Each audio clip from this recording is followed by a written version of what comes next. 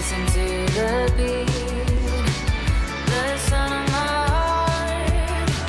It will be alright, just to make a start. Feel it close to you, like a wind. Say it again, set me free. Feel it close to you, like a wind. Say it again, set me free. Set me free. Set me free.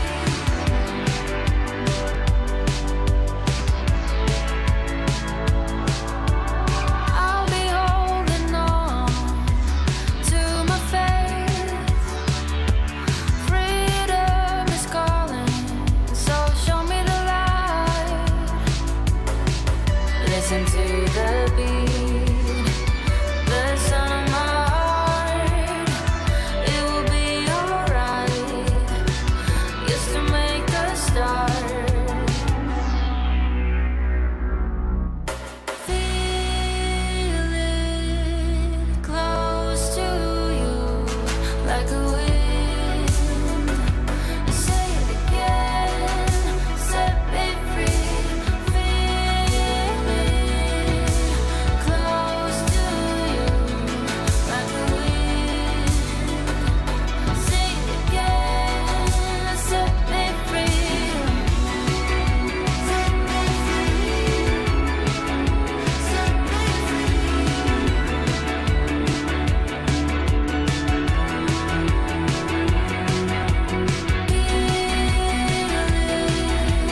close to you, like a wind. Say it again, set me free. Feel it close to you, like a wind. Say it again, set me free.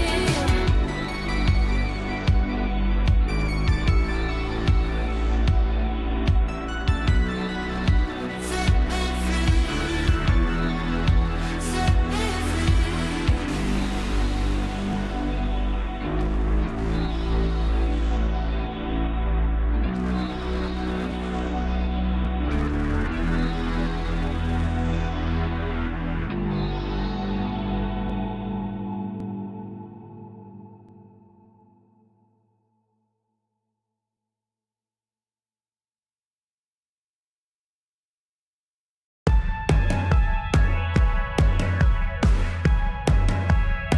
Always thought I could walk through fire, blow up the storm and see the light, yeah.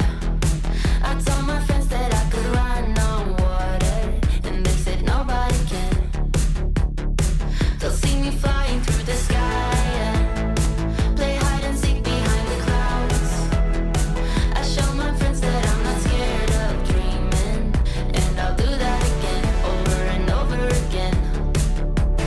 Suddenly, the heart and chest feel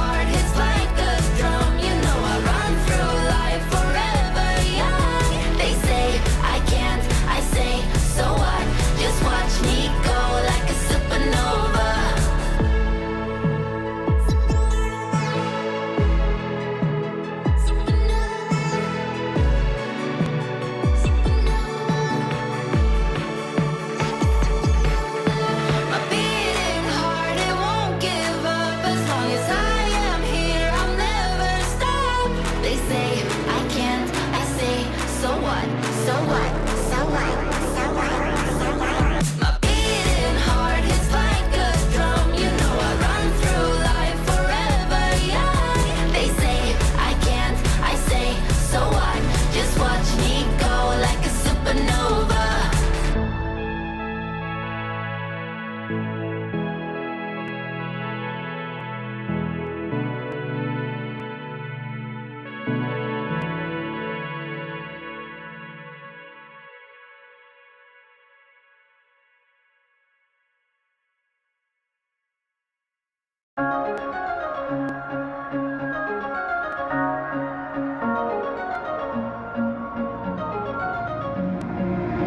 electric, I might die. Yeah, the feeling, the energy.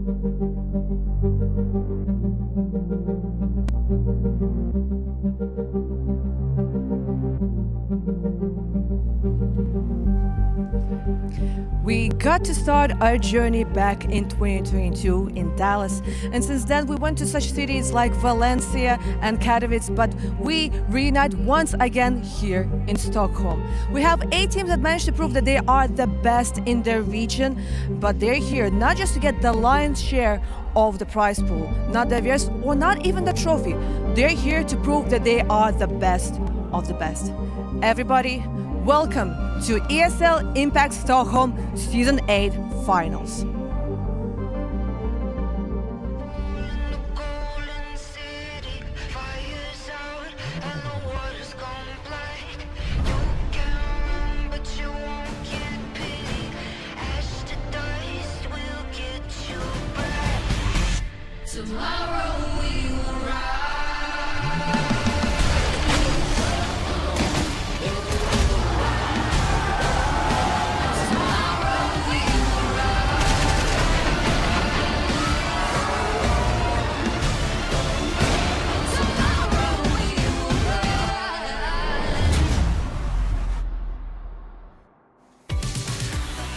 Welcome to the ESL Impact Season 8 Finals here in Stockholm, Sweden. Welcome on into the studio. We've got an action-packed weekend of Counter-Strike out in front of us, and we're going to be bringing you all the analysis in between the games. I'm Darth Mike, your host. Joining me here on the desk, we got some beautiful people. We got Mac of the Mates. How you doing, Mac? Good. How you doing? I'm doing grand. Looking less hairy than last time I saw you. Well, a little bit.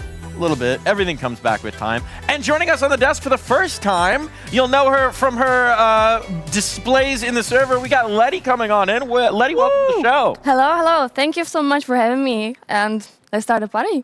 Let's start the party indeed. It's going to be quite a party. It's a celebration of women's Counter-Strike. The finals, always a great way to ring out the year, to ring out the season of Impact. And here in Stockholm as well, where we've been year after year, to really round out the calendar and round out years of Impact to this point. It's been quite a journey here, Letty. You in particular, you know, have had your own journey through the seasons of Impact. How does it feel to be culminating it right here with us?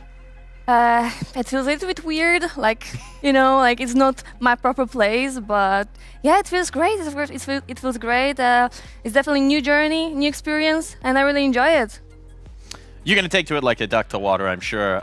Some of our teams had a little bit of an interesting journey here, right? We have our different regions qualified on in. We had all of our squads make it through the online seasons of Impact, and quite a journey it was. We had tiebreakers galore. We had some tough matchups coming on in. We break that down into the three regions, North America, South America, and Europe for this one. Some wild things going on there, Mac. Yeah, some wild things. I think, look, NA, we still have the contenders that we had the last couple of times. For South America, that's where things are a little bit different, with Atrix coming in, looking like a completely new contender. And we haven't really seen what they're capable of on an international land stage. So it's going to be a fresh, I guess, a breath of fresh air seeing them in the server.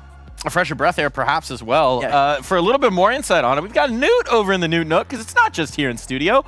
We have Newt as well, so let's send it over. Newt, what's going on over there? Nothing much. It's not seeing everybody I'm walking. funny faces. Yeah. Somebody join me, please. The Neat Nook is available for everybody. Look at Everybody this. come and join me. I can just walk right over. Oh, wow. This is so nice. For a change, I have somebody with me. This is so cool. But to be honest, I was there throughout the entire season of ESL Impact in the online stage, and my oh my, there's so many storylines going into it. Like just in the first stage, we had so many new teams that were coming into it.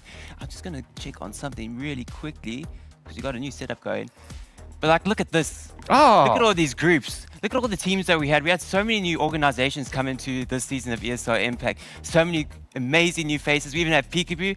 We got a player from Peekaboo right over there, Letty. Hey. And it's been actually so great to have her here, because, to be honest, she was in Group B of Europe, and my oh my, that looked like an absolutely masterclass of a group. We had Big, we had Imperial, we had Team Nemesis, who actually we thought would have a bit more impact going into ESL Impact Season 8, but unfortunately, it was actually some other teams that had brought the impacts. And then we got into going to South America. We had the likes of Furia, the new reigning champions of ESL Impact.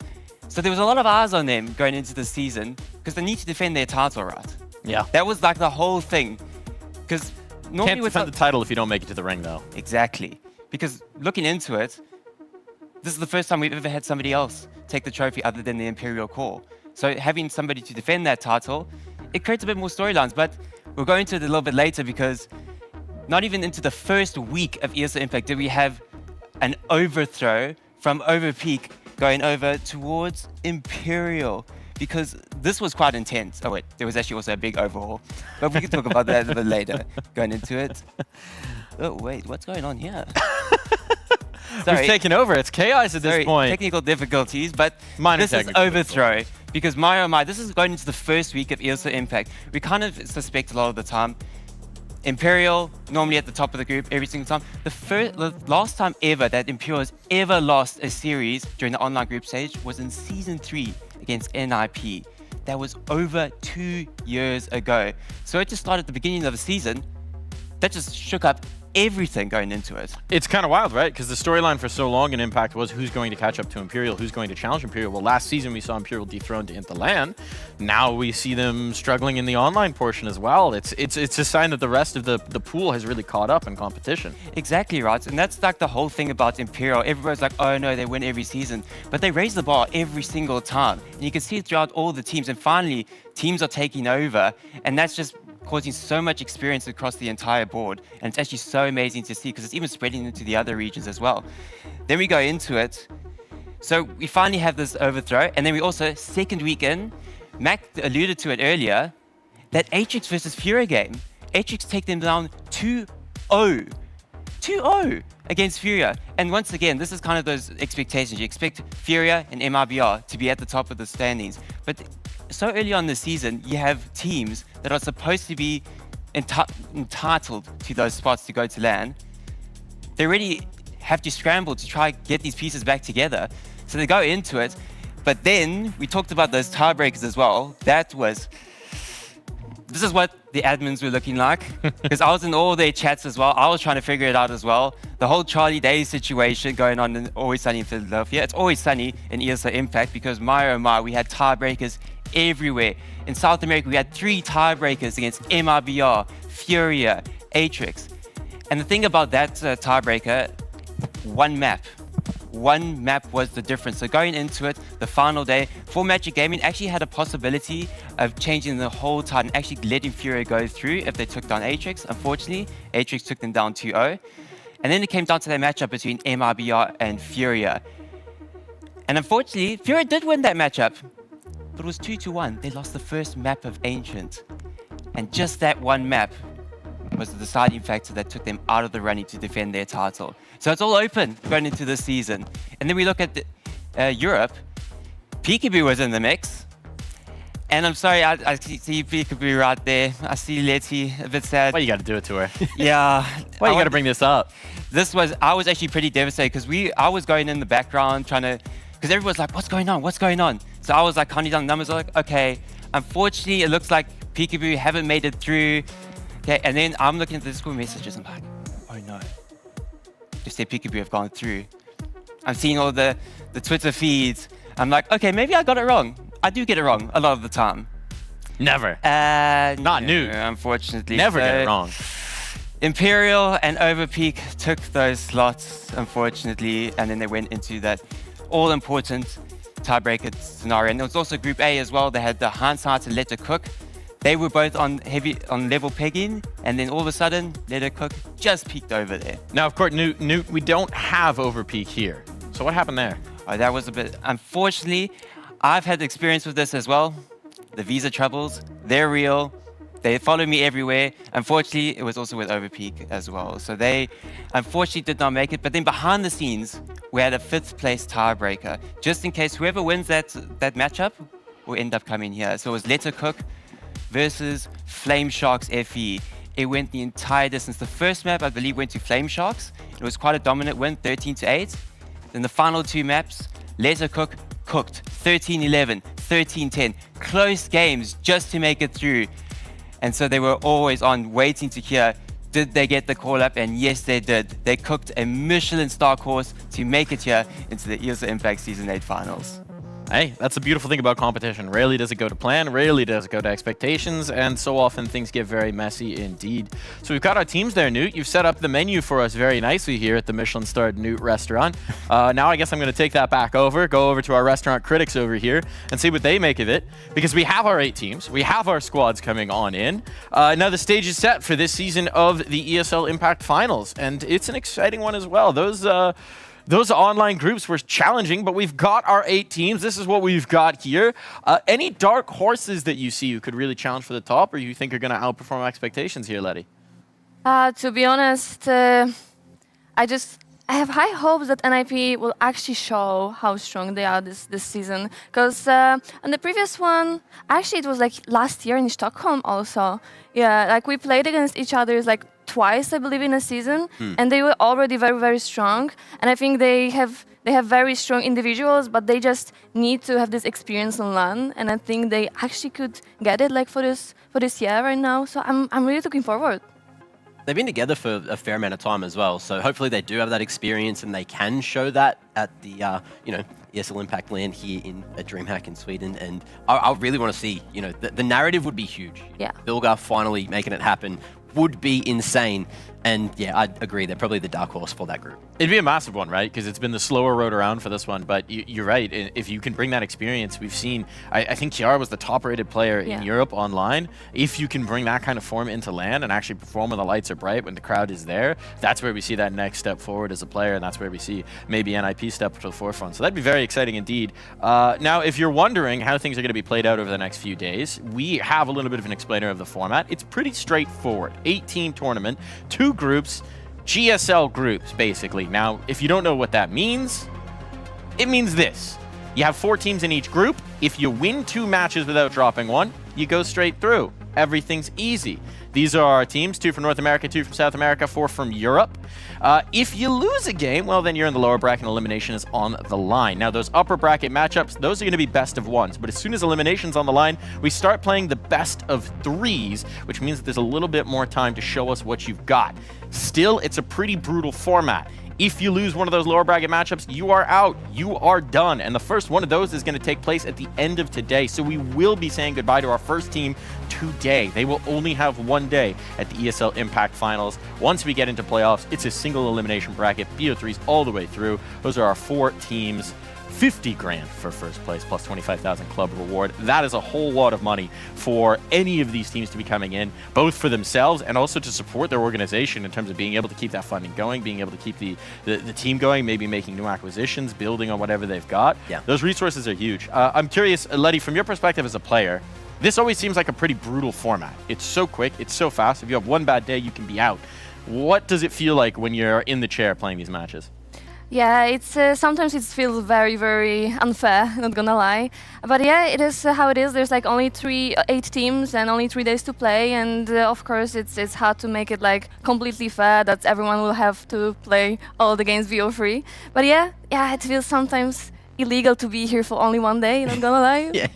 Look, what's it like though when you have that sort of small turnaround time? Obviously you're playing a couple of best of 1s and then that best of 3's just there.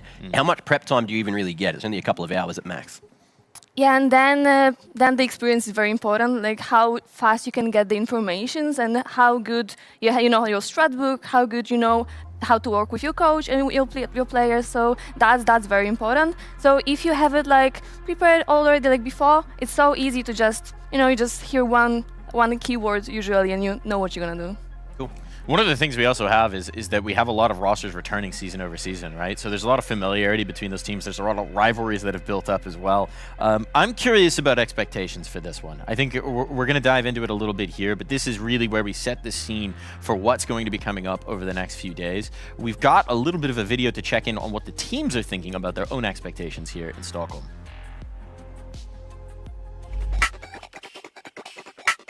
We don't have expectations, as we didn't the last time. It's the let her cook mindset. Personally, I think that the female scene is at its highest point right now that it has ever been, and I'm very hopeful and optimistic about it. I respect every single team here, and I know what they're capable of. Just seeing like our trajectory over the last few Impact seasons of like all of our players, just seeing like improvement season to season, and I expect it to be like a good competition. I think we'll make it far. I hope we win. I'm expecting a great send-off for ESL Impact.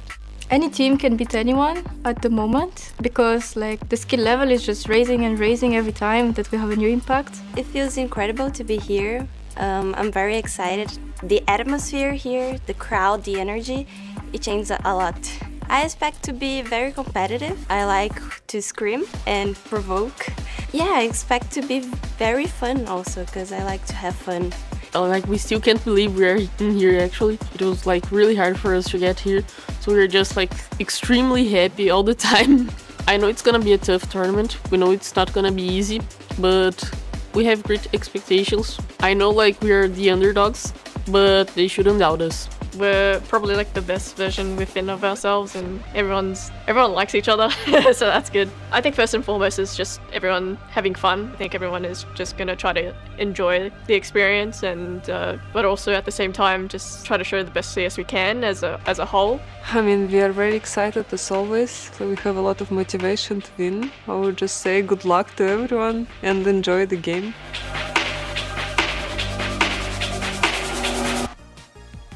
Imperial coming back in saying good luck to everyone else. That's the classic, but they didn't win last season. They didn't even make the grand final. That was quite the surprise last season. Do we think they're coming back for blood here? I mean, looking for it like on the season, how they played like for this one. Yeah, I'm actually curious how they're gonna show on the tournament. Not gonna lie. Yeah, I believe. Look, we've seen what they've done before, and they are still going to be one of the heavy hitters, especially with all the teams we've got here. They've got that much land experience, and they're showing what they're capable of. I'm expecting to bounce back. Speaking of expectations, this is something you and I always have every season. FlyQuest Red, right? The Australian-US alliance here. Expectations always feel like the sky high. Haven't always necessarily delivered. We'll get more into it because they are our first matchup here. But just early on, what are your expectations for FlyQuest at this event? Well, they haven't really faced too many problems through the group stage. So I'm expecting them to maybe have a hiccup, and, you know, it's really going to test their mettle. But expectations-wise, I'm hoping that they make finals. I'm hoping that they make it to the third day at least. We'll be curious to see. I'm very curious about Atrix as well. We'll get into them later today, but they're a team that I don't think any of us were really expecting, right? You have Furia mentally slotted into that. They come in. We've got a lot of people who are making their debut at an Impact Finals for the first time in the last one.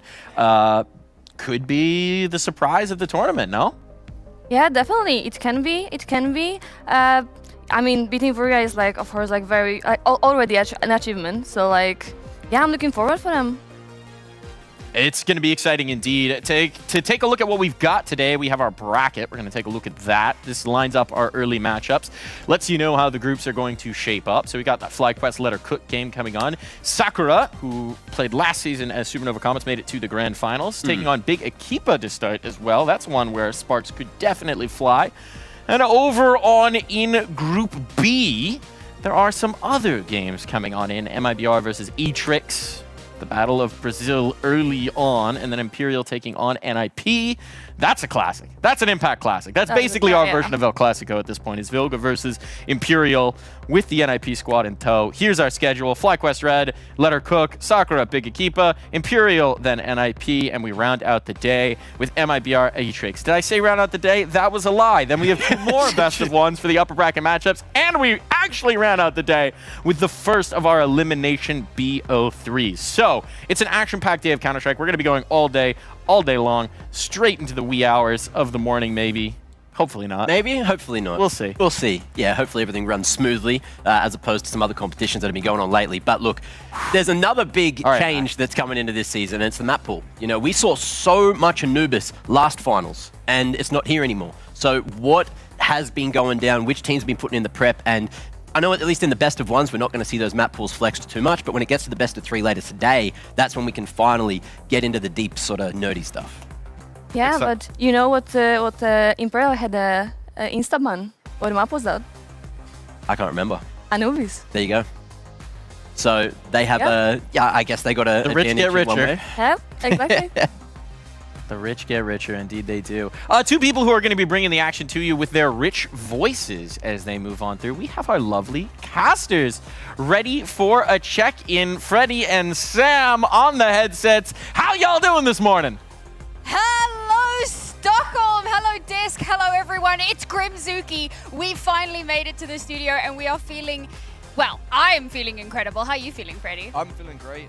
It's my first ESL Impact final. Yeah. Finally got here. And it's also very exciting because we normally do South America, right? So we don't always get the opportunity to observe and commentate these European or American teams. So now it's all bundled into one tournament of just fun and excitement. Absolutely. And we've actually got a Brazilian derby a little bit later today, which is slightly terrifying. I've seen this game before. Yeah, we've been a little bit of deja vu happening here on day one. But there's a lot of other exciting matches as well. And of course, it's just an exciting exciting season overall.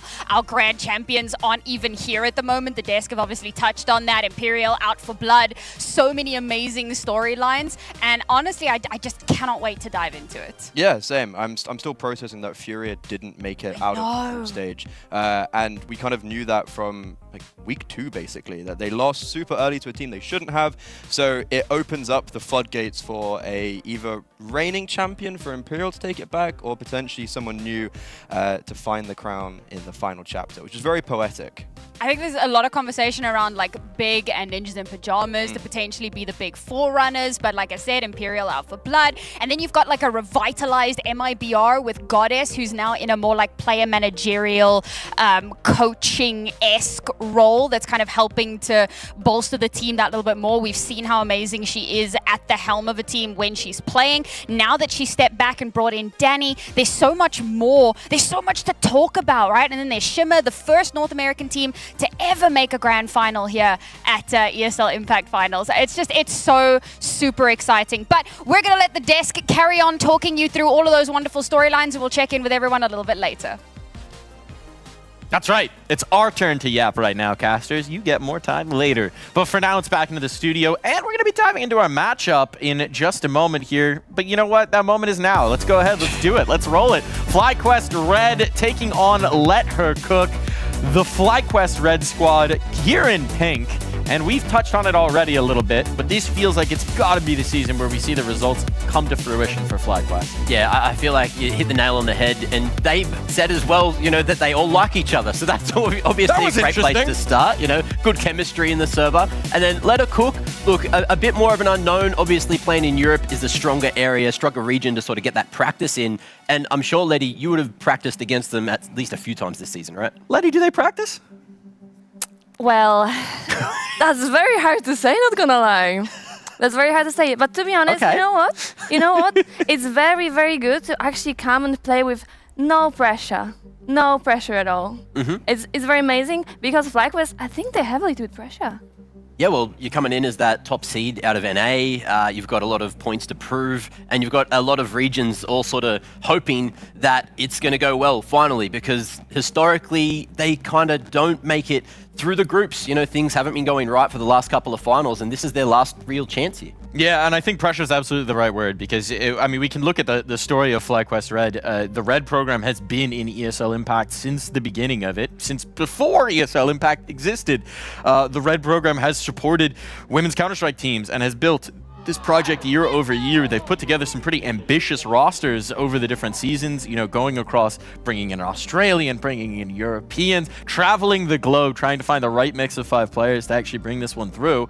But it does feel like consistently when we're at LAN, we don't see the best FlyQuest that we know they can be. We don't always see all the pieces hitting at the same time, performing at the same time. What is that pressure like when you're in a team and you know it should be going one way and it just isn't on the day, Letty? It's very frustrating, not gonna lie, because we, especially with the Navi team, we had a lot of time this situation that we were coming for a tournament and we felt it. Like everything was working on the practice, like literally every time, but there was always something missing. So like, yeah, it's very, very frustrating. Well, someone who can break down a little bit of the history of FlyQuest here. We got Newt's notes on the nook of the notation of what's going on here. Newt, what you got for us? I've got some pretty interesting stuff, actually. I'm actually going to be talking about Let Her Cook right now. Okay, we're swapping gears. Let's swap gears then, Newt. We're swapping gears. We're going to take a look at Let Her Cook. The reason why is because Letty alluded to it a bit earlier. They have no pressure. It worked out for them for that one season. They made a grand final run. However, they did have Astra on that squad. And I feel she took a lot of the reins for that team. Right now, we also got some insight. They don't actually have a designated RGL. And this becomes a problem in particular situations, especially when it comes to the multi-kill dilemma. Because a lot of the time, the multi-kill is the thing that pushes your team forward, because it puts you a lot of the time in a player advantage, and then you can capitalize it and actually keep momentum and bring the round in your favor. So when we look into it, Zia had an amazing season, might I add you. 20% of the rounds get a multi-kill. And they're not just low multi-kills, like just 2 kills per round. It's actually very high impact multi-kills. It's there was like a 0.28 multi-kill rate, and if you know how that's calculated, we'll probably get into it a little bit later. It's a bit of a weird one. Leave the math for later. Yeah, leave it for later. It's early. Yeah. A lot of the time as well, the multi-kills are like a 2.35 on average, which is absolutely insane. And like 20% of rounds, 1 in every 5 rounds gets a multi-kill. That's insane, because you can see the rest of the squad, they're not really outputting those multi-kills. So it does allow them to kind of fill in the gaps for Zia, but that's what you expect. So normally you get a multi-kill, and that's when the charge of the in-game leader comes in and says, okay, let's either push forward or we're going to retract the space and actually move into a different position. But then we look at the multi-round win percentage. So do you expect them to convert a lot of these multi-kills from Zia? Based on the way you're setting this up, I don't. Yeah, unfortunately it's a big bummer. They're actually the lowest. She's got the lowest conversion rate out of all of them, 62%. You normally see it at around this 80% mark. That's like the bog standard for all teams. When you get a multi-kill, you convert it into a round win about 80% of the time. 62%. 1 in every 5 rounds? So you get a guaranteed win? Is this specifically when they go into numbers up situation, or does this include clutches where there's a multi-kill? Like, that's the thing though. Zia was in so many clutch situations. Can you guess how many out of all the rounds that they played that she was the last player alive? It's absolutely bonkers. I can't, but I think you're going to tell me, Newt. It's literally the same as this. 19%, 20% of rounds. 1 in every 5 rounds, she's the last alive. She's got everything to do. And there's been some crazy matchups. We watched that one game on Dust 2 when she went like 40 kills or like 35 kills in regulation at one point. And it's just clutch after clutch after clutch, trying to claw it back. And that's the thing. They don't really have this direction from an IGL. So that might be the thing that could cause them to kind of crumble in this scenario against FlyQuest, to have a bit more structure going into it. We'll see if they can. We'll see if they can do it, because FlyQuest, as we know, are going to be a tough opponent to deal with. Diving back on over into the desk, I'll walk on over, leave Newt to his nooks and his notes and his notations and his stats and his numbers. Some of those numbers were bigger than I can count. But what I do know is one thing.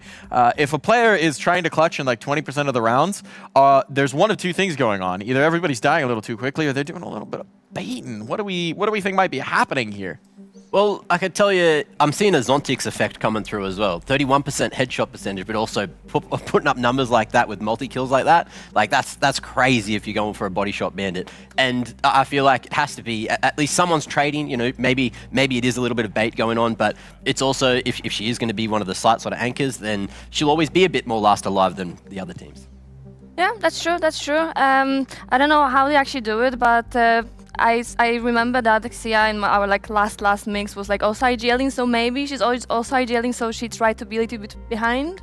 You never know. You never know how it works there. You never do, but we're going to get a window into how it works. We'll talk again about our other squad as well, diving back into the FlyQuest conversation and their history of results here, because again, storied history here in ESL Impact. They have played every season in one form or another with the Red program. Goose has been here for the whole dang thing. We've had a few different iterations of this roster as well, and they've had some really ambitious seasons. These are their online results. Outside of last season, where they came second, they've topped North America every damn time. But when it gets to LAN, it hasn't always delivered. They've had some playoff appearances, they've had some semis, but we've also seen a lot of disappointment in the groups. Why do you think the online form doesn't always translate when we get to the actual finals here? That's the experience on tournament. It's a different place, different computer, literally everything different. And since we don't have that many tournaments, it's so hard to actually get used to the new environment. So I think that has like very huge part of it, basically. It can also be things like, you know, best of ones. You can't be a slow starting team because you only have that one chance before you go to the lower bracket. If you end up down there, that's when you can finally flex the map pool. And let's see where we're going to be playing this on as well, because I think it's going to matter a lot. Mirage, yeah, it's pretty balanced map for, you know, both these teams. I don't know which way it's going to go though. Especially maybe for a Letter Cook that we know is a little looser in style at times. Mirage tends to flatter that at times. Yeah. Yeah, I mean, I'm actually surprised it's a kind of Mirage, because I remember there was a rule, you never pick the Mirage against a mix. It was very common. So I guess FlyQuest needs to have very good preparation.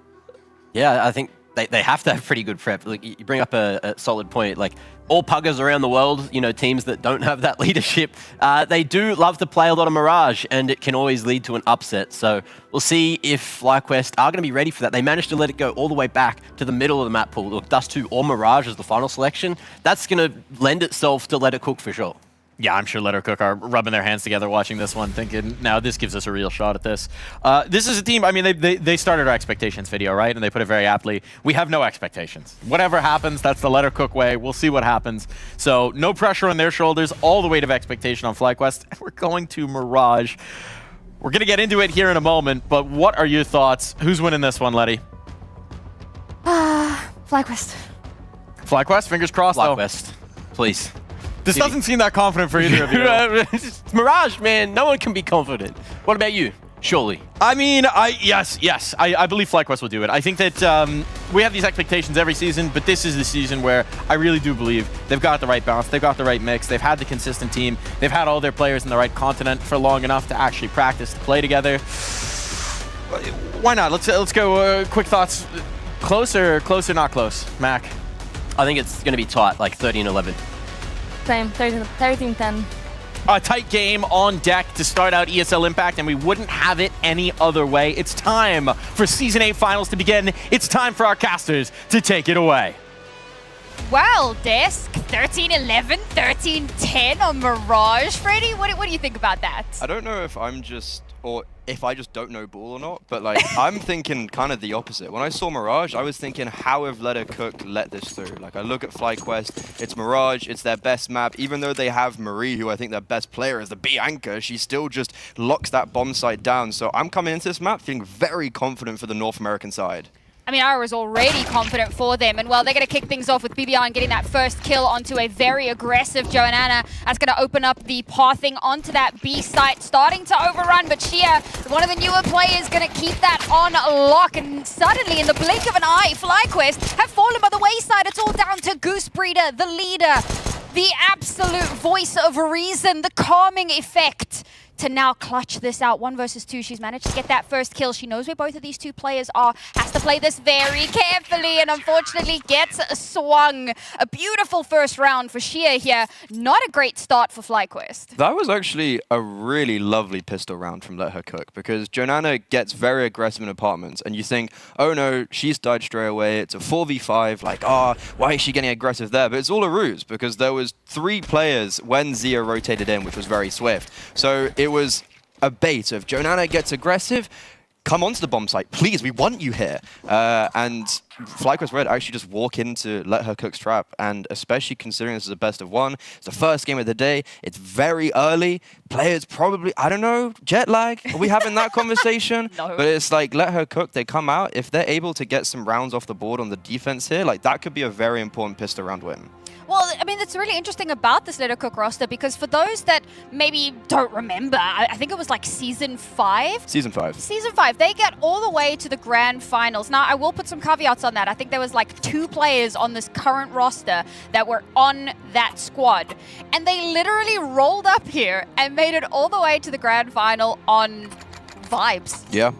They were not a strategically deep team. They were relying a lot more on their individual skill and just kind of playing off of one another really, really well. And they made it all the way to the grand final. So this is certainly not a team that you can count out. I think that a lot of teams maybe looked at this. We also have to bear in mind, they were originally not going to be at the finals. They came in as a very last-minute addition. So the question then becomes, how much prep have FlyQuest had time to do on this team? The announcement was, I think about 2 weeks ago, so there has been some time. They'd be fine for that, yeah. Yeah, but there's so many teams to be wondering about and thinking about, and is this the team you consider your biggest potential competition?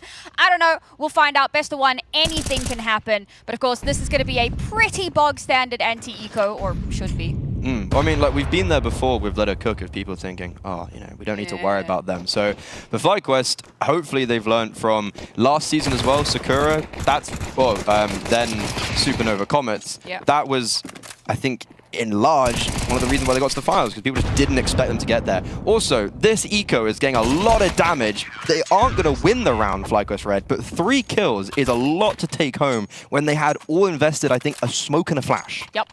I will say I got like a moment of whiplash when you said Supernova Comets, because obviously they spent the entire regular season being Shimmer. They're just changing name whenever they feel like it. And always really fancy names, the Comets, the Shimmering, the Sakuras. The Shimmer is iconic. We have a Sakura plant here. I love that. Next to Newt's Nook. Yeah, it's beautiful. All right.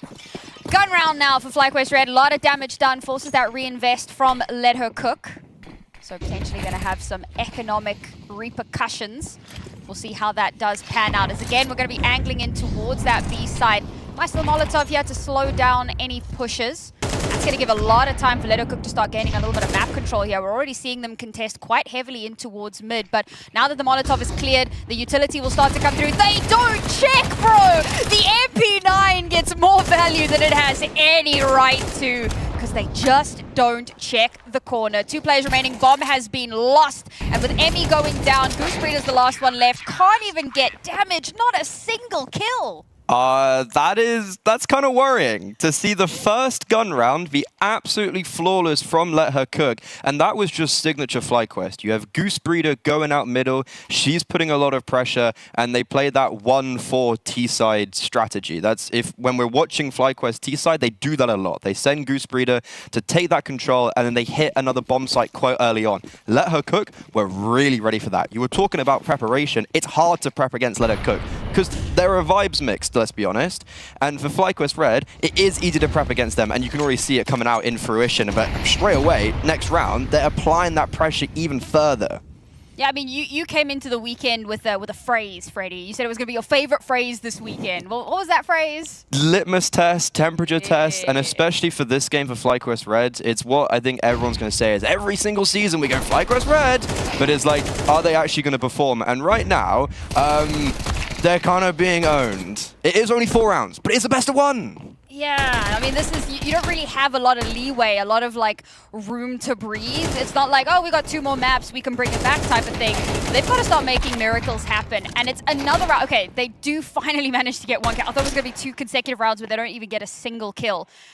But at least they get that little bit of extra damage. And of course, it starts to be a bit of a who cares scenario. You know, there'll be a lot of money at the end of the round here for Let Her Cook. And FlyQuest having forced into this round, I say forced. It was a half-buy type shenanigan, upgraded pistols. They've got lost streak bonus, so they'll still have a good buy into the next round. So that's going to be a really important one for them to win, it feels like. Yeah, what I want to see from FlyQuest Red next round is not try go for a set piece just straight out the door, because that's what the first gun round was. We're going to just instantly hit towards the B-bomb site.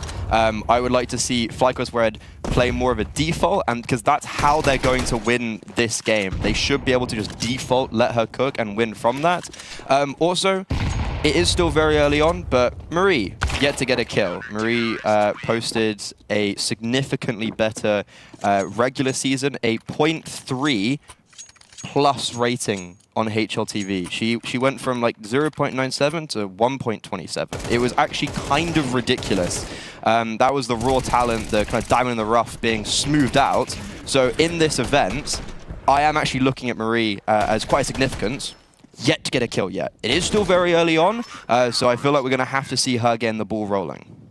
What I'm also really curious about is we're seeing a surprising amount of defensive line being held over onto that B-bomb site. And I'm wondering if that's like a form of conditioning here, waiting to see if they can force FlyQuest to move and then be able to react to that. Maybe I'm putting too much stock in the LHC girls. To condition for FlyQuest, they have to win the round. Whew. So, yeah. Damn! All right, Freddie. They've been going B a lot, unsuccessfully. Yes, very much so. Maybe this is where... Nope. We're still going B, friends. Do you know what? If it didn't work the first 4 times, maybe this time. Yeah, this looks like actually more of a default. It's kind of what I was wanting. They get Emmy out on the AWP, see if she can get a pick early. She's a very aggressive AWPer, and Jenny R is just going to give it that pick. Nice little boost up there as well. Caught utterly unawares. But look at this mid control. They know that there are players here. They're trying to force that advantage. Goose in a tucked in corner. Emmy holding for that little bit of suppressive fire with an AWP of all things. And between the two of them, they've brought down the LHC forces to only 2 players remaining. Emmy finally misses a shot and will be put down for it.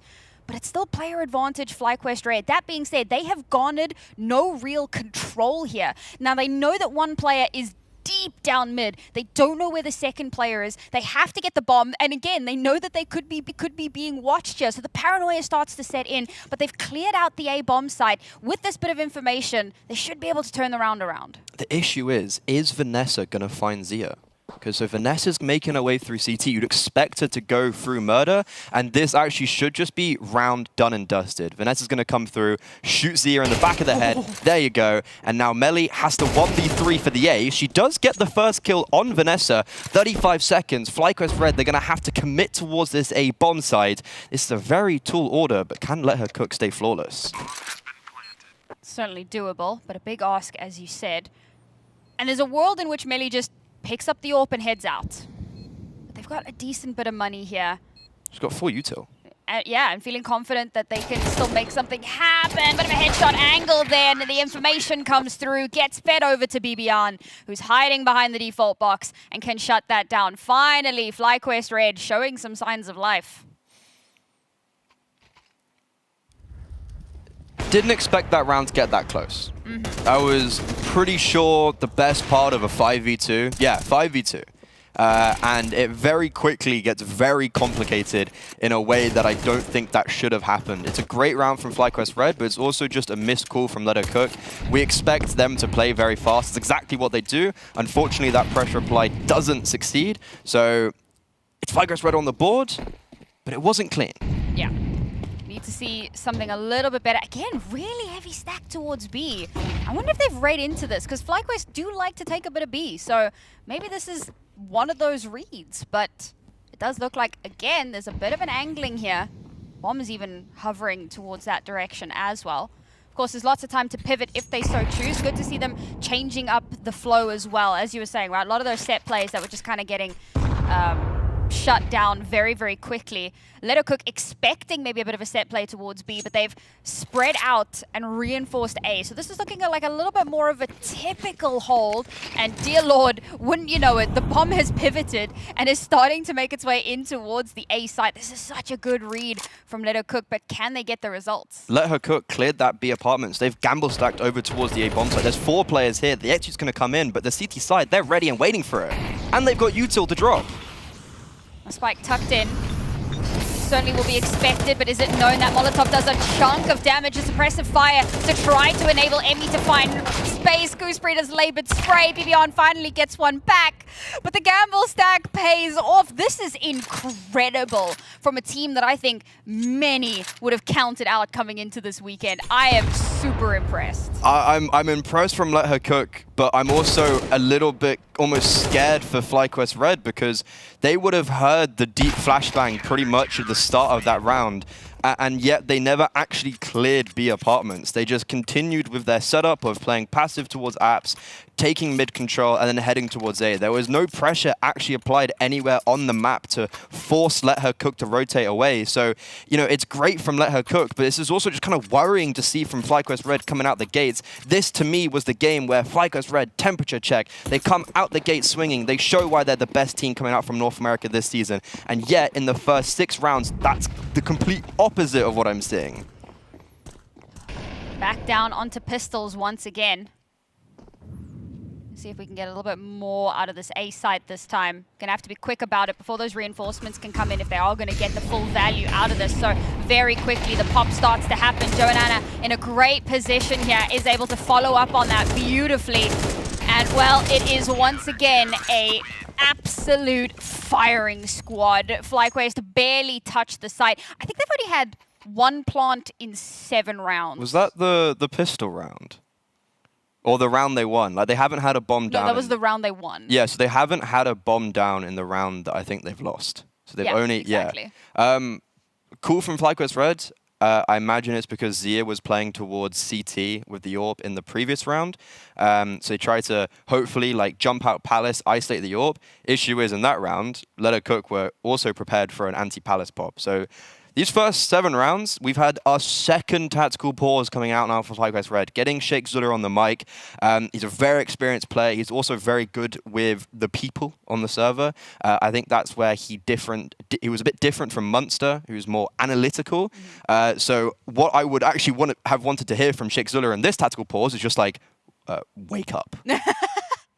Good morning, America, because it is obviously an NA team. 10:15 here in Stockholm. It was a bit of an early day. I imagine they would have been there about an hour or so ago, maybe Saw them at more. breakfast. Yeah, they left about the same time as us. There you go, you know, get into the prac rooms. I mean, I woke up at 6:30. I don't know about everybody else. So it's an early day here. It's not like Dallas.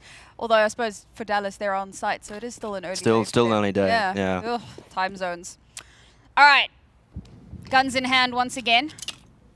We're still seeing some less than stellar performances, I would argue, from 2 players here on FlyQuest.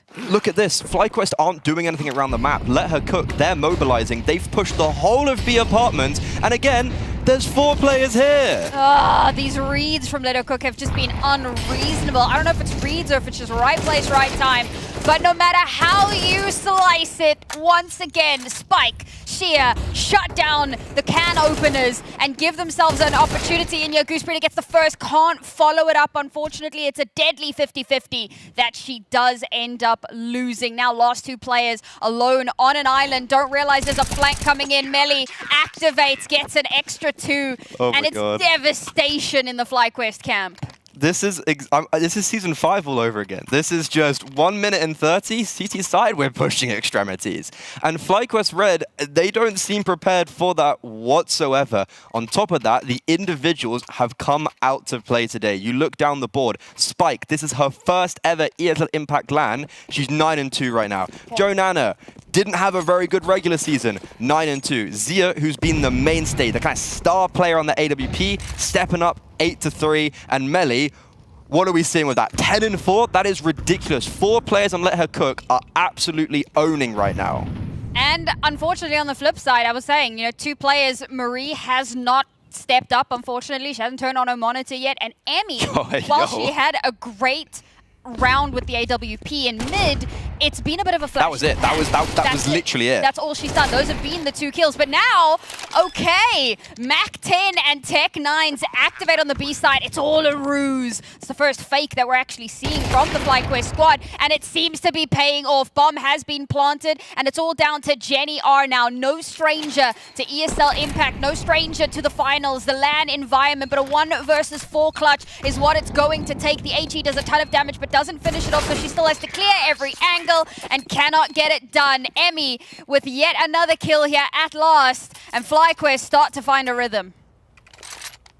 That's what they need. They need a gimmick round with the Tech-9s and the Mac-10s to just get that ball rolling. And Marie on the ball. She needs that first kill. She's still a very young player, and I wasn't actually nervous for her whatsoever coming into this LAN, because FlyQuest out in North America, they're playing Fragadelphias, they're playing DreamHack in Atlanta, and Marie actually played really well in a lot of those LANs. So I was thinking, okay, she's not on liner. She can do it on LAN, and I've been a little bit scared already watching this. I think she's phenomenal. Her improvement from Season 7 to Season 8, in my opinion, probably is the best in the whole of this finals. And to see her having this rough start, it's going to be difficult for someone that young to bounce back, but a round like that is exactly what they need. See now how Let Her Cook respond. They've been doing a lot of poking and prodding and taking space. This time going for a slightly more passive approach. Again, we're seeing a lot of the FlyQuest utility over towards that A site. And again, I think it's intended to try to be a bit of a ruse, but Let Her Cook seem to have learned from their past transgressions. They haven't started to over-rotate just yet. They've still got a bit of a floater hanging down towards the motor hole. Can pivot to either one of the sites if she so chooses.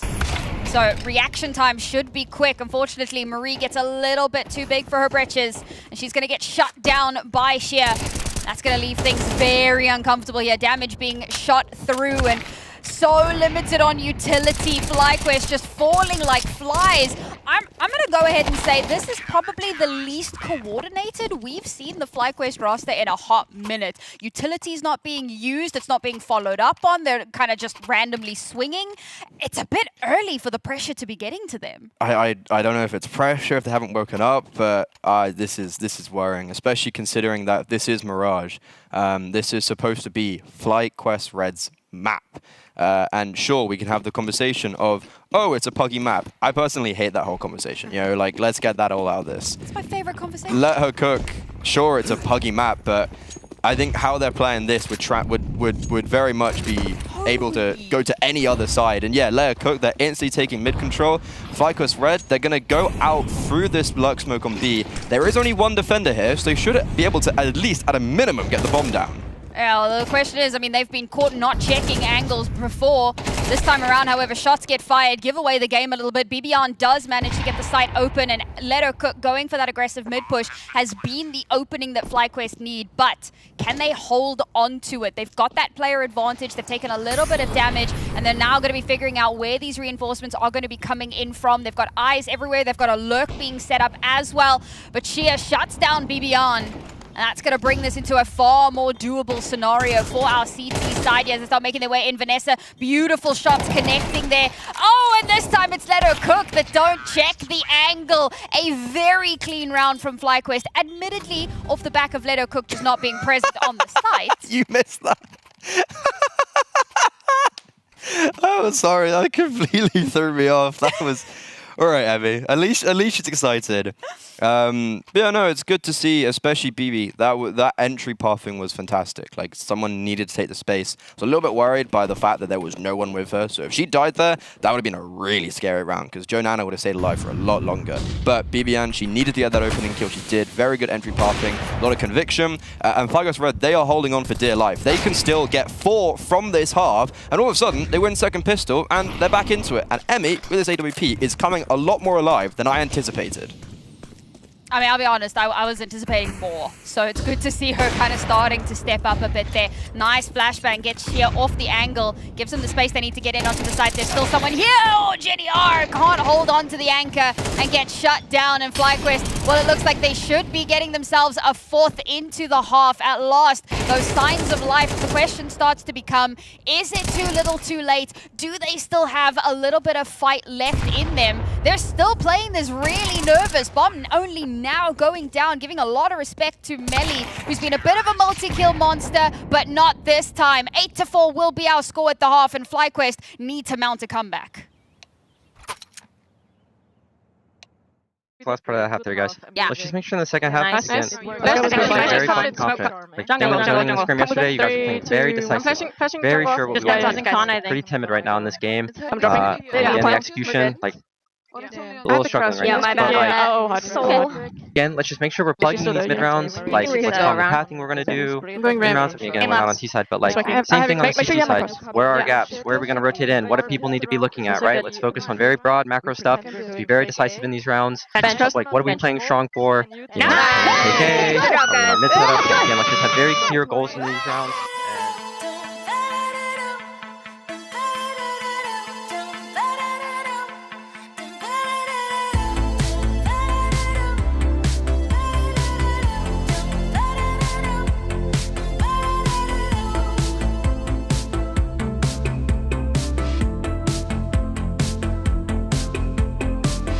No one can tell you what lies ahead for you. It ain't over, it's only just begun. Somehow you gotta let yourself go. No point in hiding in the shadows, 'cause all you gotta do is believe. And now it's time for you to step into the light, spread your little wings and start to fly. 'Cause you just need to love the life you live and step into the light.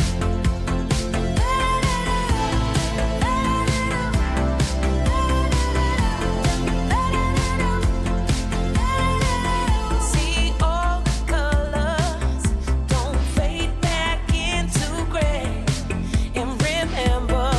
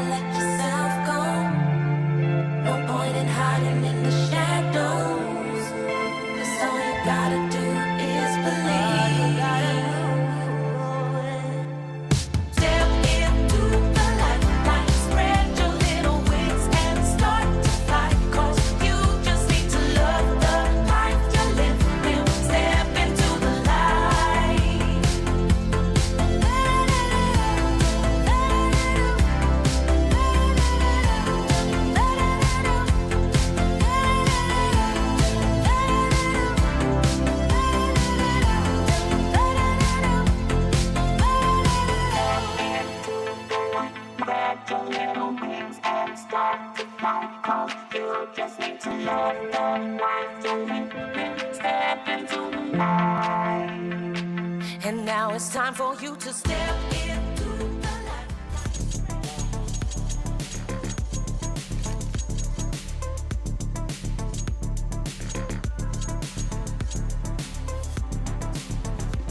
A tale of two stories. Let Her Cook come out the gate swinging. They play with a lot of ferocity.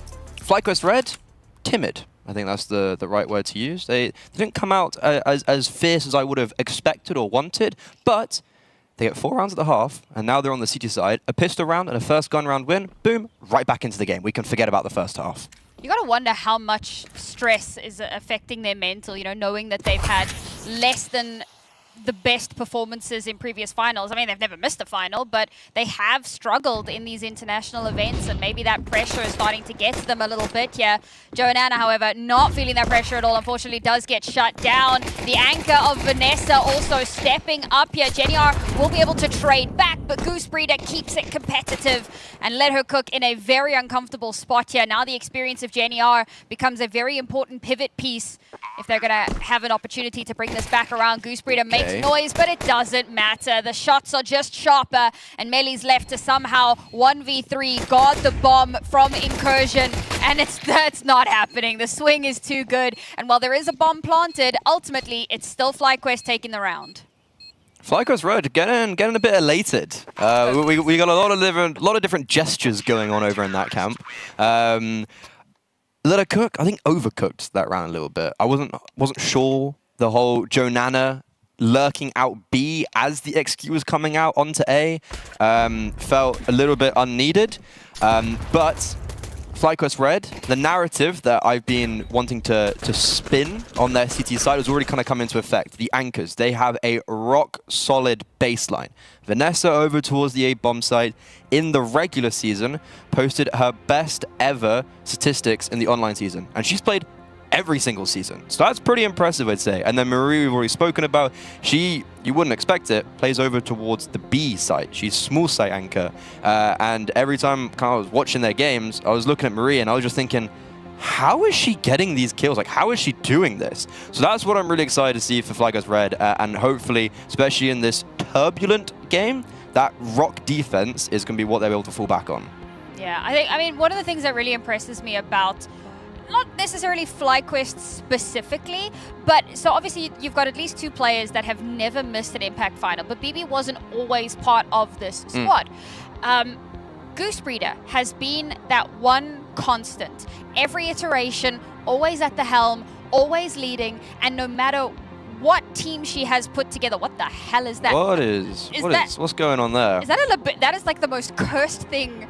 I already think Labubus are cursed. That is extra cursed. Yeah, I'm gonna see I'm gonna see that in my nightmares. Yeah, that's genuine nightmare fuel. Sorry. But yeah, so Goose has never had a roster that hasn't made it to a final, and she's not the only one, but I think that she's had the most parts to work with that are constantly changing to keep getting those same results. And you can make the arguments about NA being a slightly weaker region, whatever. Fact is, she keeps doing it. Yeah, I mean, well, that's actually the issue that they had when Cowarday started IGLing and Goose Breeder started rifling, and when they kind of wanted to make a change, but they couldn't, because unfortunately, FlyQuest Red, they'd have to... It's quite a big ask to bring someone from Europe. Yep. And Marie actually had kind of like the Olga treatment of she wanted to move to America, so hey, why not play Counter-Strike over there? Olga did that with HSG in China, and I think that's why they did pick up a player that was, 17 years old, only played 1 season of Impact, was because they couldn't attract that bigger talent. They had to find a diamond in the rough, and that's exactly what's happened. So the change, it's hard for a team like FlyQuest Red, but this change so far is looking good. They are going to have to contend to, in round 14, against a force buy from Let Her Cook. Yeah. Admittedly, bringing Vanessa and Emmy back have also seemed to give them that little bit of like wind beneath the wings, so to speak. We're starting to see them do really well, and they did come through this season. They finally beat then Shimmer, now Sakura, to reclaim that North American crown. 13-1 on map 3 as well. They owned them. Scary, scary, scary performance. But we'll get into those conversations a little bit later on in the weekend. Okay. Dear God, Melly. All right, well, that's how you want to kick it off. Unfortunately, we'll get an instant trade back here, but it's still keeping a little bit spicy. FlyQuest having lost 2 players already. That bomb is going to get planted. Now have to wait for the reinforcements. And there's no kit, and look how far away Vanessa is. This is a very difficult situation for FlyQuest Red. They've got a player disadvantage, and they've got time against them. Well, now they've evened up the player numbers, so perhaps that can still work in their favor. Goose swings straight into Shia's crosshairs, followed up quickly by Emmy. That trade does not go the way that they wanted it to, and Emmy now left all alone, no time remaining to her. Maybe a little bit of damage, but it looks like this is going to be a very quick trade back. That's devastating. It was a risky force, but it's paid off in ways I don't think FlyQuest were expecting. That's all melee. Zia obviously gets 3 kills to win out the round, but that's Zia through and through. She gets that opening kill, the deagle here. Bye-bye. Bibian, nice little haircut. Yeah, that opening kill is everything. So it opens up the bomb site, and I was talking about how great the anchors are. It's pretty hard to be a great anchor when your support player dies within a second. It kind of leaves Marie in just this unwinnable position, and then the rotations, well, they didn't expect that play to come out so quickly. Let her cook. They're cooking up a storm right now. This is so funny because obviously the desk were like, yeah, 13-11, 13-10. I mean, it looks like we were all wrong because it looks like it could be a dominant win. Well, we can't count FlyQuest out just that yet. round, to me, is like, I think that... Done and dusted? Why? They won pistol, and I was like, yes, okay, we're going to have a competitive game, and then losing the conversion, and on the CT side, when you lose conversion, it's a lot worse than the T side, because look, they're literally on 5-7s and deagles. All right, Freddie, we have a dynamic, okay? You're the pessimistic one, I'm the optimistic one. Can we please, like, stay in your lane? That's what I'm doing, I was just saying it's pretty bad for them. I'm just making sure, all right? You can't steal my job here. That's not how this works. It's a gamble stack, though, so let her cook. They're going the other way. Gamble does not pay off, unfortunately. But I think that this is one of those cases where you probably don't even try and push this necessarily. Wouldn't mind a save. I'd actually like a save from this position, because that means Let Her Cook can go into what would be ordinarily an eco round with a little bit more bite to their bark, and that's exactly what they're going to do. So it's an unfortunate gamble set that doesn't go their way, but they can just reset into the next. Bro, Goose is on 11 right now. Like, she is on par with the 2 second highest fraggers on Let Her Cook. Like, she is trying desperately to put the team in her backpack. And unfortunately, I mean, I hate being the one that calls out stuff like that, but it has just been a very disappointing performance here. And again, I don't think it's necessarily, I mean, obviously we know the players are underperforming, but again, we're not seeing that cohesion that we're so used to out of this roster. And again, not sure if it's nerves or what exactly is going on here. And not even Sheikh Zulu with his 2 timeouts has been able to get them, maybe they're just not talking. I don't know, man. I'd call a third even now. There you go. Oh my god, okay. All right, Coach. Hey guys, I know ball, don't need to brag. But yeah, like, take a pause for this round, not talk for this round, for the next round. Yeah. And Sheikh's actually not talking. No, he is, okay. I was going to say, well, to be fair, Goose Breeder, I was saying this to you guys, I think, yesterday. To me, she's one of maybe the main player in ESL Impact that I see as a true captain. As I see, like an outright captain. Not an IGL, a captain. Yeah. So, especially in moments like this, that experience, I need to see that exude into some of the other individuals who seem quite quiet. Maybe communication, like trade spacing was a bit rough on the T side. Comms could be at a fault for that. But these next 2 rounds are going to be basically win or bust for FlyQuest.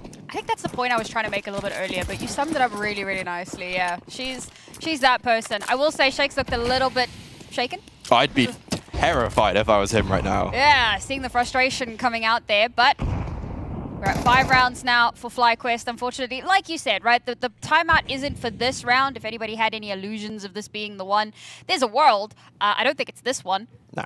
So it's all about that next round. Unfortunately, the next round is so important because this should be Let Her Cook on 11. And as we know, that's just 2 rounds away from closing it out. It's a best of 1. FlyQuest don't have a lot of opportunities still being afforded to them. So we'll see them go for a little bit more of an advanced hold here in towards mid, expecting that aggression to come through. They've already spotted out some of these players. Nice swing from Goose, but the follow-up not where it needs to be. Finally, Vanessa will trade one back, but it's just, again, a firing range here from Let Her Cook. They're covering each other perfectly, and well, it is a pistol round, so a little bit of damage is great, but how much of a difference is it going to make in the long run? Yeah, damage is not even remotely the name of the game right now. Bibian, unfortunate, doesn't even land a single shot. I think that's kind of summed up her game, and then also FlyQuest Red's game on Mirage. This is the opening game in the ESL Impact Season 8 finals. It is pretty much do or die for these teams sometimes. You know, you lose a best of one, and then boom, you're on the brink of elimination. And FlyQuest Red, who haven't made it out of the group stage since Season 3. Season 3. I'm sure they've played playoffs since then. No. Season 3. Dallas. They made playoffs. Surely. It's been since Season 3. And with this form, it doesn't look like that's going to change. I mean, that's been our big conversation piece, right? That the first North American team to make a grand final was not FlyQuest Red, who have been here since the very beginning. I was a usurper, so to speak. So this is a very stressful situation for them, and to kick off their run this weekend with a loss would be absolutely devastating. And already, Emmy has been shut down, taken off board. That's one of those anchors gone. The A site is utterly capitulated. They're going to have to go for a retake scenario here. But again, look at all this damage that's just being churned out. And I say damage, it's more about that utility, the bullets flying, the suppressive fire to come out that stops the attempt at pushing back in on towards the site, kind of slows things down massively, gives massive opportunity. The flashbang, well, it doesn't give Joanna a kill, but again, it buys that little bit more time. And it's causing FlyQuest to stress a bit about that re-entry. We see some trades back and forth, down to a 2 versus 2 time, not on their side. They do have a kit on board here, but they're going to have to find themselves in position. Out in the open, the trade comes out, but Joanna knows where BB is. Can BB win out on this one? Yes, she can. Connects the shot, but no time for the defuse.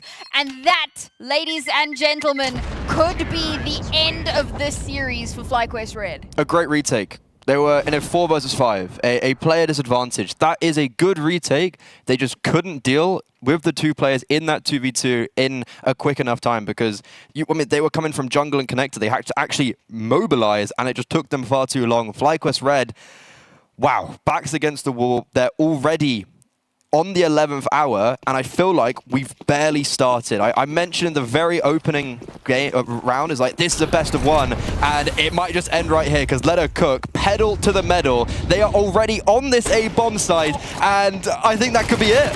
Oh, Emmy, you needed to hit that one, but Vanessa and BB, hand in hand, keeping this a little bit more hotly contested, giving themselves a numbers advantage here. This is desperation in their hands. Joanna runs straight into Mari's MP9. Mari has activated at last, but Vanessa takes down one. Spike looking for the follow-up, and she finds it. 2 versus 2. HP dangerously low for Let Her Cook, but they've still got over a minute. They've still got the bomb in hand. They know both They can pivot. They're heading all the way over towards the B site, but Vivian ready to hold them off. The smoke comes out to deny the sideline in the murder hole. They're going to try and cross over, but BB through the smoke gets the first, runs out of bullets, can't connect onto Shia. Now down to dangerously low HP. She should be able to at least get this bomb planted. The Molotov to slow down that retake attempt. Gets it down, has to hold for the 2 players that she knows is coming in from this mid position.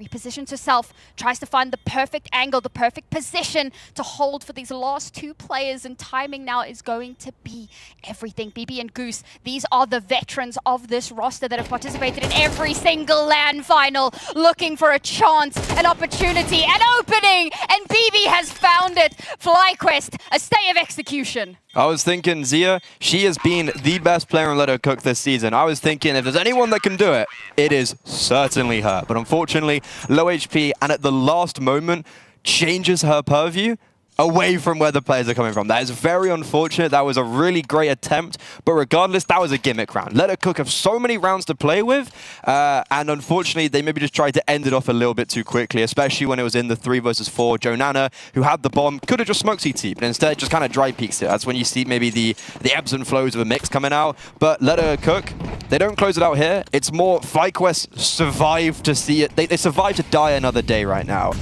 They need to do that 6 more times, and even then, that was very close when FlyQuest always had the advantage in that. There's still so much more to get done, man. losing my mind in that round and realizing that, well, it could all just be for naught. As you said, it has to be picture perfect, pixel perfect, in fact. Oh, Melly, she's got a timing. Oh, God. Oh, there's positioning from mid. She's been spotted out. Can't quite connect those shots. Okay, she got a timing, but she got timinged, unfortunately. That's going to be a nice little opener here for FlyQuest, and they don't overstay their welcome as well. Smoke comes out, they back away, they wait to play this a bit more patiently.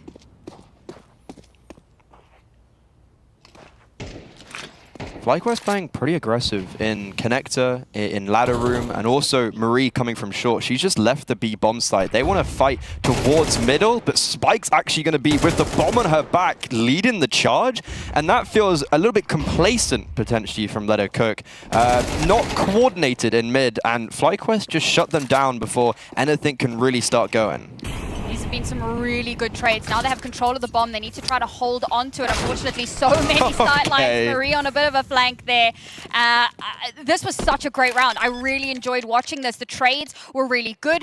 I think a lot of that comes down to the connector smoke being a little bit too deep. So there's positioning there. Once BB goes down in ladder, Spike is able... Not Spike, sorry. I can't remember who traded her, but it was Spike that died. There you go, Goosencon is able to trade off of that because that smoke is too deep, so she's got that positioning. And off of that, the trades start to come through, and the round kind of falls apart for Leto Cook. This is what we needed to be seeing from FlyQuest. I don't necessarily think the util was... That smoke wasn't the issue. It was more that Spike was up short basically by herself, and in con put the mollo down. You know, there was no other utility.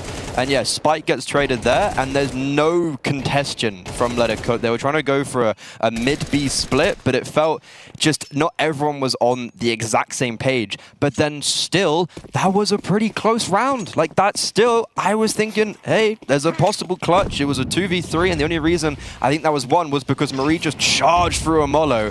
But for Leto Cook, it's down onto a low buy. Hopefully a breath of fresh air for FlyQuest Red, or a heartbreaking end. This is a real potential pivot point for them. Now for Leto Cook, this is a team that is kind of crazy. So pistol round could, I mean, jumping out of the apartments window like that is the definition of a little bit crazy. You're like, guys, I have a timing. Like on the previous round, that had a timing. I mean, that should have been a timing. Melly had a timing. If she'd kept on going through Abzo, she would have shot Marie in the back of the head, and it was like, oh, maybe. So unfortunately, this doesn't end up being a crazy shenanigan round like it very well could have. And this is going to give FlyQuest that slight breath of fresh air. They've gotten 2 of the 6 that we said that they needed. But at the end of this round, Leto Cook will be back in the money. And they, if I'm not mistaken, they haven't taken a timeout yet. So they actually still have some opportunities here to potentially make more adjustments. Great shot from Melly. Take down Goose in connector. That's going to give them a pathing onto the A side, but unfortunately just don't have the utility to cover their ingress. Spike now all alone. Does actually have the bomb, but her position is so known. She takes so much damage. That had to have been... it was from the... Yeah, there you go, from top of ladder. What's going on? That's a cheeky shot from Spike. Okay. Last 2 players are very, very separated here. She doesn't know where BB is. She just dies. Yep, okay. There you go. Woo! Crisis averted. I'm still looking at this like, how did that round kind of get close? But okay, 4 rounds to go for FlyQuest Red. Leto Cook, it's going to be said in every single game they play, they're always going to struggle on the T side. Letty mentioned it on the desk of they don't really have an IGL figure. Zia has IGL before in Ensafina, but has changed roles where she wanted to primarily just focus on AWPing. But it's like, who takes charge in these moments? Who's the captain? Who's the IGL? Who rallies the troops for Let Her Cook when things start to maybe spiral a little bit? They've still got 4 rounds. They're back on the rifles. There's no need for concern yet. This is the round where concern might start to brew if FlyQuest Red win this. Oh, beautiful opener from BB, and again, taste their own medicine. Yeah, not overstaying that welcome either. Backs away, not willing to give a trade unnecessarily, because to be fair, trades have been pretty decent here from Leto Cook, so you don't want to put yourself in that uncomfortable situation unnecessarily. A little bit of damage done onto Jenny R as well. A bit of fancy footwork there that could have ended quite badly. Dear God, Zia. Oh, the shot from Goose and the follow-up means that now they have a pivot point. They're going to start moving on, and they run straight into Emmy's AWP, looking for a second, can't quite connect it, but Marie from jungle, a 3-person spray down. That's that won't hurt the stats. Yeah, that was actually a really interesting call from FlyQuest Red, because the reason why Let Her Cook went towards the A bomb site is because they've killed the con player. So let's go up con. But Marie had already rotated in as the B anchor. BV was actually the only player on B. Marie rotated in, comes to cover jungle, with also still having Vanessa on the anchor being able to hold towards ramp and palace, and that allows Emmy to then hold towards con. So a really interesting read from FlyQuest where they just get it correct. And also for Emmy, that's the first time I've seen her get an AWP kill, or maybe just a kill this half. So finally getting her on the board, and Marie able to get a little bit energetic with it. It's good to see Marie starting to step up a little bit, yeah, but it's BB that's really taken the reins. We're talking about Goose and how much she was doing. Oh, Emmy! Another AWP kill, that's good to see. Yeah, anti-eco. You know, sprinkle in a little bit of tempering over there, but... Confidence plays a big part though, and especially with how timid FlyQuest Red are, just any confidence, any kills, Marie getting a 3K on the hold, like that does matter. And now, blink and you miss it, double digits for FlyQuest. 2 rounds away from overtime, 4 of the 6 in the bag. 1 gun round. North Americans, lend FlyQuest your voice, because they need it. They need your support now more than they have in a hot minute. They may just still be in with an opportunity here. Europe's got so many representatives in this tournament. There's so many at the minute. There are so many teams in this one. It doesn't need to be this team. There's 3 other options. Ooh, they're going. We've seen it before. It didn't work last time for Let Her Cook, but this time they're going to surge out onto the A bomb site. Joe Nana trying to open up, has successfully for 1 and will for 2. A 3 versus 3, and now the dust settles as Util gets planted. Slight off angle from Emmy allows her to get that first, and there's the trade-off as well, but it's 2 for 2. Bomb's not going down. It's so uncomfortable. They are terrified at this particular junction. Do they not know? Does she not know she has? Oh no, she knows. They have no utility. They put all the util down, but nothing towards CT. They're terrified of CT, and the longer they wait, it allows Bibian to capitalize on the espionage as she's coming through on the flank. 20 kills to her name, looking to get a few more if she can. Flash out towards short. Oh my god, Marie! Oh, she just gets deleted. That's devastating. They know the Millie's there. They were waiting for BB. She made noise. They knew it was possible. The step comes through, and FlyQuest have let this opportunity slip away. They will lose the first best of 1 of the day, of the weekend, and Let Her Cook will move forward to the next stage in the GSL bracket. They're doing it again. It's happening again. Season 5 is running it back. Let Her Cook are cooking. Oh. It was a little bit difficult on the T side, and I do wonder if that's a theme that we continue to see for what would be maybe like a mix, is that they struggle when the going gets tough on their attack. But on that defense, they were just putting so much pressure on so many different parts of the map at once, and FlyQuest Red just didn't know how to deal with it. I will say, so for those, obviously you guys can't see us in the studio here, Mike and Mac had their faces right up against the PGM, hoping against hope, and unfortunately they were let down. The team with the vibes come out on top. I can't wait to see what Mike and Mac's vibes are going to be when we head on over to them in a little bit. Yeah, that was honestly just such a great game, especially from the individuals. Like, they came out to play in the regular season. Zia, I think, held the torch kind of primarily above the rest. Maybe carry, the word carry can get kind of thrown in there sometimes, but that wasn't the case today. I think I mentioned it very early on that you had the core 4, just all of them playing insane.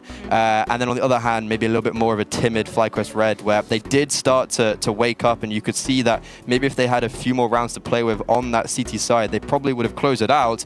But it all comes back to them losing that conversion round after the pistol. Like, as soon as they lost that, just in the back of my head, I was thinking, I don't think they can bring it back now. I think this is a Let Her Cook that have come into this final knowing that they didn't earn their spot, quote unquote. They got in on a little bit of a technicality. Sure. And there's a little bit of a, we need to prove that we deserve to be here, that we can indeed roll with the big dogs. And well, we look forward to seeing if they can continue that momentum for the rest of the weekend. Just one. Still one. Out. We're out. Flashing. It's A. Pop. Nuking. I'm so blind. 2 out. We're rotating. We're coming. We're coming jungle. Triple. Finding me. There already goes. Sandwich. Yeah. We're coming. Could be cross default. We went to CT. Default. Okay. I'm going to default. Pushing me Nice, back. nice. Take it. CT. Let's spider. Come close. Wait, hold on. I can flash. Hold on. Do it. Flashing in front. Bad flash. Hot. Close. I'm gonna tap. Nice!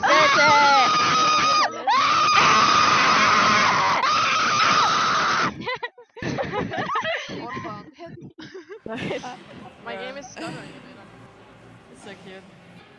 That was an amazing reaction, but in the end of the day, it is Let Her Cook who are getting the W. It did take you, Spike, a few rounds to actually close it. Why so? I mean, that was mainly because we wanted to experiment a little bit. We were like, Jana was suggesting an A rush, and I was like, okay, sure. I mean, I trust you. No worries, we can do it. And then I noticed that the slow default worked against them a couple of times because they weren't really contesting mid. So I suggested, okay, let's just do the slow default. But then on the slow defaults, we experimented a bit, trying to get the peak towards B. We lost the duel, and then everything crumbled again. So, I mean, I wanted to go back to our old way of playing, basically, like in the previous rounds that worked out. But we were, not completely sticking to the plan. So I was like, okay, let's just change things up. But we weren't really scared of the comeback, I think. Like, we were just trying some experimental things, like going for the little peek. I didn't want to be the type of person that says, no, Melly, you're not allowed to peek. You have to stay still.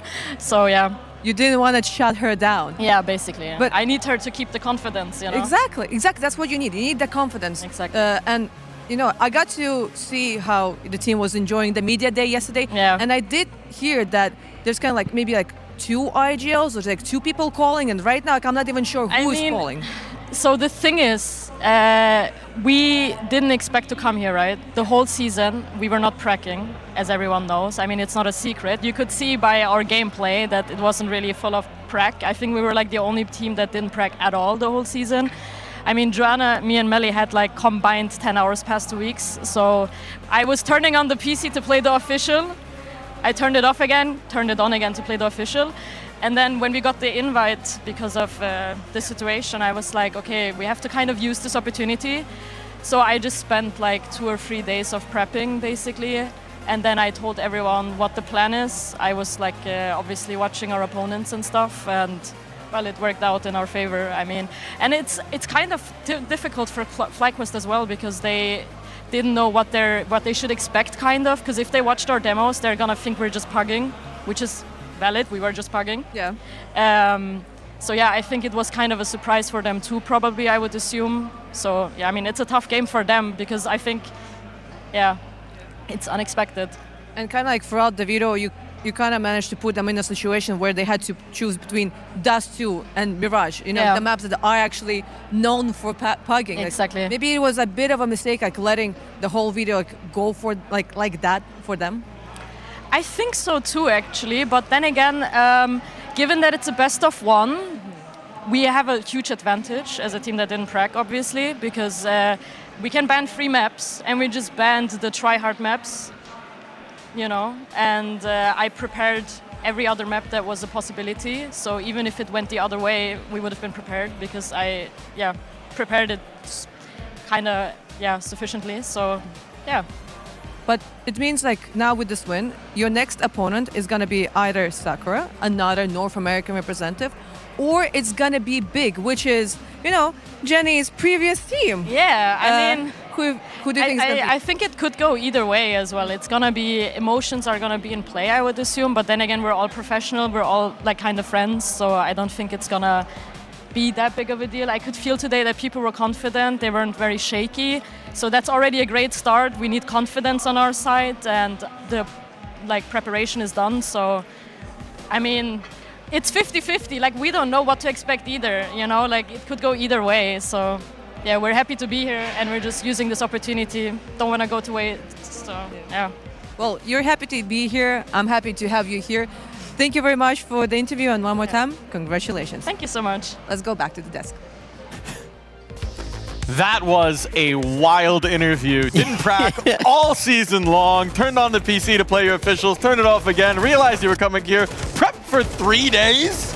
And then stomped FlyQuest right at the beginning. I mean, look, the end scoreline was a little bit of a cosmetic comeback. It looked better.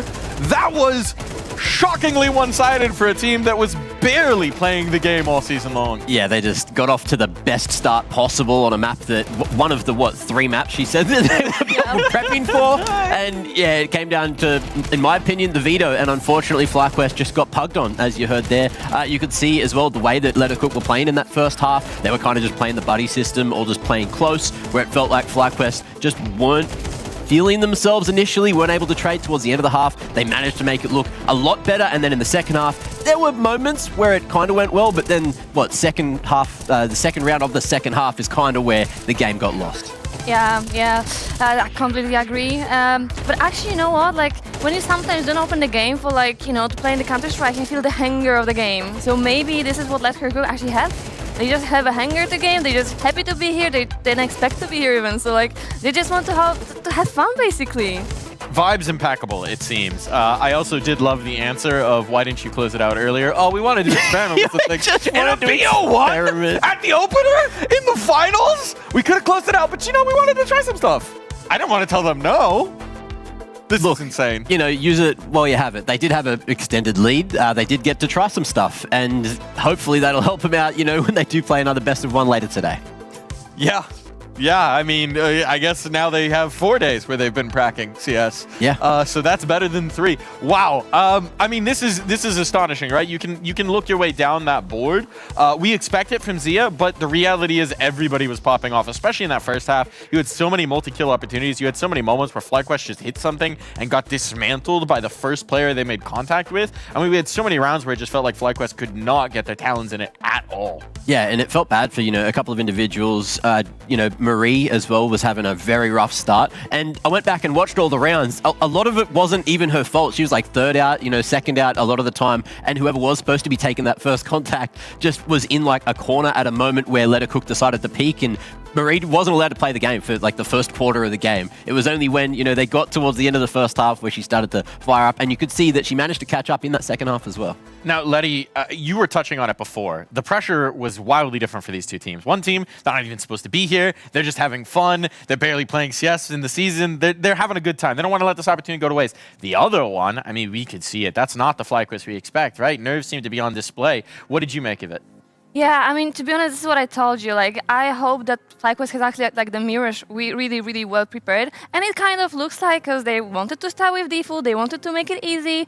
But you know what? Playing default versus mixed team is very, very hard because you don't know what to expect. And especially when you don't have this, reactions to play around. So it was just a little bit shaky. But once they started to, doing some small fakes, going, together, doing something with the idea, it looks much better. So, yeah, they had very, very slow start. The silver lining, I mean, you touched on the slow starts as well in the pre-show. We have come to expect this from FlyQuest. It's one of their problems with this particular format is they tend to have a little bit of a slower start into the BO1s. Now they're down into the BO3s. They can flex that map pool a little bit more. We saw them start to settle in that second half. Well, how nervous are we for FlyQuest right now? Pretty nervous. Look, we'll see who they end up playing later today, but it's also going to be a very long day for them. You got to remember they woke up, they were at breakfast, and we were there at 7 a.m. Yeah. They were there at 7 a.m. and they got to play, I think it's 7 p.m. that the best of 3 slated for later today. So that's a very long day and a very long wait between now and the point when they get to play for their lives again here at Finals. Time for a nap, maybe some prac, but someone who definitely wasn't sleeping on the server, our player of the match, Spike, coming on through. We really could have awarded this to a lot of different people over on the Lettercook side, but Spike, not always the player you expect to be popping off in the individual statistics, so I wanted to give her flowers because holy cow, this was a good map for Spike. Yeah, I completely agree, and especially the whole team actually played really good. They didn't have any player that was below the average, which is very, very nice. And yeah, I'm really surprised Spike's performance because I swear to God, I didn't expect her to do that good job. I'm really, really proud. Look, some players just have it on LAN, and I feel like Spike finally got to show that she's capable of it.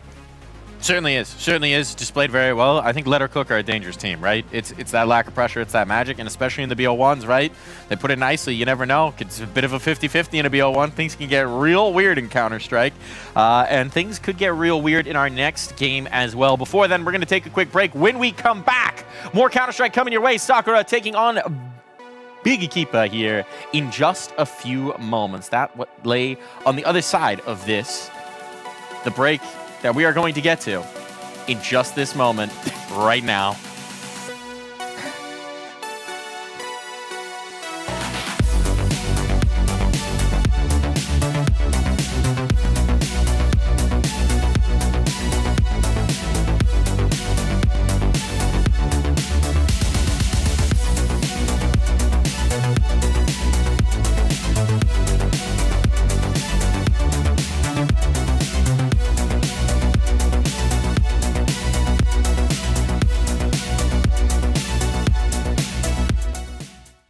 ESL Impact is brought to you in part by Intel, DHL, and Qiddiya City.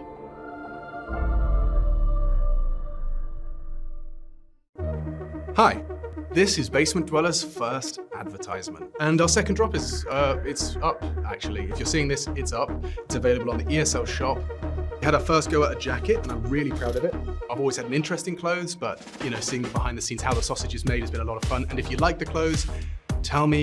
If you hate the clothes, tell me, but try them before you slag them off. I think they're really comfy. So yeah, that's my advert. I'm gonna try again. I'm gonna record another one. Here's to the challengers, the ones who don't just settle for decent elo, but hunger for something more. The ones who don't just queue for another match, but prepare for war. You can doubt them, overlook them, even count them out, but you can't stop them. Right now, I'm with Dupree, who I can see has got tears. While others play for fun, they play for legacy.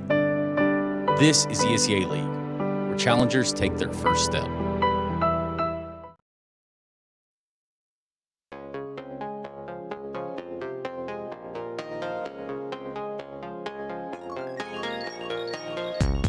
Driving in my car, destination unknown. I can't escape the feeling that I'm all alone. Yeah, yeah. You used to be my best friend, now you're just some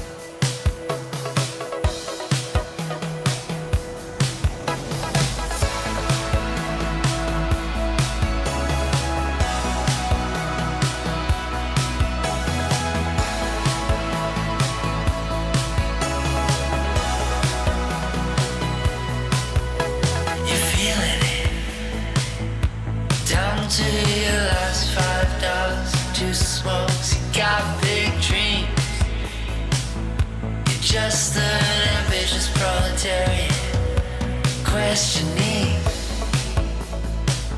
what it all means now that you found out that it doesn't mean anything to be right when the world is wrong.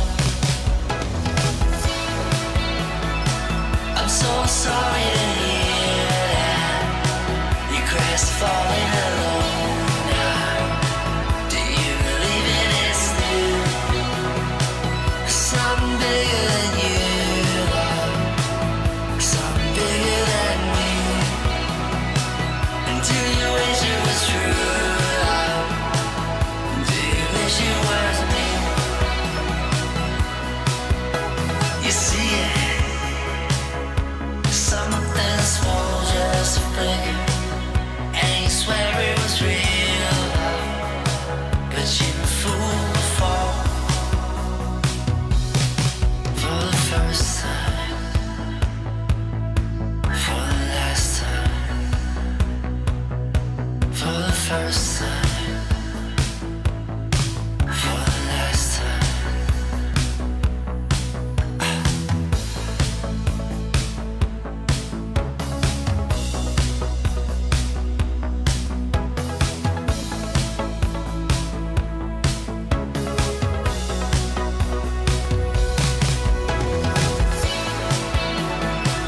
I'm so sorry to hear that you crashed falling alone now.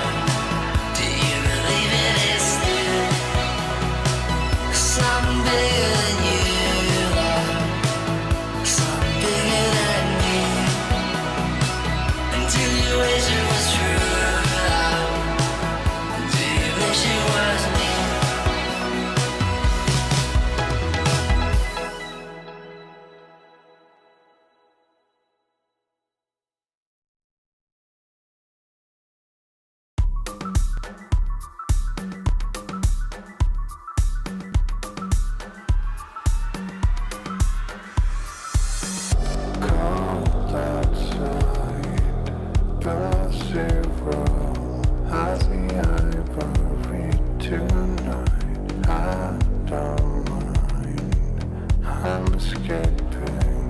I'm escaping in the dark. Some crystal sculptures, endless dynasties. Every time I close my eyes, can't help but wonder.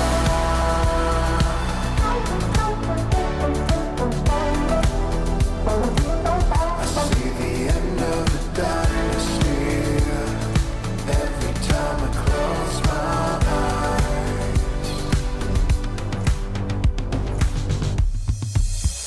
Blinding lights, casting shadows. I see ebony sometimes. I'm watching over you tonight. Thousand crystal sculptures, endless dynasties. Every time I close my eyes, can't help but wonder.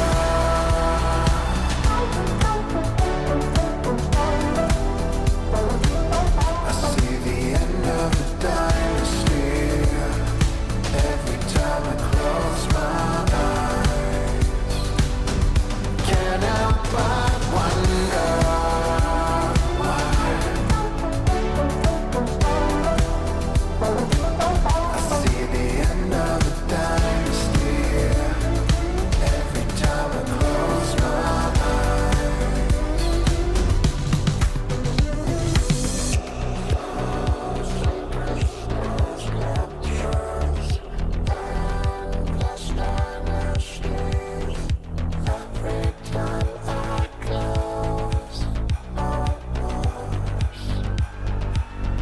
can't help but wonder.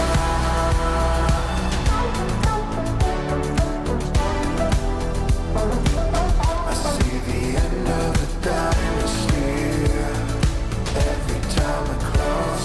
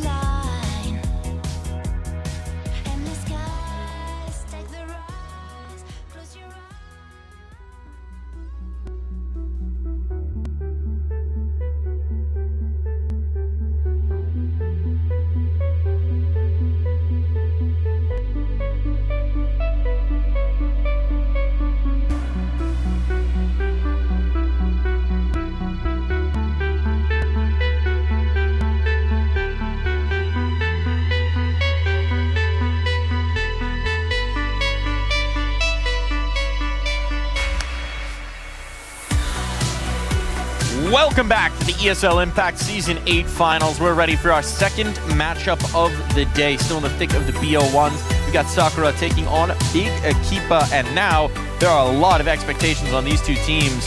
One a finalist from last season, the other a team that's been taking Europe by storm. This one should be a barn burner, Letty. Yeah, I completely agree, and like I was so curious about this game since the tournament started. So yeah, I'm looking forward to see who's gonna win, because to be honest, I have no idea. Yeah, it's going to be an interesting one. Like Sakura last finals were managing to just do so much good work, but I just had a quick look at the match page and they're on a bit of a loss streak right now. So it's time for a bounce back, in my opinion. But the thing is, up against Big Akipa, I don't know if they're going to be able to do it. They got to have good memories, though, coming into the finals. I mean, the last one in Dallas really upset expectations, proved they could go so much further. And I mean, if we've seen these players as well, how they've grown over their time in Impact, right? They were originally on different rosters. They came together to make this project. They've always had firepower. They've always had the individual prowess. But really, when this roster formed, they had nothing in terms of the team play. And the growth that they've had over these last few seasons, these last few years, has been extraordinary. It's quite impressive. And to break down a little bit more about Sakura, who, again, if you're curious, they were playing as Shimmer during the regular season. They were playing as the Supernova Comets last season when they made the finals. But for a little more detail on it, we got to visit over to the Newt Nook. So I'm going to go on a little journey. We're going on a walk through my neighborhood of this studio, on over to Newt. Newt, hello, my friend. What do you got for us? I got something very interesting, because for me, this feels like a bit of redemption, because last season, I did something, I drew something, but there was a lot of context behind it, and I don't think I got to it. So this is my redemption, because you're going to talk about why time is a virtue in Counter-Strike, especially with these two teams, because they have a different way of how they approach Counter-Strike, really. Because one team, we'll look into it, really likes to get on the roll, on the ball very early. The other team likes to draw it out, because you're going to look into round stages, because we talk about it a lot. Like we talk about the early round, we talk about the mid round, we talk about the late round. But like in a stats world, because that's just kind of a concept, really. We just say, okay, this is the early round, this is the mid round, this is the late round. But we go into it like, this is like a timeline, how we look into it for like round stages. So within the first 35 seconds, that's where we see the early round stage unfold. That's when you find the early control, you try to find those entry kills, those opening draws, you name it. Then the mid round is where you actually start going into positions, trying to execute onto the bomb site, which is near the late round section. But in some instances, you'll say, oh, maybe they plant the bomb in like this part here. Let me just get my freehand thing. I don't think this is going to work. Unfortunately, that's not working right now. But right now, so if the bomb, let's say, gets planted halfway through the mid section, so like maybe at like the 1 minute mark, the late round actually starts at that point. So as soon as the bomb gets planted down, that's when you go into the late round, because you have 45 seconds on the clock. You need to get that bomb defused going into it. But then we go and look at how these teams like to play out the rounds, especially when you look at Sakura versus Big Akipa. So Sakura, on average, every single round, they go and find the entry kill within the first 28 seconds of the round. While you look at Big Akipa, it's within the first 34 seconds. You may think it's not a big difference, but when you look at the context of Sakura get over 40% of their kills within the early round stage. So you're looking at 28 seconds to 35 seconds. That's 7 seconds. They get 40% of their overall kills within this small little margin, and then have a little bit of room to play with just to kind of close off the remaining little stragglers. When you look at the side of Big Akipa, they get the entry kills, but it's only like 20% of their kills, so 1 in 5. So 1 enemy's down, 4 players left remaining for them to pick up. So they kind of draw out the players, draw them out of position, and that's when they strike. So it's a lot later in the round is when Big Akipa come to pounce, get those bear claws out and take them down. So we got Fast and Furious against Slow and Steady. Exactly. I remember how Aesop's Fable went. How do you think this one's going to go, Newt?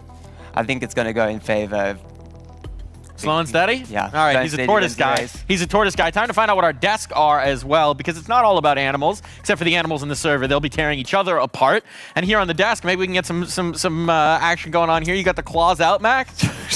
Yeah, sure. Let's go with that one. You know, tortoises famously have claws. Yeah. They can swipe pretty hard. They can snap pretty hard too, actually. I think it's a turtle. The snapping tortoises? Yeah, turtle. Turtle. Whatever. They're the same thing. One's in water, one's not in water. Exactly. They're all reptiles at the end of the day. Either way, I don't know where this analogy is going, but I think it's going to be I'm going to say a faster one. I feel like Big Akipa, even though that stat said things were going to go a bit slower, I feel like Sakura, depending on which side they start on, depending on which map we go to, probably going to be coming at this with much faster pace, and I think Big Akipa, they've got the skill to back it up and deal with it.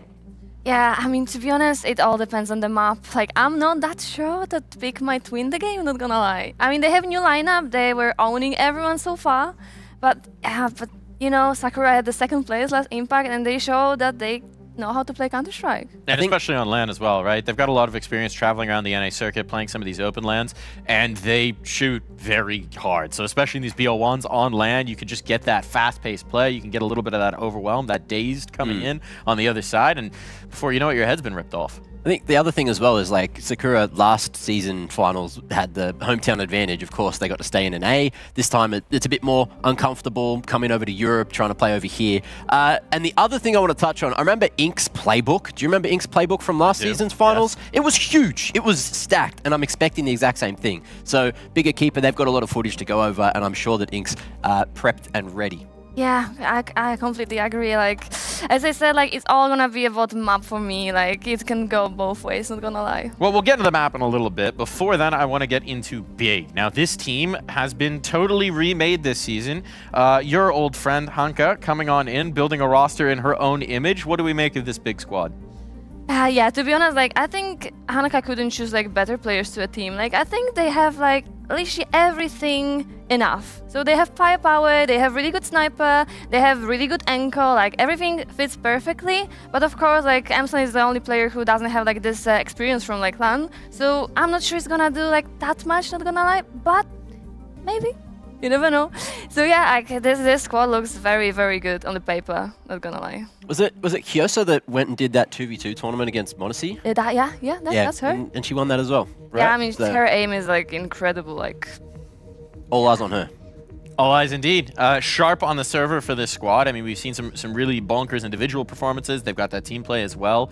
But the question's going to be, it's always a firepower question with Sakura, right? We always expect them to be shooting hard. That's the individuals. I've talked about the team play growing, but the reality is we still look at the individual heroics as being the hallmark of this team, as that clutch ability. If you're big, if you're coming into a BO1 and one of those big multi-kill rounds goes against you, you lose one round that you never should be because somebody pops off. How do you keep the mental stable here, Letty? Yeah, it's hard sometimes, but like, you know what? They have this type of people in the team that they're gonna hype each other's, especially Hanka. She is like screaming machine, and she was like bringing the vibe for our team like many times. Like, it's all about like having a good mentality. It's like at the end of the day, it's just BO1. It's just the one game. So if you're gonna lose this one game, like, you know, it's not that big deal. So we've got our veto coming on in here. You were saying you think it's going to be a little map dependent. Anything in particular you're looking for here? Yeah. I just don't know which way it's going to go. Like, are we expecting another Mirage? Are we getting another Mirage? We're getting another Mirage. Oh my god. Oh boy. Firepower teams on Mirage. Things are going to get interesting. Yeah. That's a choice. I'm actually surprised right now. I don't know what to say even. Like, I'm actually surprised. Who do you think is going to have the better advantage on this? Like, obviously, you know, Bigger Keeper, they're going to be prepped, but we've been talking about how hard Sakura can shoot if they all work up on the right side of the bed. It could go either way. Now it's down to another flip-flop map. Flip-flop map, indeed. That's kind of the way we like it. Neutral territory here. One other aspect of Bigger Keeper that we haven't touched on yet, Astra, right? She's come through with a lot of different rosters over the years. She's IGL'd a lot of different rosters to success, whether they're French teams, whether they were international teams. We have a pretty long track record of Astra piloting basically any iteration of a team to a lot of success here at Impact Finals. How do we think she's going to have her impact today? Yeah, to be honest, like, she also played with Hanka and Vico in previous teams, so I think they have like this core kind of connection which can like literally help for them. So yeah, I think it's a good start. Yeah, I know, you know, at least Hanka, we can assume that she's going to be incredibly happy to have Astra calling for them again. We spoke to her at last finals when she was here on the desk, and she was hoping that at some point in the future that she was going to be able to link up with Astra again, and they have managed to do that, and they found, you know, incredible success so far, and I'm hoping that we get to see a bit of that success here on the stage. But yeah, best of ones, you see it in the major, things can go completely out of control, and you see it here as well over to that first series of the day. Things can completely get out of control, so who knows where this is going. They do indeed. Who knows indeed, but it is your job to know, so I'm gonna make you say it. Who do you think's winning this one, Mac? I'll go Bigger Keeper. Letty? I'll go Sakura. Okay, all right. The Mirage has brought out a little bit of spice here. We've got competition between the two analysts. Why are Big winning it, Mac? Because Kyosa's just going to go absolutely crazy. Why are Sakura taking this? They're just shooting so hard, and Mirage is the map that you actually need to shoot to win the map. Okay. Mirage on deck. Things are getting interesting indeed. We're expecting sparks in the server. We're expecting a whole lot of firepower between these two teams. So we've got to go to the big guns. We got to bring in the big voices. And that means it's time for your casters. It's time for Freddy and Sam to take this thing away. Off you go! Oh, yes. Yeehaw! We are so... This is not Dallas, all right? Hello. That's a little bit... It's not as exciting. That's like the extent of my Swedish.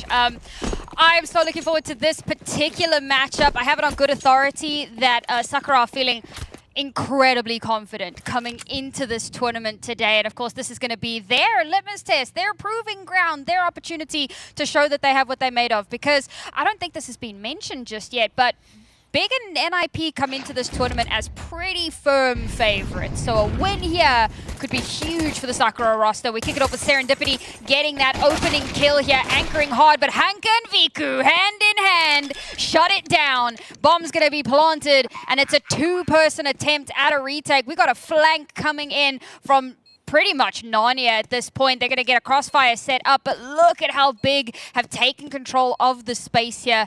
An attempt at a retake is going to be very, very difficult no matter how you try to slice this one with only pistols in hand. Sure, both teams are in that same boat, but unfortunately, when you have the player advantage like this, it's a bit of a foregone conclusion. There we go, Hanka. Okay, again, very, very excited very early on. That is a very good start for Big, who I would say should be making the grand finals at a minimum. Yeah, that's kind of my expectation for them. If we're looking at win potentials for Big, and what I'm really interested to see for them just in this LAN in general is Astra's performance. Hank has kind of normally been the star player of the show in a lot of teams he's played in, but in this project, Astra feels like she takes a lot more of that role. Hanka still plays, so for instance, like A Anchor or whatever, A Anchor on Mirage, that's where she plays. Astra plays Com. So Hanka's still in a position where she does really well and is, but Astra, I really like her playstyle, and she kind of cools around herself, it feels like. So putting a lot of focus on my attention on her this finals, but Sakura, we were talking about how quickly they play. Already an opening kill on Hanka, but M-San trades over towards the A-bomb site, and her teammates are going to rally behind her, but the rotations are coming through thick and fast from the CT side. I wish I'd paid attention to whether or not that was in the first 28 seconds or not. It was pretty, well, there was 3 people in T-spawn at around that time. Well, it looks like it's becoming a little bit of a difficult scenario. Despite all of that early aggression, getting them that opening kill, they were looking to take back control here after losing that first pistol round, and unfortunately, well, Big are not going to allow that to happen. A very risky force from Sakura, but I said it, they came into this tournament feeling pretty confident about their chances. They were in the grand final last season. Why shouldn't they feel confident? Perhaps a touch of overconfidence here, unfortunately, and that's going to be Big getting the second round, but it is just the second It's very early. Mirage feels like a very even playing ground as well. When we were talking about vetoes of what is it going to be, we were saying Dust to Mirage. Oh my god. Oh my god, FP's got a kit. Oh my god. Oh my god, she's defusing. Oh my god. What's happening? I wasn't even looking. Oh my god. Woo. Whew. Okay, let's Everybody just all, take a breath. Let's just everyone at DreamHack, let's just take a moment. Let's just deep breaths. Affinity, calm down. Okay, back we go. Yeah, Mirage, back to normality. Mirage Dust 2. It was gonna be one of those 2 maps.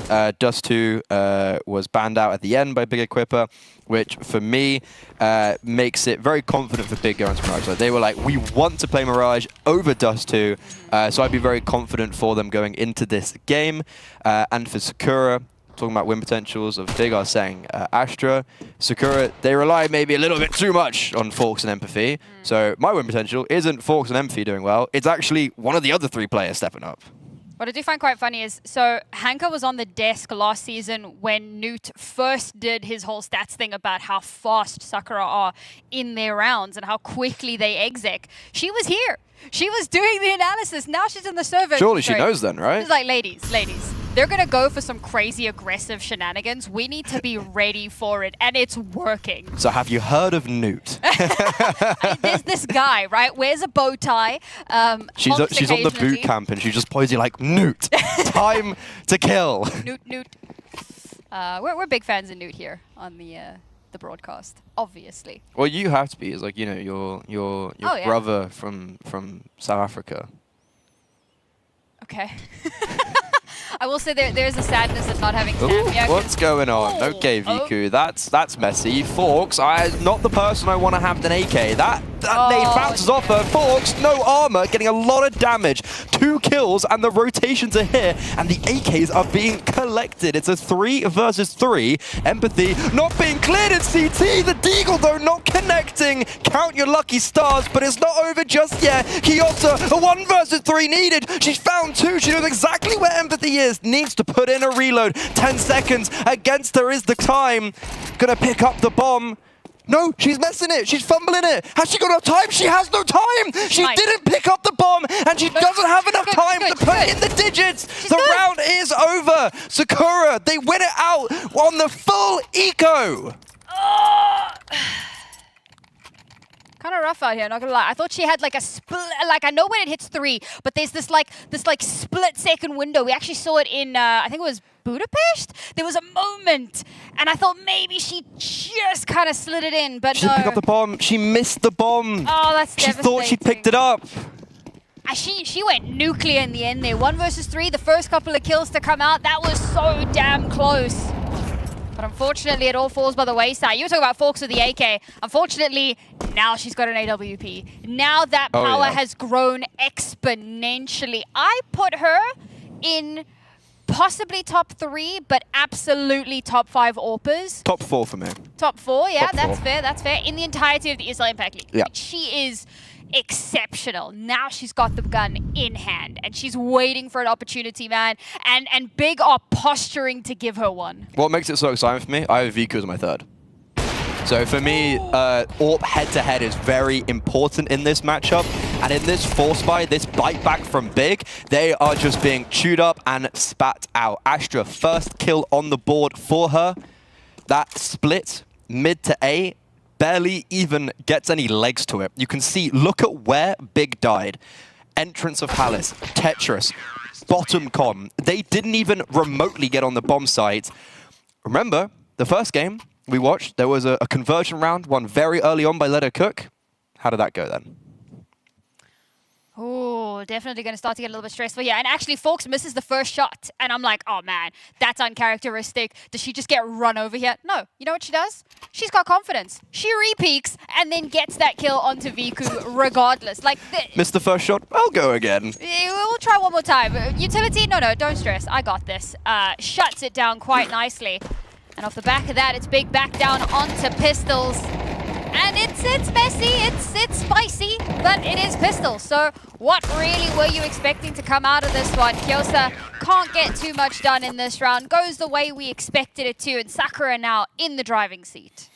Yeah, this is scary. That is I actually wouldn't hate a tactical pause from Big going into this round, because that was a very tough round to lose, and then economy in shambles. So Sakura, they've claimed the lead here, and a lot of momentum with it.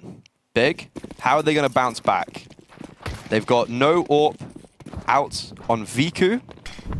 On the other hand, though, Forks already going to be getting aggressive, being boosted up. This type of action we're going to be seeing a lot from Sakura, getting into the faces of Big Equipper, who are currently already postured for a mid to B split. Oh, and there it is. Within the first few seconds, STX, that first kill onto Astra. Big were doing so well at dealing with that pressure in the first couple of rounds, but that was in pistol rounds, eco rounds, rounds where you can get a little bit spicier. This time around, unfortunately, getting caught unawares so consistently. Now, the 2 roamers have been shut down, and it's the push in onto the site. Already, Hanka's been taken offline, and it's all down to Emson. To 1v5 is what it's going to take here. Spots up the first, follows it up with the second. So we're doing a little bit of damage, but it's going to take so much more. And unfortunately, that damage not going to make that much of a difference. An extra kill maybe could have been a difference maker long term, but not going to be the case now. I was thinking, home country, on home soil, no jet lag there. But that is a really good read from Sakura. As I was mentioning, they got very aggressive in towards short early on, so they were able to pick up those opening kills from middle, and that basically just meant Big were running out onto the B bomb site with no support, and Serendipity plays very well on the anchor of just knowing that she doesn't have the rotations in direct close proximity because they were fighting towards middle, so she just stays alive, and Big aren't clearing her as quickly as they should have because they don't have that short presence. So a really good B-hold from Serendipity, and she's actually going to get tested again.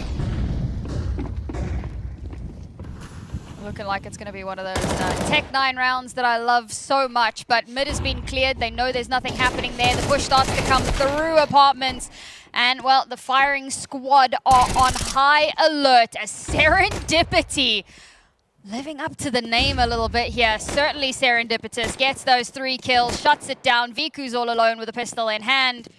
It'll take a damn near miracle, but not to be the case. And Sakura continue this reign of terror. I was wondering when we were going to get a Serendipitous for Serendipity. I needed to get it out early. I actually was going to say it as well this round, so you've stolen that beneath me.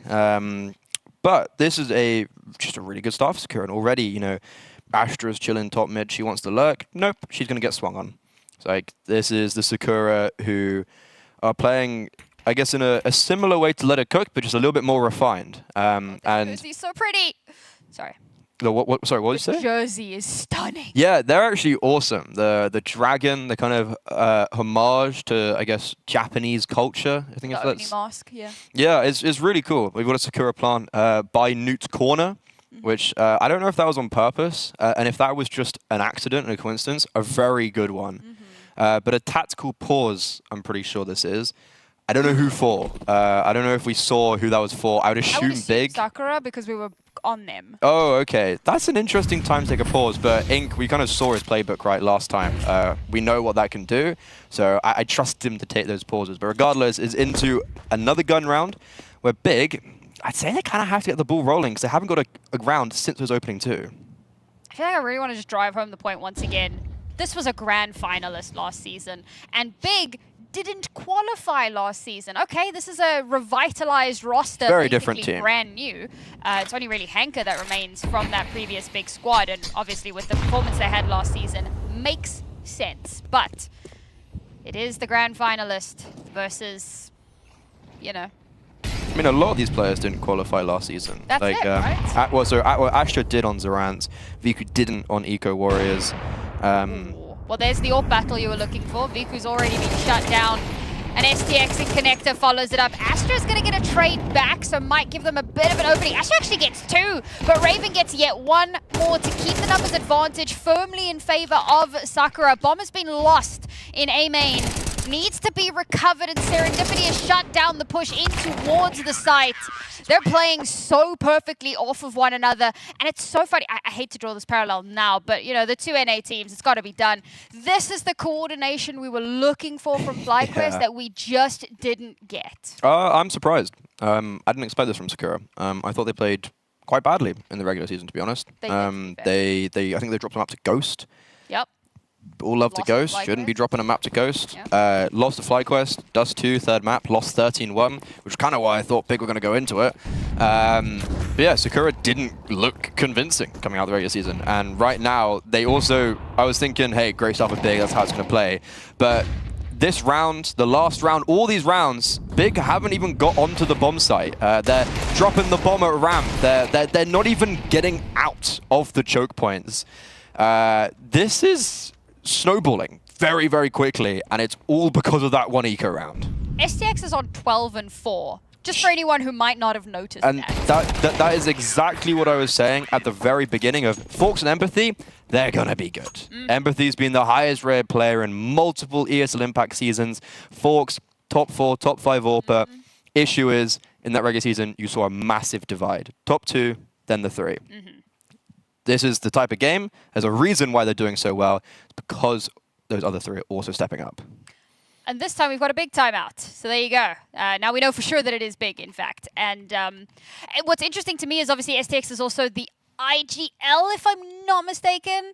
I don't want to say stupid things, but I'm like, 87% sure that she is the IGL. And so to see her putting up numbers like that, it's always really impressive to see that it's not just the calling the plays, calling the, you know, reactions and where everyone needs to be, and the mid-rounding obviously being the most difficult part of that, and still being able to put up these numbers. Very, very impressive performance here. But Big, they had a good start to the map in the first couple of rounds. Viku's got an AWP out again. They've got a good little belt of utility under them.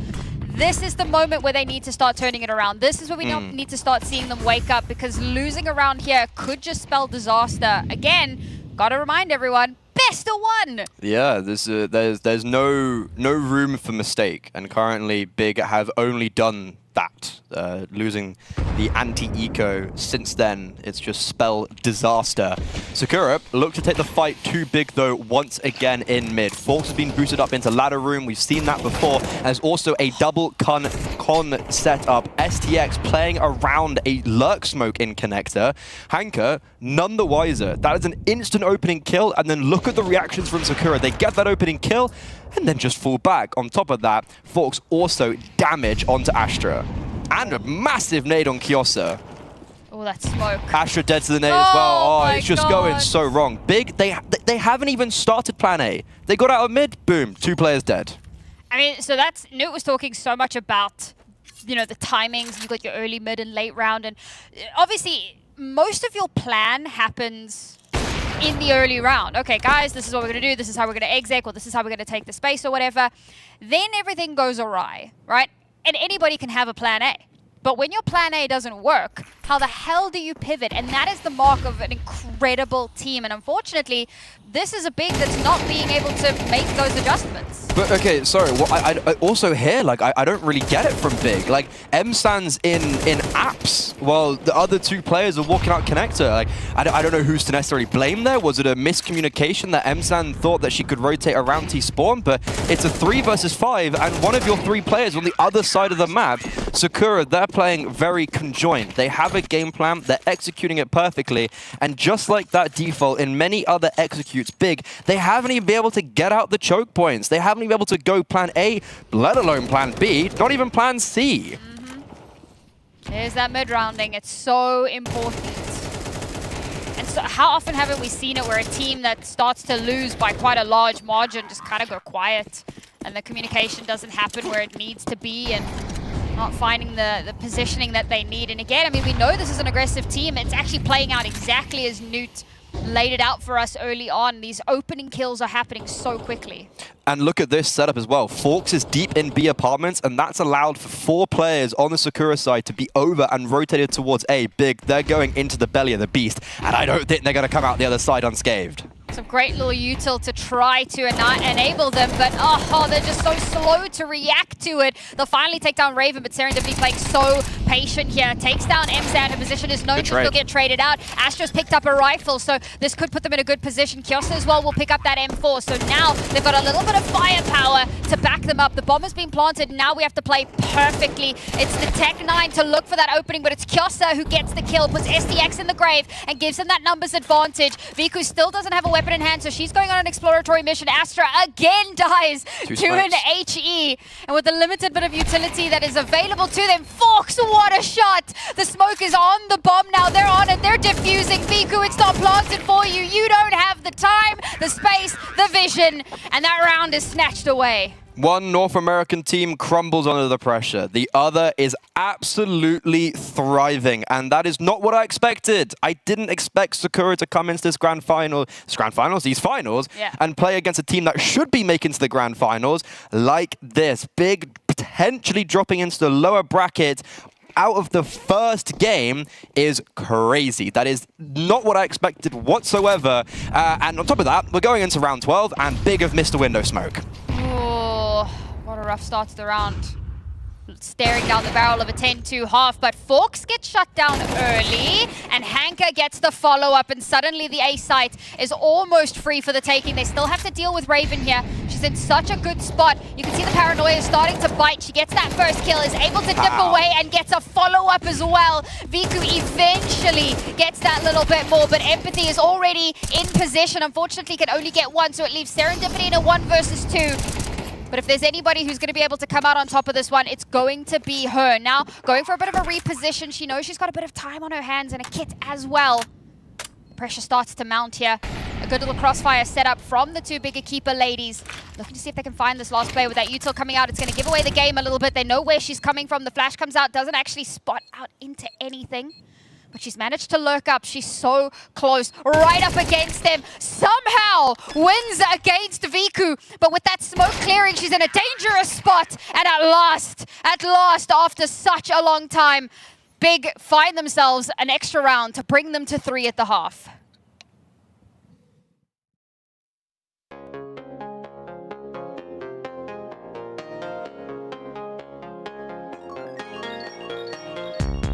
Driving in my car, destination unknown. I can't escape the feeling that I'm all alone. Yeah, yeah. You used to be my best friend, now you're just someone I know. You used to be my everything, how we ever let it go, I don't know.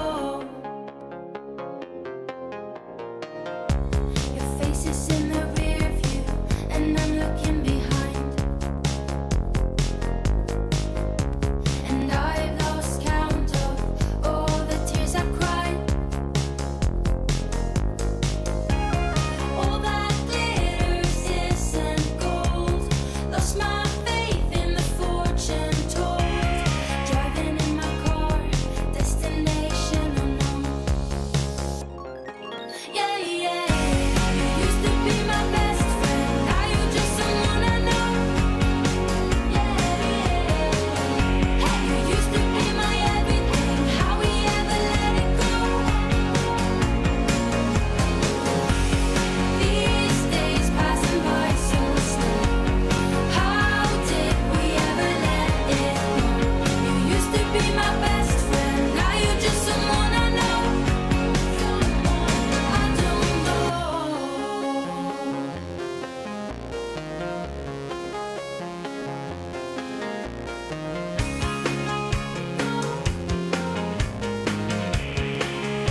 Someone I used to know. Driving in my car, destination unknown. I can't escape the feeling that I'm all alone. Yeah, yeah. These days passing by so slow. How did we ever let it go? You used to be my best friend, now you're just someone I know. Someone I used to know.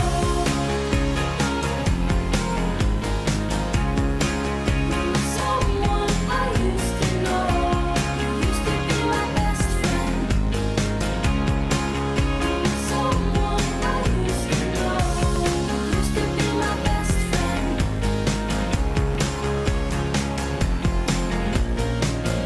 You used to be my best friend.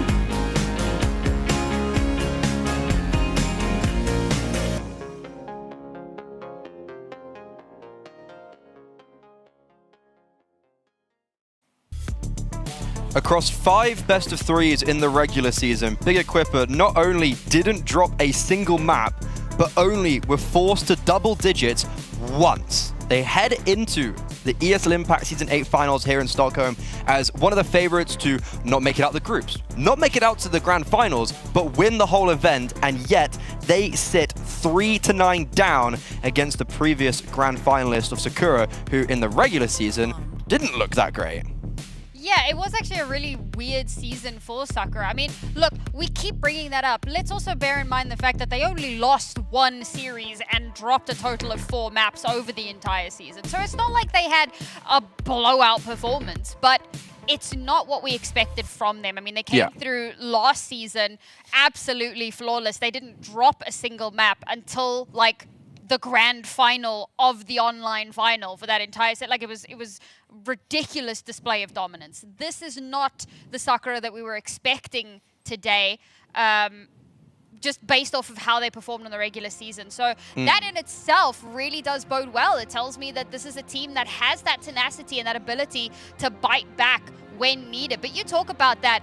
We've got a little bit of a moment here, it seems, while they sort out some tech stuff. So I just want to talk about, like, Big, yeah, they went flawless through the group stages. But then we had some satellite tournaments happening. We had, like, Elite FE, we had the Female Pro League. There were a couple of things going on.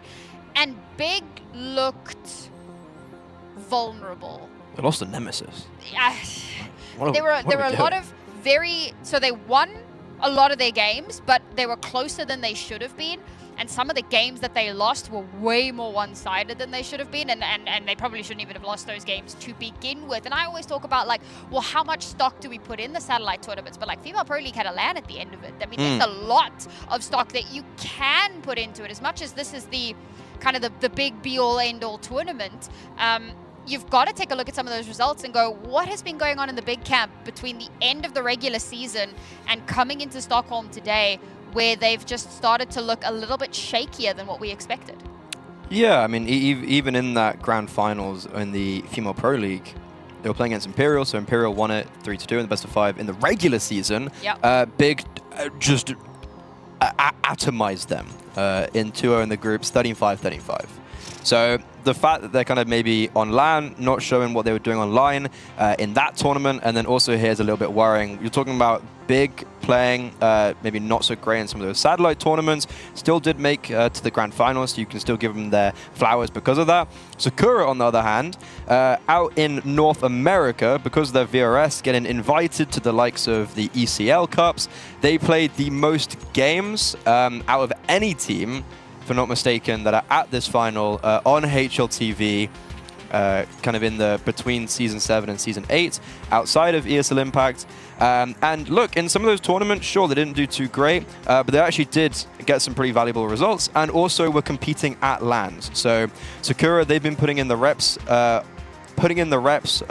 that HLTV stage against consistent Tier 2 teams, and right now it's certainly proving to be paying off. 9-3. This pistol round, it's imperative that Big claim this on their CT side. One of the most important pistol rounds that they may play. Maybe not this weekend. It all depends on if they can win this game and if they end up in that lower bracket, or how it plays out. But it's certainly a very important one for them. So what can they do while basically fully blinded? Nice little triple going through there. 3 different players, each one getting 1 kill for themselves. It does get traded back a little bit, so a bit of damage done here on the cross. Astra still fighting on the site, still trying to find those opportunities. Gets the kill onto Empathy and leaves Forks all alone. And it looks like maybe, just maybe, Big have given themselves that springboard back into the series. 5 HP is what Forks have. We can't counter out. Yes, we can. Okay. I was like, oh, there's a world. It's not this world. Yeah, it's the first time that we're seeing Big finally get some traction since those basically opening 2 rounds. Kyoso with the dual Berettas at range.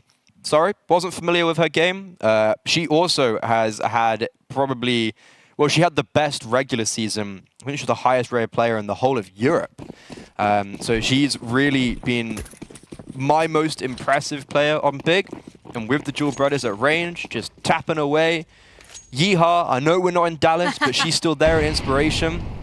And that's kind of a must round for Big. But you remember, they've won both pistol rounds and have 4 rounds. So that's not a great conversion rate.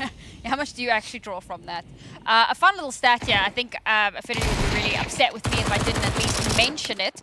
But as of the 18th of November, Forks comes into this as the 13th best CS2 player by HLTV rating of all time. On an AWP, it's pretty good. Like, yeah, on an AWP, that's an impressive. Like, I think the major has really shown how a lot of AWPers are really struggling right now. And this tournament, also, a lot of AWPers really struggling. There's like Emmy. We saw her struggling in the opening game. MIBR, I think Younger has been playing to a level that maybe we've seen previously. But then on the other side of it, you have like Zana and VQ and Forks playing so well, and Anna, of course. So yeah, AWPing in CS2 ain't the easiest, but this is the real meat and potatoes now, because Sakura 9-5, they could just close us out right here with this gun round. But issue is they've missed the window smoke.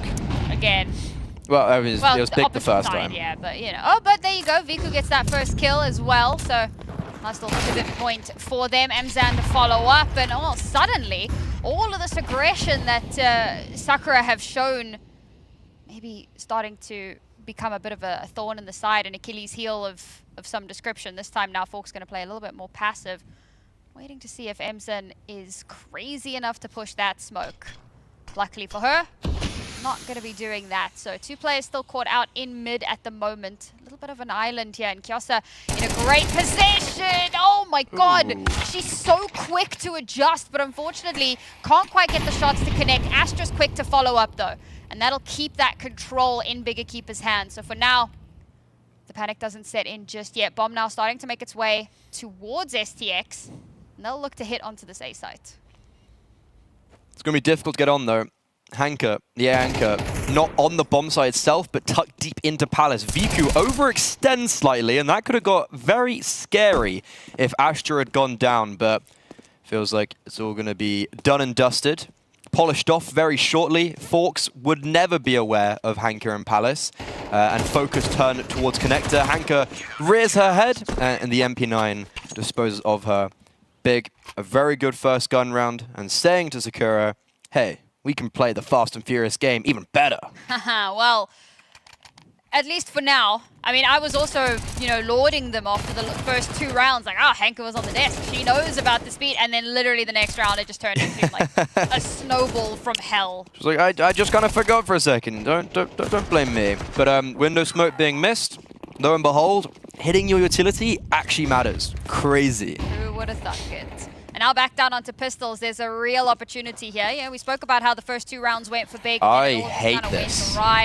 Viku's in a really tough spot here because she could probably get one, but then she probably gets run over. Astra's already been taken out ridiculously. Okay. Oh my god, Viku's able to get out. This is huge. Now they know that the AWP is here. They're going to try to run her down, but she knows what she needs to do is get the hell out of dodge. Leaves the space open for Mzan to get the follow-up. Pistol in hand, trying to buy a little bit of time for the rest of her team to get into position. Finally dies to a Molotov, but Mzan is there holding hands. Forks fights back, but Kyosa keeps that control heavily at the Big's favor. Now Forks again left in a clutch scenario with AWP in hand. If there's anyone who can do it, it's got to be her. The shot doesn't quite connect, and she's looking for an opening here. There's still a minute left on the clock, so there's time for her to make a decision or to change her mind. I think the pressure might be getting to her a little bit. The issue is right now, Forks doesn't know where they both are, so you can see she's tentative of everything, and Big, they hear Forks pounding around, and they're just waiting. They can play the patient game. Oh, Forks. Terror in her eyes. You can see it coming through. Spots out the first player, tries to connect the shot. Kyosa, ready and waiting, will put her down and keep that streak going for Big. I will say that's the second time in this half that we've seen Forks in a 1v2 on the B bomb site, and both times she looked really jittery. Like, not reloading her AWP, reloading the Tech 9. I don't really know what to read into that, but that just felt like those 2 clutches on the pistol round and right there for Forks. I was looking at that feeling, damn, they feel uncomfortable. And that's actually a Sakura tactical pause, I'm pretty sure. Yeah. Or is it? Oh no, it's tech pause. I think it's tech pause. No, we got it in our ears. This is a Sakura pause. I think it's tech. Oh, referee's there's a ref in there. there. Yeah. So a short little tech pause now. We got confirmation. Big up production. Big up one time. But that is a kind of must-win round for Big Equipper. And I guess while we have the moment, I can explain why I was like, I hate that. Against pistols, getting aggressive in apartments with an AWP was very unnecessary. And that could have spiraled if Viku didn't hit her first shot, if they ran her down, if Mzan as well hadn't covered the right side of sight as well as she did when Viku backed off onto the back of the bomb site. Maybe a misread of the economy, but regardless, kind of all ends fine. And Big Equipper have brought this game back into contestability, and for the first time have won consecutive gun rounds. So it's time to get close. It's interesting to see them really coming alive on the CT side as well, but I think this is where a team like Big Keeper really can start to shine. We start to see that little bit more tactical prowess. Fun fact, Kyosa and Forks Kyosa has 4 multi-kills, Forks is sitting on 5. These are the kinds of stats I love to see, the multi-kill monsters, as I like to call them. Just really kind of keeping up that pressure, and pressure can be such an important factor here. But we move into yet another gun round. Everything on the line here. Bearing in mind how close these rounds have been for both teams in terms of how many players are getting taken out. So while Big are slowly closing the gap, losing a round here, it won't break them, but it's going to put them on a knife's edge, and that would be Sakura on double digits. So this is a great potential momentum shifting round for Sakura if they can find a way back in, which of course would explain that pause coming through. This is terrifying. Kyosa, the short player, has been isolated. They smoked her out in ladder room. She had no say in this progression, and because of that, this T side have just raced onto the bomb side, and MSAN's been isolated. Even though Astra was on rotation, she basically just got onto the bomb site and died because of how late she was. That is an insane read coming out from Sakura to isolate Kyosa completely, and it was basically just a 5 versus 4 versus 1 on the bomb side against MSAN. You can be a great anchor, but there's only so much you can do when they're splitting from apartments and shorts. I mean, splitting up the teamwork that we've seen so consistently on this B-bomb site was such a big win condition for them. Now, Kyosa was still able to kind of get into a position to bite one back, but at that point, STX has already gotten 2. And the site has basically been utterly overrun. Now, it looks like Big aren't ready to give it up just yet, but Raven in a perfect position gets both of those kills and leaves Viku to have to hold on to this AWP, which they are trying to hunt. Go on, Raven. Go on. She has a flashback. Go on. Come on, swing it. Swing. I want to see who wins. But look at this. Serendipity's coming behind as well. Viku knows, She's bro. trapped in. The reposition She's trapped. Viku is massive. She's trying desperately to hold on to this weapon. Cannot make it happen with the USB. I had belief, but not to be the case. And this is the exact scenario I was talking about right at the start of the round. Double digits for Sakura and Big on a knife's edge. Yeah, I'm sorry, I'm terrified. This is not the Big that I expected. During the whole South American season, me and Sam, we were calling it the silly season. So much was going on that just kind of didn't really make sense. Obviously, Atrix being furious so early out on the gate. Already, this has been the silly season of the finals. And there you go. Sakura, wasting no time whatsoever, rearing their head onto this A-bomb site. Issue is, they are going to be stopped at the starting gate. Big, this is a really good hold from them. They expected it, they read into it. There were 4 players here. Forks is lighting up the kill feed though. Those 2 quick kills now means it's a 1 versus 2, but the bomb is stuck and MSAN should have a vision on this. Oh my god! Forks! 1 versus 1! Oh my god! 19-9 is where she sits. You celebrate. You absolutely deserve it. Orpas are struggling in CS2. Not this one. What? What? That's actually unfair. Like this is cyberbullying. All of those shots, like this is what? And then she just flicks up as well. That is ridiculous. Take a bow. 4th best Orpa? Nah, I'm bumping her up. Viku's been dethroned because Forks in that head-to-head is different gravy.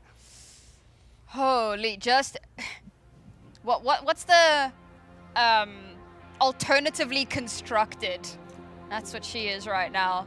Sorry, that is actually mental.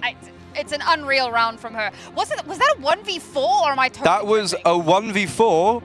But the first 2 kills came so quickly, we didn't even realize. Like, you didn't even have time to clock how undoable that scenario should have been. I think everyone remembers that Cadian 1v4 clutch. Move over. All right, Forks is the new Cadian.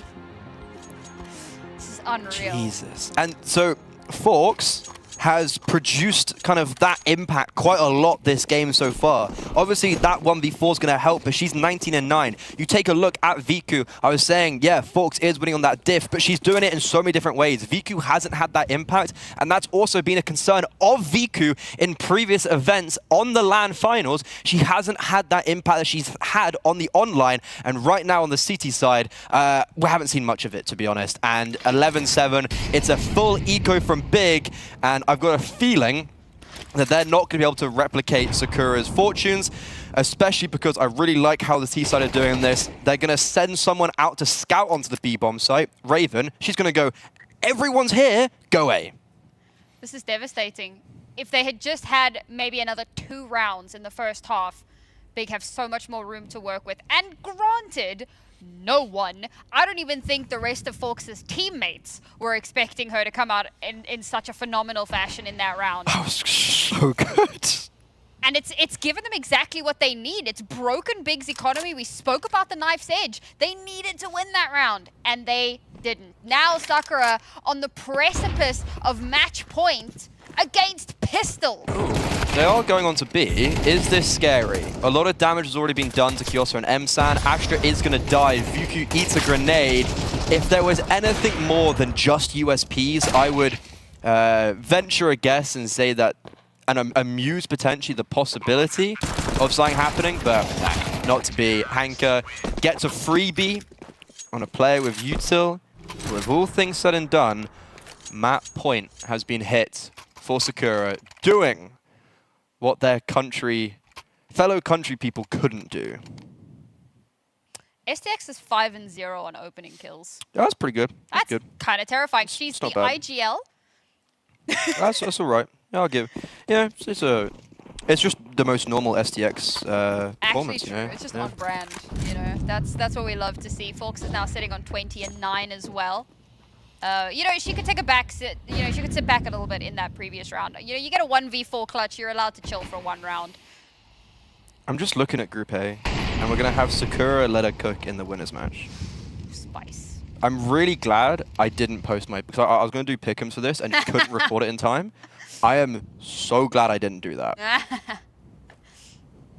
Pick'ems in shambles. And this is, I mean, we spoke about how Big are a slightly slower team, and this is like snail's pace. The issue with Big here, look, they've got no util. Sakura haven't done anything, and Big have just wasted all of their utility. Sakura have everything, so they can go onto a bomb site and be basically uncontested. So when they get their opening kill, when they know where to move themselves, it's going to be very difficult for Big to stop. Already a little bit of damage done very early on. But Big are not willing to get overly aggressive unnecessarily. We don't want to react to every sound. Be like a woman alone in a house that creaks, but Viku gets that first kill. That's massive. Fawkes now put into the position and once again shows who the better AWPer is in this 1-to-1. Will they clear Hanka? Well, they certainly try, and it's Hanka that shuts down Fawkes. The bomb doesn't get planted, and it's a 2-player advantage now. Serendipity has managed to help bring back control on the site. For some reason, the rest of Big so slow to respond, but Emson shuts her down, leaves Raven in an unwinnable scenario. And despite everything, Big give themselves a breath in this match. Actually, a lot of question marks coming out of that round for Sakura. Obviously, Viku getting the opening kill is massive, but then that trade from Fawkes, in my opinion, should actually just spell game over. Because they had so much of that utility, as I was mentioning. They could have placed a smoke down CT and just planted 4 CT safely. Instead, they rush a bomb plant when they didn't need to. They had the time. And yeah, no wonder they're taking this tactical pause right after, because I think that's actually a really complacent last 30 seconds from them. They were doing so well, and then it just all falls apart, and it feels like everyone tries to close out the game too quickly and doesn't play their role, maybe. That's a really weird end to the round. And Big, because of that, somewhat of a stay of execution that Hanka doesn't get cleared and then none of the util gets put down. They had at their disposal. All right.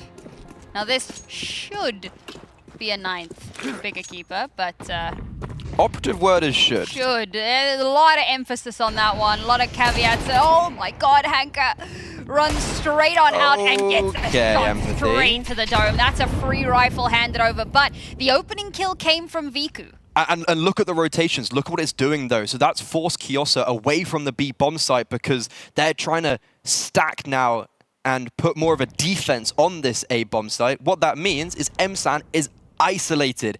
If Sakura continue with this, if they just pop onto the B bomb site now, and if they get that kill clean, they're going to have the advantage and a bomb down and no rotations in sight. But the problem is now... They're committing A. Oh, that's Kiosa's committing A. Oh, that's a terrible call. Look how far the rotations are. The closest rotation is deep in CT. MSAT now is going to get absolutely overrun. The flash out, that's the call over to the rest of her team, but she does indeed get run over. The bomb's going to get planted, and there's just enough utility to buy them the time to do it. They should be able to recover that gun. Yes, they do for Mars in hand now. Whoopsie. Not sure if that's where that intended to go. Had a little bit of a spin on it, but 3 versus 4 now. Run straight into STX's Tech 9. Surely this is not the round. This cannot be the round where everything falls apart for Bigger Keeper. Astra now on an island all alone, and she gets put down. Not the round we thought it was going to happen in, but Sakura show they have staying power, they have tenacity, and they will not be overlooked. Just such a missed call from Big. They fortified towards the A bomb site because of Hanka getting over-aggressive in Palace against Pistols. Empathy capitalizes upon that, and one of our favorites to make it at the minimum to the grand finals, is down in the elimination match. On day 1 in Group A in the ESL Impact League Season 8 Finals. Sakura, they played a great game, but we got to remember, they won an eco, they won a 1v4, and they won a 4-spy. So those are rounds that Big, just simply put, shouldn't be letting slip. And this is great for Sakura because, again, it's really putting a bit of a fine point on all of these arguments that we've had about, oh, they looked a bit weak in the regular season, they were showing some signs of weakness, like what is going to happen when we get to finals, and they've really kind of pulled themselves towards themselves a little bit. Big time players. So impressive, yeah. And Big, who come in with a almost entirely new roster with maybe a little bit to prove after missing out in that last final, have thus far failed to impress. I'm disappointed. I'm actually super disappointed in Big, and it all stems from them losing against a full eco, where they just run out onto the A bomb site, and Forks is able to get 2 from a USP and then an AK. It was, it was an eco where Kiosa had to 3v1, 1v3. That shouldn't be the case, and a really disappointing start for Big here in Stockholm. But for Sakura, it's the complete opposite. This is the best start they could have ever hoped for, and they're playing. They probably would have loved to play FlyQuest in the winners game. To really show like, hey, we are the best North American team. But they're now going into the winners game, playing a Let Her Cook team who have quite literally said that they have barely done any practice. So Sakura, they are probably brimming with confidence. Brimming with confidence indeed, because that one, we said it was going to be fireworks. I don't know if we expected the fireworks to be so one-sided. Yeah. Magic coming through from Sakura. 9 rounds in a row in that first half off of an eco win. This is the firepower. This is the X factor that we know this team can bring. And they brought it, and someone on the desk was correct about it, and it wasn't me. Yeah. It was the expert. Genius. First desk, always right.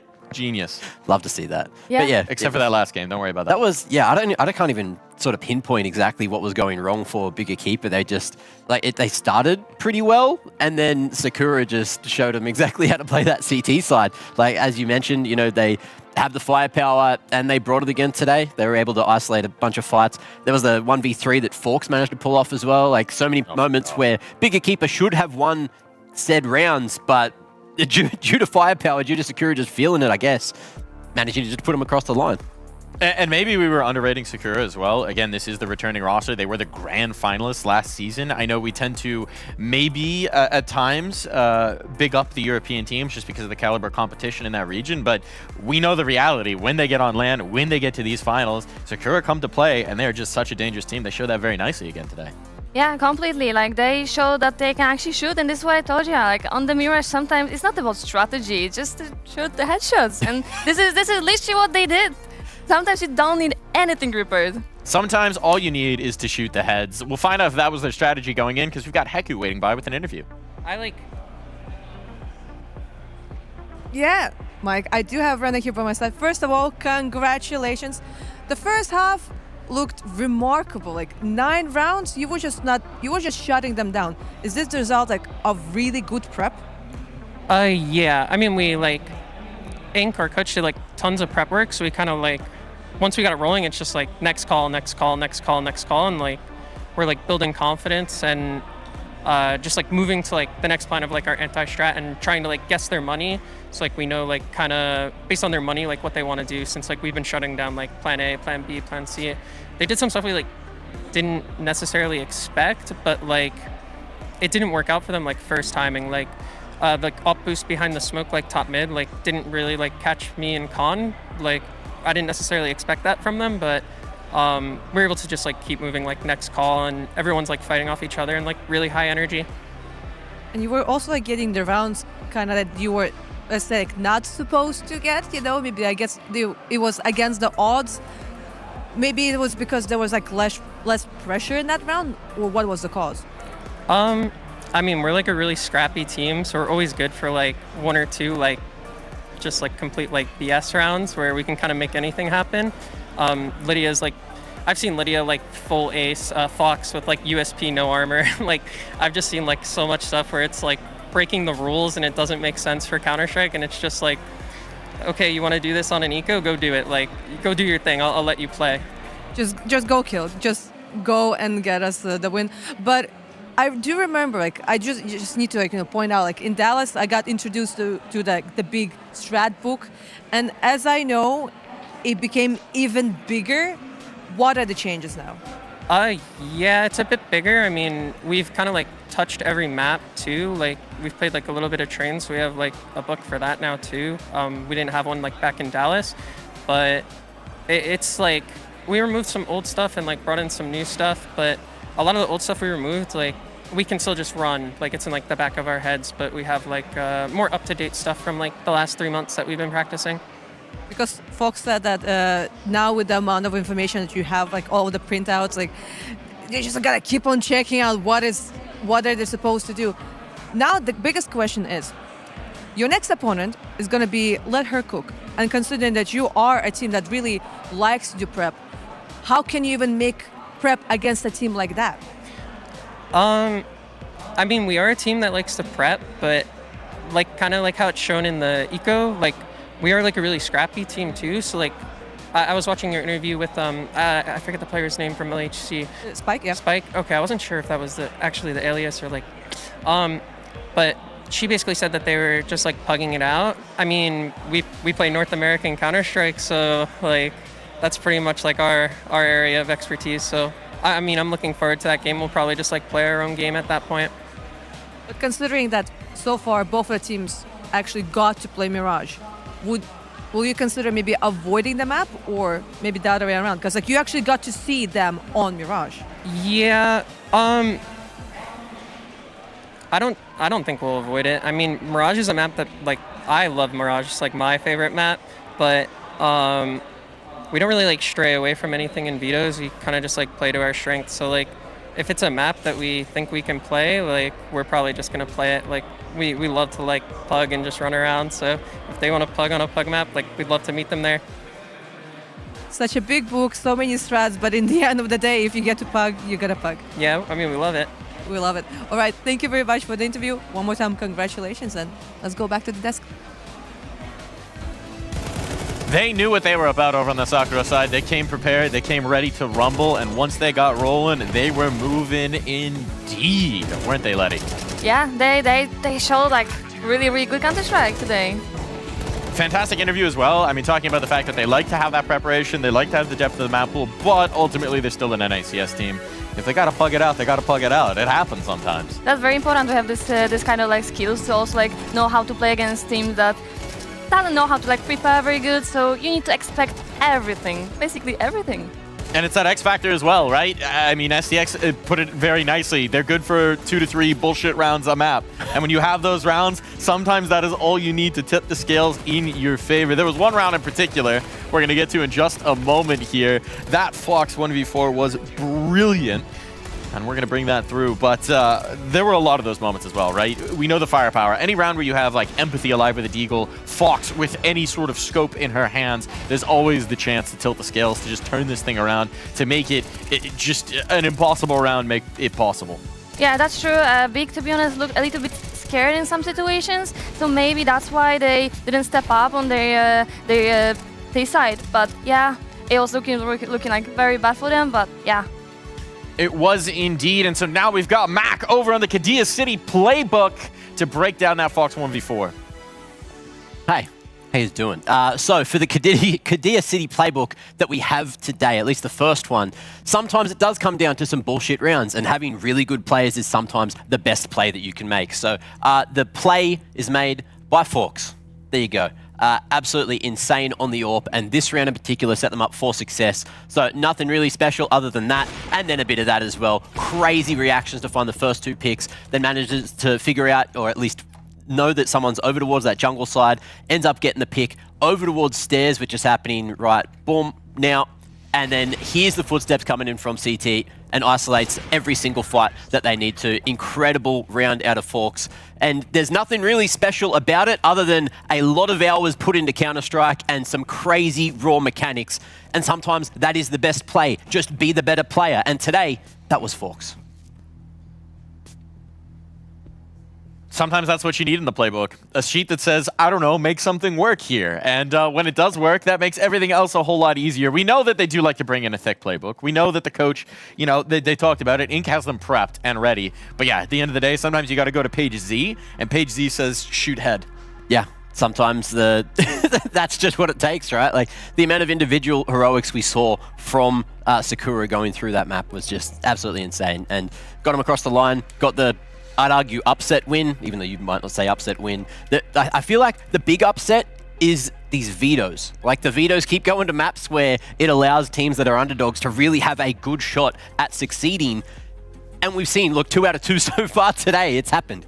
Yeah, I'm not saying they didn't have any strategy, because they were really well prepared, of course. But like in the end of the day, it's like the map everyone plays, everyone knows how to shoot, how to like actually play the map. So yeah, I'm looking forward to see some Inferno, Overpass Train, where actually strategy is like on point. Now I will say, speaking of strategy, speaking of pacing, Newt set it up nicely in the pregame how fast that Sakura like to play. There's so many of those rounds where, you know, we're 30 seconds into the round and 9 players are dead on the server, and we're in like a 1vx because they've just hit a site lightning fast, and it felt like that put Big in this situation where they just couldn't catch their breath in so many of these rounds. They couldn't play, it's a trope, but they couldn't play their own game because Sakura weren't giving them the time to. Yeah, it was a very quick best of one, including the fact that we still had tech pauses in there, right? Like there were so many short rounds, so many moments where that we could have definitely seen Bigger Keeper bring it back, but the pace is just something that is going to be interesting to see, especially how the upper bracket match between Sakura and, my brain, Let It Cook goes on, you know, later today. 1 BO1 is all that separates one of those squads and the playoffs. That's crazy to think about. Get themselves a day off, get themselves the chance to make it all the way towards Sunday. That's a pretty huge opportunity, and I mean, for Let Her Cook, a team that didn't expect to be here, and Sakura, a team that knows what it takes to be in that grand finals, that's a huge prize on the line. And one person who helped get them there is our match MVP coming on in here. I'm curious, I believe that was STX coming on in, gave the interview, popped off in the server, really in that first half as well, delivering in a massive way. And in those opening duels here, Letty. Yeah, I mean, it looks insane. It looks insane. I think every team wants this kind of person in a team, because it's actually like bring the really good vibe. When you have a really good start, it looks like nothing can actually stop you. Yeah, 5 openings. You've got the IGL doing that, putting their lives on the line. And then also, look, when you get the openings, you have a positive KD on your IGL. What better way to fire up everyone else around you than saying, look, I'm doing it, you can too. And it just works. Then everyone's hitting. I mean, now we've got our Group A bracket. This is, if you inverted this is probably the way most people predicted this to go, but it's not going to be that way. All that hype, all that excitement for Big Equipa, now they're facing elimination after just 1 BO1. Meanwhile, FlyQuest, I mean, we saw the slow start. They're going to have a chance to get it started, but it's going to be against pretty stiff competition here. That's a very spicy first elimination game for Group A. This is, and especially you actually typed like both teams that they're gonna win the opening matches. So like it's kinda weird, but yeah, I'm curious about this game, like especially. It's exciting. It's exciting. It's been a thrilling start to Impact. It's the reality of live competition. Rarely do things go smoothly. Pretty much always going to get very exciting, and it does mean that we are going to dive on over to Group B. It's time to be diving into our best of ones over there. It's time to be getting things excited. But before we do need to take a little bit of a break here. And then when we come back, Group B, we start with those 4 teams. We start, and we might just have some more upsets coming through.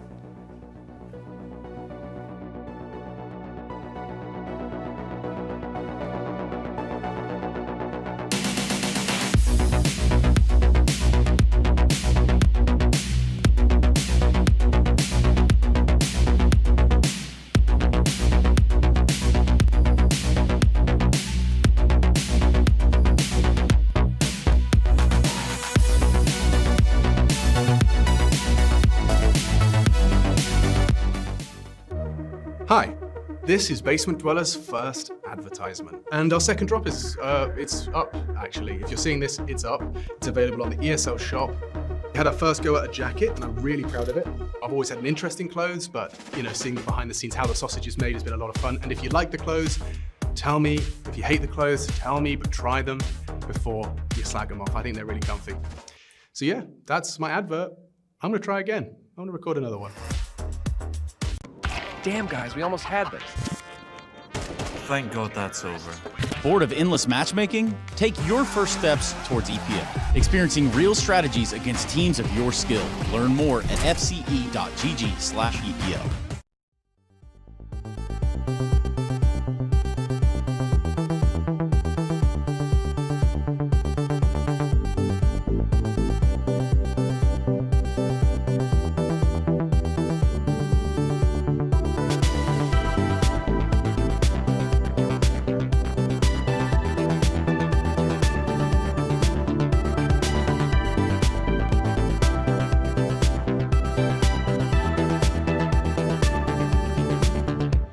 Run for the cause, stand for each other. There's no reason we can't recover from the cuts we cause.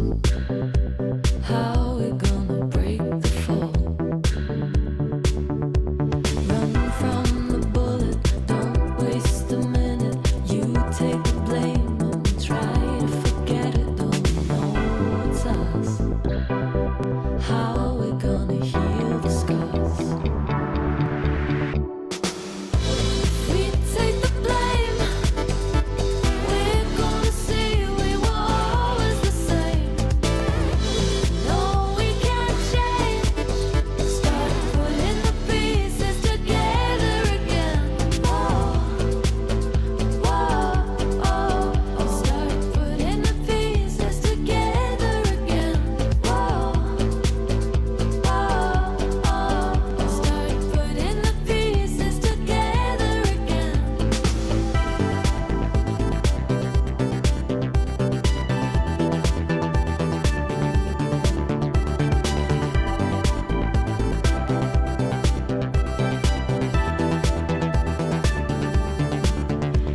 Run from the fire, reach for the cover. We try to hide and blame one another and say, let me down. How we gonna mend it now? What are we trying to prove?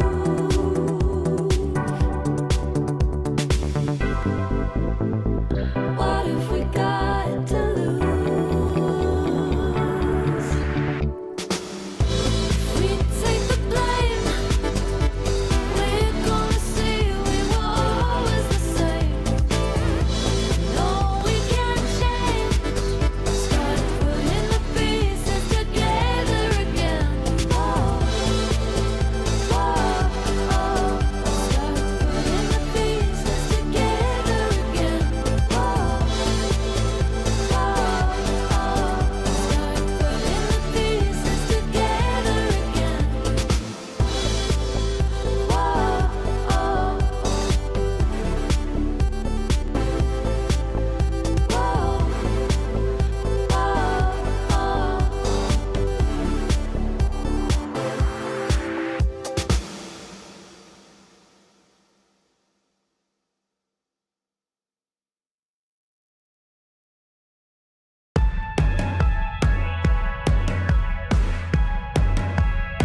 Always thought I could walk through fire, blow up the storm and see the light, yeah.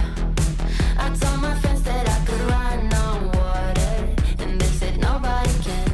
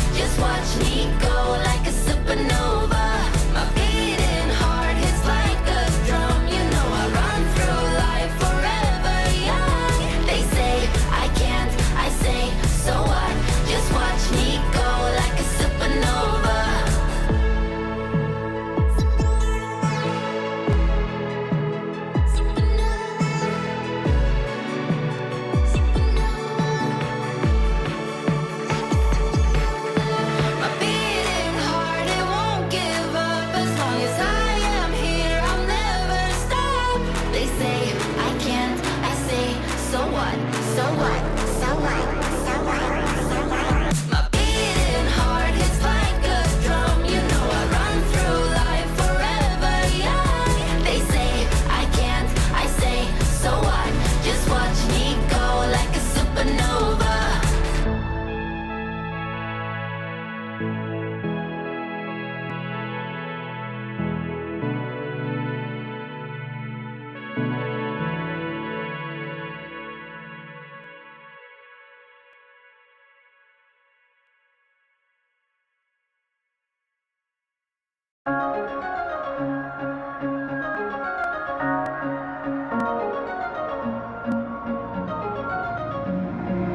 So electric, I might die.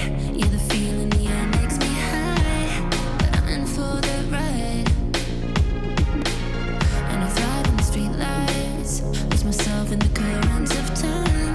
I got you on my mind. Everything that I feel is so new. I'm pretty sure you're gonna feel it too. But if you don't, there's no telling what I'll do. No, if I can hear you, somebody punch my heart and put it back inside. 'Cause it's all over soon. If I can hear you, somebody trick my mind that things will be alright. 'Cause it's all over soon. If I can hear you, like I live in a past life. Everything that I see is deja vu, and the colors full bloom. Every magic moment's like a hit and run. Now I'm burning brighter than the morning sun. You, still with you on my mind. Everything that I feel is so new. I'm pretty sure you're gonna feel it too. But if you don't, there's no telling what I'll do. No, if I can hear you, somebody punch my heart and put it back inside. 'Cause it's all over soon. If I can hear you, somebody trick my mind that things will be alright. 'Cause it's all over soon. If I can hear you, if I can have you. I don't know what to do. If I can have you. If I can have you. I don't know what to do. If I can have you. No, if I can hear you, somebody punch my heart and put it back inside. 'Cause it's all over soon. If I can hear you, somebody trick my mind that things will be alright. 'Cause it's all over soon. If I can hear you.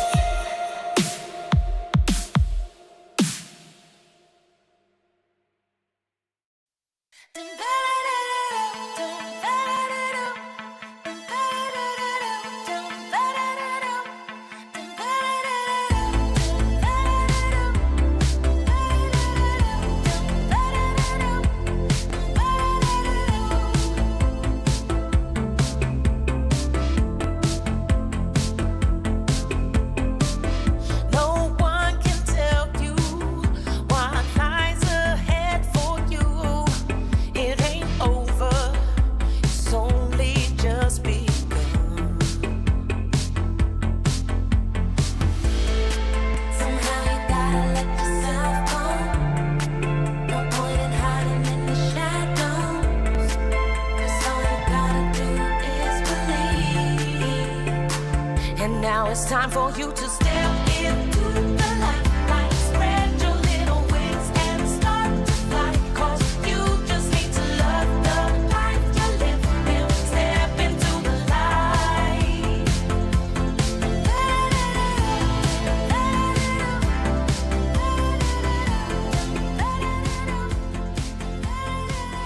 See all the colors, don't fade back into gray.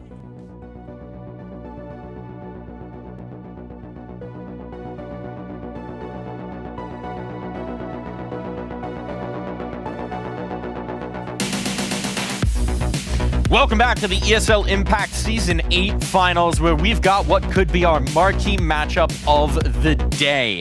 the many-time champion Imperial take on a familiar foe as NIP step to the plate once more to attempt to dethrone them. There's a lot of familiarity between these two teams. There's a lot of history between these two teams, and now we will enter another chapter in what has become a bit of the El Clasico of Impact. What a matchup we've got ahead of us here.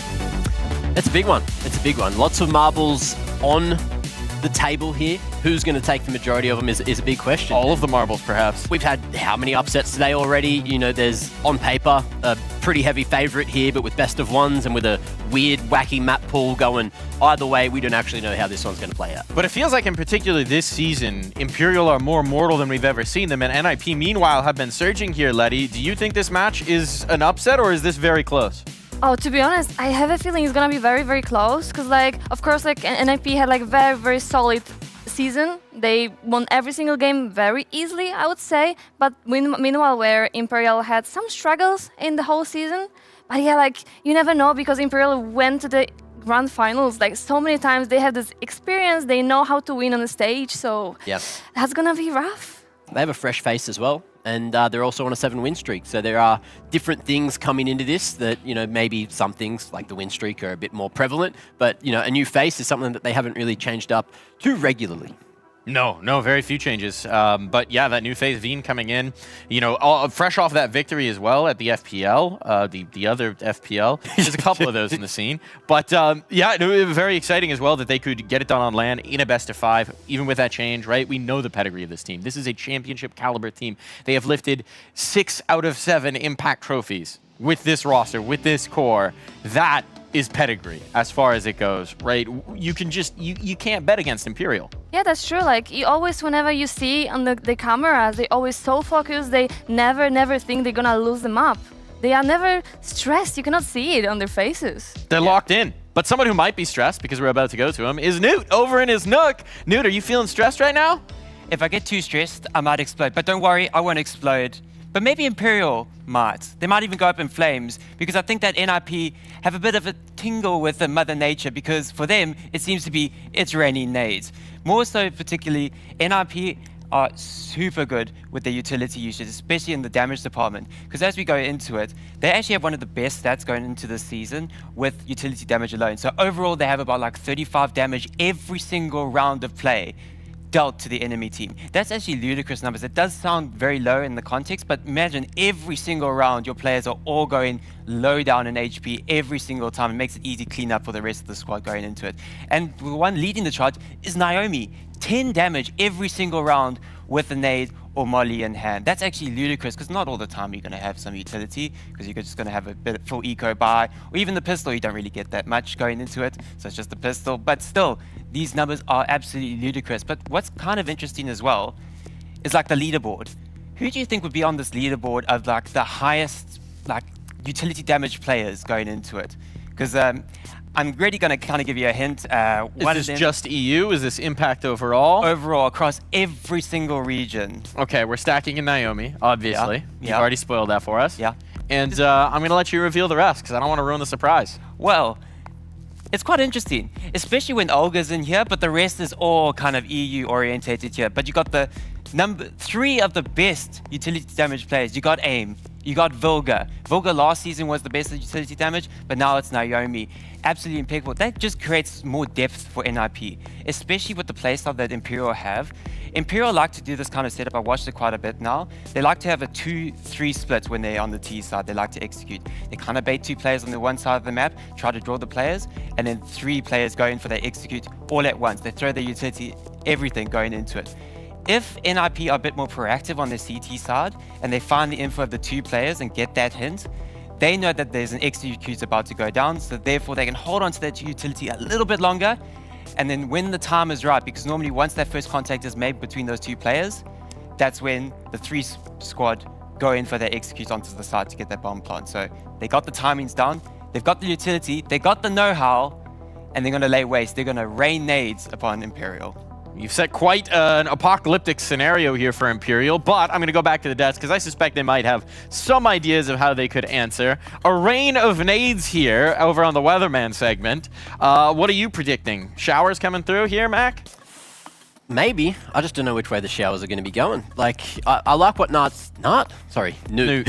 Other guy. Confused, given the segment. Different N, four-letter word. Different N. But yeah, I like what Newt is bringing in, and I like that we do see so many of the NIP individuals up in the utility damage, but of course the damage can only be done by HEs and by the incendiaries, aka mollies, depending on what side you're on. Flash assists, though, I feel like are probably going to be going a different way. Imperial Valkyries, they're hitting a stride, and you could assume that, flashes might be their best friend, especially in today's game.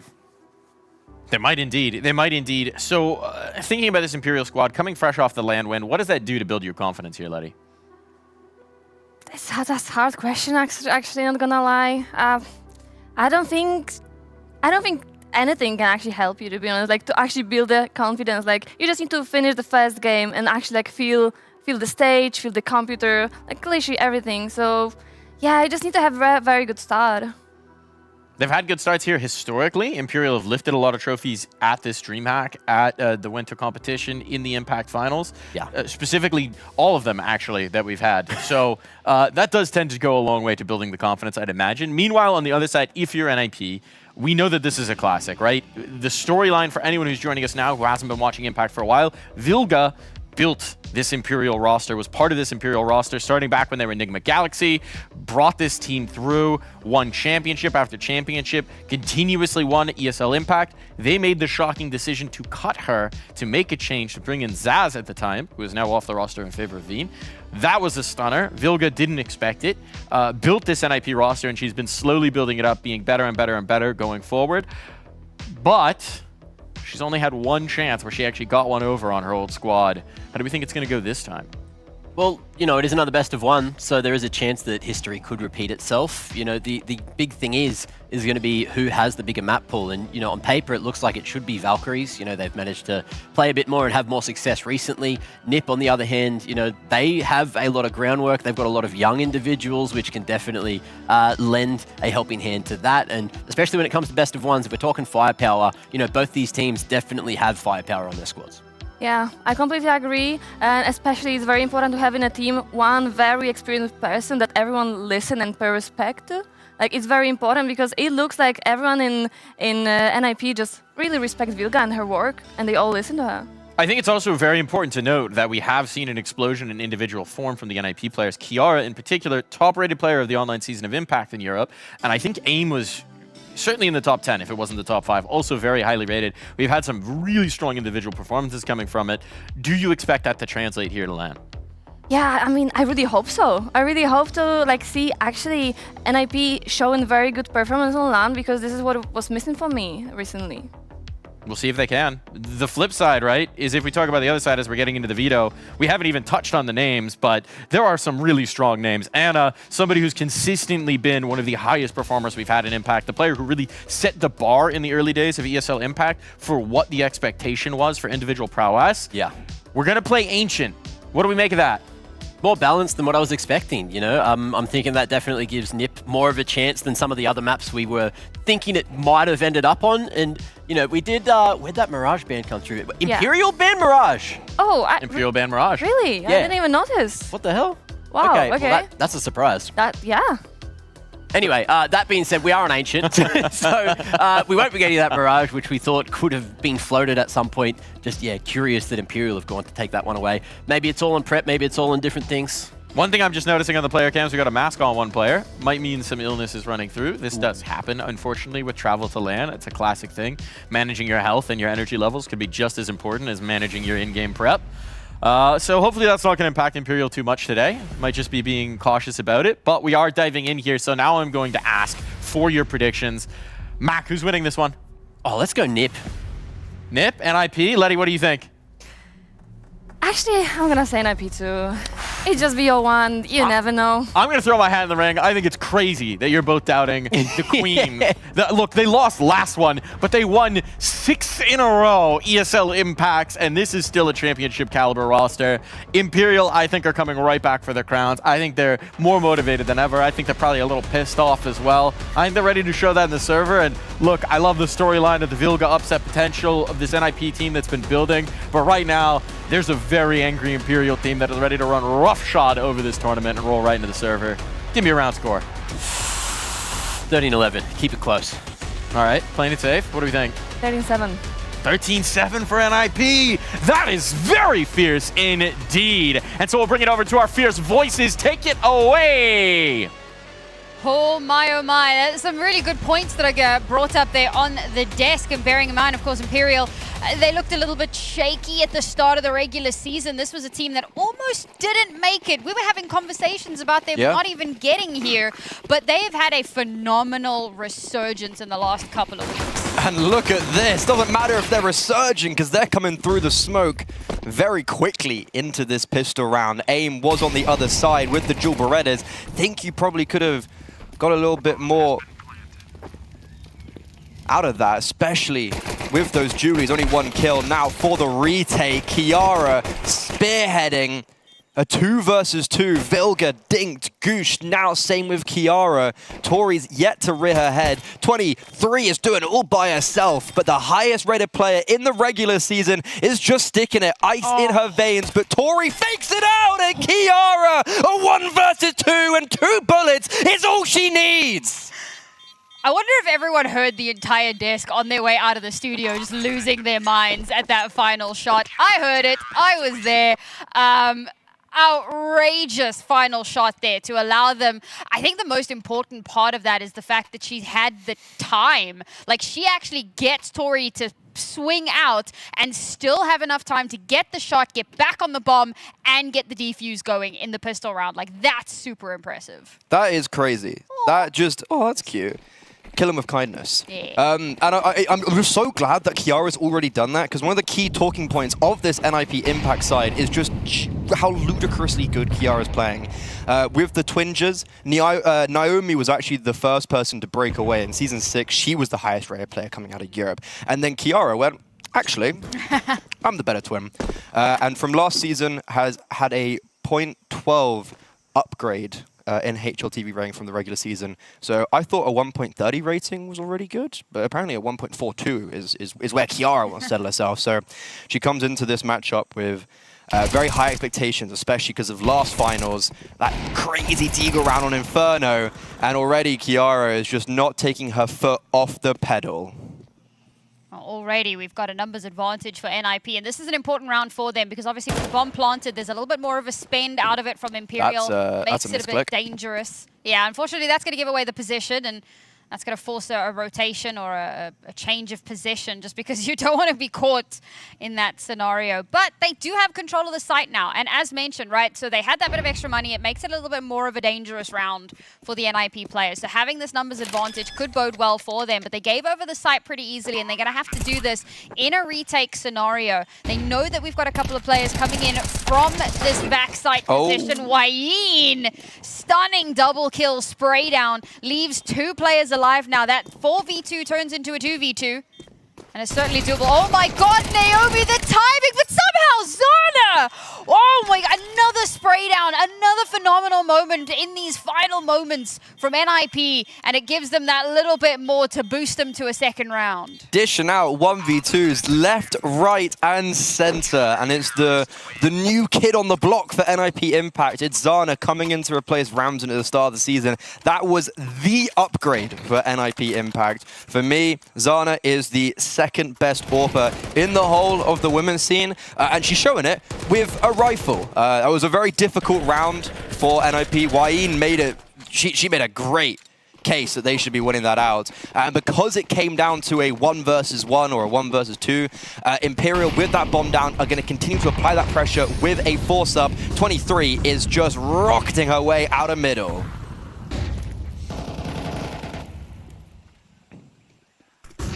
Imperial still able to bring something into this round. Jesus, Kiara. She's caught in a bit of a tight spot there, and she has to try and make her way back to safety. Look at Tori. Without any sort of utility to enable her, she's still able to find space. Now Tori... Oh my god, other shots are hitting! What's going on? That was a bit scary. Mia gets caught out of position as well. With her back turn, Kiara can at least get that trade-off, but this is getting a little bit more expensive than I think they had any expectation of it happening. They're just going to run over these donut players as well. Last player left alive, and this is looking a little bit, I want to say scrappy, but it's straight up messy. If that round, if that is the Imperial we're going to see this tournament, pack it up. Like that I just don't They try to take donut control. They take donut control successfully. Tori changes to her Glock. If you gave me 100 guesses, I couldn't explain why she did that. That is just a really messy round. And for Imperial, that was a really good opportunity for them to reset the economy of NIP because of how close the round before prior. So instead of sitting at now this 0-4 territory, Imperial could have really had some say in the early stage. But on home soil, the Ninjas in Pajamas, it was close. It was a very hard fought first 2 rounds, but hard fought, and they're going to come out paying dividends. I love that you spoke about Kiara at the start, and she's sitting casually on 8-1 3 rounds in. Yeah. But like that last round, she gets 3 kills, but it's one of those things where I'm just like, how is she not traded? Like, I mean, is she just the GOAT? Yes. Thank you for asking. Yeah. I truly hope, I'm certain of it, but I'm just, all I can think about is like, there's got to be NIP people in the crowd out there at DreamHack. Well, you'd hope so. Their studios are about half an hour away, so 100%, you'd hope so. So that thought's just kind of giving me life right now. Speaking about studio as well, NIP have been in Stockholm for about a week now. No, I think NIP are based here. I broke Freddy. Yes! Yay. NIP Impact were in the NIP facilities boot camping. Happy?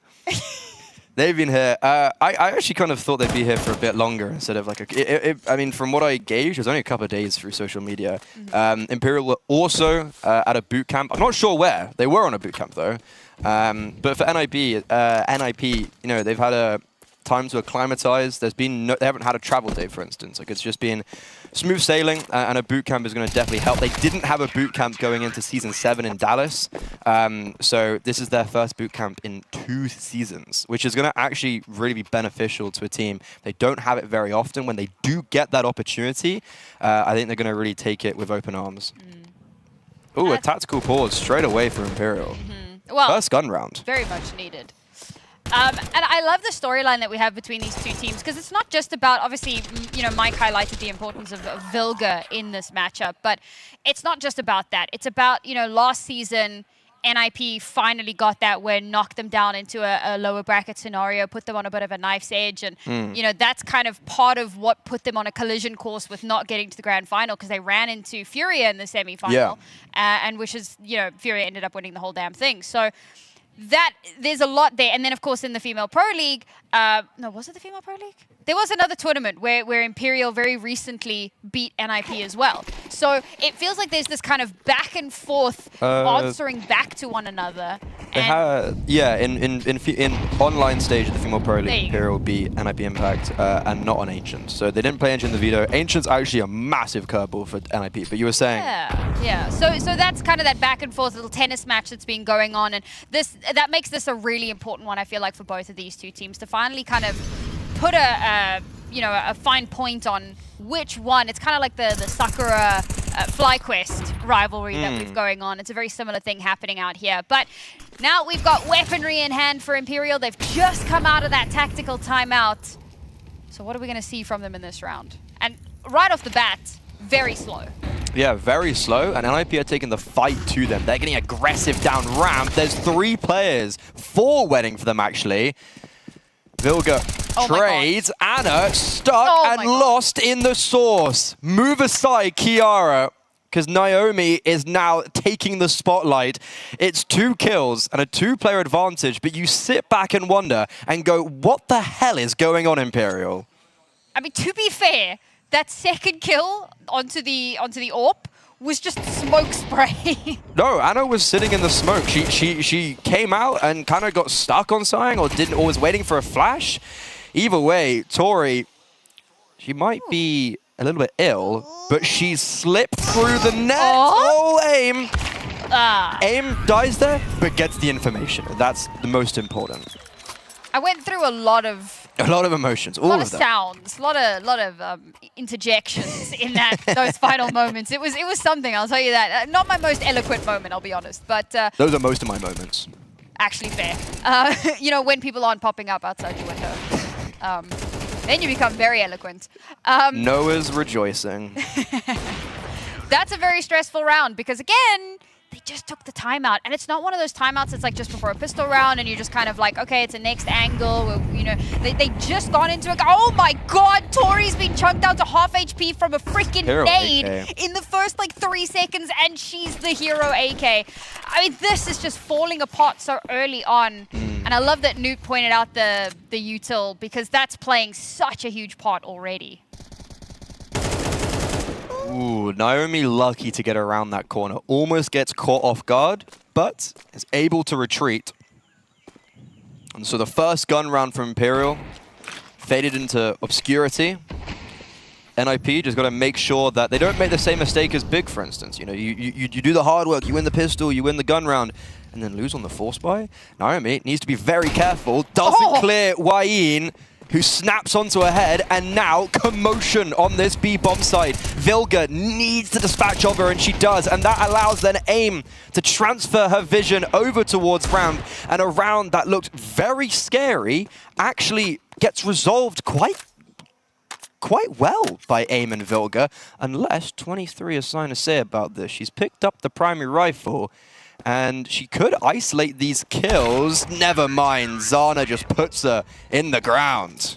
I think that's something really that I wanted to touch on a little bit, because for a lot of people who don't necessarily follow the regular season, so maybe you watched last season, now you're watching the finals now, and you're going, hang on a second. It was mentioned Zaz no longer on the roster, and I'll be honest, when we did the, you know, minus Zaz plus Wayne, I was going, But Wayne has actually shown herself to be a really solid addition so far. And that, I mean, just in that round, right? Getting that opening frag, sure, it's an eco. You're not really expecting to get too much done in it, but it's showing those signs of life, showing that there's possibility here. So we're hoping to get a little bit more out of her and the rest of the squad now as we head into round number 7. NIP on a 6-round streak. Oh, Anna's DC'd, and damage has already been done.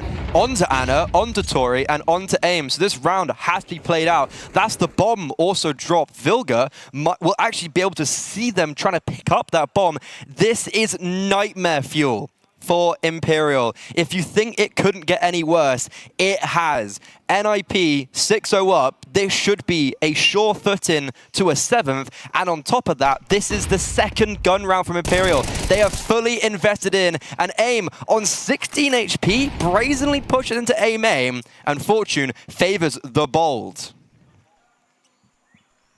All right, Imperial. Oh, I was hoping that maybe instead of kind of collapsing, we see some like magic moments. A little bit like that, Cat, first kill. Unfortunately, chipped so dangerously low, and well, that's all she wrote. I will say, I'm a little disappointed in you, Freddie. Huh? At the start of the day, we had Mike going, yeah, NA team, and Mac, yeah, Australian player. You have not said a damn thing about Mia. Oh, you want me to talk about Mia? Okay, there we go. NIP, my favorites to win the whole tournament. Without even a shadow of a doubt. I have put all my stock. I'm going all in on the NIP camp. You want to talk about some UK propaganda? Okay, I'll talk about some UK propaganda. AIM hasn't always been the best fragger in the world. I love that you start that way, my God. No, because I'm you know, putting it down to bring it back up. Sure. I've been a stout defender of AIM since day one, since the Copenhagen Flames Shield Maidens. I've been always backing her. Hasn't always delivered in the fragging department. But oh my God, has she turned a new leaf going into Season 8. A lot of the focus around Kiara, understandably so. AIM had an improvement of 0.16 HLTV rating from Season 7 to Season 8. Season 7 was her breakout season. That was when I was watching her thinking, damn, I didn't know she had this in her back locker. She comes out of that regular season as the 4th highest rated player in Europe, and an improvement and putting her into the spotlight in a way that no one's ever seen before. And she is fierce. She is spicy. I love the plushie game, I'll be honest. Like, we're seeing a lot of it over this weekend. And I mean, you are no stranger to the plushie game, for those that watch the South American games. Obviously, the most prominent being that massive capybara that he used to keep behind him.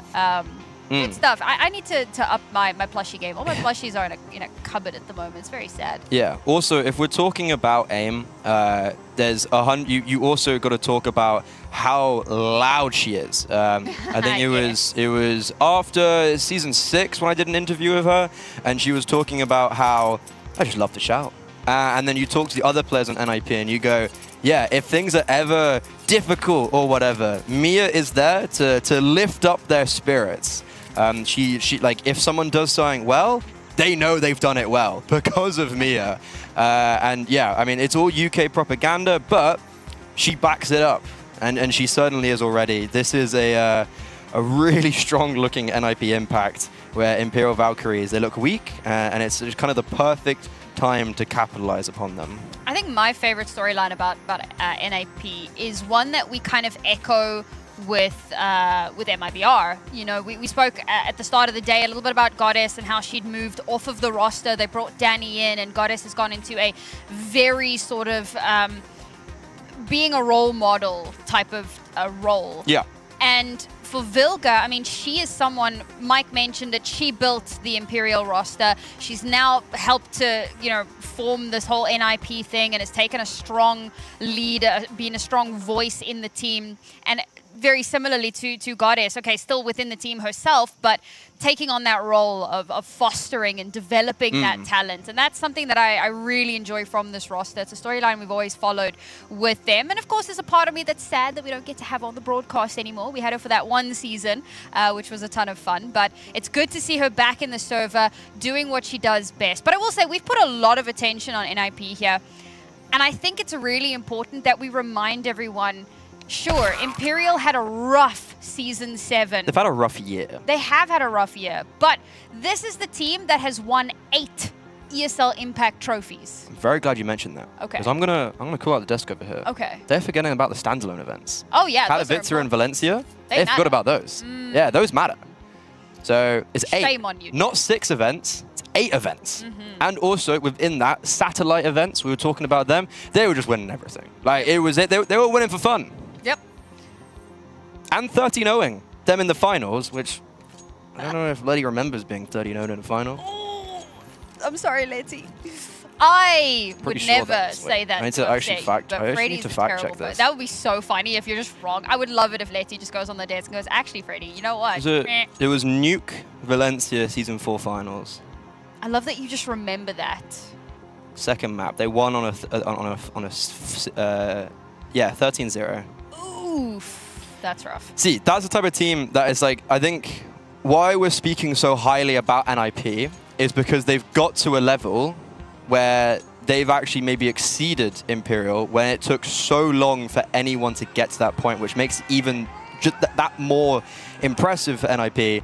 AIM fans! AIM fans! Yeah! Well, I think NIP fans in general. But AIM fans. Yeah! What's up? I know a lot of the families of the NIP squad are super supportive of them, and that always really helps. That makes a big, big difference.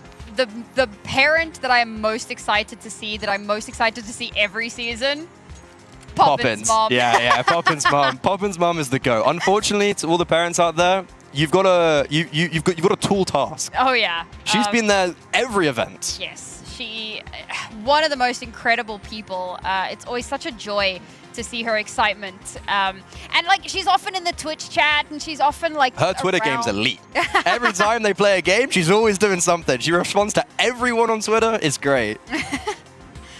Love to see that. Love to see the support coming through here. I mean, we were talking about, you know, NIP fans, it's the home ground, so glad to see that they are indeed here in the arena at DreamHack. And guys, if there's any of you watching on Twitch or whatever, if you're around, pull through, man. Come and support these teams. This is such a huge opportunity for them. I know, you might look at it and go, oh, but it's the 8th one. So what? It's the best one. It is the best one, and we only ever get like 2 a year, so pull through. Come show that support and come show these players. Oh, What on okay. earth So is that, Virga? round has been reverted. Oh, Which is interesting. doesn't matter. We revert 06. So it's back to a gun round. And I had the AWP out, so it's not 07. That round we just watched is muted. A lot of NIP fans. Okay, we can see them. Oh my god, those Vilga! are... Sorry, those are sick. Those are incredible. You guys really, like, turned up. Gone above and beyond. Is that Snicky? Yo, what's up, homie? Yeah! I love that. It's great to see all support. So the fans make the event, especially at DreamHack. It's always really cool to see everyone coming out.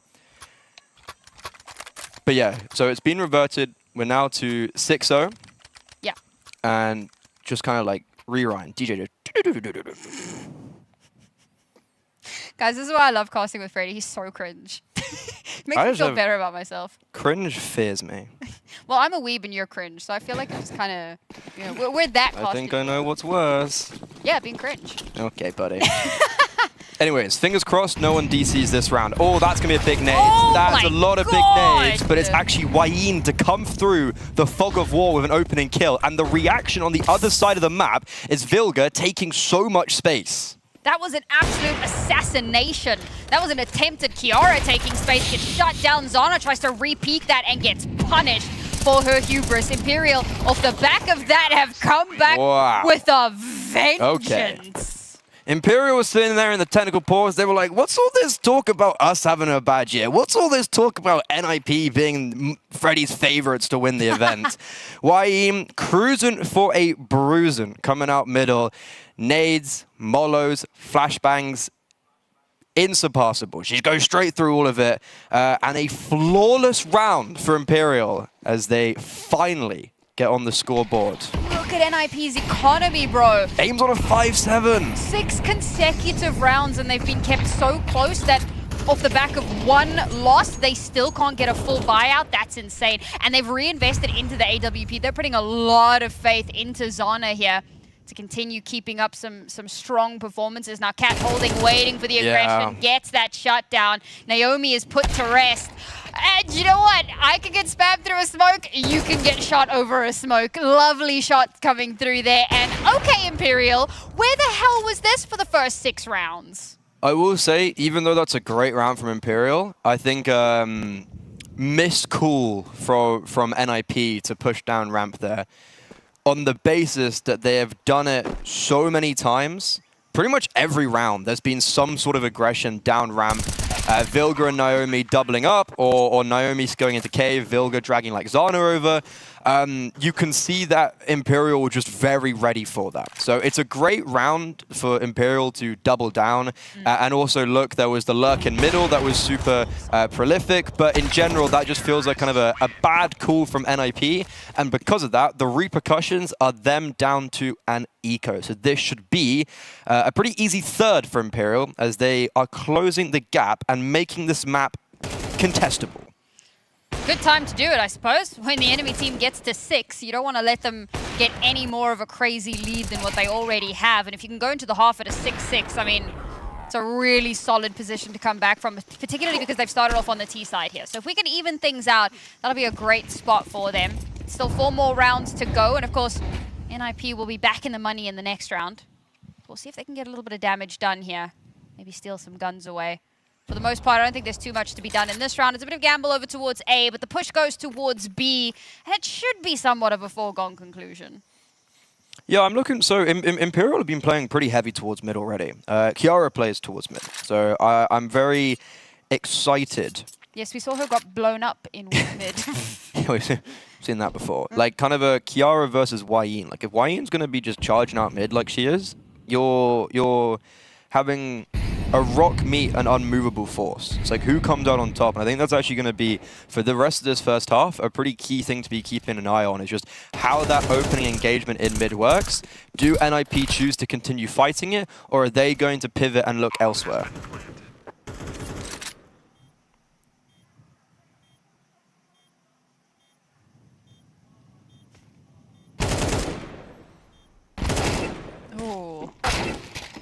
Okay. That's a rifle. That's actually a like, if you look at the money for NIP, they've got 2,400 loss going the next round. It is, you know, it's not the best place to be. Yeah. Taking at least an AK into the next round is definitely to their benefit, and any damage along the way will also be gobbled up. Very nearly another one, to be honest, but... Anna's playing with death right now. Yeah, but Cat's there to back her up, and even if she does lose it, I mean, they've got money, so it's kind of what... Ah! Ooh. That could have gone really wrong. All good. Everything is fine. But they do steal away the one rifle. They keep that a little bit expensive. You gotta start to wonder how much of a difference that's gonna make going forward. We only have 3 rounds left, but... They kept 3 alive in the end, so it's actually kind of fine. Yeah. This is a big round, though. This is going to be a tell as to will NIP resurge and dominate this first half like they did in the beginning, or are Imperial going to come back and fight this? You can already see towards middle, Anna tried to go for an opening kill, and she probably would have been able to catch off AIM, but instead it's AIM to catch off Cat over on lane. She knows she's in a tight spot here. She's kind of constantly checking that 90 degree to make sure that she doesn't get kind of swung on, and she's able to retreat, which is massive. No one there to trade off of her is huge for NIP to take advantage of. And look at the reset as well. Naomi pushed down ramp, saw one player, and because of their mid control and their early engagement, NIP have already gamble stacked towards the A bomb site. Guess what? That's where Imperial are trying to head. Gonna potentially lock down this side. Ooh, great shot from Anna, man. Bad Who flash. needs utility? Weird smoke as well. It's a bit weird out here, but whatever. Anna still has the gap. They need to be very, very careful of that. Oh, and it's Vilga as well. Don't want to lose her. Well, too bad. You will. Gap in the smoke gives Anna the exact opportunity that she needs. Now they know that she's here. They should be able to get the sound of the scope. Oh, the missed shot! Perfect opportunity for Zana, but look, the pivot's already come through. The bomb's heading over towards the B site, and it's all going to come down now to Naomi and... Yeah, no, just Naomi. For some reason, I thought Zana was there. It's just her all alone. She backs away, makes the right call, waits for the rest of her team to group up, because in a 3 versus 3, you don't want to try and take this alone. The nade damage to come through, Wain follows it up, and that's going to leave NIP only 1 strong. Naomi's the last one alive for the squad. Trying desperately to survive, getting chased down. She may yet be able to hold on to this rifle, but they can't hold on to the round. It's a 4th for Imperial. And interestingly, Kiara has not got a kill in like 4 rounds. Yeah, that is a massive momentum shift of a round. And that's Anna just doing Anna things. She's been the best women's player in the world since the inception of ESL Impact. And even though she's maybe had that tough year, it doesn't matter. She's still able to put pen to paper in such a just magical way, when even though the going is getting tough and they have to break onto an A bomb site with 3 players that is there manning the fort, well, doesn't matter. That's what just Anna does. And yeah, that is a massive momentum shifter in favor of Imperial, where NIP, their lead, is dwindling quickly. Honestly, that first shot is nuts. But it was a missed flash. Like, that all stems from, does AIM need to get flashed there? Probably not. They have the advantage. They knew they were going A. AIM and Zana overstepped the mark. All right, Vilga. Fair enough, as you were. Free AK for her. Chip damage from the HE. They're going to swing on her, and she does get put down, unfortunately. Trying to keep this round contestable, but with a Molotov down. Hang on.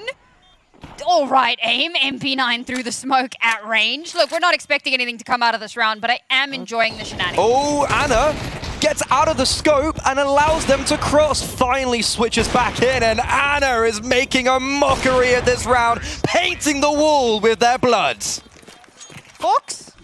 Fox who? Yeah, Anna's the GOAT. Anna straight up saw that clip on social media and went, bet. I'm just gonna do it better. I mean, she does sell her teammate by unscoping. It was all part of the plan. It was all a ruse. Smoke and mirrors, 1v4, ducking and dancing on the site.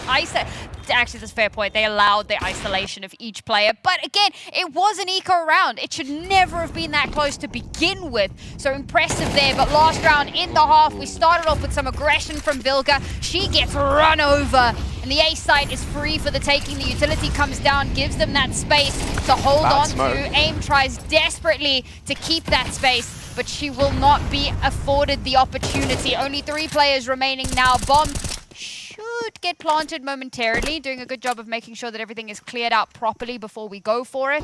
And it's going to have to be a retake if it's going to happen at all.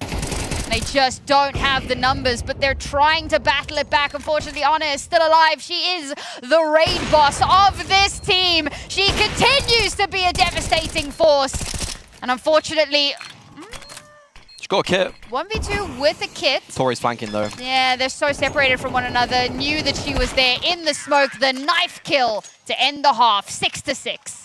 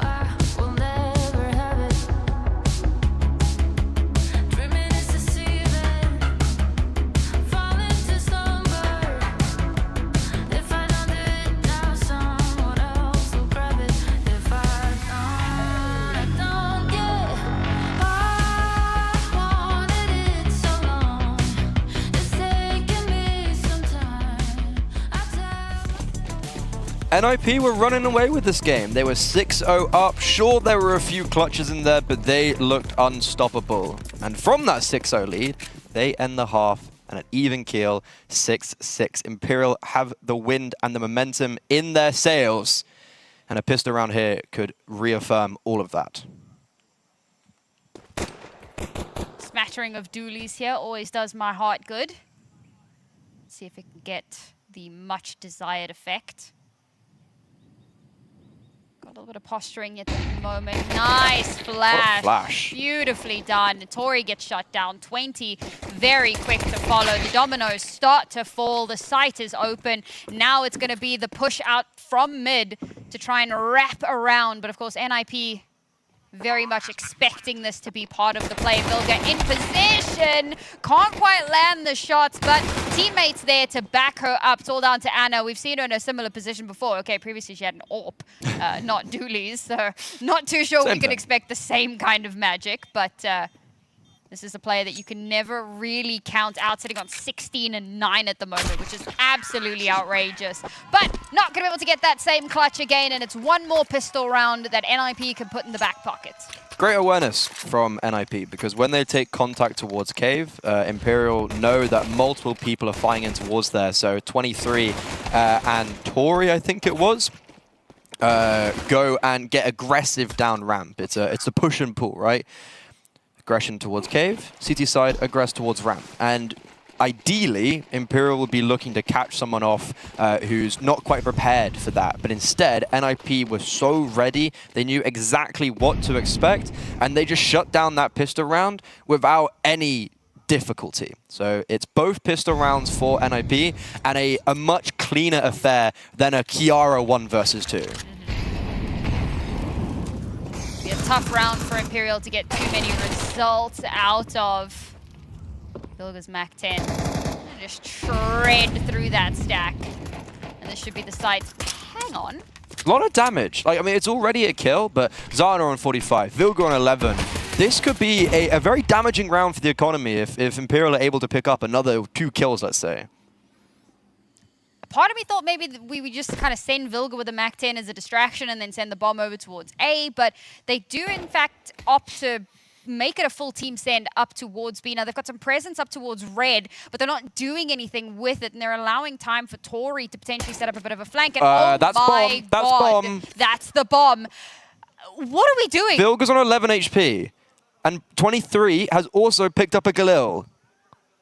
What are we doing? And now Tori's flanking. Flank is coming in. Like, that's what I was talking about a little bit earlier on. That flank is now going to activate. Kiara, the red room flank finally activates as well, but she's taken so much damage. Her position is low. Now Tori trying desperately to hold on, but bomb has been recovered. They have to go away. They have no time. Continues to do damage here. They have to clear it, and they don't. 23 with the 2K spray down. Her 4th kill in the round. What a way to turn it around. That is insane. Firstly, the fact that Imperial are able to come into that round with quite literally nothing more than USPs and come away with the win is unbelievable. A massive squander for NIP, who play with such little conviction against an eco. Sure, Imperial do amazing to win the round, but you also look at that as a, what are you doing, NIP? Like, they lose that round to themselves, and we saw this exact same thing on Mirage earlier on in the day. A team wins a pistol round, you feel like they're going to have a say in the second half, but instead they lose the conversion, and look how solemn it is over in that NIP camp, and I do not blame them. That is a tilter, but it is a massive momentum boost, and I wouldn't be surprised if Imperial go from that point onwards to winning this whole game. And the money at this point now obviously becomes a factor. It's aim with the 1 rifle, with the few upgraded pistols here. They're going to need to do something just as spicy. You know, Newt was talking about the util damage. That's what's really going to be their way into this round, if they can do that little bit of chip. But Anna, with that flash coming through, she now has that information, playing this angle.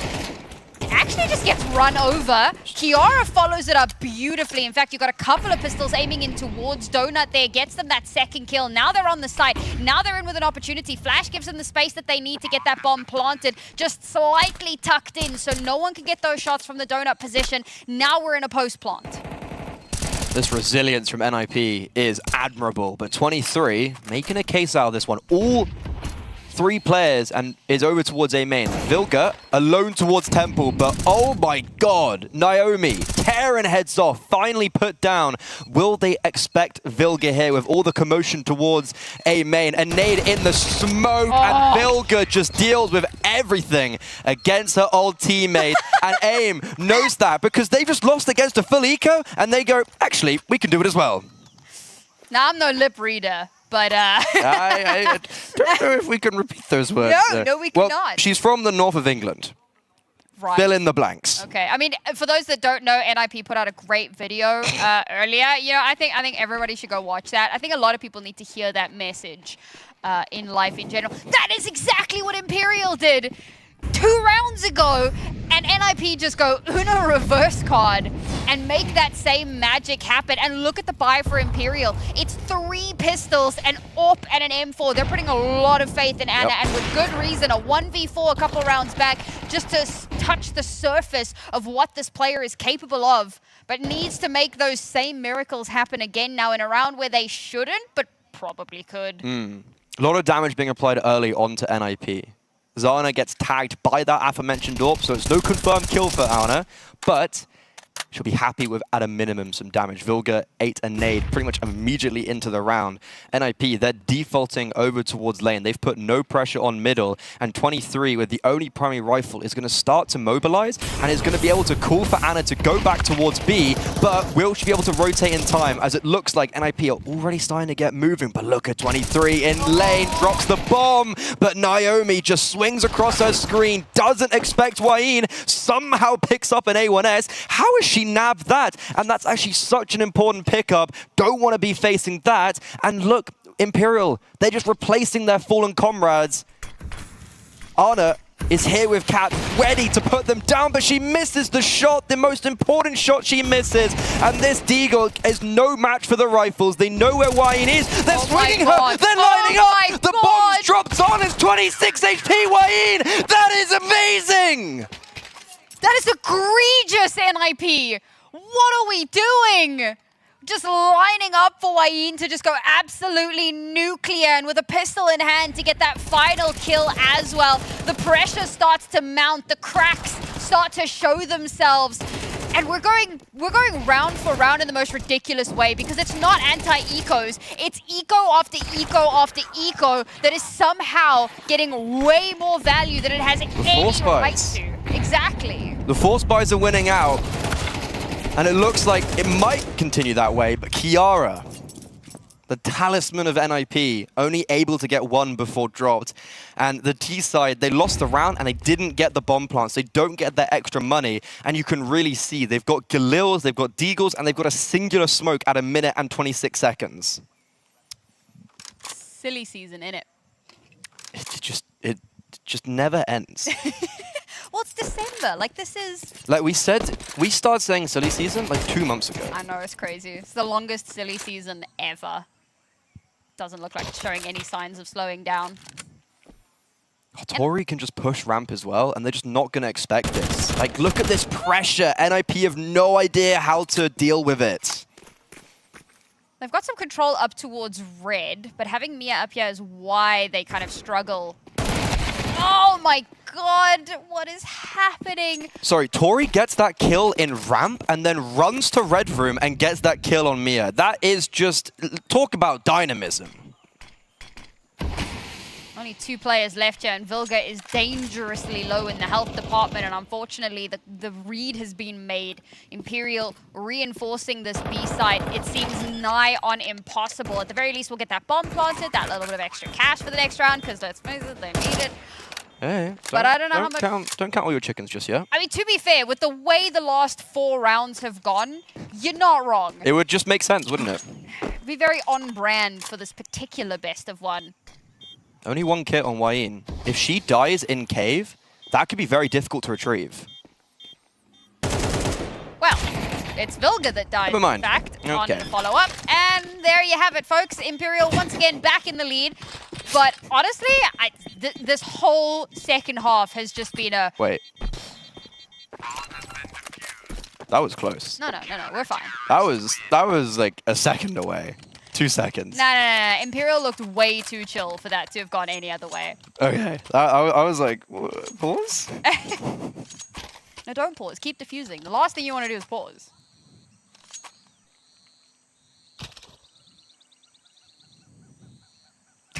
It's a timeout. Get Tensky on the mic. He's also one of the new additions. We've actually got a game where both teams have new coaches coming into this season. It's a little bit different with Imperial because they've got Hisky, who has coached them to many a LAN win before, but he replaced Bubble, who moved over to the new Imperial Academy team. But Tensky, new coach through and through, hasn't got loads of coaching experience, but obviously has a lot of playing experience. So especially in these moments, the question is, can he find the right words to say to his team and reinvigorate them? But they should just be going on to a low buy. Yeah, it's just going to be a force with actually no armor. So the hope is to get a bomb down, but that's also going to be difficult. What scares me is that this more than likely is a round that takes us back to normalcy, back to what makes sense, and that's going to be Imperial no longer with just a one-round lead and clawing desperately for contention, but finally giving themselves a two-round lead, double digits, and a really strong argument to be made for actually winning this best of one. Oh, the knife's out! Oh my god, Wayne, the new member of Imperial, knifes the player that used to sit in her same spot. Scary here for the NIP squad. I think the pressure certainly starts to mount for them. And what's interesting to me is obviously, so we had first half, 6 consecutive rounds NIP, 6 consecutive rounds Imperial. We go second half and we just go 1 for 1 for 1 for 1. And finally, Imperial have found that little bit of a gap to break through and get themselves into the elbow smoke. Oh, this is very quick, though. We're talking about Imperial being in their groove. NIP holding no punches. Vilga towards middle. Naomi on the bomb site doubling down. Imperial have no idea what's just hit them. And I was honestly just about to talk about how it feels like Imperial are starting to find their footing. They're getting aggressive. NIP have nothing to deal with it. And that's just exactly what NIP do. Question mark. 23's just dropped the bomb. It's going to be replanted, and because of that, it's a 2 versus 3, and they're actually going to give this the old college try. Yeah, I was just about to say, like, we're at a 2v3. And Kiara's like really low HP. Aim has been chunked down a little bit as well. The bomb has only just gone down. Great flash, my god. That is one of the flashes of all time. Honestly, some of the util that we've had has been really, really great. Like, I've been really impressed with seeing some of that throughout the day. So, well, throughout this series at any rate. But there's the answer back from NIP. And this, again, just speaks to what I was saying before, right? We're just going blow for blow here. We're trading between these two teams, not only in each round, but round for round. We bring the deficit back to 1 again. This could be a really important round. We're looking at the economy here. Winner of this round sets themselves up for potential success, and already 23 not allowed to play the game. And this is big because it's not a massive push into mid. It's just that one player. The rest are starting to make their way up towards the A site. The Molotov will slow them down ever so slightly. In fact, give them some serious pause. They're just backing out, it seems. If they actually went on to the A bomb site right now, and if they had that smoke and donut, there'd be no one to contend with because they are preoccupied with mid. Because of that opening kill from Vilga, Imperial have to retake that control. But that's exactly what they're going to do, and they do it so quickly. But this feels choreographed from Nick because they know exactly. They went, we want you to do that, and oh my god, the timing. Kiara was holding for that push for so long, and then pulls out a Molo, and then Wayne peeks. Luckily, she keeps her live, and in the meantime, Tori's aggression negated, penalized over towards Ramp. It's a 5 versus 3, and NIP, their patience is being rewarded. Yeah, I mean, you're talking about how this feels choreographed. To me, I'm looking at this and I'm going, I'm a little bit worried that we've overcooked this a little bit. Now, the battle of the flanks might be a really important one. Vilga can't quite finish her meal. She'll be given another opportunity despite the flash. Can shut that one down. That sets her up beautifully. Now in a 5 versus 2, Ana, they've realized that this push is going to come through here. She misses the shot, unfortunately, forced to have to reposition. But now, full-on confirmation, and again, they have to be cognizant of Vilga. They'll shut her down. Cat with the spray down? Are you kidding me? Zana keeping it contested, but Ana's still alive. And what the hell do you do when she is still alive? Orp versus Orp, both sitting with 2 kills available. Bomb planted. Ana does have a kit, so looking for the opportunity, takes it away, wins out the Orp battle, and puts them back in the driving seat. A 2 versus 5. 2 versus 5, and I was sitting there thinking, they're not going to clear Cat. They're not going to clear Cat, and they don't. She's able to find a multi-kill, and then Ana a massive clutch, ice in the veins. This game, this opening matchup in the ESL Impact Season 8 finals, Ana is showing why she's the best in the world. Why she's not only the best AWPer, but the best player in the women's scene. There may have been some doubts about it this year. There's been question marks, but right now, she is reaffirming her place in the ecosystem and saying, you all got to start giving me a bit more respect. So good to see her continuing to just be such a dominant force here. We didn't get to see them play Sakura last season, if I remember correctly. They didn't, because they lost to Furia in the semis, and then Furia, like, I think it's fair to say Furia played the grand finals and semifinals. Yeah. I think you know, I think it's fair to say. I don't know, man. That grand final was a banger. It was. 5 maps, that was... But that was the semi-final was the grand final we were expecting for sure. And then the main reason I ask is because all I can think about is like Folks versus Ana. It's gonna go hard. As we're coming to the closing stages of this map, whoever wins this map, grand finals. I'm saying that whoever wins this is making the grand finals. Yeah, more than likely. But let's see who does come out on top of that one. NIP need 2 rounds to bring it back to even footing.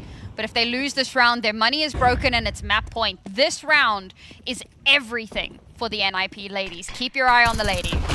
This econ is so awkward as well. They got Mac 10, 2 Galils, 2 AKs, not much weapon or utility as well. Only 2 primary rifles, and they've already been spotted in middle.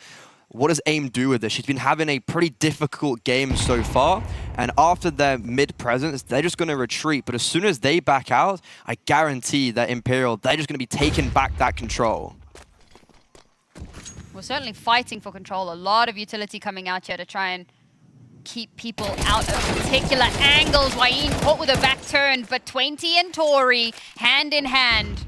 Not only even out the numbers, but take that control. Oh my god, Ana misses the shot, goes back for more, misses the second, has to back away, and in the interim, Naomi gets the kill into mid, so now the A site is free for the taking. They should be able to at least get this bomb planted as well. The last little vestiges of the utility coming through to give them the space and the time that they need to make that happen, but there's still a smoke available for Imperial. Oh, Vilga up close and personal here, closing that gap, hasn't checked that close angle, so as soon as that smoke clears, she's in danger. She still gets the kill onto 20. Oh my god. She very nearly gets the kill onto Cat. 2 versus 2 now. Cat dangerously low, but Ana is still alive. And when Ana is alive, it's absolutely winnable. So NIP have to play this pixel perfect. Ana gets taken down, and the low HP Zana is all that remains between NIP and a chance back into this game. Caught on the reload, swings out, and gets shut down. And NIP very literally breathe a sigh of relief. This game is delivering tenfold. We knew this was going to be a barn buster, and it's living up to the hype.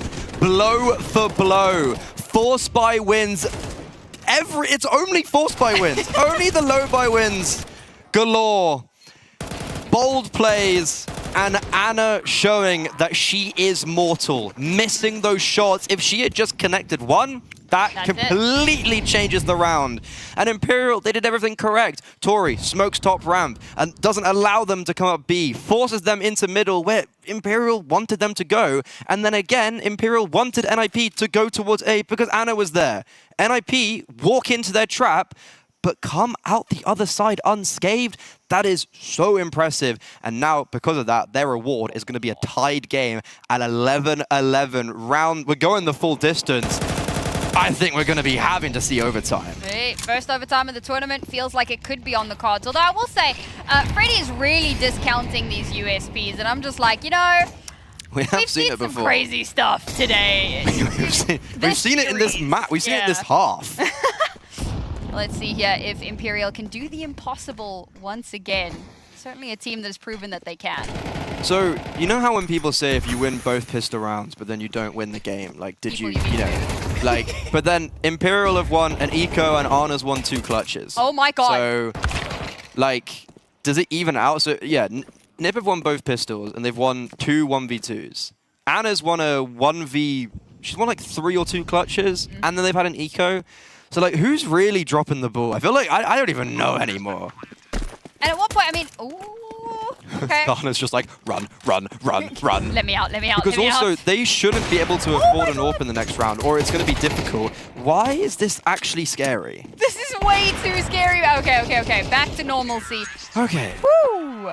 That first kill that connected, and I'm like, hell no. I can hear the screaming. I can hear, I'm pretty sure I can hear. I can really hear that. Thank you, DreamHack. Y'all making this, giving us life. Hey, there they are. There you go. Yeah, thank you, production. The NIP Ultras. They're going to storm the stage if they win. So good. I think one guy's got an upside down sign, which is hilarious, but you know. It's fine, it's all good. We appreciate you guys being here and making 11-11! And look at the util as well. Imperial, they haven't got much. They've got one singular kit on Cat, and it's an opening kill for the UK lifeline. Mia out in mid. This is so funny because what happened to Kiara in the first half is now happening to Wayne. And 23. They're literally getting flashed. Even though damage is being applied to the T side, they always come out on trumps with the kill. And this is the thing, because we talked about the potential of overtime. If NIP win this round, I think overtime is off the table. Well, because the money is going to be gone. Exactly. Doesn't mean no money. Although, then we find ourselves in a Say force that. fight again. Who knows what's going to happen? It's a tough one to call, so we'll let the game play. We'll let the players tell us. They're not holding for 23. No, they are. Oh, they're not. Oh, Vilga. No one's watching. Okay. No one's watching. The timing, it's just so excruciating. This is terrifying, man. No one's watching her. If she swings, she shoots them all in the back of the head. But she's not going to swing, because that would be crazy. But all the information is there regardless. Tori's cleared out all of the A bomb site, so it's allowed for these two players to be on long. And there's a missed smoke on long, and that allows Cat and Anna to get a killer piece. 23 does drop, but the bomb's committed. They have to go and end on B, and Tori's also arrived to the party. Kiara showing us why she's the best rated, but it's all Vilga, the IGL, against her old teammates that she won so many grand finals with, has to 1v2, has already found the first, looking to try and bait Tori out, but she's having none of it and sticking it. Vilga gets that bomb down. Tori trying to close the gap. Dancing, Vilga swings and completes the 1 versus 2 to put her team on map and series points. And as I'm watching that, all I can think is these two girls have played on a team together. They have been in each other's minds. They have communicated, planned, strategized. They've watched each other play. They know how the other thinks. The mind games that must have been going on in those final moments must have been just out of this freaking world. But it's Vilga who comes out on top. And it's Vilga and co who will now have to sit through this timeout because Imperial have decided, hang on a second, we're in some serious trouble right now. It is map and series point. We are going to be on a broken bye, and we need a miracle right now. History's repeating itself. This happened in Dallas earlier this year. 13-10 on Inferno to NIP Impact. And that was with Ramzan. That was before Zana joined. So if we're thinking about how Zana massively upgraded this team, well, surely they have to win again. And 12-11, we were mentioning it before the round started. If Imperial lose this, their money is going to be shattered. And that is exactly what happened. Pistols, SMGs, FAMASs, no AWP, no primary rifles, and also only one kit. This is doomsday for the Queens of Counter-Strike. We'll let the dust settle now for what could be the last round in this series. And both teams here, you can see the pressure building a little bit. No one wanting to make any unnecessary moves. Feels like a pressure pot. At any moment, it's going to boil over and everything's going to come to a head. Imperial have been fighting mid so often. This time they don't. They just have Wayne jiggling and have 3 players gamble towards A. Imperial, I thought they were going to walk into it, and they might still do. Zana bombing her back, hanging around towards A main. AIM has been installed in such a good position as well, and they can play off of each other if anyone decides to get cheeky with this smoke. And how they've spread themselves means that they can do a little bit of a fake here if they want to. It looks like they're going to try a mid to A, but they have to be careful with 2 players in Donut here. That's a really well-timed Molotov as well.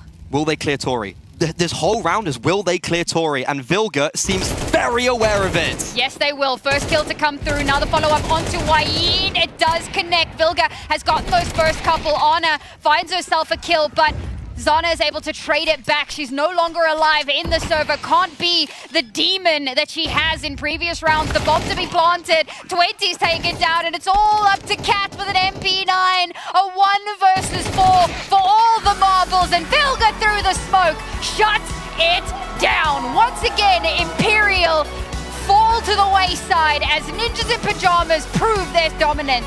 On home soil, NIP, they were undefeated in the online stage.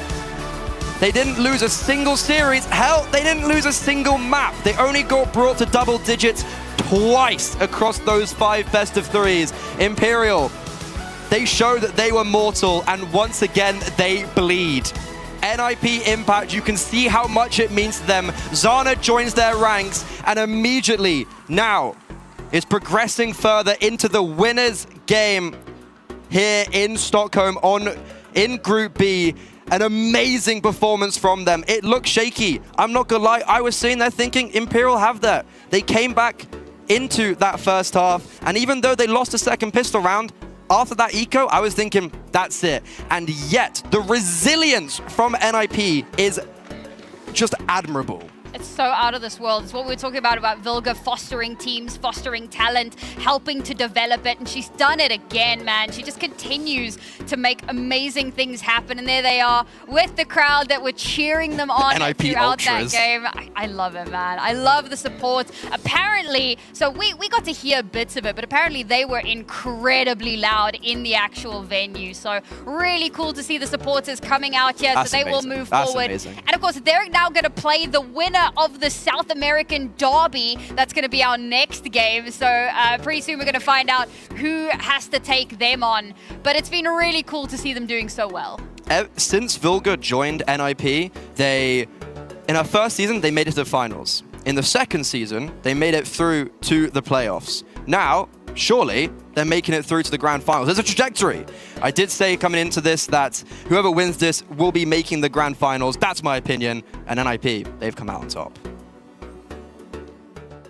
Yeah, block banana, you can come react banana. Two in They cave. don't have cave. They don't have cave. Going mid, one more heaven. I'm pushing through the smoke. The cave person. You should They pushing you? No, Here towards B. One more cave. But you should push, bro. And they come with me, cave. If you push, I go up heaven. Давай, They're doing exact.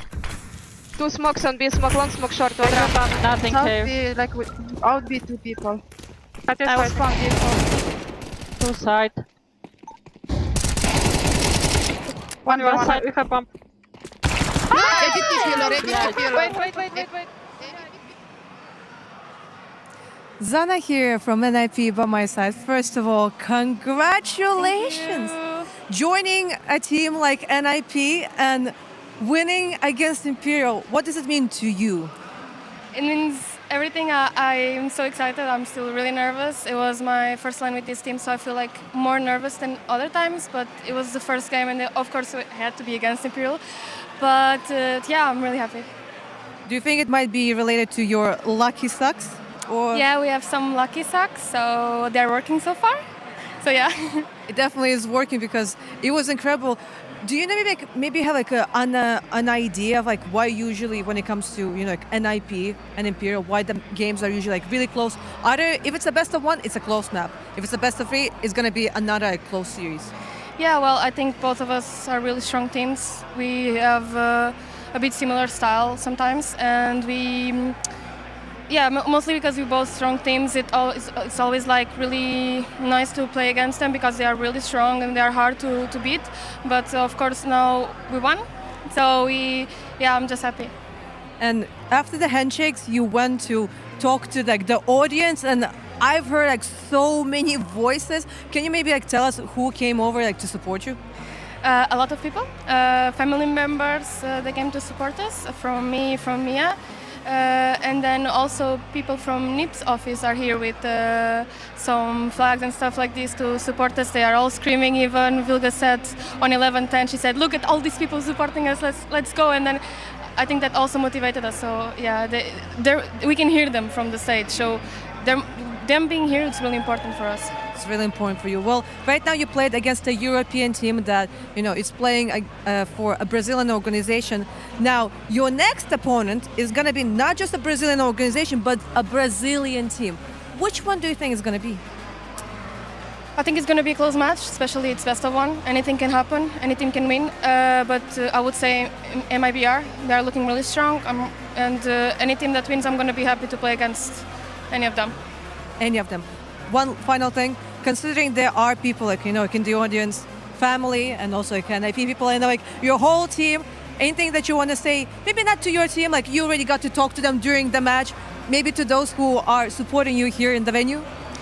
Thank you so much for coming all the way here to support us. It's really important for us. We feel all the vibes, all the motivation, even though we're really nervous this first game. It really relaxes, and knowing that we have people supporting, it's really important. And also people who are doing watch parties, everything with our stream, it really makes me really happy, especially Portuguese people. I have a lot of Portuguese people supporting and doing watch parties. Thank you so much. Obrigada. Obrigada.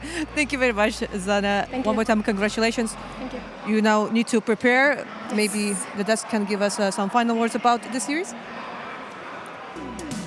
Buoyed over the top by the support of the fans to edge out Imperial and take this one an opening match of ESL Impact.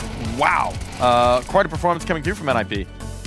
Yeah, it took every single round of regulation to make it happen, though. And there were moments where we thought, you know, Imperial, especially in that second half, we're going to be able to get back in, you know, stretch out the lead. But then just a couple of very important rounds won by NIP managed to get them back in the lead and across the line before overtime was even necessary, which I think we're all a little bit surprised about after Imperial almost made the comeback happen. Yeah, that's true. That was very close game, and it was very fun to watch. I'm not gonna lie. Every single player had like some very crucial rounds. Every team did like very good rounds, but also some mistakes. But yeah, in general, like it was a solid match. Solid match indeed. And I mean, a huge difference maker for NIP as well that could bring through both pistols. Didn't convert one of them, but still got you off to a nice start at the beginning of the map. Considering that fact, this one was razor tight margins. Imperial though, just seeing some signs here. Are we worried for them? Do we think that's one where maybe if one pistol goes the other way, maybe it's ball game? It's one of those things where, yeah, you lose the pistol, but it's not even like you lose that first gun round, you lose the second gun round. It was 0-6 at the start of the game. It was just a very slow start, similar to what we saw from like FlyQuest Red earlier. And teams that start that slow, you can see they almost come back. They almost make it happen. But if they won one or two of those rounds earlier in the series, in the game, then they win that map. It's just a battle of inches when it comes down to it. Yeah, I don't even know what would happen if there wouldn't be the technical pause, because after this pause, Imperial started winning. True. Yeah, it could have kept on going. You know, NIP definitely were thriving in that momentum. And look, individually, there were a couple of players that managed to, you know, pull it out of the woodwork. Kiara as well, shout outs to that very first pistol, the 1v2 win, setting them up, I guess, for success, you know, just bring in the vibes, bring in a big win like that straight out of the gate, certainly put them off on the right foot. I mean, some massive performances as well, right? We were talking about the individuals coming into this. Kiara, top-rated player of the online season. Yeah. You had AIM coming in, very highly rated as well. So, of course, it was Vilga to put them over the top. A player who we normally look to for her leadership qualities, for her calling, for IGLing. I mean, even in that interview, we got a little sample that she pointed out the crowd, said, look at what we're being supported by in one of the final rounds to give them that oomph to put it over the top. Yeah. So she's doing everything. She's leadership, she's emotional, she's practically a parent figure, a bigger sister figure for some of her teammates. And then she's also just going out in the server and popping heads and making it happen as an individual as well. What can't Vilga do? I mean, to be honest, like me as being IGL, it's very important to actually start like killing people on the server, because like it gives you like very good motivation. It also brings you new ideas, everything. Like I swear to God, like being IGL and actually like doing huge impact during the match, it's everything. Yeah, and it was more than enough. Like everyone individually performed there on NIP Impact. You know, every single moment that someone needed to step up, someone did step up to the plate. They did indeed. They did indeed. And I want to give her flowers again. Vilga, our match MVP of this one. It couldn't be anyone else. I mean, the impact is just absolutely obscene. We've watched her build this project, build this team up, develop her teammates, give them more experience. And now we're watching her just kill everybody. What's with IGLs today in the opening duels getting one? Like 7-1, that's crazy. You know, we also had SDX before going 5-0. Like, and they're both coming in with the MVPs. Like, let's see if we get that more towards the end of the day. But yeah, 91.5 6.7 ADR is crazy. 6 multi-kills out of an IGL. That's unheard of. Yeah, but that's very important. That's very important for whole team, because I think this era when actually IGL didn't need to kill, you know, kind of style. Like everyone needs to be kind of solid on the server. It's all about the firepower. And I mean, you know, when you looked at this matchup, you might be saying, oh, okay, maybe they won, maybe the stars went missing from the Imperial side. That wasn't the case. And we've got a good example here. We've got the AWP head-to-head. Anna was delivering. We looked to Anna to be that king piece, that difference maker. She had multiple rounds where she turned back rounds individually, pulled off clutches, made it happen in the post plant with the AWP. She was delivering, still wasn't enough to put them over the line. And the new addition, Zana, as well, also showing nice things on NIP with that AWP. Yeah, like head-to-head, Anna was winning the AWP battles, winning the individual performance between both these AWPers. But you can still see, like, Zana was laying down the law as well. 17 and 13, still doing all right. It was just the fact that Anna, it felt like not everyone was really lifting around her. There were a couple of individuals that went missing, you know, 23 in particular. Didn't go too bad with 15 and 20, but 0 to 6 in opening kills, like, you need to change something up there, you know, maybe some of those were converted and traded, but I think a lot of those were very early in the game, and she was kind of like getting abused as NIP were starting to get on that roll right at the start of the series. Slow starter, and the BO1s are lethal, and it now means that Imperial are going to be down, facing potential elimination from the jump here. The champions of oh so many ESL impacts potentially going down in the first round of the lower bracket. That is truly wild. But we do need to figure out who their opponents are going to be. And as we start to look towards the future, we've got a battle of the Brazilians coming up next, right after this break.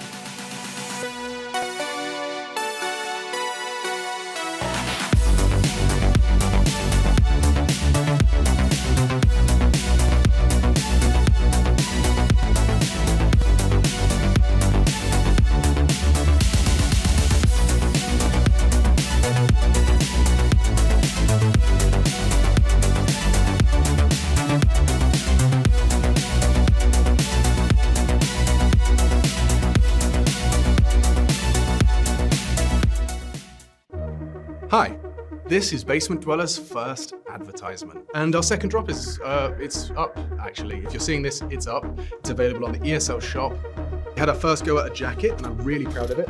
I've always had an interest in clothes, but, you know, seeing behind the scenes how the sausage is made has been a lot of fun. And if you like the clothes, tell me. If you hate the clothes, tell me, but try them before you slag them off. I think they're really comfy. So yeah, that's my advert. I'm gonna try again. I'm gonna record another one. Here's to the challengers, the ones who don't just settle for decent elo, but hunger for something more. The ones who don't just queue for another match, but prepare for war. You can doubt them, overlook them, even count them out, but you can't stop them. Right now, I'm with Dupree, who I can see has got tears. While others play for fun, they play for legacy. This is ESEA League, where challengers take their first step.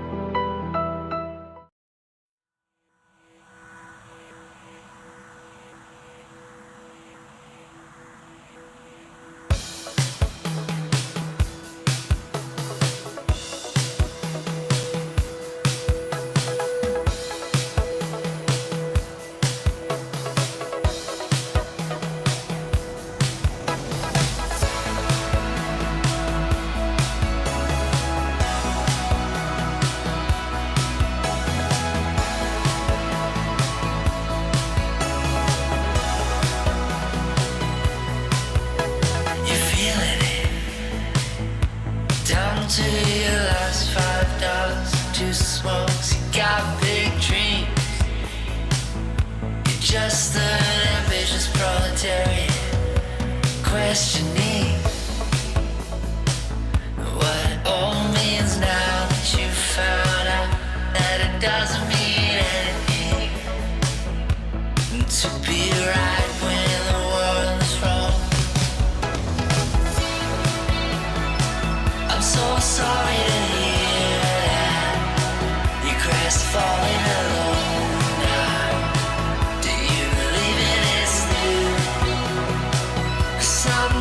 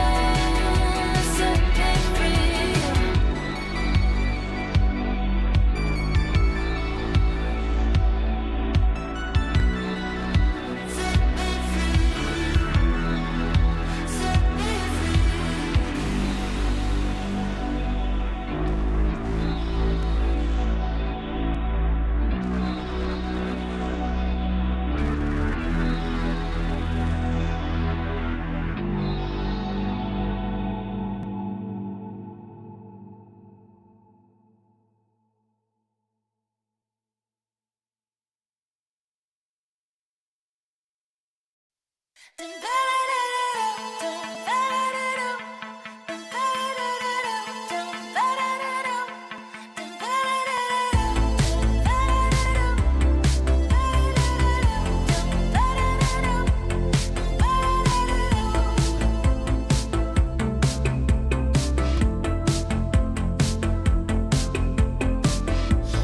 one can tell you what lies ahead for you.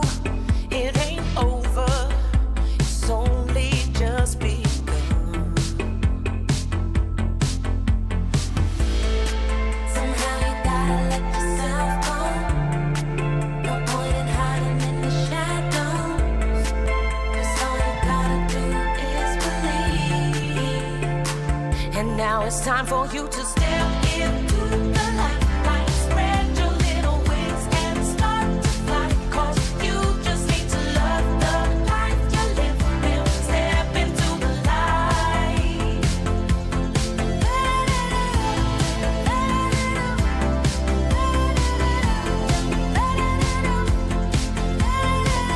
See all the colors, don't fade back into gray. And remember, it's only just begun.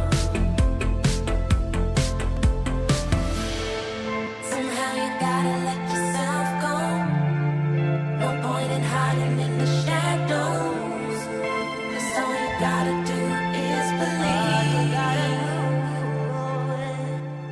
Step into the light, spread your little wings and start to fly. 'Cause you just need to love the life you live. Then step into the light.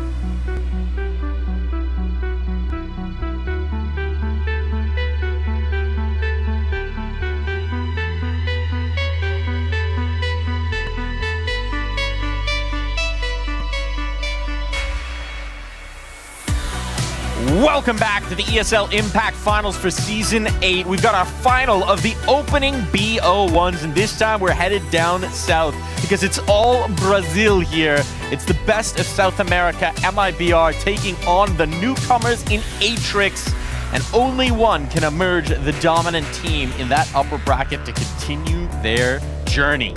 Question is it going to be an old familiar face in Olga back on a South American team, or will it be the new upstarts of Atrix? Much to be decided here. How you feel about this one, Mac?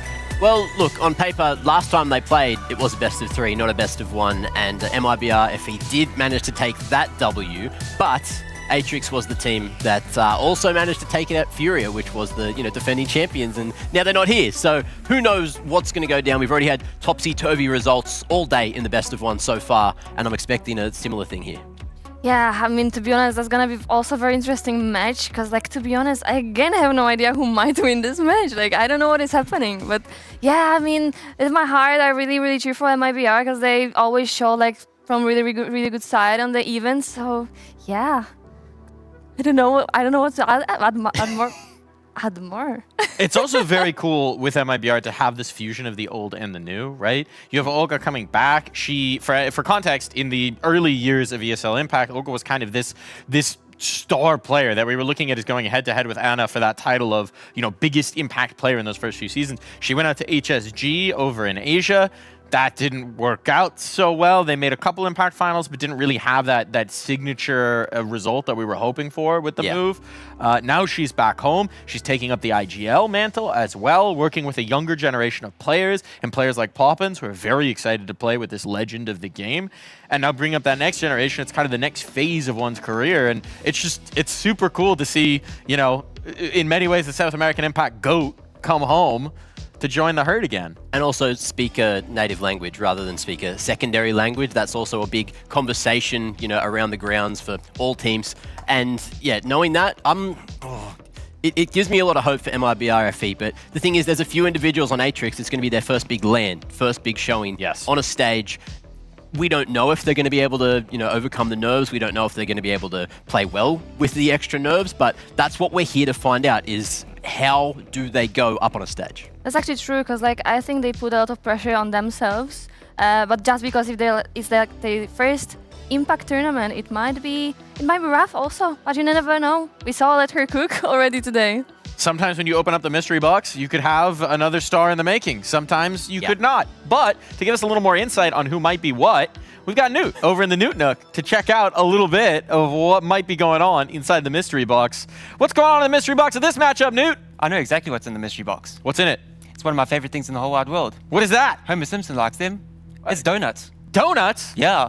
What kind of donuts, Newt? It's heavy hitter donuts, to be exact. Because it's more so about the opening jewels. Because right now, going into the season on South America, opening jewels, South America, that's their prevalency. That's what they're known for. Atrix, that's what got them over the edge on the likes of Furia and all these other teams. They are so good in the opening jewels. Like they were leading, 60% of the opening jewels go in their favor. But most importantly, one of the main areas that they focus on a lot is that CT side. 70% win rate on opening jewels, that's absolutely ludicrous. But then we also go on the other side of MIBR, nearly 70% of their CT sides, which is, yeah, very nice indeed. Very, very nice indeed. But there's a bit of a perplexing side to this. On the side of Atrix, a lot of the dependency is on their AWP littles, or little Z, because she ain't sleeping though. There's no Z's going on except for on the enemy team. So there's a lot of dependency on getting that AWP online and activates on the CT side. But as we know, the AWP is very expensive, so it will take a few rounds to go into it to actually get that AWP up and running. But then you go on the side of MIBR, and you're talking about that old blood, new blood kind of thing. So the dynamic duo on that opening side is Olga and Danny. So you literally got the young star that's just come into MIBR, absolutely fragging out of her mind, and then you got the old blood with the history, the pedigree of being this amazing entry fragger. So you got one learning from the other, and they're absolutely dominating in this CT side. So a lot of their stuff is going to be focused on the CT side. Now it comes down to the T side, is where these teams are going to kind of maybe crumble or try to find an edge going into it. Because right now, Atrix, that AWP doesn't come online on the T side. It's more so on that CT side. That's where they're getting all the opening jewels. The T side, they are winning a lot of them, but it's a lot of those times with like Boko doing the GOAT thing, the RGL thing, just going in head first and just hoping that the team trades out, and that gives them the edge going forward. But on the side of MIBR, their riflers are queens at the opening jewels. So let's see, it's going to be AWP or a bunch of rifles that are going to take the edge. We'll have to see who does it. Thank you. I learn something every time I walk over here, Newt. But now we'll leave you alone. Gone over to some other people who might teach me something about this particular matchup. We got Mac, we got Letty over here back on the desk.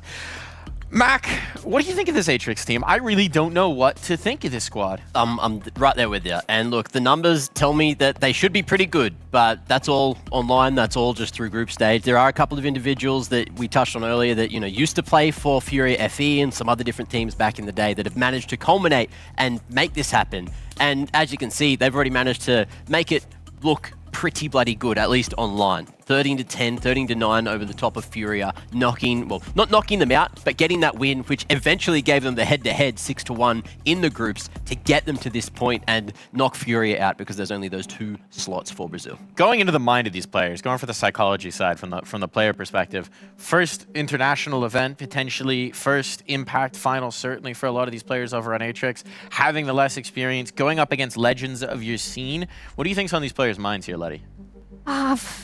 To be honest, they for sure wants to like show the best. But to be honest, like I'm just thinking now, if it was actually them playing so good against Furia, it's actually Furia played a little bit off, you know? Because it always like pops to my mind, like, you know, why they won. I don't know. I'm not sure. Just underestimating your opponents, maybe. Like there's many things that it can come down to. You know, you're off the back of a huge win. Maybe that's what happened, but you don't want to say that. You don't want to really sort of take that away from Atrix. They were the ones that showed up on the day. They were the ones that won, and they're looking to do that again today. They're looking to do that again today, and as we've seen so many times through today, sometimes it's all just about being there on the day, and now we're going to find out where we're going to play. It's Dust 2. Where better to let the sparks fly and get wild and weird than a Dust 2 matchup? We've had a lot of Mirage. First Dust 2 coming on in here.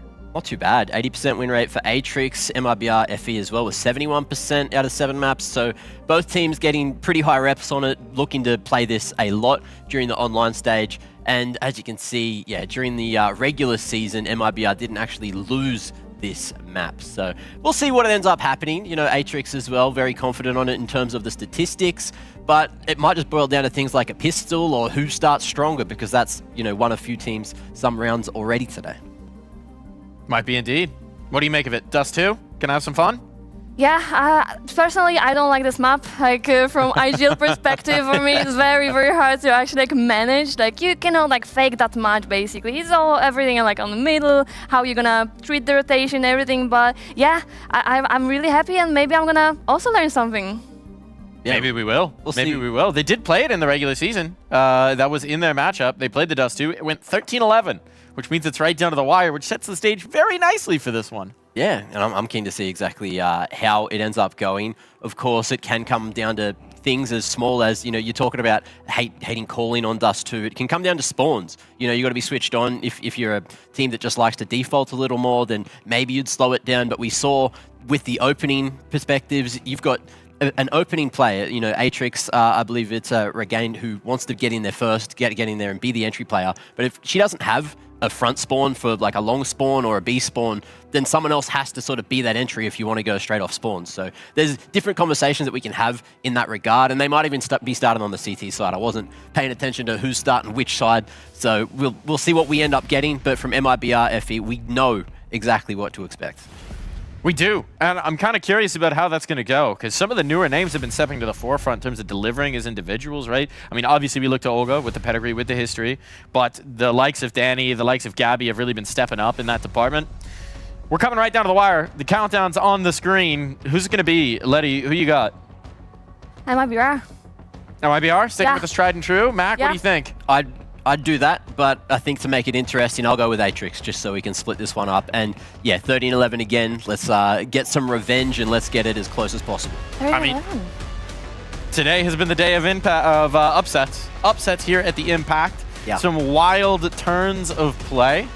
And, you know, whoever loses this is going to be finding Imperial down in that lower bracket matchup. So that is not a prospect you want. This BO1, if anything, gets even more important. Look, the winner plays NIP, so it's not like the stage is set for it to be easy, because there are no easy games here at this season of ESL Impact. And that's why we brought in two professionals to bring you the action, to bring you the cast. We got Freddie and Sam. Take it away. Thank you very much, Mike. And we have the Brazilian derby, some flair being put onto the server, and a real juxtaposition on the teams. You've got Atrix, 4 of their players. This is their first ever ESL Impact Finals. And then you head over to the MIBR side, and veteran would be an understatement. Yeah, and this is a really exciting map as well, because as Mac pointed out, they did play it in the regular season, but they played in a satellite tournament like 2 weeks ago, and it wasn't even played in that best of 3. It got banned out in the final ban by Atrix to take them to, I think it might have been Mirage for their map 3, which they never got to, because MIBR won that one 2-0 as well.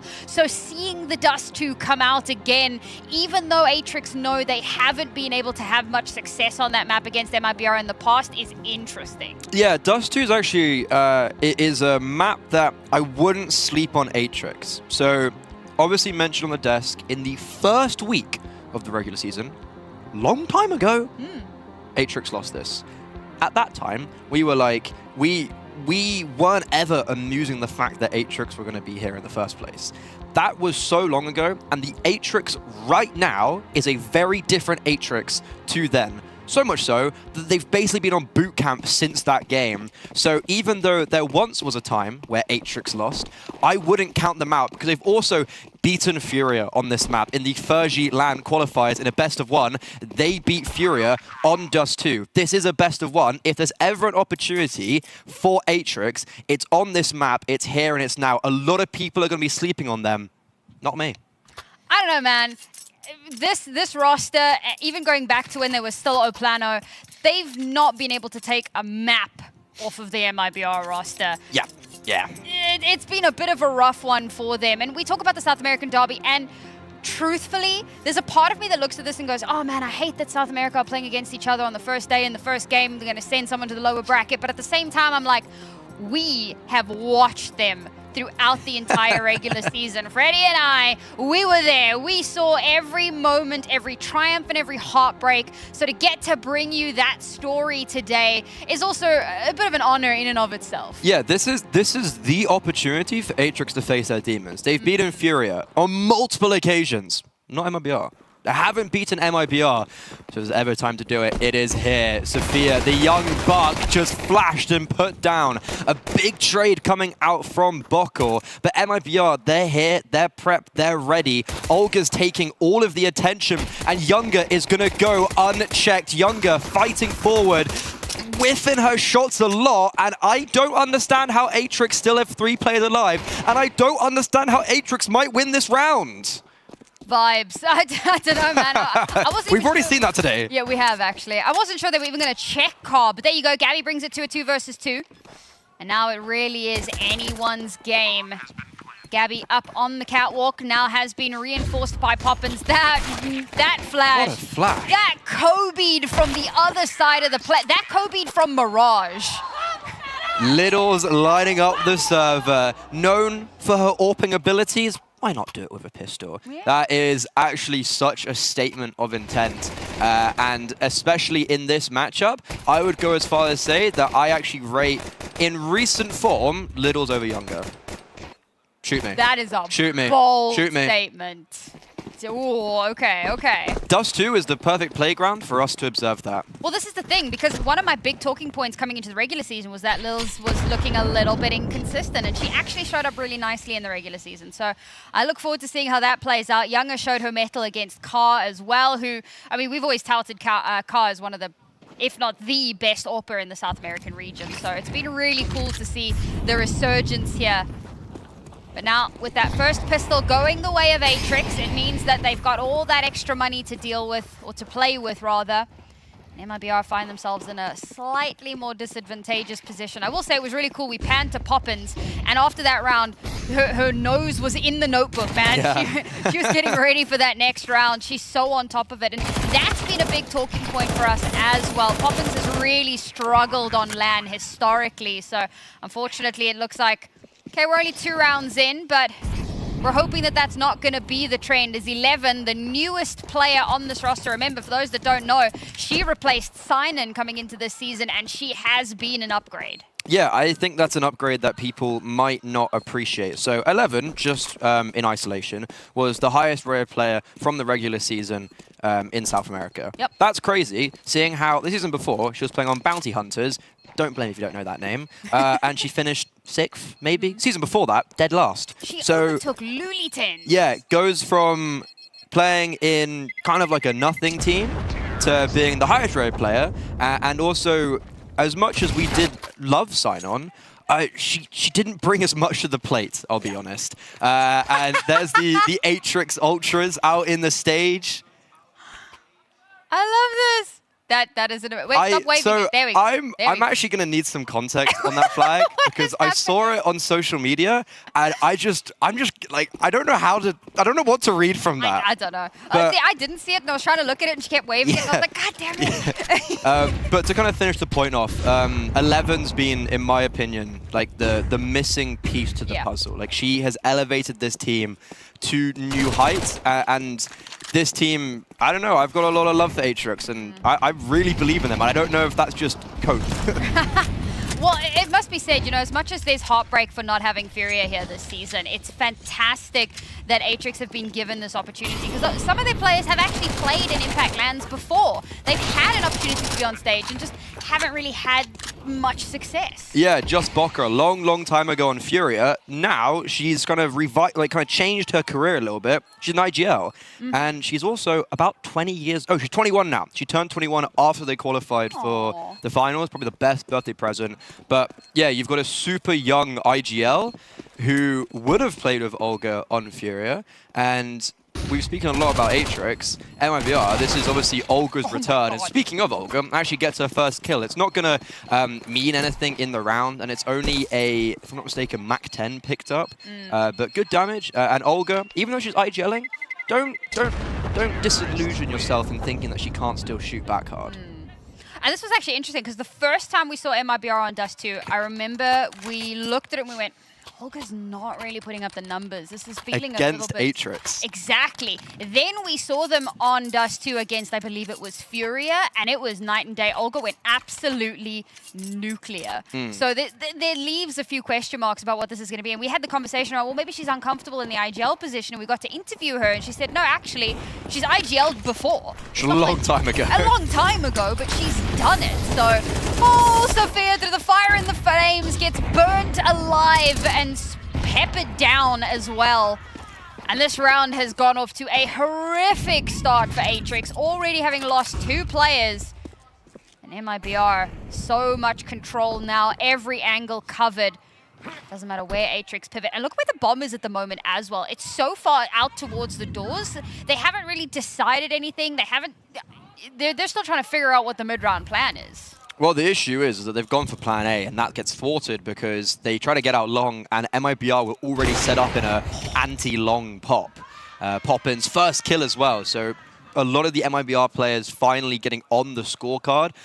Really important to kind of break that barrier early on. So it's a good first 3 rounds from Atrix, but as soon as the rifles come out, MIBR say, hey, we're the favorites, and we're going to say why. And Danny continuing her LAN form. Danny, the MVP of their most recent LAN win out in Brazil, the Fergie Clutch Finals. She was just so much better than everyone else, and is showing that, not as a star player, as an anchor. I feel like the MIBR fans are like just as loud as the NIP fans were. This is crazy. Sorry, not the MIBR fans, Poppin's mom. Yeah. just one singular just one person. Yeah. A couple seasons back, she found some kids and got them to come and like scream with her. So we had like a... Such a weird statement. So great, man. It was so great. And it was at last year DreamHack as well. It was just really cool. Just rallying the troops to support her daughter. The things we love to see. But here we go. MIBR have their first round on the board. Oh, Younger tells Sophia to sit down through the smoke. Opening kill, advantage MIBR. Danny just swings. Okay. And Bokor also gets sat down. A lot of sitting. A lot of people being put down on the floor. Danny is just, I was talking about Marie and her development since Season 7. Danny goes into that conversation as probably one of the players who's developed the most, gone from struggling in Dallas to now fighting for potentially the whole MVP. A 2 versus 5 turned into 2 versus 3 for Atrix. Even though it's been a round filled of success, oh God, what are we doing? MIBR are overplaying their hand. Oh, Poppins caught out past the smoke, getting a little bit too aggressive there, shut down by Littles. Between her and 11 have made this was what, a 2v4? 2v5. And they've brought it back to a more than doable situation. But to MIBR's credit, they now play a little bit more passive. Just under 30 seconds remaining. They can whittle this time down a bit more, then they may still be in a chance to salvage the round, at least somewhat. 11 steps into the flames, but Olga gets the kill onto Little. She'll get traded out and it leaves it to a 1v1, but it's 11 that's still alive. 1 bullet to do it, but it won't be hers. It'll be Gabby to clutch the round for MIBR. Unlucky there on 11. She snaps onto Olga in CT. Very good awareness, but then just doesn't quite grasp the right thought of where Gabby will be positioned. But regardless though, a 2 versus 5 and MIBR only survive with 1 player. That's a really valiant effort. And I said, I rate Littles over than Younger. You looked at me just kind of like, Brody, what have you been up to today? And right there is just a prime example of why I think that. But hey, MIBR, they stay true and tested and will go on to a second round. Be curious to see what happens with the T-side AWPs, because, you know, Newt gave us a little bit of a stat drop a bit earlier on. I believe it was MIBR, he said, don't bring out the AWP on the T-side terribly often. So they're going to want to try and get as much out of it in this first half as humanly possible. We haven't really seen too much of it just yet. Looks like this is a timeout as well, and I think it's much needed. Take a moment, take a breath. Atrix had a really solid start to the map, but as you said, as soon as those as soon as those rifles were picked up by MIBR, things started, the winds of change began to be heard. It's also really cool just checking all the teams with their little strat books and their pages and like checking and like, it's such a cool thing. It's such a CS thing as well. You don't really see it too often in other games. I was when I was flying to this event, I was in Japan, so I was flying from Japan to Amsterdam, and I was next to one of the guys who's doing Overwatch, Ans, who's who's won an Overwatch League Cup. So firstly, just a crazy coincidence. But yeah, he was asking, he was like, when you're prepping a game, isn't it literally just like each round you do this? I was like, oh yeah, like it's, you know, maybe not round by round, but there'll be a pretty set plan for if this happens, you do this, and if this happens, you call this. And he was just like, it's mental. Like that's just not a thing in Overwatch, for instance. Yeah, well, to be fair, Overwatch is chaos incarnate. Also, folks, Freddy has told that story about 4 times over the last 2 days. Because it's really cool. it's like, I mean, the coincidence is uncanny. If you guys could have seen my face when he started, I was in Japan and on the flight, and I was just going, oh my god. Because the funny thing is, I've heard the story every time. Because you're always around. You're just kind of following me. I am rather. Yeah. A fan. I'm like a capybara. Oh. All right, so that round goes Just. as predicted. Almost a bomb down. There was a little cheeky, we're going to go out long and you're going to plant the bomb B. Close, but no cigar. Ooh, going for the AWP battle. Not quite getting that double doors kill. We saw some nasty ones during the regular season, but this time around, not going to be the case. This is actually the first time that we're seeing Atrix maybe properly kind of take a slower default through underpass, take mid control. They've been putting a lot of pressure on long in the gun rounds. It hasn't actually rewarded them, so they're changing up their beginning of their default, and they're going to get this space. The issue is it's going to cost them a lot of their utility, and they've also taken damage on Boko, on Sophia. So MIBR seem right now very content to allow Atrix to take that control, and then pounce when Atrix start to make a move onto a bomb site. I think what's really important with this is allowing that space. It also means so Atrix don't know that they're being allowed the space, so they have to invest that utility. Look at that. That's their second to They've last got one flash left. That's it, right? So they've used so much to garner very little space when you think about it. Okay, they've got a little bit of information that they can potentially play off of, but they haven't actually taken much. Now, with that going out, no flashes, only one smoke left. Younger, look at where she's positioning. Yeah, so Danny has to come over and help her because Younger was fixated on long, but because Danny's relieved her of her position, she can now focus on this short take. Molotov doesn't connect onto anything meaningfully, but the counter Molotov gets some chip damage. What? Oh, Younger. Shot missed. Olga has to come up huge, but can only get one. Sophia is a revelation in this exec. I say that very specifically because it's been a bit of a rough one for her. That's her first 2 kills of the map. Regian's still sitting on 0, Boko only on 1. You look at the scoreline and you start to think, well, how do they have 3 rounds? A lot of it has come down to Littles and 11, whereas MIBR seem to be firing on most of their cylinders, and their cylinders just keep going, man. Just continuing to be a problem despite all the space taken, despite the bomb being planted between Poppins and Gabby. They just steal it straight back. What a crazy retake from MIBR, but what just such a disappointing post-plant from Atrix. Sophia, first 2 kills of the game, as you mentioned. I was actually very cautious when I was watching her have that slow start, because in their most recent LAN, the first LAN for this team, Atrix, in Brazil, the Fergie LAN, she had a really, really, really rough performance. And that comes from the online season, where for the last 2 seasons, we've been going Sophia this, Sophia that, Sophia this. So to see her go from that to LAN, and like, you know, the drop-off was huge. I'm thinking, okay, finally, first round where she's putting pen to paper, and then their post plants is Little's just peeking with an AWP into a disadvantaged position, players out of position, no one actually playing in coverage. Like, it's a great retake from MIBR, but that feels just a monumental slip up from Atrix in a best of 1 where they can't afford that. So I was seeing like a little squishy thing on the desk there, and I was wondering what on earth that was. It looked very cute, very squishable. Hero AK on 11 now. Oh my god, Boko. The fadeaway Tech 9 shot tries to double up, The Poppins won't allow it, and okay. A bit crazy. I mean, it was Bocor, to be fair. There was a world, not this one, but somewhere in an alternate universe. Perhaps. That's Olga down though. She's not had the like kind of best of games. You know, that last round only gets one in a position where you kind of think she'd get a multi. You say that, she's still like second to top frag. She was the second best player in the world 2 years ago. Poppins looking to beat the allegations. Because as we've said before, she has been a little bit disappointing on LAN in the past. So I'm hoping that we'll start to see a little bit more out of her, because she is incredible in the online stages.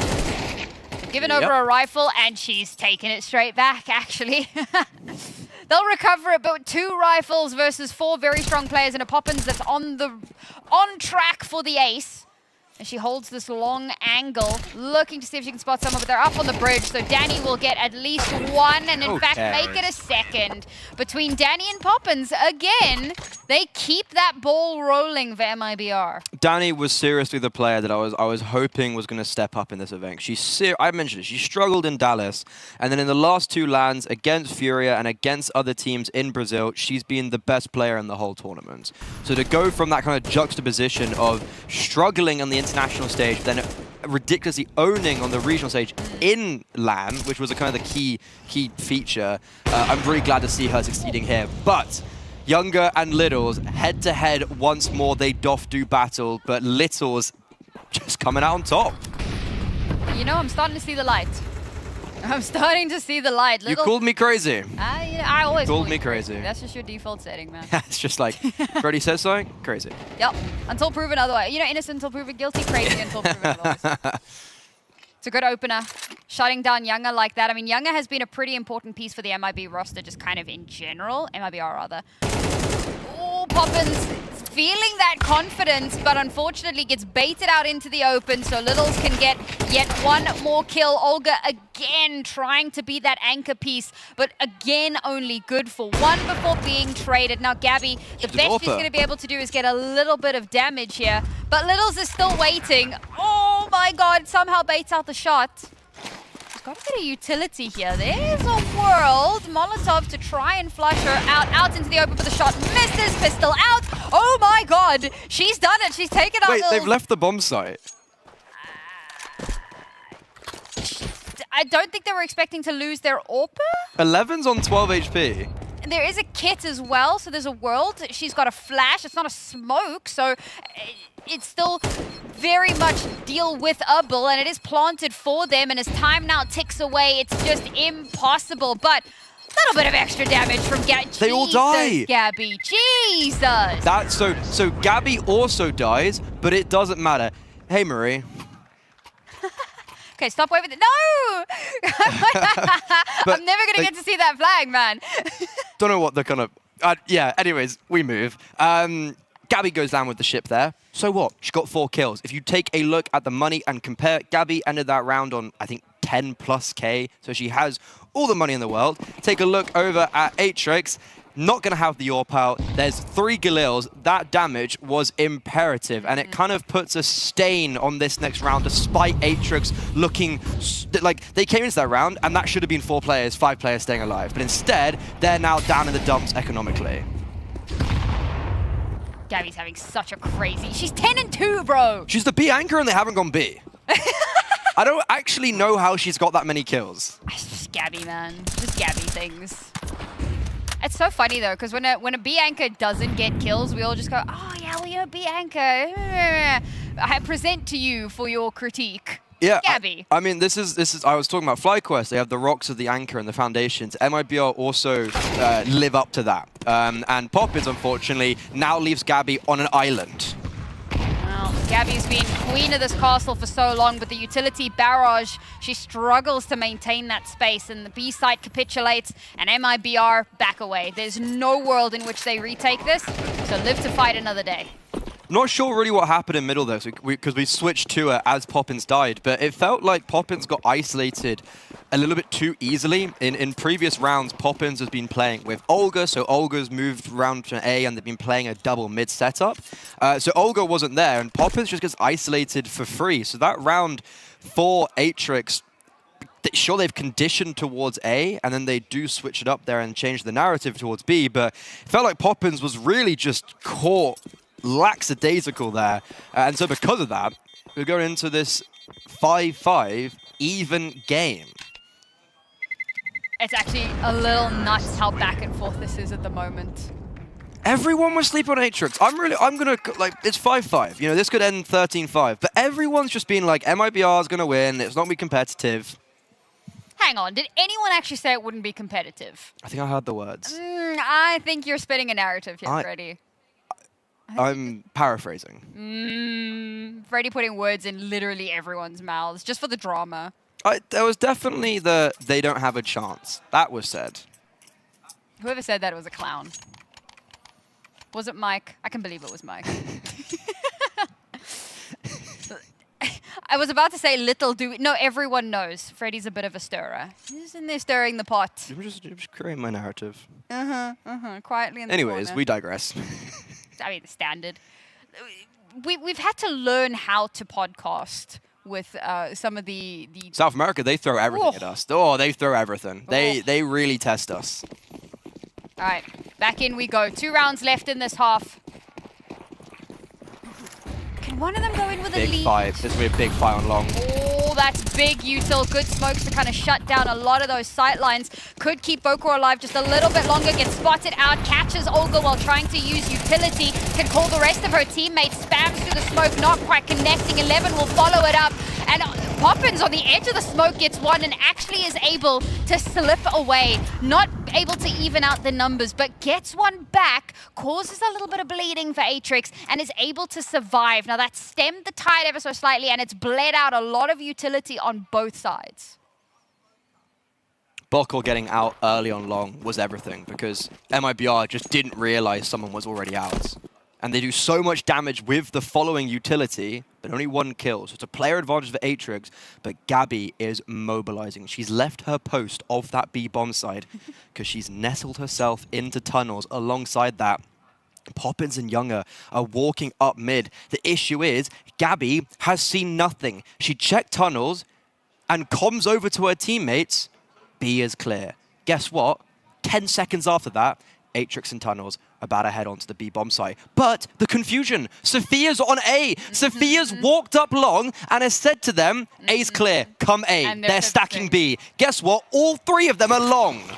And the pivot is actually... There's 25 crazy. seconds. The mind games are out of this world. Footsteps heard. Sophia catches Poppins, trying to make her way up long. Younger will trade it back, but now the reinforcements from Atrix are making their way in on towards the site. The last vestiges of Util to come through. 1 Molotov is all that remains, but they should be able to get this bomb planted. HE out. Doesn't get the kill, but chips 11 down dangerously with 2 players left. It's certainly doable. Both players have kits as well.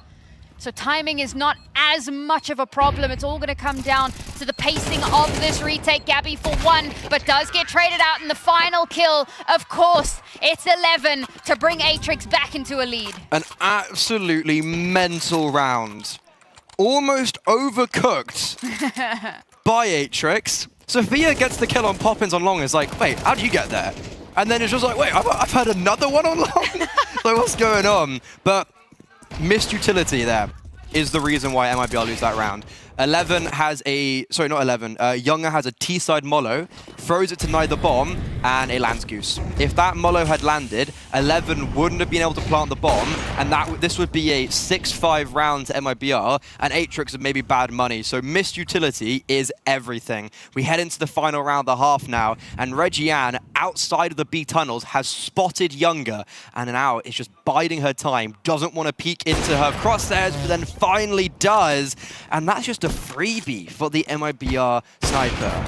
It feels like Younger cosplaying Car a little bit here. I mean, that's one of the things that makes Car such a standout, is how aggressive she is. Well, it's going to be Younger this time, putting the region on her back. I debated saying that, considering they're both Brazilian teams, but here we are. Danny with a spray down onto a full blind 11, gives MIBR yet 1 more player alive, and we're staring down the barrel of an even score at the half. But it ain't over just yet. Sophia's made her way up long now. Great flash. Allows her to get 1 before she's put down, but unfortunately now we're in a 4 versus 2. A near miracle is what's needed. 40 seconds remain for Atrix to start making their way through. Littles is bleeding, damaged. And Younger is just waiting, posted up perfectly. The flash to connect, her shot doesn't land, but she's able to survive. Bokor gets the kill onto Younger. Might have an opening here.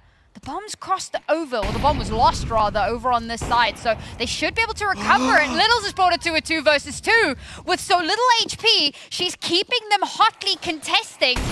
Now they've still got one flash available, but the Molotov buys that extra little bit of time for MIBR, down to 7 seconds remaining, and the bomb will at least get planted. Littles holding the line, holding that fire, allows the bomb to go down, and in a 2 versus 1, Olga cannot make it happen. What a clutch to end out the half. You scream, let them hear you.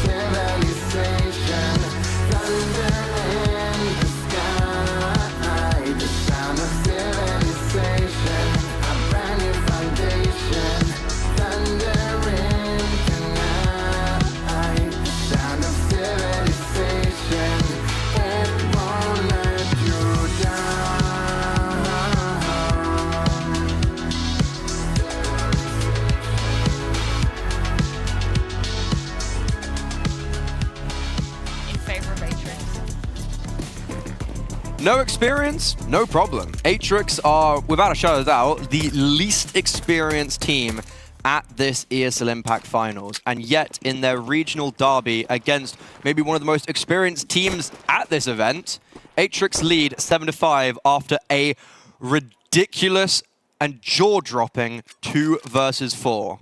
The really fun part, we spoke about how they played in the regular season in Dust 2, and we're like, oh, it was such a long time ago. It was the exact same scoreline. 7-5 in favor of Atrix. Like, deja vu all over again, and we know how that map ended. 13-11 in favor of MIBR. So this is the half where we could start to see the magic happen. We'll see what kicks off with the pistol. That's going to be a bit of a, what's your favorite phrase, a litmus test? Temperature check. Yeah, sure. Yeah. It's going to be a split towards the B-bomb site, and unfortunately, Sophia is on an iceberg by herself. Bokor's going to try as she might to support, but these dual Berettas, they're going to eventually get mowed down. And this pistol round, surely it goes in favor of MIBR. Surely they don't lose another player disadvantage. Pretty playing a dangerous game there, but it is the B-bomb site. It is notorious for being incredibly difficult to retake, so going to take some fancy footwork from the Atrix ladies if they're going to turn this one back into their favor with a numbers disadvantage on top of everything else. 11 and Regian together are making it doable. Younger is caught in a really odd spot. What a shot from Littles! All right, make me eat my words, why don't you? What a little bit of teamwork there from them to end off with a nasty shot. What was that from Littles? The 180. One hit away from death. She was on like 15 HP. MIBR, I don't know if they've known what's just hit them. Want to reiterate, Atrix have never beaten MIBR in the last kind of couple months, right? It's always been Atrix, they could beat Furia. They've done it in multiple occasions, and on this map, actually. But they haven't been able to get past that kind of demon of MIBR, and a second pistol round win delivered by yours truly, Littles, who was also the main reason why that 2v4 was won at the end of the first half. She's on the orb in the first round and is just battering them. Left, right, good night, MIBR. This is supposed to be Olga's swan song, and instead, it's looking pretty scary. The crazy part is that the two of them in tandem, full blind. Okay, yes, it's an anti-eco for the Matmas, you know, watching. But either way, that is a great way to crack this round open and just keep that tide ticking over for Atrix. Up now, this will put them to 9-5, one away from double digits, and this is a great resurgence from this roster. We weren't sure what to expect. We knew that this was a strong team. They wouldn't be here if they weren't a strong team. They wouldn't have been taking down the likes of Furia and having really close matches against MIBR if they weren't an incredible team in their own right. But they have really shown how much they deserve to be here so far. Can they follow up that momentum? Well, flawless. Yep. That's actually such an important round for Atrix to be winning because it's an anti-force, so they win the conversion, and not only that, are able to break away further, but put MIBR onto an eco. On Dust 2, and on the CT side, Atrix are going to have a lot of rounds to the good, and also all the momentum in their sails. The only player to have played on an ESL Impact LAN in this team was Bokker many years ago on Furia, back over in 2023. So over 2 years ago, she returns leading her own squad at the age of 21 and is about to potentially go one step away from the playoffs. now I'm drawing these parallels, and I suppose it's important to note the deviations, because this time around, whereas in the past, what had happened was we go 7-5, Atrix in the lead, MIBR get 4 rounds back-to-back to give them that lead and springboard them back into the series. But this time, it's Atrix that have done this, that have given themselves a huge boon by winning the pistol and the conversion. MIBR back down onto pistols, and this could be the end of the line in this series. We've seen some crazy stuff happen over the course of the day. Yeah, let's see a first gun round. When they eventually get there. Yeah, well, so because the important part in this round for Atrix is keeping it clean. And then on the other side of it, you've got MIBR. Did no damage in the last. How much damage can you do here? Can you get the bomb down? And it seems like not. Littles does get a little bit over-aggressive there with the orb. But that's when Bokkel's there to save the day. The 2 versus 4, there was those 2 players right there who won that out. And they're just continuing to punch above their weight. This is double digits for Atrix. This is the difficult part. This is when it gets hard. They're a very inexperienced team, as we were saying. So closing it out could be the hardest part. Do they try and finish the game too quickly? And because of that, will MIBR potentially be able to start snowballing? So this, to me, is the hardest part for Atrix right now. Maintaining that staying power. That's the call of the day here. Young not able to get that opener. Great little bit of util that allows that first kill, but it does get traded back. The long control not really finalized just yet, as Poppins is still kind of posturing a little bit here, still hoping someone will walk into her crosshairs, and that's exactly what will happen as the smoke dissipates. She gets both. Danny follows it up with the third, and now Littles is left all alone. We were waiting for the rifles, and we were waiting for Poppins, and both have delivered in this round. Yeah, massive round coming out from MIBR. It was imperative that they got that one across the line. A little bit fortunate, I'll say, that Poppins randomly sprayed through the smoke as the flash was about to come in. Tags 11, if I'm not mistaken, and as soon as they do that, they play anti-flash because she realizes something's about to happen because they're still hanging around. So I actually like the idea of bringing over what would be a fourth player to go and try retake long, a double pump, which, yeah, would have taken them by surprise, but because 11 was tagged through the smoke, they had to go a little bit too early, a little bit too quickly, and that really played into Poppins' hands. So a massive round coming out from her. It's only 2 kills, but it's so much impact. But Little Z, however, will be able to retain the AWP. It gets a bit of damage in the latter end of that round. Yeah, a lot of damage done there to just try and make it that little bit more expensive going forward. But the most important thing here is that kind of stay of execution. Now Atrix will take a little bit of a timeout. You know, you can't win all those rounds consecutively just to lose the first gun round and feel any sort of comfort or happiness in how that went. So take a moment here to rethink what the strategy might be. I love how, like, he's covering his mouth. Bro, we can't read lips. We also can't speak Portuguese. Yeah. Maybe there's a lot of, like, crowd noise. Sorry, that's actually crazy that he was like, okay, dude, come on. That's like, come on. Oh, I actually, I'm still getting used to seeing an MIBR without Darkside. Because he was the coach.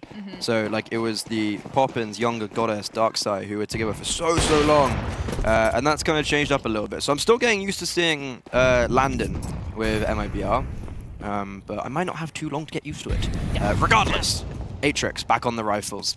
I was going to make a bit of a dark joke there, but I thought maybe I'll leave it alone. A Darkside joke? It was going to be something... That's Doff's territory. Puns and humor. General silliness. I was never a pun person until Freddy happened to me. And yet, now here I am. I put you to shame sometimes. BF and AF. Before Freddy and after Freddy. It's a new way of tracking time. All right, a little bit of a slower start to this one. MIBR having taken advantage of that attack timeout as well. Like, let's think about what changes they might make so that we don't get caught. I'm looking at mid. I'm looking at Younger. She's staring down the doors. Sophia and Boko. Now with Reggiane. It looks like they want to move, and this is exactly what Younger wants. I thought for a second that a flash had been thrown, but I'm just tripping. I'm hallucinating. I thought that would be a really good opportunity. Oh, Younger's getting so cheeky with this. Poppins now to play that potential bit of distraction. Through the doors, can't win the fight, and the first 2 deaths in quick succession, and that is the bomb. My God, this round went awry in the blink of an eye. The plan, the walk up, the lack of utility to try and catch them off guard, and it failed miserably. The new kids are on the block, and they're here to stay. Atrix going to 11, only then 2 rounds away from winning their inaugural game of ESL Impact here in Stockholm. Bombs down. This round's not going to be contested. Gabby and Younger need to cower into the tunnels. They do luckily survive, but it's after time. And as MIBR call another tactical pause, their economy is in shambles. This is nightmare fuel for MIBR. They're playing up against the younger daughters of their region. This is a game where MIBR, they should be winning it. They're more funded. They've got more experience. They're individually players who have accomplished more, and yet Atrix, with only a handful of mighty fans, are making all the noise out in the front, and this Brazilian derby, it sure is delivering. I love the passion, the excitement. It's one of the things that we love about the region in general, is that even though we're literally on the other side of the globe, the fans have shown up here today. That's a crazy journey. Right? It's so far. I mean, it's one thing to go to Dallas, right? I mean, it's still another continent, but it's like kind of... It's the same premise. Like, it's so far both times. These are some seriously invested, passionate fans. Why don't we go to Brazil for an event, eh? Come to Brazil. This is the round, though. Look at the money. Poppins, Tech 9, 2 Galils, and the only primary weapons are the one safe. Flashbang's good, but Sophia doesn't even need vision, and 11's there to stem the bleeding regardless. Player advantage. This could be do or die. Yeah, we're saying come to Brazil. Atrix are saying we're going to start sending MIBR back to Brazil. Setting them on that path. Potentially knocking them to the lower bracket, as MIBR have only been able to pick up 1 round so far in the second half. It has been a dismal performance so far, well below what we expect from this roster. I'm just really glad to see that Poppins is performing. So things we love to see, but unfortunately it just hasn't been enough. There have been too many star moments here from the Atrix roster. Regian's 3 and 9. Hey. This is her moment. She's going to step up. They're coming onto a bomb site. She's going to mow him down. Never mind. That puts a lot of emphasis now on Littles, but luckily the flank is mobilizing, and the flank throws a spanner in the works. Littles, that's the shot that you can't be missing. A second opportunity gone missing. Boko, her mouse has just flown into the air. What's going on? Olga, it's time for her to save the day. Leading by example, has found the first, but 11 shoots her in the side of the head to complete the 4K and put Atrix, the unlikely squad, with 6 map points to the goods. Oh, man. Guys, you don't understand how Freddy is losing it. I can see the vein bulging on the side of his head. Like, this is so vindicating, it feels like, for the Atrix fans. Because we were watching, and much like how we felt with Imperial, it was like, we want them to be there. We want Furia to be there because it just makes no sense for them not to be there. But at the same time, the possibility for an Atrix to step up and to have this opportunity in the limelight, and they've taken it with both hands, and they are running full throttle. All right, here we go. Into the final round. Final opportunity. MIBR 6 consecutive rounds is what it's going to take to come back into this spot with a back turned. Oh my god, and Olga can't capitalize, and Little Zay has put her down. How is Olga not capitalized upon that? MIBR, they wanted to go to the B bomb site. It looked like they were just going to go straight into it. Sophia blocks them, and now they come into the mid round with lower weaponry, lower utility, and they're just going to have to go back to the B bomb site, but they've got that player disadvantage. They've got no lurks, and these two on B are ready and waiting, and this time, Regian, she's going to get that kill, and she's going to deliver the victory for Atrix. Utility starts to come out. She's ahead of the flash. She can get the first one onto Poppins. The second one follows up beautifully. Looking for the third, and she gets it! Regian! Regian! The redemption arc! We just mentioned her! The excitement! The thrill! They've done it! They've set MIBR on a path back to Brazil, and they've secured themselves a spot in the next upper bracket game, and the excitement is palpable. Just look at that. Just look at that. 4 of them. This is their first ever ESL Impact LAN finals, and for Boko, it's the first time in 2 years. Changing to an IGL, leading a team of young players, spending months on boot camp, dedicating their whole lives to this game, and it's paid off. They come into this regional derby as the most unlikely squad to be going into the winners bracket, and now they shock the whole ecosystem. They shock the whole of the women's scene, as they are 1 step away from making it through to playoffs against NIP later today. What is there to say aside from Vamo Atrix? You said it. They came into this as the unlikely ones, the ones who were probably being counted out, much like Let Her Cook, who did something similar earlier today.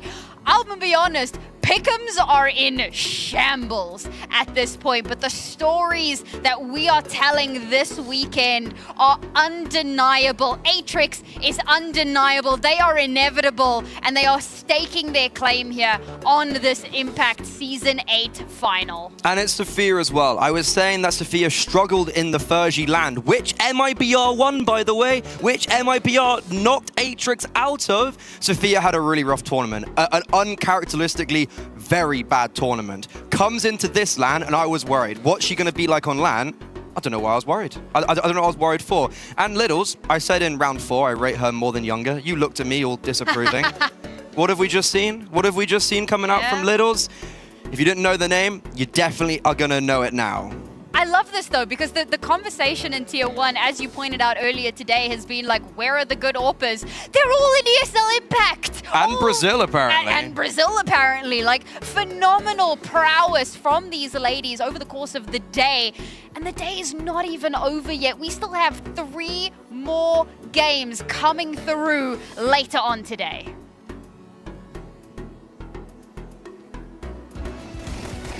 Wow. What a performance, what a shocker. It's been upset city all day here in ESL Impact, and this one might be the most stunning as of all.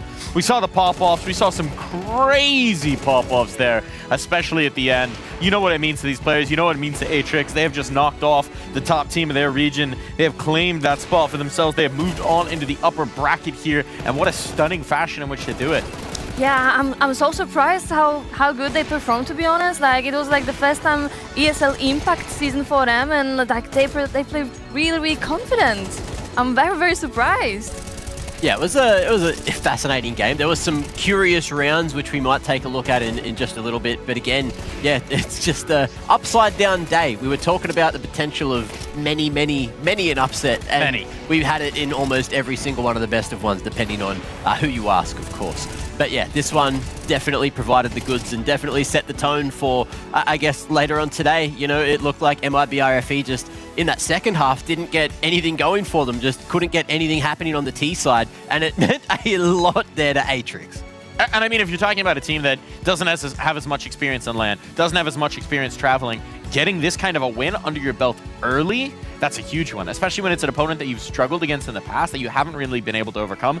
Getting that victory, that just builds so much confidence into the next match. That builds so much chance for them to grow going forward. It's a huge result. This is just so impressive for Atrix to start their Impact Finals campaign. Yeah, I really think it's gonna boost their motivation so much. We saw the camera after the game. They went crazy. They were so happy. They really enjoyed the winning. Like, yeah, it was such a good view to watch. Yeah, there was just so many moments, so many moments. So many moments indeed. And here to hear a little bit more about those moments, we've got Heku standing by for an interview. Yeah, I have here with the winner. Those congratulations. This was not just like a Brazilian derby. If I recall correctly, you played against MIBR already like 4 times, or maybe this is the 4th time, and it's the first time you ever got to win. What does it mean to you personally? Yeah, we've played against them like 4 times before, and we had like very close games, and I felt like it doesn't need like much, but like little details for us to get better and finally win. And I'm just so happy that we could show our game today and like play really well and beat them finally. Finally, but Boker mentioned like how she had to transform her whole house into a boot camp, and that you got to practice that a lot. Maybe like getting to invest that time, also like maybe bonding as a team, gave this kind of result. Yeah, I mean, like, we've been boot camping for almost 2 months in a row. We've been playing like so much CS and like getting better and practicing every day. I feel like this boot camp like helped us a lot to like step up and be able to win this game.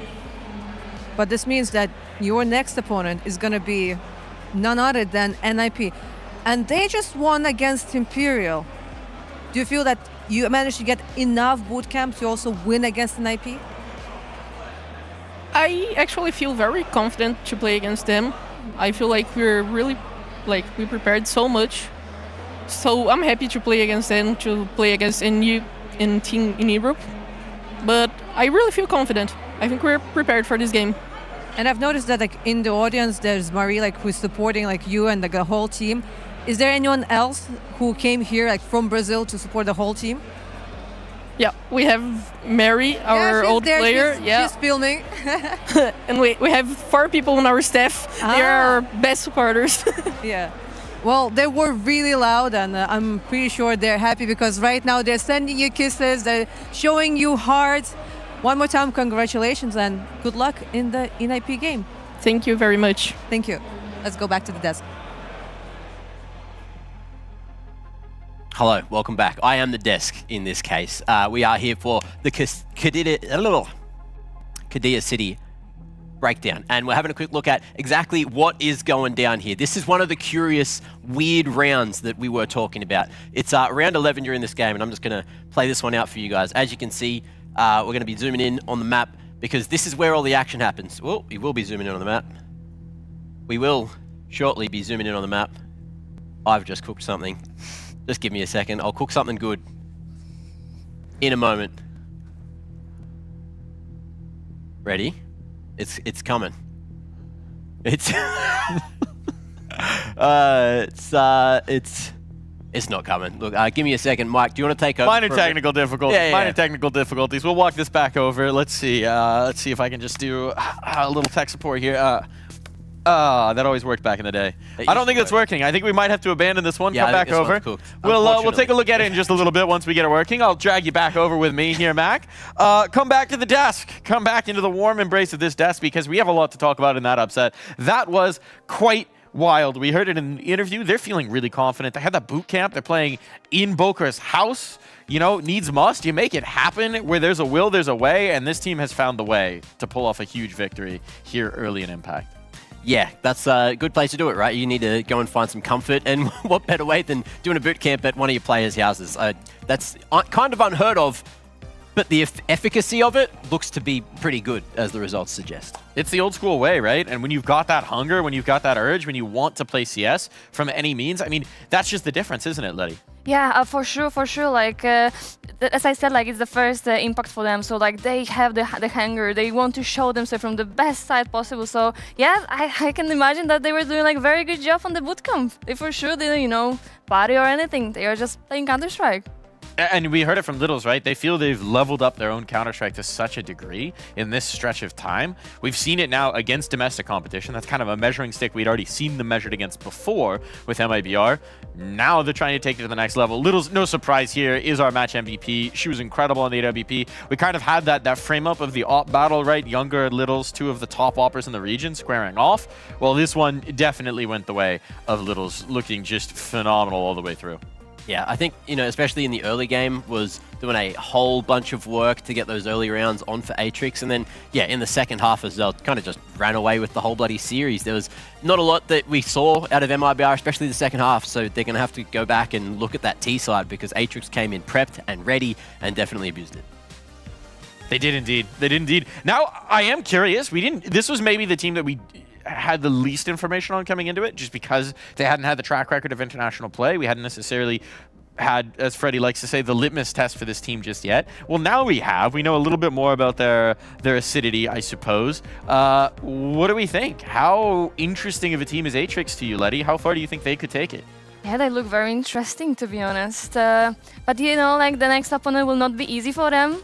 So, yeah, I'm not sure. Like, of course, like they looked very, very good against MIBR. But again, like I'm always thinking if it was MIBR fault or Atrix was actually like a very, very good performance. Yeah, I'm interested to see how they do later today in their next best of one. Obviously, they've been playing a lot of Brazilian Counter-Strike, South American Counter-Strike, but they haven't really gone up against too many people in Europe. And what we saw from NIP showed that they bring in a solid brand of Counter-Strike here to the finals. So it could be anyone's. Let's look at the other side of the coin for a moment here before we move on. MIBR. We expected big things from them coming into this. We expected big things from them with Olga returning to the region, bringing them back to an Impact Finals.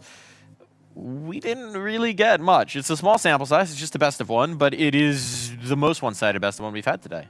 Yeah, I completely agree. Like I really expected them a little bit more, actually much more.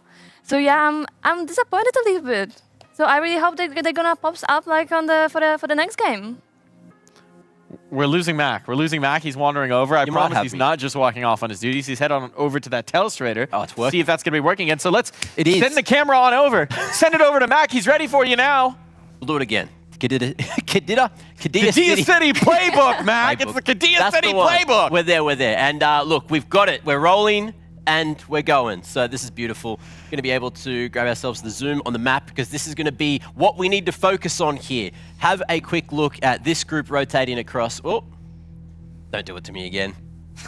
What are you doing now? You're I don't know. Let's just keep it easy. I'll point to it because it makes it easier. So you got the T's rotating into uppers. You just saw whoever number 5 is clear upper dark, and then they think, oh, it's clear. But in the meanwhile, whoever this is fully clear in the A site. They make the mid-round call. Don't go B. There's no one A. It's going to be a B stack. But little do they know the CTs have just fully grouped up, pushed through mid, gone through long doors, and are flanking A. And the timing ends up working perfectly for the CTs. But because the T's come up short, it's really weird. It's really weird how it all plays out. But then T's end up winning the round. It's a whole cluster of fun. And as you can see, who was it? It was Sophia who ended up making that call after going up long solo on that lurk. Ends up working out for Atrix in the whole chaos of everything. But MIBR, they didn't necessarily do the wrong thing. They did the right thing by grouping up, pushing as a team, and trying to make it work. But it just got fascinating.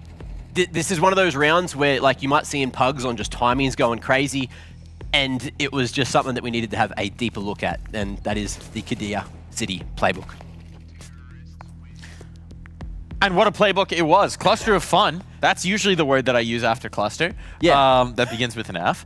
Yeah, very chaotic rounds in some of those as well. And I think you make a good point, which is that objectively, MIBR seem to be making some of the right moves. And then sometimes when the rubber hits the road, when the pedal hits the metal, it just comes apart anyway. Sometimes you can make the right decision. You still have to be able to execute. Yeah, and that's it. Like at the point where it looked like MIBR FE were going to be walking out to B and make the right call, we knew that. They don't know that. There's so many unknowns in the mix of things, and you can only paint like a mental picture of what the round is looking like off of the information that you have. And Sophia thought she was making the right call, ended up kind of making the right call because of how the timings all worked with the weird rotations.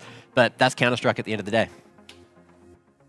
Yeah, but like for example, like CT also did a very, very good good job because they were proactive. They didn't sit on spot. They just did something together. They decided they're gonna push together, and it ended up really good idea. Like, it's very important to be proactive, and I also always say to my players, like, it's better to, do something together than just sit and just wait. Yeah.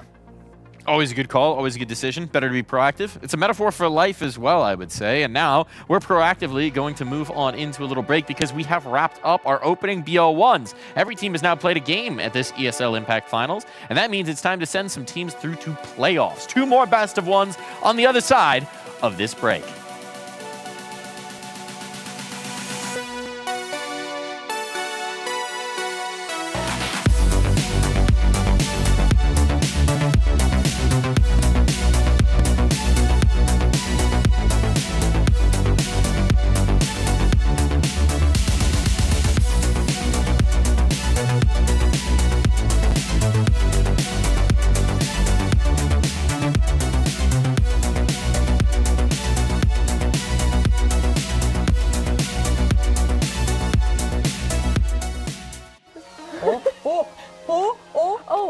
Oh no! Oh no! Look at that! I know that trick, right? This is like what I had. Like I ended up. Oh yeah, this one was good. Hey everybody, welcome to Games with Heko, and this time I have Booker from Atrix. First of all, how was the travel? Feeling any kind of jet lag? I was expecting a lot more jet lag than we actually have right now. It was like 18 hours traveling, but we got here a day earlier, so we got the chance to the city and visit, like go to some stores, buy some things, and just enjoy the first day. It's really easy to say, like, oh yeah, there's like no jet lag, I'm feeling fine. Maybe we can check out your jet lag with how it is like your coordination, right? Because we're gonna be playing some Jenga while having this interview. Can you now elaborate and explain everybody, not just like me, the whole story with the bootcamp? Where is it happening? Who's participating and so on? So when we were creating it, we were looking for options to have a bootcamp. And in Brazil, we don't have too much facilities, and the ones we do are pretty expensive. And like being independent, like we don't have that much budget to actually invest on a boot camp. So me and my parents had the idea to create a boot camp facility at my house, and we bought some tables and some chairs, and then my mom actually built the whole studio at my garage, and then she painted the walls and she put everything together. It looks like completely different than before, and we spent like 3 months at boot camp, and the girls love to be there. It's been really a privilege to have that because I haven't had this like in any organization. It's such a family thing, and I think me and the girls, we all love it. This is a giant Jenga though. Like, yeah, it's not like oh my god. But if you touch and you feel like you should not, you can change. Okay. We have that. Okay, We are it's friendly. an easy one. We're friendly. It's like you this can, one. So you can touch like the first 2 layers, but like once you add this one, you can raise. Like it becomes, now this is like the 3rd one. So. Oh yeah, this Why one did I was go for good. this one? This one was satisfying. You're actually leaving the easiest one for me.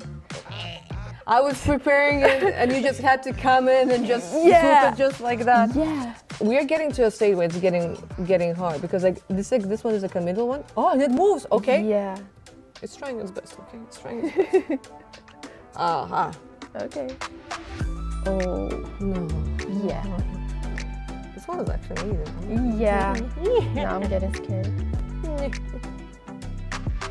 I hear stories of how players, for example, like spend many like months because they are, they're going from one event.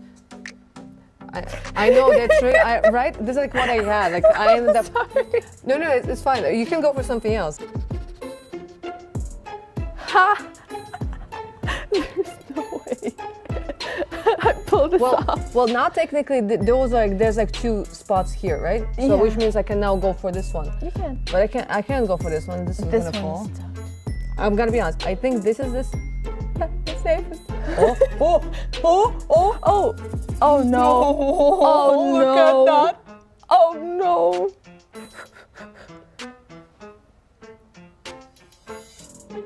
Oh no. Okay. Oh gosh. No way. No way. I let it go. Now it will fall. No It's not on me. way. No, it's not on me. Still? No. Good. It was so loud. I was not expecting it. It's fine. It's fine. It's a part of the process. Oh, we had no. the Jenga, but You're legit so good at it.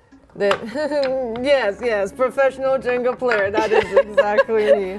But listen, you have who won the previous one? Furia. Who won against Furia? Us. And I think MIBR didn't beat Furia. Doesn't matter. Right now for this storyline, doesn't Yeah. matter. You won against them. So maybe in the end of the day, that's like all you need. Like a bit of confidence there, a bit of boot camping, and becoming one big family. And so looking forward to seeing the games tomorrow. Thank you. Thank you. Hey, a little bump. Let's go.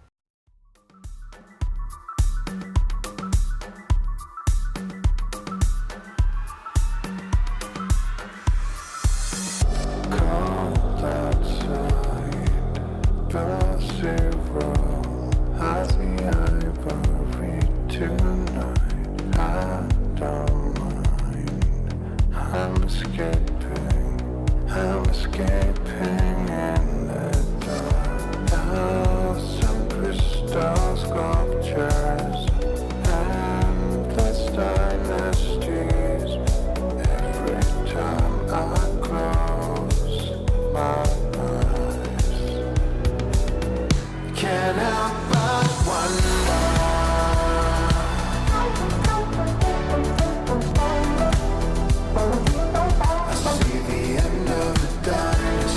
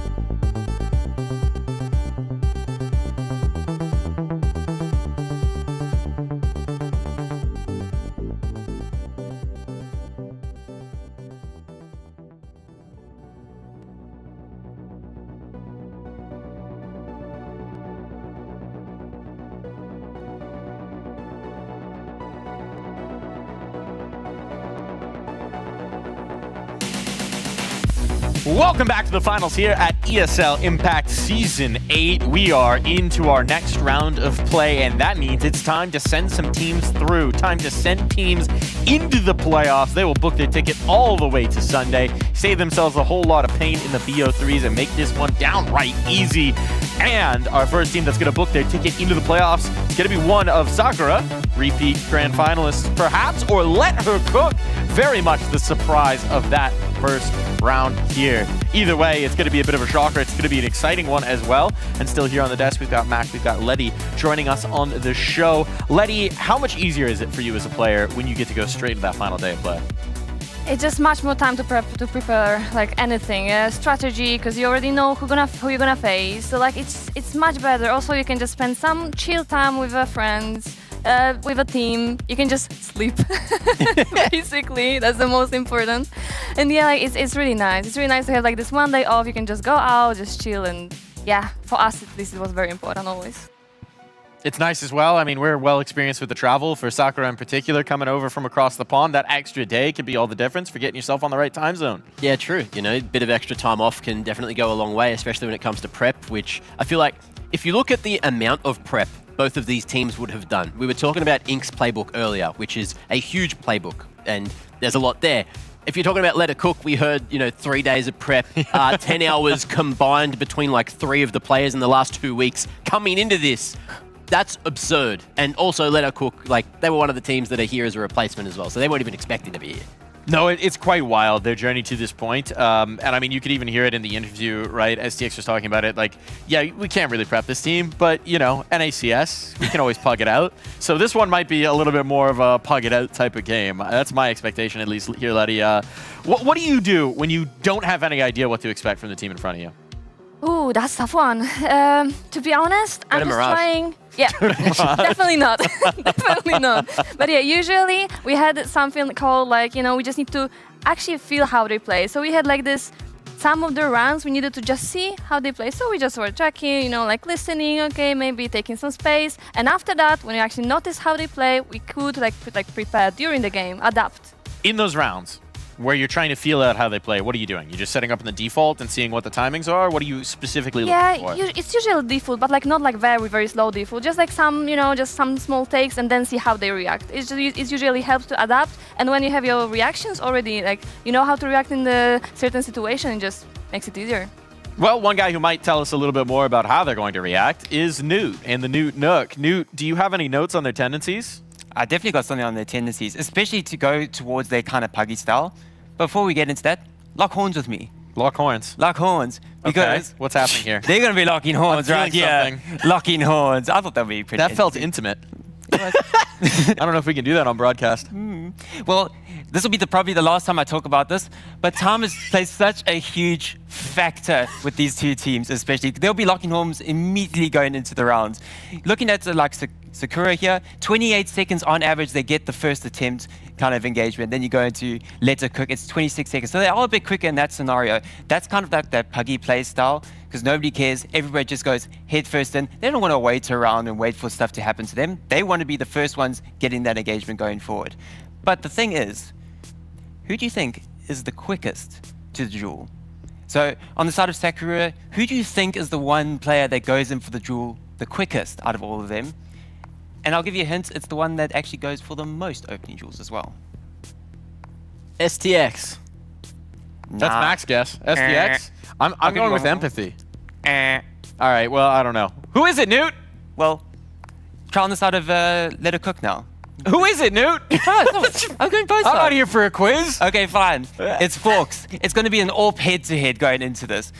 Forks is actually quite a particular case because 21 seconds on average every opening duel is taken. 21 seconds. To put that into kind of perspective, if you have the best spawns on Inferno and you go for engagement at Banana, the T and CT players with the best spawns will meet at the 20-second mark.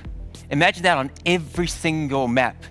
You go down to the AWP of Forks. And on the other side, Zia just goes absolutely crazy every single time as well. 23 seconds, setting up the team for success. So I think we're going to see quite a quick matchup going into it, especially with this head-to-head in the AWP department. I'm not sure. Who do you think actually has the edge going into it? Is it Forks or Zia? I guess that's going to be the question we have to answer. What I'm hearing is that this might be our speedrun of all speedruns in this best of one. Oh yeah, I'm ready for speedrun.com. #1 slot. Fastest game of CS ever. Fastest game of CS ever. That's the Newt promise right here. That's the Newt notes. We're going to head on over to the desk, see if we can get a fast analyst segment here for our fastest game ever. I'm excited. Speedruns. How do we feel about speedruns? I'm a big speedrun fan. Not necessarily in Counter-Strike, but I guess we'll see. And look, my I just want to say, my guess for the quiz was off of that first game with STX, going for, what was it, having 5-0 or something? 5-0, I think, in the opening duels. And in my head, I was like, ooh, must be her. But alas, it wasn't. Sometimes you need a little bit of a bigger sample size, but last minute cram did not get us past Newt's tests. Yeah, speaking about speedruns, like if they gonna decide to play Mirage, it actually might happen. It actually might happen. So I'm very curious. It's one of the maps where there is a lot of, really early engagements, over towards A ramp, over towards mid, and I feel like that's obviously it's spawn dependent, but it felt like we didn't see Forks going for as many openings as it kind of led to just before. So maybe if we end up back on Mirage, depending on the spawns, Forks might be able to get a few more opportunities. I mean, that iconic moment in our minds is the 1v4, right? Where it's Fox last alive, making that magic happen. But I'm curious about this one. It does feel like, I mean, both these teams are not strangers to the underdogs. It was just Sakura last season. They're returning the full roster. There was the Lettercook roster in Season 5. There's only 2 of those players actually on this team. But they still know the magic, right? They talked about it going into it. It's the Lettercook mentality. It's loose. They don't really prac. They're just sort of having fun. They're seizing the opportunity here. There's no pressure. They're just enjoying it. And you've kind of got this interesting situation where on paper, these two teams want to play very stylistically similar. But now Sakura have the temptation where they say, okay, do we try and slow it way down and make Lettercook go deeper in the playbook? Do we try and maybe flex the map pool a little bit? They're comfortable playing everything. What do you think? If you were in Sakura's shoes here, what would you try and do, Letty? I would love to put my my speed of the game like during the game, to be honest. So I would just put the tempo. This is how I would do basically. So, okay, I want to check. Okay, so for the first 5 round, I'm just trying to play slow. Not working. Okay, we need to change something. But you just cannot play constantly the same. And look, I think another thing that is going to be a good talking point for Sakura as well is I think they were on a 7-loss streak going into that last game, but managed to finally crack that and get a big win over Big Equipper, which is going to be huge for the confidence. So coming into this one, surely their confidence is going to be over the moon.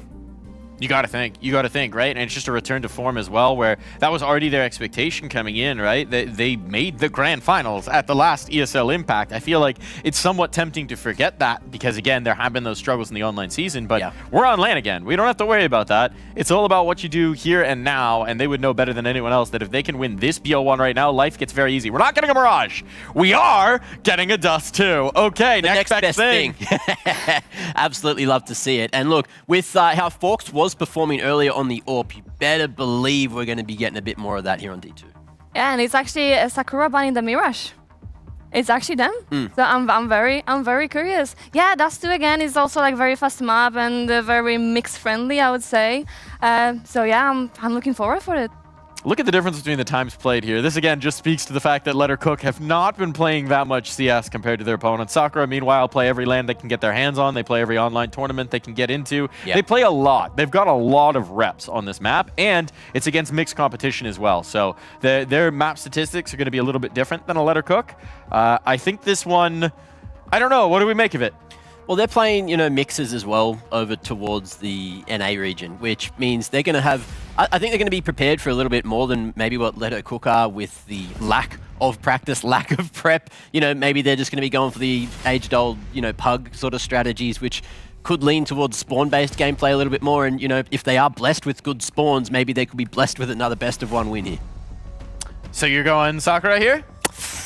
I don't know. What are you doing? I'll do the opposite. Oh, really? No, you go first. What a cop-out. What a cop-out. All right, Letty. You cannot put pressure on me. Europe on top. Let's go. I'll go Lettercook. I'm going for Sakura. You're going for Sakura? I'm going for Sakura as well. They made the finals. They got all the fireworks. They got all the spice.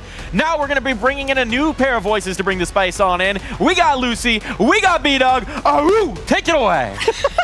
I like the bark there. Yeah, whatever you can do, I'll do the opposite. Good analysis, Matt. Great Nice, work. yeah. It just does kind of feel like it is opposite day here at the moment because I would never have picked these two teams to be in this position. One of them maybe, right? An outside upset, right? Both teams winning their opening games, underdogs coming through, and now one of them a berth to the semi-final. Yeah, look, I mean, Mike barks, and it really is a battle of the underdogs. I mean, the fact that we've got this right now, being our promotion game, as you say, it's crazy, but for one of these teams, they're going to make the most of this opportunity. Dust 2, for both of these teams, is all that you could ask for. It is a pugger's paradise, and it is an AWP haven. And as Nuke pointed out, the fact that we've got Zia and Forks battling it out, going head-to-head. Remember, this was the map where Zia was like 1v9. They didn't even win the map, and she dropped like 40 kills in the regular season.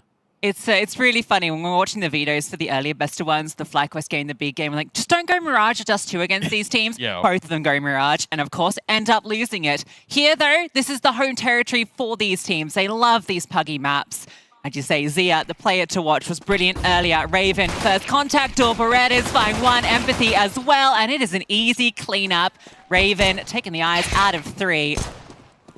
Easy pecking for her, and Zia left in a 1v5. And I don't think she'll be starting off affairs with much success. Raven didn't even get hit during that. 3 points of damage inflicted. Look at this lovely little setup, little swing off any contact. Not even needed. Empathy gets bored, pushes through, and Sakura start with the pistol. And that's what's going to be really difficult, I think, for Letta Cook, in my opinion, actually going up against Sakura, is the fact that Sakura are very good at sort of going for these mid-round pushes. That they like to try and take space very proactively. They'll be really good at being counterintuitive to their opponents, and it makes life just really difficult, especially for a team like Letta Cook, who have combined like 10 hours in the past 2 weeks, or whatever stupid number it is. But you're really going to be struggling with that. So I really do favor Sakura in this, in my opinion. I don't want to write Letta Cook off. I always seem to write Letta Cook off and then they get angry at me. So I'm just trying to sit on the fence for now. I'm sorry, that's the boring way. But I really do think Sakura do have an edge with the fact that it is Dust 2. Yeah, I think they also play just very disciplined Counter-Strike. Like, you don't see them making a lot of big, glaring mistakes, and they're very good at punishing those mistakes, which is what they were doing earlier, right? Just so many opportunities they were able to take advantage of. I think that eco round was a great example of that. Very decisive Counter-Strike from them. Tending to skew the crosshair. Forks does cop a few dinks, but then the teammates all slide through. Love the MP9 to get a bit more involved here, but Serendipity stealing all the frags. There we go. MP does get one with that MP9. That one's clean as you like. No casualties, no bomb goes down. Exactly what Sakura hoped for. Yeah, the fact that you don't get the bomb down in this situation is going to suck quite a lot because, again, right, last time I was talking about it until we actually get an AWP in the conversation, but it all starts to add up. No bomb plant in back-to-back rounds means you can't afford this AWP. It means that Zia's going to have to be neutralized a little bit. Don't get me wrong, she's damn good with a rifle. However, you want her to be on the AWP as fast as possible. Speaking of fast, look at this out of Empathy. Straight up top middle, sees the jump spot, easy nade. But it doesn't do as much damage as she hoped for. Yeah, a little bit limp on the throw. Doesn't go far enough. And yeah, that was a bit crazy from Dronana. Standing a bit too close to that smoke. STX is the easiest kills you will get. Empathy now takes that opportunity off the chaos to continue that push up towards top mid. Finally, Jenny R gets a frag for her squad. First kill for Letta Cook. That's a damage stat, isn't it? Yeah. First kill for Letta Cook in totality. Means great for the finances of Sakura as the long term goes. And if you keep this one clean with no further kills, you lost your MP9. Everyone's loaded. Who cares? Doesn't get much better.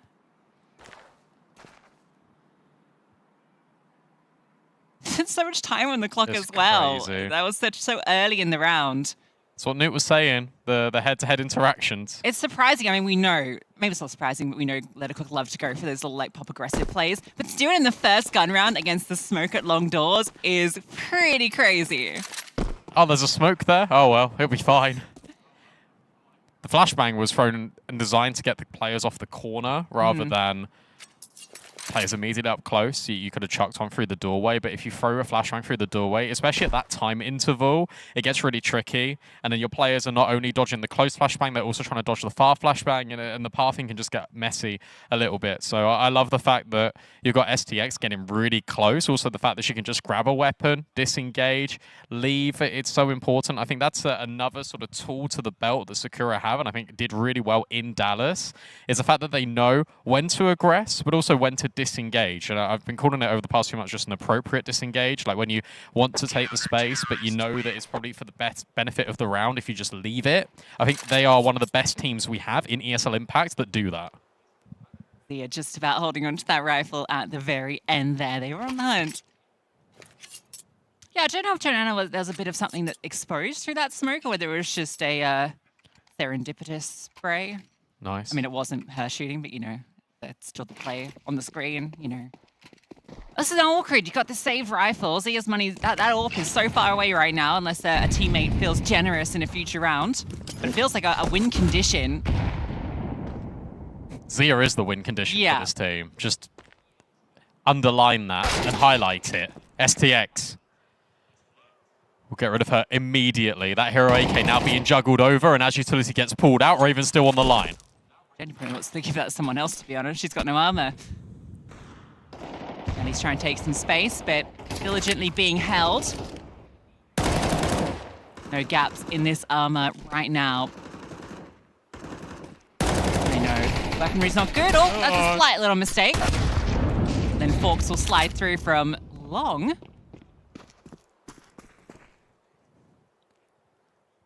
No bother to lose one or two players here. Big dig.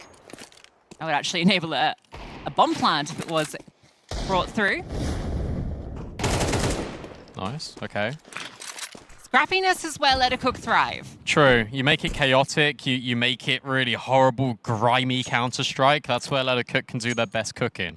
Issue you've got is that while she got the kill into mid to B, actually, there's been no rotation because you don't actually have true info in middle. This is really nice. If it is pure contact, so they don't throw another piece of utility, well, guess what? They can't. But this feels really good. STX is holding though. STX has now moved over to cover tunnels, and it works out perfectly. Great spray from STX. Could have been caught off guard instead. Timing favorable. Yeah, great little angle as well. Just up high, so it's just really hard to clear that at all in the slow clears. We didn't really get to see much of the, well, I should say the halves are very different for Let Her Cook in that opening game. You know, the first half, I think on that CT side looked a lot stronger. Getting to start here with a bang. Orb is gifted over. Look at the Yuta, or should I say lack thereof it. Nothing on Zia, nothing on Jenny whatsoever.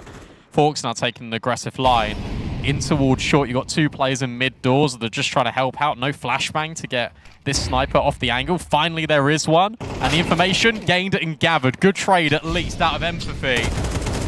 Oh, and there can't be a rebuttal from Spike through the doorway. Empathy living on a prayer. Yeah, no AWP though to pick up, unless, I'm not sure where, yeah, Forks went down towards short, so that's irrecoverable.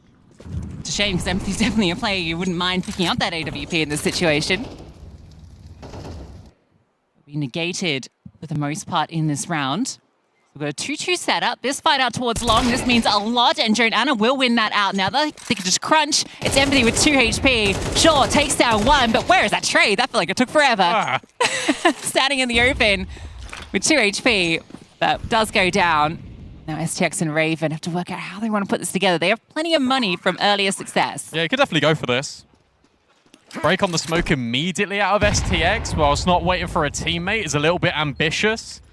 Maybe could flash, either jump through or on top of the box and just slide out the corner, or it looks like they're going to flash and try and bang immediately. Straight in is this spacing, but you've got a player tucked in towards ramp. You've got the AWP holding the angle, and you've got a third player that hasn't even been spotted out along. This is impossible for STX. Time's now a burden. Zia is still on the line, even if she misses. Surely it's going to be okay. Good couple of kills. But you still got this player in towards pit. It's a great shot out of STX, but there's no time to work with. Good effort, good damage, but the round ultimately belongs to the chefs. Yeah, you were really confident in that. That was way closer than it probably should have been. Oh, absolutely. but the Fantastic outcome- shots. Yeah, I mean, honestly though, don't think you're unhappy if you're Sakura. Sure, you lose the round, which you're never happy about, but maximum damage inflicted from a position where you were way out of that round. Absolutely. Great job from STX to find all those kills. Actually hurts more probably if you're let a cook as well, because you're in that position, 1v3, you finally actually feel like you've got a little bit of control over the game, and now you're sweating bullets, the fact that you've actually won that round, but at what cost? I want to see pace changes. I want to see something just a little bit faster from Let Her Cook. I know they tried that long play, but isn't that crazy for me to say? I But know. It's true. Like, that felt very sluggish in the mid-round, but it actually worked out quite well. But I don't know. I feel like the more time and space you give to Sakura, the more they're going to start to work things out, the more they're going to go on adventures, especially on the CT side of Dust 2. Words rarely said about Let Her Cook. I wish they just speed it up Yes. a bit. Normally it's, what are you doing? Why are you going so fast? Jonanna finds serendipity, good opening kill, and then what on earth is that from Empathy? Okay, this patience actually been rewarded across the board. Gonna be a re-aggression towards mid from the CTs, but they just spot scaling in towards short, so it's only Forked in the open. There's no way to fall back. Maybe not expecting such fast progression. STX looks for an opportunity back in. This one's a lot trickier, but made easier with that spam kill. Melly's left, though. This should be the nail in the coffin. And with Raven in CT spawn, a 1v3, not even getting started. Nice shots. Good lurk out of Melly as well. And the best thing about that is now that you've shown the lurk, you don't have to do it again for the rest of the half. And what that should do is that should make this team just wait in Sakura. Have a player dedicated towards the speed bomb site now. You're worried about the gaps that are probably presenting itself, but the pace of this, as soon as you get the opening kill, the scaling up short is just fantastic out of Let Her Cook because they've got that assumed control over towards the long door side. Short players rendezvous. It's really nice out of this T side, and for Sakura, they're caught off trying to go for these individual plays, these re-aggressions that are now being held for. Two really nice opening duels, one out towards long as well. It's made a big difference. Sakura take the timeout. Spike the most vocal on the Let Her Cook side. I think it's so interesting. Obviously, they don't have a coach here, but even that they don't really have a dedicated voice in the team, just lots of a chorus of ideas. It does feel like Spike is a focal point often in these pauses. Yeah, Jonanna, I feel like would be one of those voices. I know his in-game led for Let Her Cook in the past. Melly's also dabbled in the leadership responsibilities of this team. So, and I imagine Zia is a player where you get the AWP out for Zia. She wants to say, I'm going to go for this pick, that pick, that pick. So I think you're right. A chorus is probably the best way to describe it because everyone is chiming in at different moments. Two scouts, one of them's not on empathy. That's kind of interesting. Yeah, half buy comes through for Sakura. So for Let Her Cook, a good position to bring this within one. Surprised there wasn't more to that. That's just one shot. One bullet. No burst. Not quite the one tap.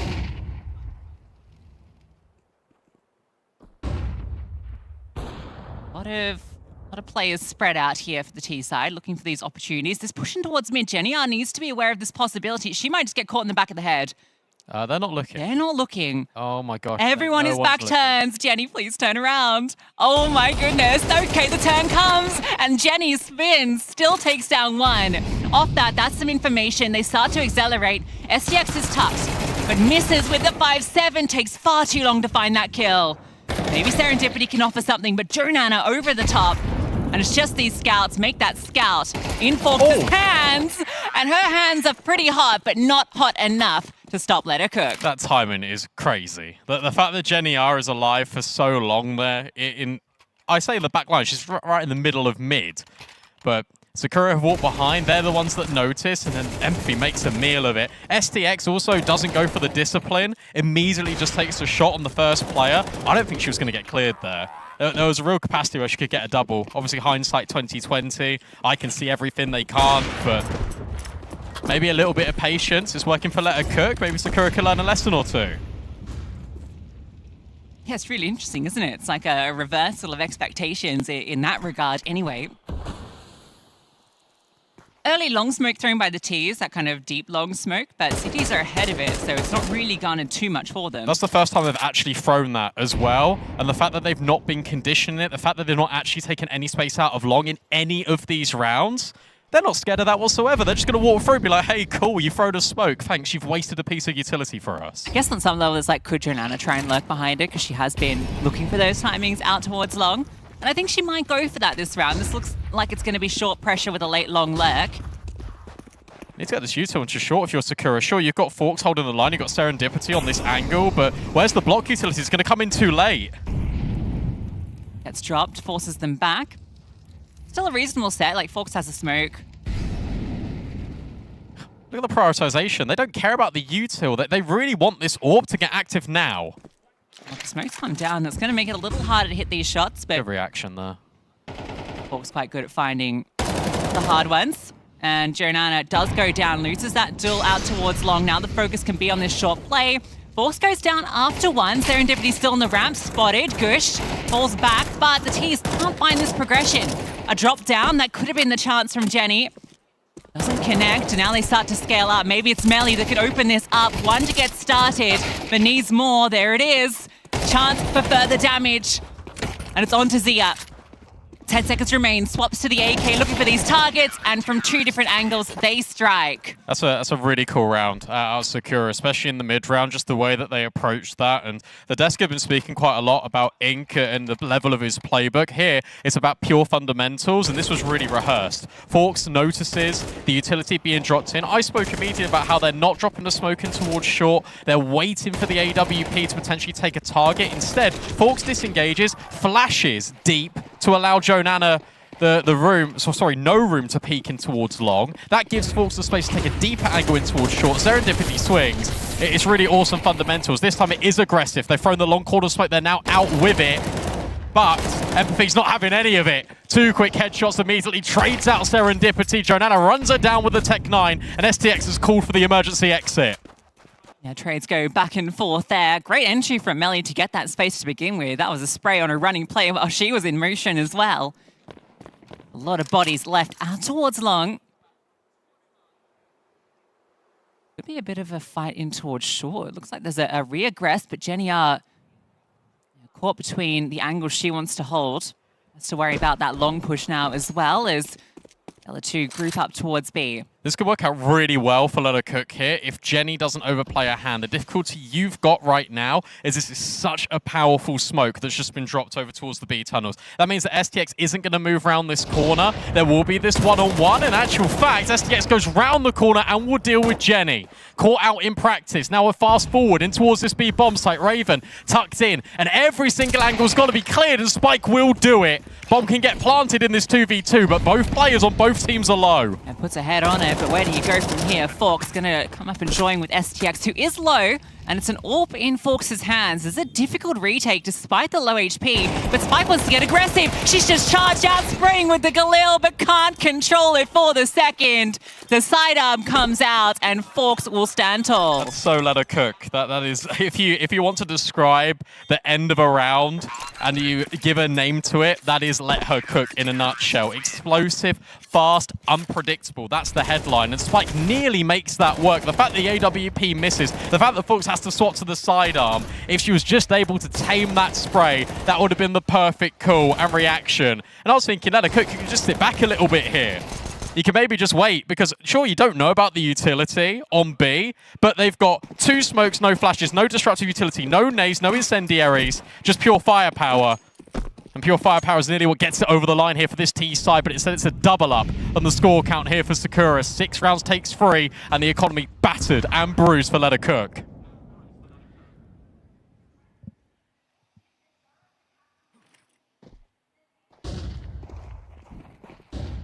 Bit of a half buy, not a lot of utility to get done with it. I do love that smoke that's been thrown out. The timing on it's fantastic. Exactly as they scale around, they're going to try and spit onto this B site with pace. Raven in the open, caught out by Jonana, and STX has a lot to deal with from backside.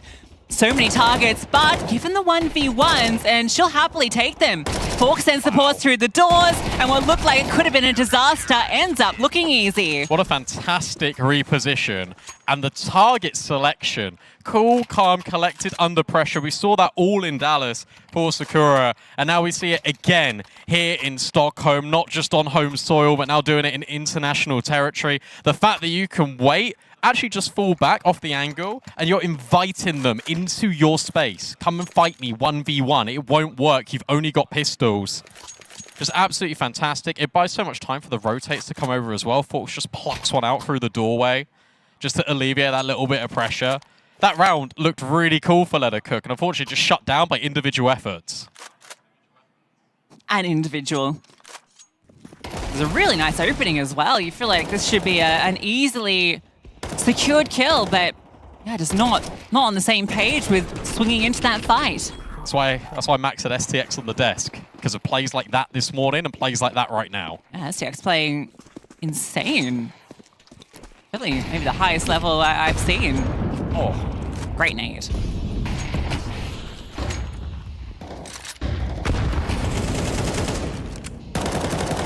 I love how whenever they see this smoke, Sakura at long, they just don't care. Like they know that there's not going to be no one there. And the only time they've had people pressuring long doors is when it's been multiple people flooding out with flashbangs. You never see a flashbang here, or you see a shallow one that goes over the top. You know it's a fake. They already know. I think what's interesting, actually, the main adjustment is because you've got this heavy pressure now in towards long, they're giving up short so much, this CT side, and they're always floating the second player at B. It's actually been surprising how little short has been a focus here for this T side. Seen them go out a few times, but more often than not in a regular kind of default. Every default ever. It's the final resting place. Jonana doesn't clear the close corner. Serendipity was tucked as well, anti-flash, so that could have been a free kill. Said it's free the other way. Now you have this AWP on the line. That one's easy enough. Scope back in from Zia, but Forks on the adjustment back. Brilliant shot comes out. Melly finally answers back, but Forks is the one that comes calling. Difficulty is, like, this is just too easy for Sakura. And I really don't want to be horrible by saying that. That really comes across as being condescending. But the reason why I'm saying this is because you're not conditioning anything over the map. And sure, Let Her Cook are a little bit out of practice. They've only got a few hours here and there over the past 2 weeks. But there's not even any fake smokes. There's not even like a mid to B. There's no default control when you're trying to fake out short. Normally you see both sides of the smokes in towards middle, then a flashbang over the top. There's just nothing. It's so easy for this defense.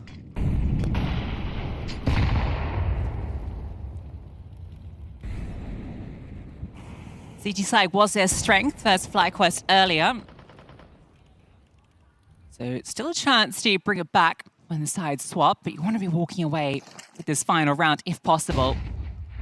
Flash for info, Raven doesn't see anything.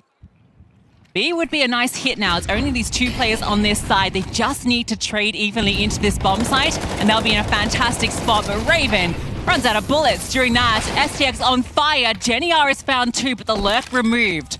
So it's going to be a 2-on-3, and look at the HP. Yeah, so this is terrible. Forks maybe could be the point player to go forwards, and then Empathy can get ahead of these smokes. Zia just residing in it, and the bullet trace is enough to reveal the head top. Jenny so low. Surely there's no chance as she is so low. Just elevated on the angle, but Serendipity hits the shot. It's flawless from Sakura. 9-3 is the halftime scoreline. One's going to be long. They might have two long. I have one flash.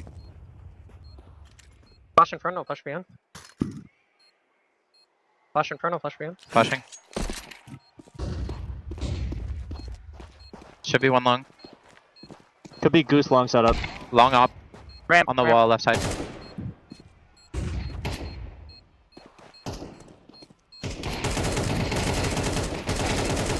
Last is 10 HP.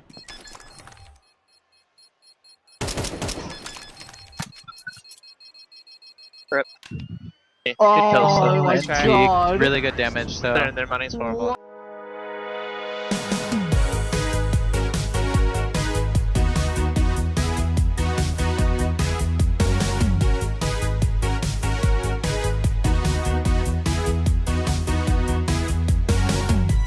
Lost in time on the line. Night will fade, don't be afraid.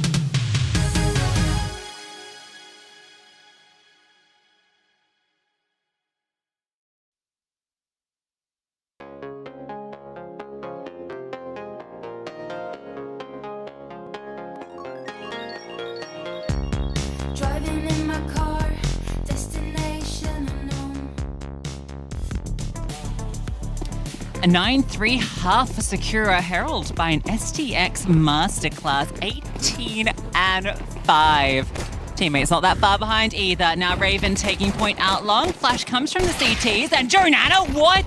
How has she managed that? And still standing somehow. Spike time's in for one as well. I thought she was a dead woman walking. How's she alive? How's she alive during all of that? Insane. You see the scaling immediately out long. You see the opening kill. You're like, right, okay, well, surely that's going to be Sakura just scaling. But no.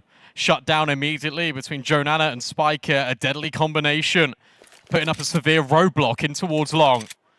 Now for STX and Serendipity. STX 19-5. Still potentially could swing the round in Sakura's favor. Melly's in a great position with these dual Berettas, though. Tough clear. And the better weapon for the job. Yeah, nice shots. 2 guns, 2 kills, and a pistol for Let Her Cook. She's so good with dualies, Melly. I don't know what it is, but whenever I think of dual Berettas, I actually think of Melly. Very, very good player, very competent with the dual Berettas, off angle, perfect. Look at this. Oh, that's gorgeous. Instantaneous. The fact that she's just doing 360s on them, style points. What a resurgence. Needed that pistol. Thanks, Captain Obvious. 9-4 now for Let Her Cook. And no bomb plant means no money. Full eco now for Sakura as they try and hedge their bets into B. Or maybe just default. Yeah, CT side looked good first FlyQuest, so I feel like it's a lot easier when you are playing a bit more of this mixed pug to just default on the CT side, feel comfy. So high hopes for what they can deliver here. Jesus. See, you got it done. Yep. They got him. Yeah, you know what? It's fine. It's like that meme with the dog just on the chair, everything's on fire. Everything's fine. Yeah, but the fire is Glock bullets. Little wet noodle. Wet noodle.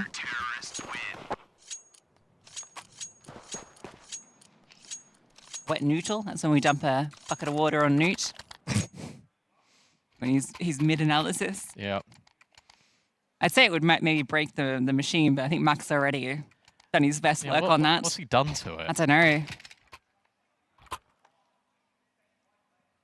Just because his muscles are so big, just one press. He's not even applying any pressure, just crack the screen. Goes through an iPhone every week. We call him Popeye. He likes chicken. All right. We saw this long hold from Sakura. What's Let Her Cooks look like? Like, just kept spraying. Here comes the flashbangs. Shots come out, but this is all trying to bait out Zia, who's tucked into this corner. Spike's doing such a good job of selling this. Zia will then swing through for one. There's a lot more players here. Raven's finding contact. You're not going to get away. You're not that fast, Spike. You're not Sonic. They don't have to go into this era if they don't want to. It looks like Sakura will commit towards this long fight, and Jenny Art rips the head off Empathy. Look at the scaling. Raven and Forks have had enough with this fight in towards the narrow choke point. Break on the smoke. That's enough for Jenny to see her opponent, but not enough for her to claim the kill. Raven at least find one back, but Melly quick to follow in the footsteps. Ooh, that's a smoke. I think she might have thought that was a molly. Aaron goes forward. This is being held for, and she'll even take down one before she goes, but Raven, a brilliant quad kill. Yeah, I'll tell you what, that smoke really threw off Melly. I think you're right. I think she really anticipated it either to be a flash or an incendiary. The point is, it was disruptive. That's exactly what Sakura needed, because it forced Melly to dig into her pockets, pull out her own bottle of flame, use it towards sight, but then that gives up the info. You know exactly where she's coming from. You got this crossfire, and they can hold it. Doesn't matter if one falls to the wayside. Great work. Yeah, Jenny breaking this smoke as well in such an exposed position was very risky. Yeah. I kind of rate it, though. It's a really weird way to peek short, and it's so unexpected that it might have paid off.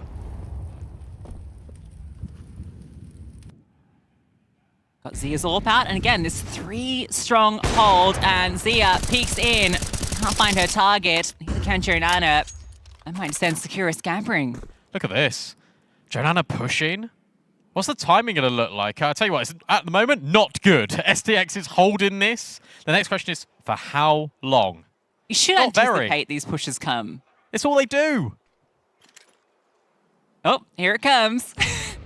Turn around. STX will turn around. But there could be a timing here, but meanwhile, action towards middle, a breakthrough. There's that contact coming, but Zia's hit a no-scope, just spamming the smoke. Melly removes the threat in towards the tunnel, so now both these CT players can focus forward, and it looked easy enough. Eventually is SDX, the last one standing from that lurk. Smoke now fades, so she has to worry about Zia and about this rifler, and Zia will find that kill. Absurdity to get the no-scope, just spamming through the smoke. But I think Melly's push into tunnels is the winning move. Wheel it up, DJ. Like, I need to see that. Like, what are you doing, Zia? What is this? I like the pace change, to be honest. The fact that STX, as soon as they get the contact out long, it's like, okay, let's go mid immediately. Ink's not satisfied. Timeout called because, I mean, they died through a smoke. Also, the scaling in towards the B site wasn't the prettiest. I really like the fact that Lettercook actually dropped a defensive smoke in towards the doorway, funnels them up through window, and it makes it really hard because the defense is set up in such a way where one's slightly out in the open, but the other's just on a head glitch, and you won't be able to remove Jenny R off a head glitch. Little elephant for Jonana. Sorry, an Umbreon. I think in front of STX. What's your favorite evolution? Espeon. Espeon. Yeah, I agree. Espeon is very nice. Right, that's the kill, sure. Yeah, okay, fair enough. That's how I die and face it and break my mouse. Great job from Jenny there. Eco. Zia's starting to warm up now. That's scary. That's very scary. I like the scaling. This is quick. Jonana might not be ready. Head presented, but helmet not ripped off. And Spike now just on the corner. You're really exposed. This is quite dangerous. Jonana will at least follow through on her good promise of a kill onto STX. Bomb will be planted and not denied. Empathy gets rid of Jonana, jumping, and now Spike needs to be worried about long. Yeah, shouldn't be too stressed about this round though. There's I'm no stressed. armor, there's Molly down on the site. The shots aren't quite connecting. And they should just be able to group up here. Oh my goodness, the pistol's getting close. But Melly comes through with 2 and will save the day. Not even close, Brandon. Those were the rounds at Dallas, though, and you can agree with me. Those are the rounds at Dallas that Sakura were really good at winning when they had no right to. We call that the Imperial effect. And they already did it today, right? We saw them do that against Bigger Keeper.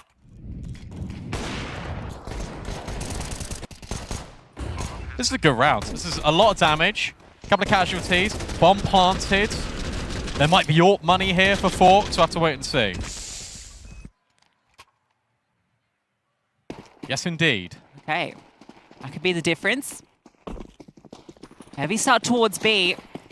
2 defenders here, and Zia's AWP is one of them. Forks wants to take the spawn and might punish Zia here. No, it's a leg shot.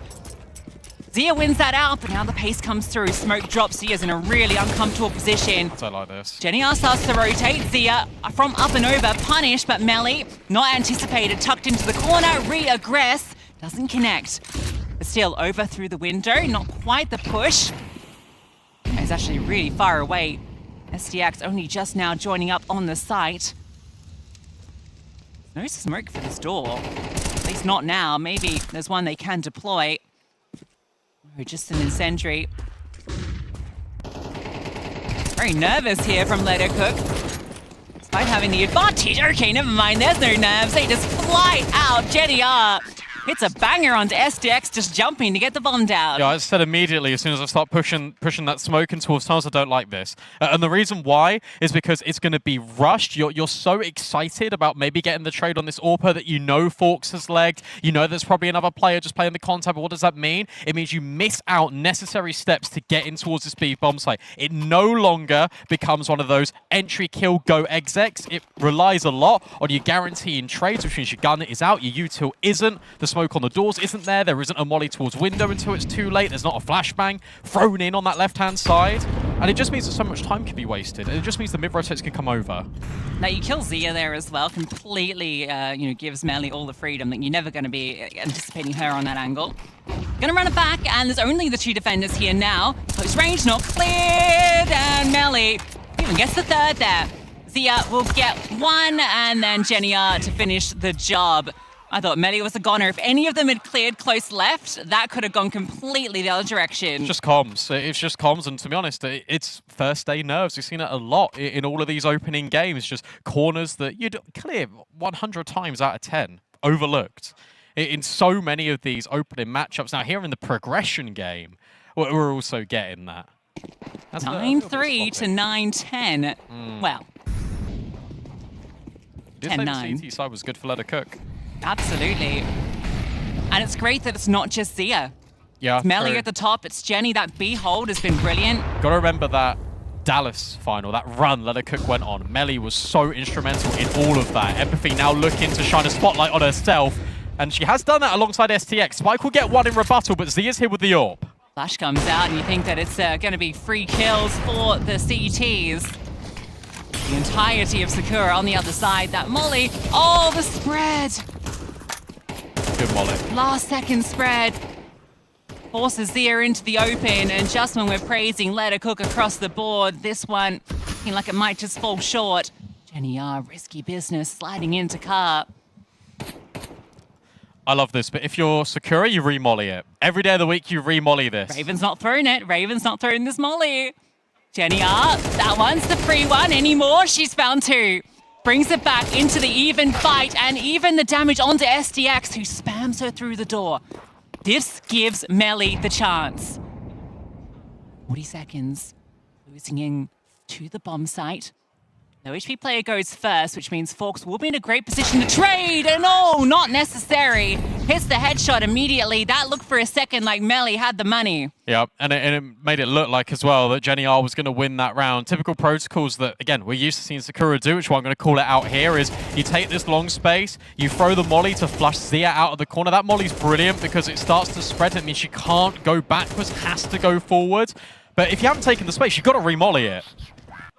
Nice shot out of Forks. That's devastating It was a onto Melly. necessary shot because it was a molly in the hands of a teammate. So if Melly gets that kill onto Forks, that's a Leda Cook round. This is a really good timeout being called by Inc. And you've got to speak about the timing of when coaches actually go for these 30 seconds. That round's chaotic. That round felt sloppy. And it was clear that there was a clear breakdown in communication, but they still get the job done. It's really important to take 30 seconds. Right, we got that done. However, we've allowed Leda Cook back in towards the game. We don't want to allow that momentum to trickle over and just completely overflow, ruin our momentum. Let's just close the game. That's all he's saying.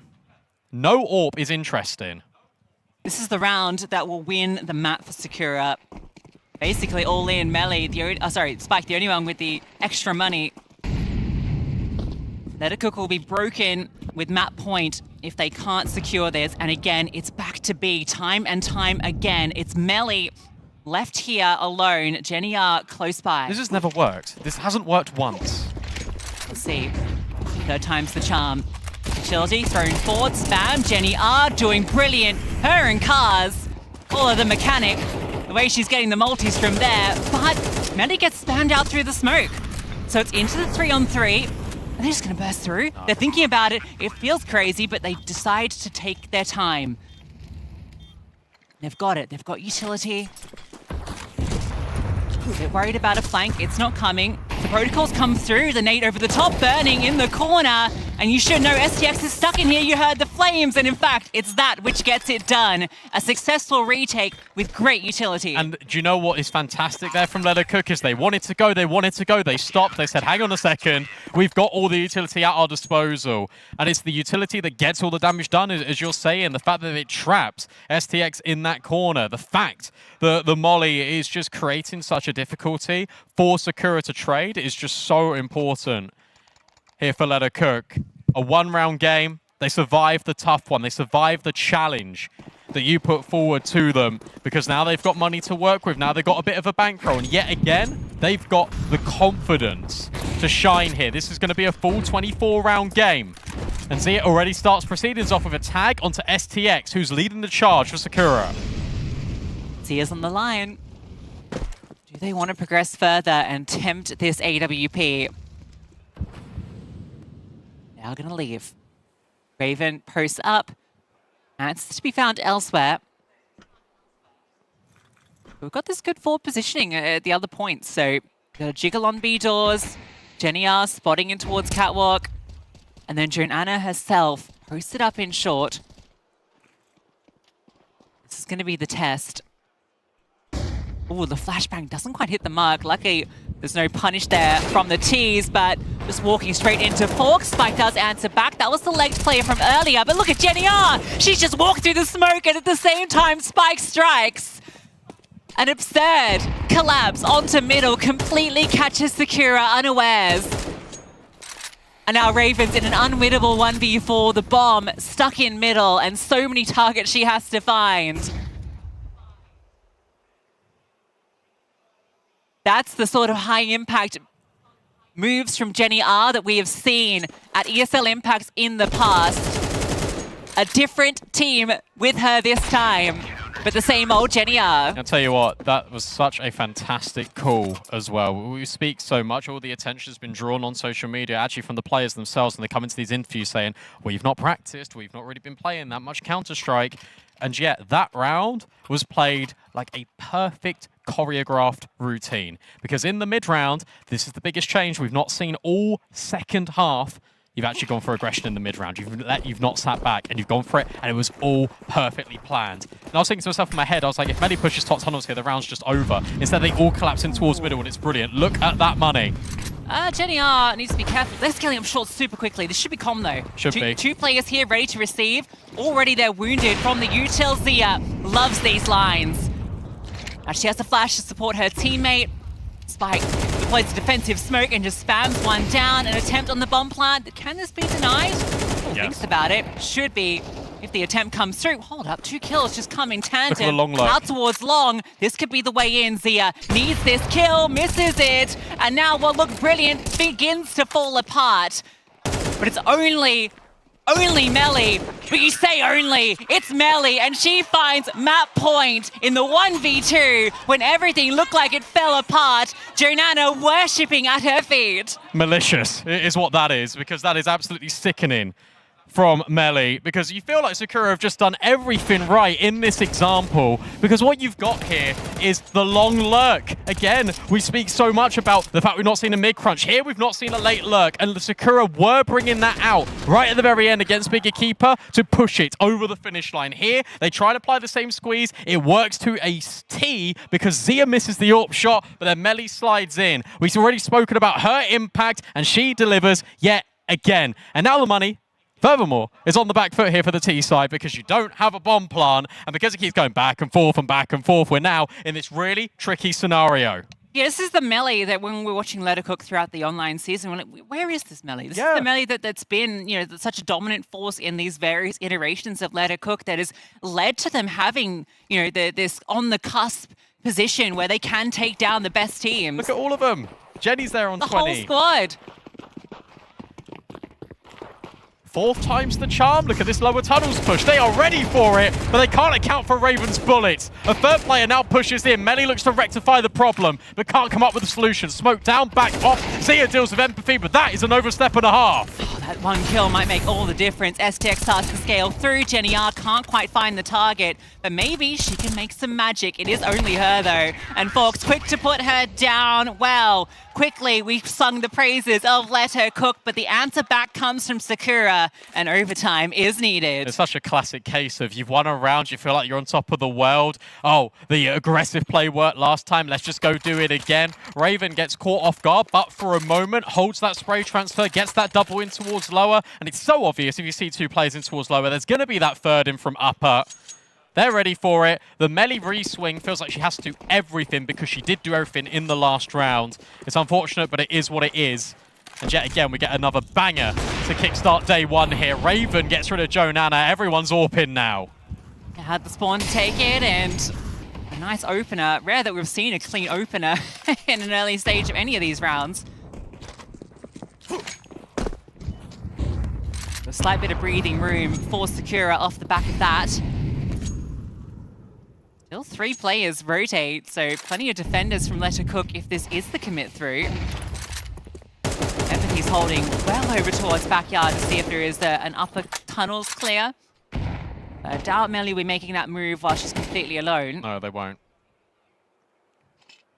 Especially with a player down, like sure you got to go look for info at some stage, but it won't come through Melly. It will probably come from short or middle.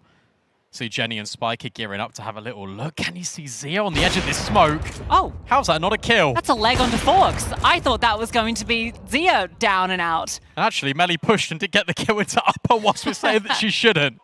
Well, Empathy progressed as well, so it was, yeah, both players changing their tact. Time starts to tick down. It's going to have to be the commit into A at this point. There's not really any other options. They have no idea about how close Sakura are. Spike's dropped to Molly and is now stressing about it. Did she see a player on top of this smoke? Zia needs to take the first contact here, and she does. But it's not in the way that Spike would have hoped for, but she still makes the most of it. 20 seconds left. Raven now finds another. Zia pushed back, but Melly goes forward. Serendipity now dropped. Forks with the AWP providing that little bit of space to allow Raven the bomb down. 2 versus 2. AWP low, but it might not matter. Well, it doesn't. Not at all. Not with Melly going down. It's on to Zia, who took first contact into the 1v2. And this is so difficult to do. Although, given the opportunity onto the first, and now against Forks, who she started with the leg shot on. A drop down into the pit. Starts to move forward. Forks has definitely heard that. And on the jump jiggle, Forks doesn't blink. And they take first blood in OT. She went too wide. Oh, it was such a good idea. Comms that it was low from the AWP. The fact that she's legged her also in the round, I think probably gives that away. But if she just jumps slightly to the left, that AWP shot, guarantee you it misses, or at least it hits the wall. And probably the pistol gets drawn. What a round out of Sakura. Again, they battle so hard for these rounds. Now it feels like it is improbable. They just make it work. All right, going to try this one again. Up on the line. Don't want to be peeking straight into this. And with the smoke. Yeah, okay. Actually, T-Molo to disrupt that smoke. Cool. Luckily, Let Her Cook don't push further. Zia instead sits at car. She does not have a smoke. Uh-oh.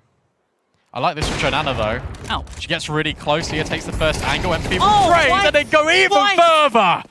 Surgical from Empathy as she lacks feelings. And suddenly, Sakura yet again burst their way onto the scene at A. Jenny R responds onto that crime scene with one back. 3 versus 2. But the bomb could be put down immediately. 3 kills from that position. A backbreaker. Smokes go forward. T-side execute for the CTs in the retake, but Empathy tucked through. This position should be powerful. Why? But swings forward, so gives up the opportunity. Raven swaps to the AK, the right move for this position, but heard the defuse coming through. Actually, just a tap on STX out from long. A chance on this. It is being stuck, and it's not oh my god! Excuse Through you? the box? Ain't no way. That should never be happening. I'm sorry. As soon as Empathy peeks out from Goose and Jenny R gets the trade, I'm thinking this is deserved. Let Her Cook deserved to earn the right to win this round because they played it so well. And then you get this moment of magic. I'm sorry. Milliseconds. Melted.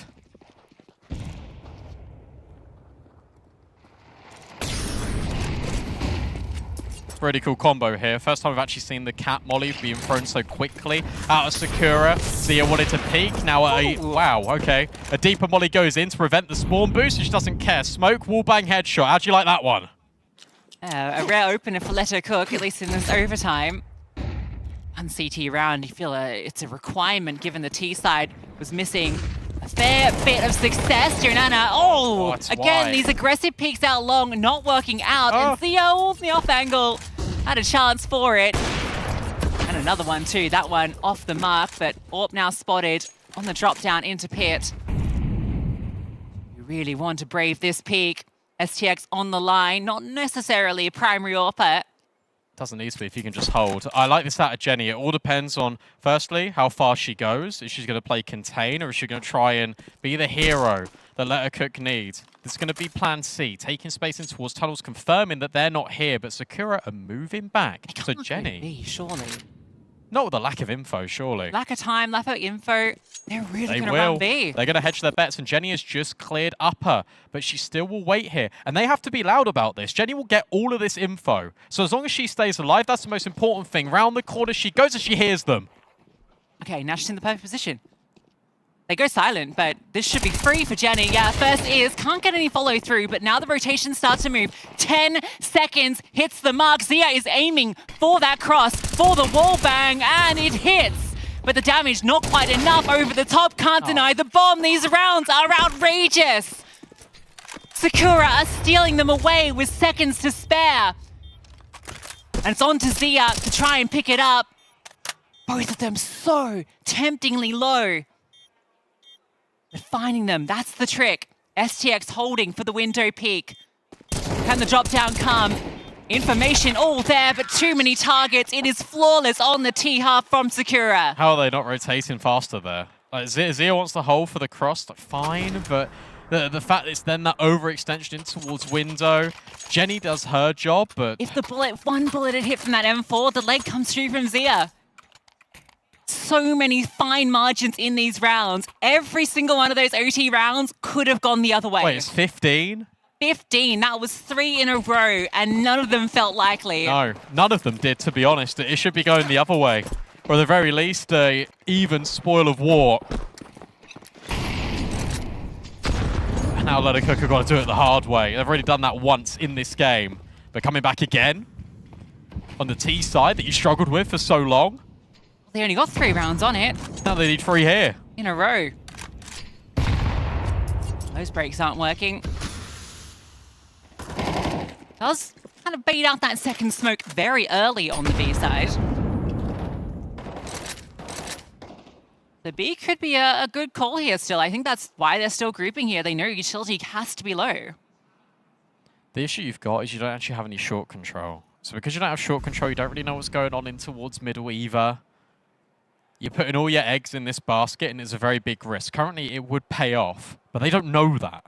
And with 1 minute left, do you really want to hedge your bets and just go for a B finish? Looks like it, especially with this contact, but it doesn't work out. Oh, it really doesn't. This just feels all too easy from STX. Just 2 1v1s, just giving up freely. Bomb just starts to run elsewhere.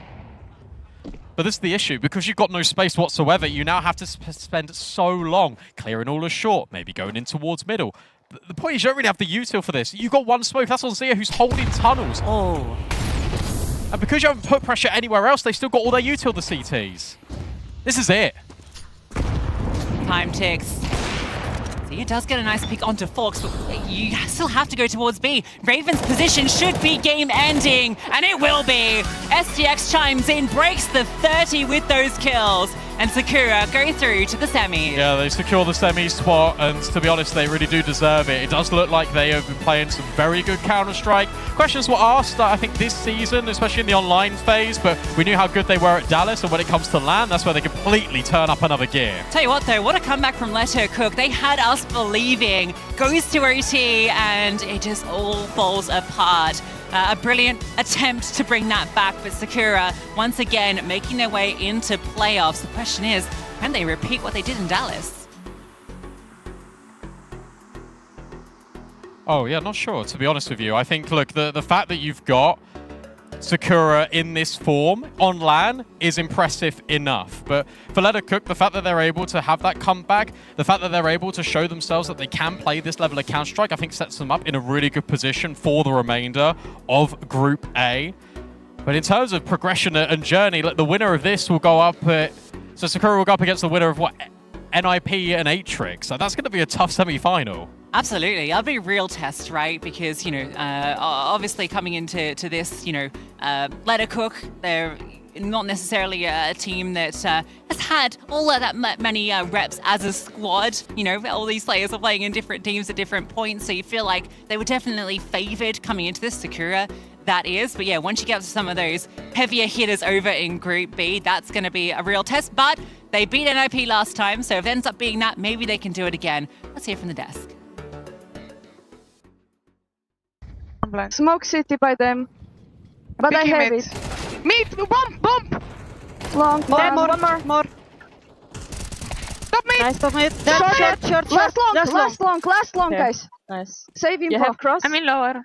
I stay with you mid. Let's long just car. It's okay, come back. I flash Time. I flash smoke in front of you, Leia. You can No help, just time. It's okay. I have long. I'm flashing one more. I go back. You're alone, Leia. Good lad. He's trapped anyway. Melee Hold closer. doors, hold doors, Melee hold doors. closer. What are the odds? Oh, pick on me. Joseph? Is he still fighting with you? Nice! Good job! Nice, Mashallah, nice. mashallah. Straight through for Sakura. They make it. It takes a little bit extra work, takes a little bit of overtime, but they are through to the final day of play there, into the playoffs here at the ESL Impact Finals. They've booked their ticket back in the playoffs once again, 2 seasons in a row now for Sakura. Yeah, and Season 8 is getting bloody spicy here in Stockholm. But yeah, let it cook as well. There were many moments where we thought maybe they were going to be able to make the comeback happen, maybe they were going to be able to make it happen in so many of those moments. Indeed, you're right. I mean, they're showing a ton, considering, again, we know they didn't really practice during the season. They had 3 or 4 days in preparation for this event once they realized they were going to be here. Considering the context, considering they weren't supposed to be here in the first place, they have shown a very strong face today. Yeah, I agree completely. I didn't even expect them to show like that much power on this map, but yeah, they showed very, very good Counter-Strike, not gonna lie. They also, as you said, like they had a lot of moments they could actually, you know, win the round and the score would be much, much different, but yeah, unfortunately, they need to play tomorrow.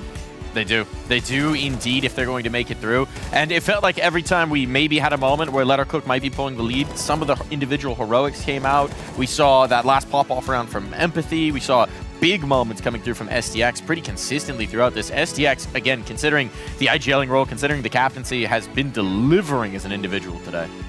Yeah, completely. Like Sakura is doing an insane job on this tournament and I think they deserve to be in semifinals. Yeah, at the moment, like they're playing like they certainly do, but they've only shown 2 of their maps, and I guess that's, you know, another bonus going into the semis, only showing 2 of your maps as well, when you have a fewer maps that you can definitely have up your sleeves once you move into those best of 3s, but they won't need to. Of course, we get to see Let It Cook again tomorrow, trying to fight for their lives and showing what map prep that their pool kinda has. Kinda. If the pool exists. We haven't exactly tested the depths of the pool. We have not dived into the deep end of that particular pool. We'll see if anyone wants to brave those waters. So far, it's been the Mirage and the Dust 2. So, you know, we're still learning. We're still learning about how prepped Let Her Cook is, how deep the flavor is on that stew, I guess. What they're cooking exactly. We're still learning. We're always learning. And to learn a little bit more about this match, we got Heku standing by with an interview. Yeah, it's time to get some insight from the coach, because first of all, congratulations, but it was so intense. It was so close. You got to see all of the screens. What exactly happened? Did you expect it to be so close? Going into the match, I was predicting, like, you know, I knew they'd get a lot of difficult rounds out of us, but I'll be completely honest, I did not expect them to be that resilient the whole way through. They really showed a lot of depth, so it really forced us to go deeper and deeper into our playbook, and like it was a lot of new stuff that we tried today, and you know, I won't say that it like clearly worked out the best, let's say, but it was nice that you know, a team like us, we've been together for so long, we were able to kind of dig deep, and we got it into overtime, and then it was, you know, relief off our shoulders, like okay, we're good, you know. But for example, like you got to play Mirage, they got to play Mirage, and you decided to ban it.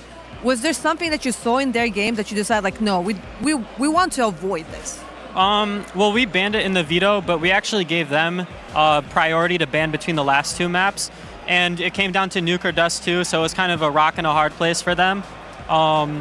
In terms of, like, you know, moving off of Mirage from the first game and then going to this in the second, I think it's just like, you know, Dust 2 is a lot more wide open, like, angles and stuff, and this team is very, like, explosive in the mid rounds, like lurking through positions and stuff. So when you play a more like wide open map, it's kind of harder for them to exploit that. But I still think they did a great job, like in their mid refights and stuff like that. So I think we just prefer like having larger sight lines, let's call it, you know.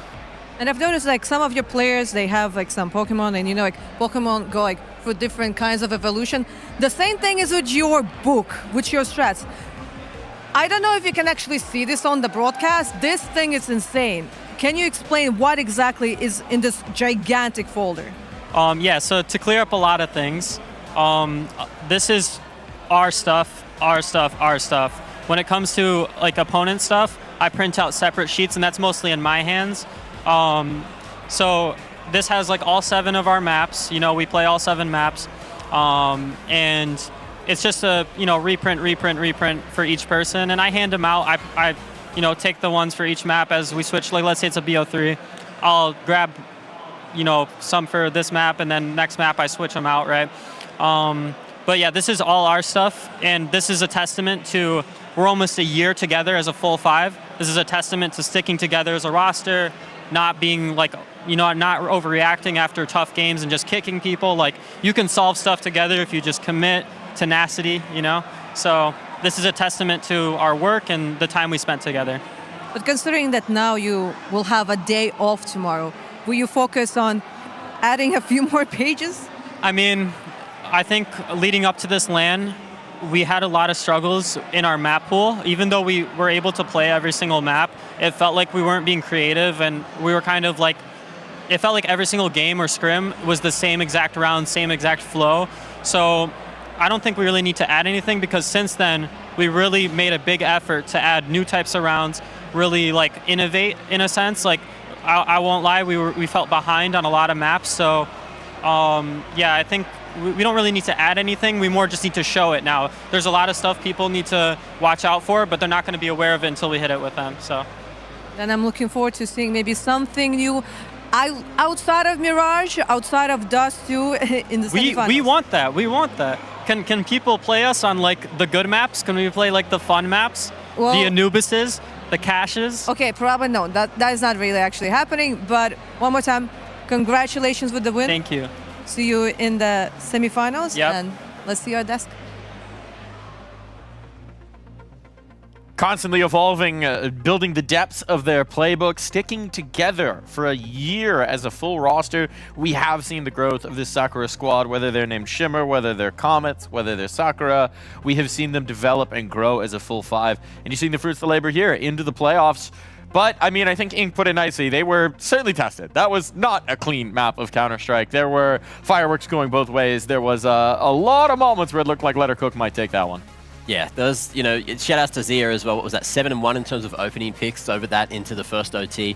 And that's just like so much heavy lifting, and only being able to convert like not many other rounds on top of that means it's just, a little bit rough, unfortunately, for Let Her Cook. But individually, most of the players were there, some maybe less so than the first best of one of the day. But you could see as well, it was Dust 2, it was an angle that... Did you just Stunlock, stalled out. Yeah, just all right, we'll shift gears. I want to talk about Let Her Cook. I want to say that I think they actually have acquitted themselves very nicely coming into this event. We really didn't know what to make of them. We knew they had been a less serious team during the season, shall we say. Kind of maybe some of us, myself, thought they would be a bit of a pushover.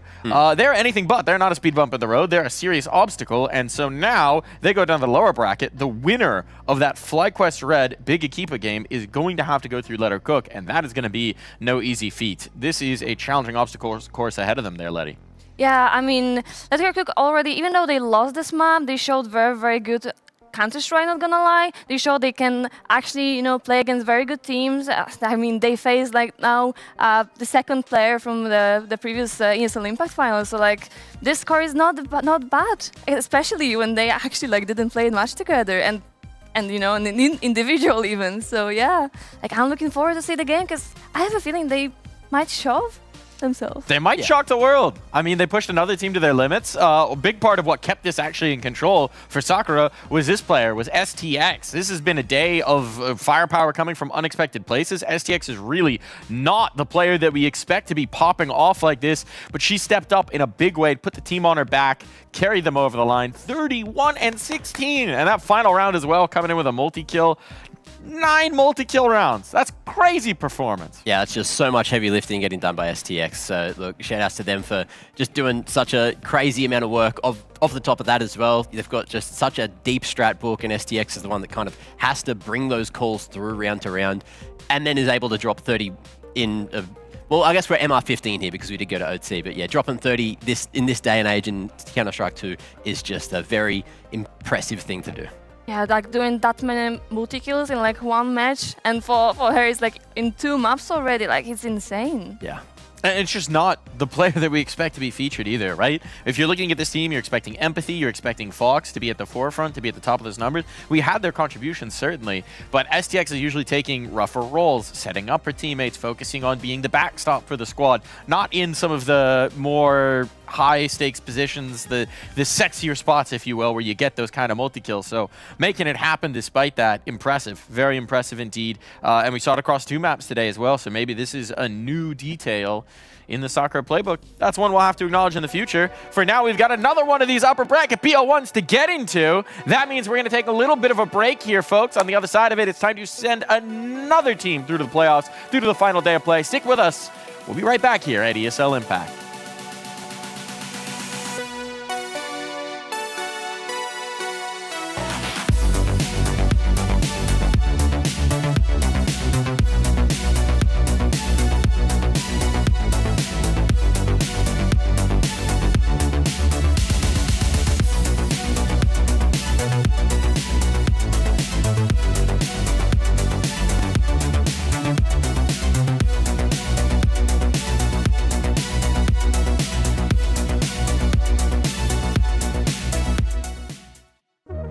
Hi, this is Basement Dweller's first advertisement. And our second drop is, it's up, actually. If you're seeing this, it's up. It's available on the ESL shop. We had our first go at a jacket, and I'm really proud of it.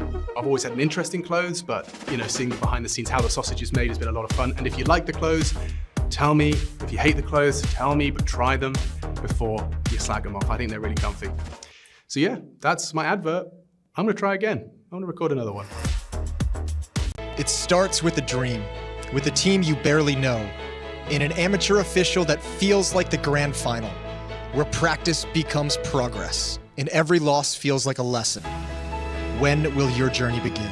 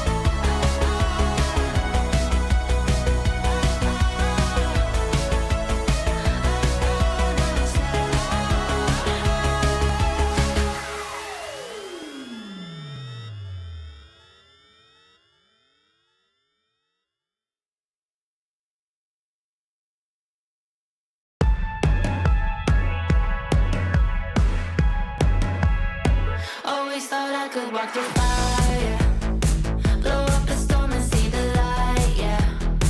I told my friends that I could run on water, and they said nobody can. They'll see me flying through the sky, yeah. Play hide and seek behind the clouds. I show my friends that I'm not scared of dreaming, and I'll do that again, over and over again. Suddenly, the heart and chest feels heavy. The calm is just a memory. It's failing me, and I know I could never surrender. My beating heart, it won't give up. As long as I am here, I'll never stop. They say I can't, I say, so what? Just watch me go like a supernova. My beating heart hits like a drum. You know I run through life forever, yeah. They say I can't, I say, so what? Just watch me go like a supernova. Light up the dark, I'm superhuman. I'm spreading stardust into oceans. I wanna go up high and close my eyes to places nobody found. I'll never come down. Suddenly, the heart and chest feels heavenly. The calm is not a memory. It's here with me, and I know I will never surrender. My beating heart, it won't give up. As long as I am here, I'll never stop. They say I can't, I say, so what? Just watch me go like a supernova. My beating heart hits like a drum. You know I run through life forever young. They say I can't, I say, so what? Just watch me go like a supernova.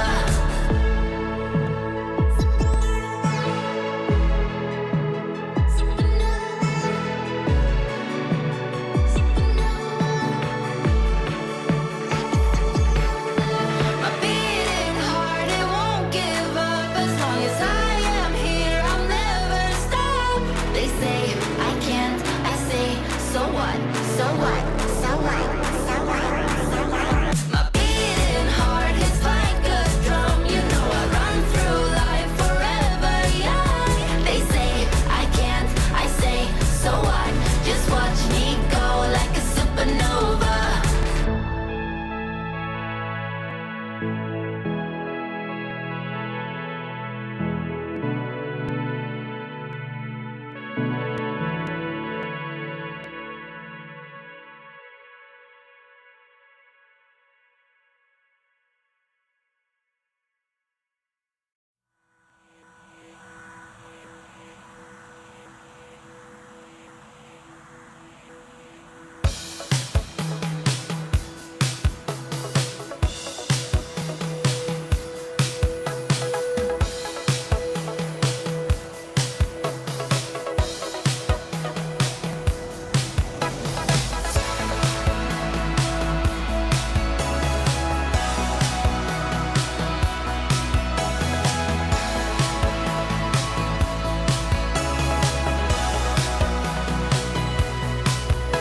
You're feeling it down to your last $5 to smoke. You got big dreams.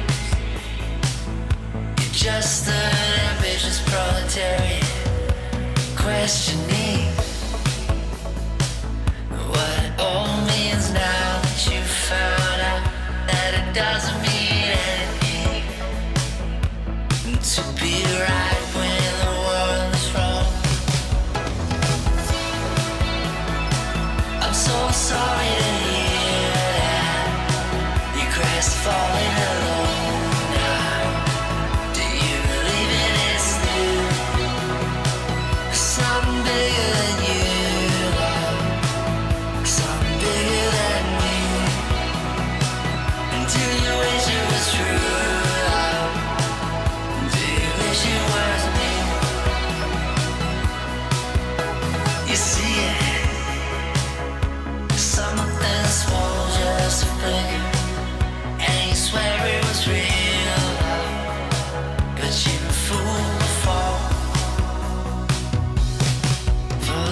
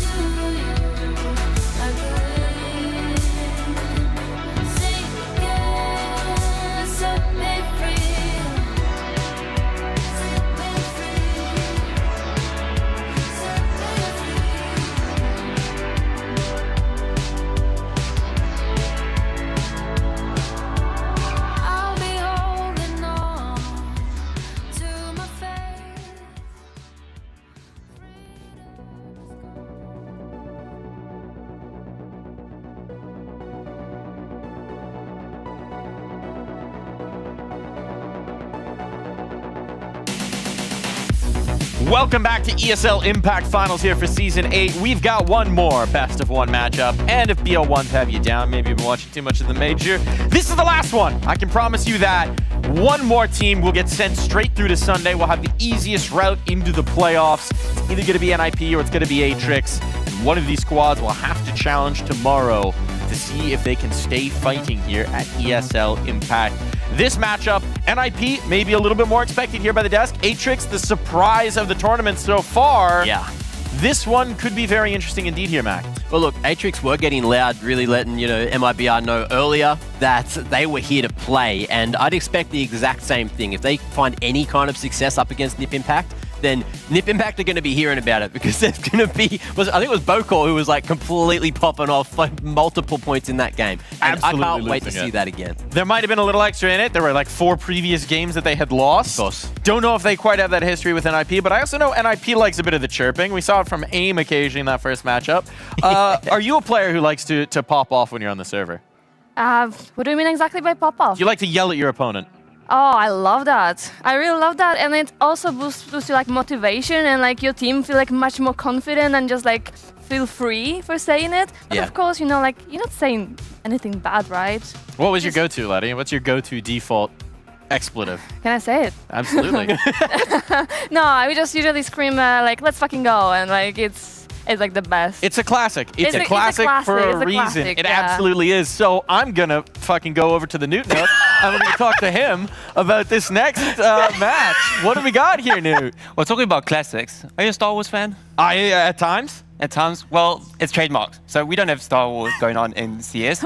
We got the Force Bar Wars. I like that. We do. We Force Bar do. Wars. May the Force by be with you. Because we're going to talk about Force Bars because in particular with NIP, when Volga first came into the roster, I actually made a point of it at their first LAN, looking at their online season and even in the LAN itself. There was one thing very prevalent in the structure that Volga was trying to impose on the rest of the team, is to kind of build their confidence. They never ecoed once. They never ecoed. First pistol round, they lose. Boards into deagles, no matter what, going into it. They're trying to get in a sense that they have the capacity to turn over around no matter the odds. Because like looking at this stat here, so looking at it across all regions besides NIP, because they kind of sway this stat line a bit. Looking at like force bar situations. What categorizes kind of a force bar situation is if you're either in a semi-bar situation, which is like about 10 to 20k total balance for the rest of the team, or in a semi-eco state, which is about 5 to 10k in the bank. That's actually quite a bit of money. I wouldn't mind that chunk of change. But overall, See what we can do, Newt. We'll see what we can do. And overall, you have a worse bar situation. So like you're always below in like these like bar tiers compared to the opponent. So that's kind of those force bars. So when you look at force bars across all regions across the Season 8 online season, 30% of these rounds were converted. 1 in 3, that's okay. That's pretty good. But then you go to NIP, which is actually quite something. Over 50% of these rounds they converted. And you saw it there in that Imperial game.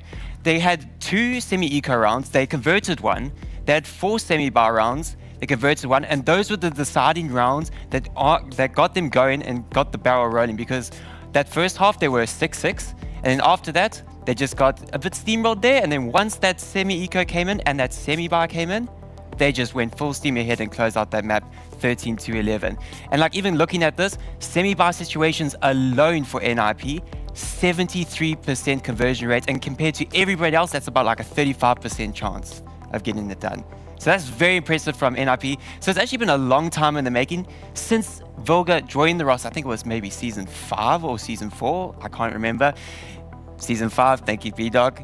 Stan, shout out to the B-Dog. NIP Stan right there. Throwing up the 5 right now. Season 5. So it's been a long time coming, and it's proving truefold why she's decided to do this, because bringing this in, it gives that little competitive edge to get these rounds underway for NIP. This could be the factor that could bring them to that grand final spot, finally, that Volga's been trying to get to ever since leaving that Enigma Galaxy roster. I mean, 53.3% is about the best casino odds you could ever have. Oh, yeah. So at this point, put all the chips in the middle of the table. Let's go. Chips are all on here on NIP.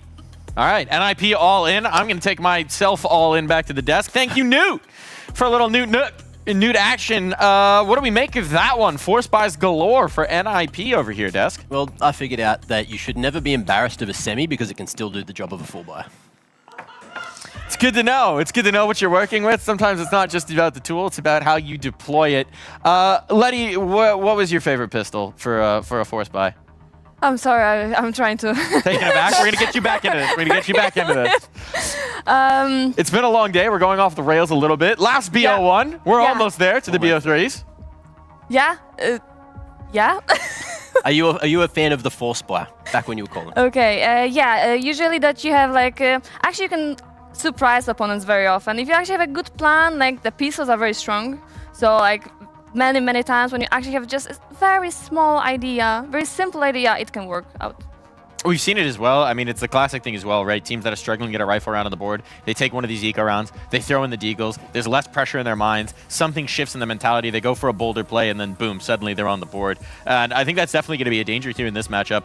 It's also going to be a danger for Matrix. We saw it. They've got a lot of firepower. They've got a lot of potency with the guns, with the deagles, and they're very much the unexpected. We haven't seen them at this level of competition. We haven't really seen them internationally just yet. So I don't know that NIP are going to be as familiar. They certainly won't likely have expected them to be that upper bracket matchup, right? Yeah, that's completely true. But I think NIP, you know, they are prepared. They are really ready for everyone. I think they had like very much time to prepare for every single team in this final. So I don't think they are even like overthink that much. I don't think they are scared of the opponents. I think they came here to finally win, so they are ready to face everyone. I think, yeah, with what we saw from NIP earlier, especially with Kiara popping off, if we can get that form of NIP and that form coming out from all the individuals on NIP, they're here for a reason. Obviously, Atrix, they've been doing it for a long time against domestic competition, but doing it against some of the best from Europe, that's a big ask, and we need to figure out if they're up to it. It is also, again, that step of this was an opponent you were familiar with in the first one. This is an opponent you had lost to 4 times in a row. So you know you've just been thinking about how to beat them over and over and over again,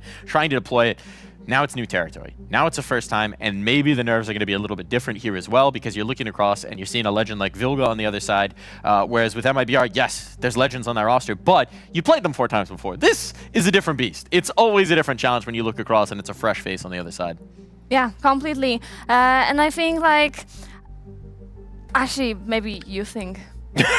I do think sometimes, and yeah, it's one of these where, yeah, there is some big individuals, some big names, even though like you've got Zana and Vilga who've been around for a bit longer than some of the other names there. Kiara and Naomi, the twins, they're definitely fresher faces over the last couple of seasons, and maybe they're not as formidable for Atrix in terms of the name value, but I think once you get in, you kind of got to get ready for them. Oh, we're getting Train. We've got a veto. We're getting a Train. Oh my goodness, we're off of Dust 2 and Mirage. Let's go. What do we make of this one, Letty? Finally, we see Choo Choo, and I'm very happy for it. Like, yeah, I mean, I'm not a huge fan of Train either, but like, I really watch the games on it, and like, you have loads of opportunities to actually like do a lot of stuff. So yeah, I'm looking forward, and actually, I kind of expected that.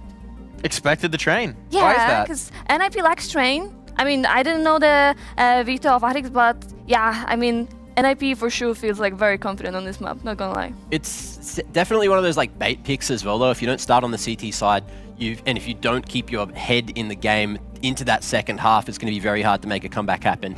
Although we might not even see that theoretically. Let's just say NIP is the one that starts on the T side. Maybe they'll get more rounds than we expect because they've had a bit more prac time than what Atrix have. Perhaps they've got more reps on the officials as well. Only 2 times played in the last 3 months for Atrix, so that is maybe a little bit concerning. They've got good results on it, but they don't necessarily have the reps. And especially with Train, that's one of those maps where a lot of interesting things can get thrown at you. Anything in particular you're looking to highlight here? What's going to be the key for NIP on Train, Letty? To be honest, it's like changing the tempo for sure. Because like if you're gonna play like constantly fast, your opponent's gonna, you know, finally adapt to it. But if actually NIP and Vilga especially will like manage the good tempo of the map, I think yeah, it's for sure like winnable. For me, I think it's like the depth of the strat book, right? And I feel like NIP's probably, their strat book should be deeper, but in terms of, you know, looking at the AWP head-to-head, I feel like what we saw from Zana as well over on Ancient, this is going to give her a chance to play a bit more on the AWP as long as they can get the economy sorted, and I can't wait to see what she's going to be able to do. Who's winning it? NIP for me. Same. NIP, we're in agreement here. But I think Atrix could maybe give them a run for the money. I mean, look, it's a BO1. And if today has taught us anything, it's that the upsets reign supreme in this season of ESL Impact. But we're going to bring you to 2 voices who will never upset your ears. It's Lucy and B-Dog. Take it away! Choo, baby. Let's go. Train as our game here between NIP and Atrix to lock in a spot in the semis. Atrix might not have many reps, Brandon, but one of their wins was a dominant one over Furia, the previous champions of ESL Impact. Yeah, that's true. I absolutely love this pick, though, for NIP. This is, again, showing the strength of their veto. I think they're really good on this map. They love to take it against mixed competition. That's why the win rate looks a little bit jaded, but this is brilliant. Flashbang in, immediately into A main. Vilga overwhelmed, a lot of space. Ivy now being the next point of contention. Little's completely overwhelmed, but not falling. That's so important, but Zana's now got all the space into CT. This gets weird until Bokor gets rid of the bomb. Yeah, nothing weird about that shot. Clean as you like. Now, AIM is lurking in towards upper. But how does she link up with the squad? So many CTs streaming out, and it's quick kills for the defenders. Atrix looking to make this one clean. Naomi left alone. Does find her first kill. Damage here could be nice. Actually has the bomb, so there's a real threat, but look at this group up. 3 players swing, and that's far too many to handle. Yeah, absolutely. Look, this is going to be an interesting one for those of you a little bit unfamiliar, really, with how Train is going to work. The footnotes are that T-side of Train, very hard. Like, really difficult in pro play.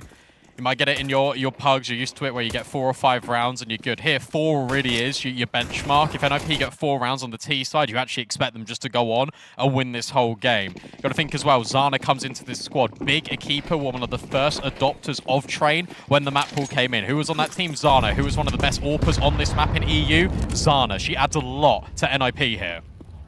I'm liking a lot of what I'm seeing from Atrix early, right? We saw that flash into main to find the opener, then the response out towards Ivy. Now we've got this little bit of an aggression through Pop Dog. MP9's feasting.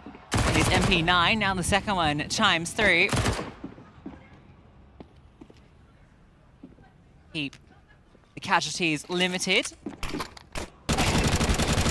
Oh, okay. Vilga's went out that door with the Glock and the bomb on her back. The chance for some interesting play into the mid-round. A lot of gaps opened up by those 2 deaths. Lucas just walking into CT spawn. Now, this will be accounted for. Kiara with the MP9 moves in towards main. There is this push through the upper holes. So these gaps are somewhat accounted for. We could potentially have a pretty crazy timing here, but she might just get caught as well. Yeah, Bokor on that angle. I think Vilga will be spotted from upper. Maybe not. A bomb plant. This is already a big win. 2 kills, bomb to go down. Vilga do anything else? No.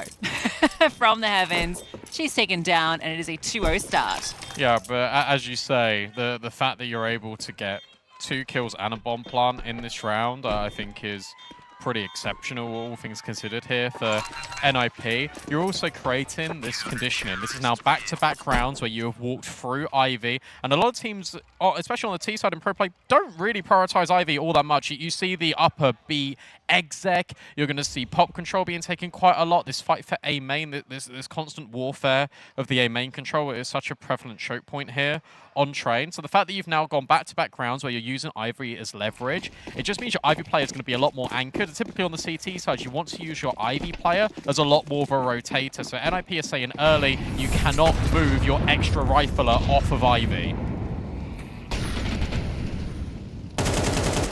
Chance there for Naomi, gets out to Olaf early. Shilty might be a pain for her, but now the rest of the squad starts to move through. It's a bit chaotic for the CTs in all of these smokes, and the break on it allows the Flames, in fact, to capitalize on AIM's damage. Littles, what are you up to?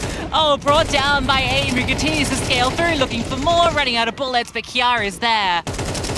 Pure chaos on the A bomb site, but it is all NIP in the feed. Yeah, look at that. Flawless. You get the guns out immediately. We've spoken about the fight for A main, and I literally spoke just about how you have this Ivy player looking at Ivy, and this is exactly what happens here. And the reason why I love this call so much out of NIP is because Atrix are expecting there to be another player working through Ivy, and so there is a full frontal force. They actually walk through all the incendiaries, but they don't panic. They wait. They take their time. Their util goes into con. Their util is mollying towards back site. It creates so much space for them to fan out over the entire bomb site, and Atrix don't know what hits them until it's way too late. And you see how desperate it was from Littles. The fact that you get that AWP just running through the con smoke, that is ludicrous. Said that very posh, and ludicrous. Ludicrous. Oh. Oh. Oh, darling, that's very ludicrous. Dastardly round. You shouldn't be doing that, Littles. How dare you? Quite uncouth. A little pop into pop, and it's clean trades each way. Aim with 2. CT's answer back. Util is none. Careful, Naomi. Ah, Naomi! Littles could have peeked on that, didn't.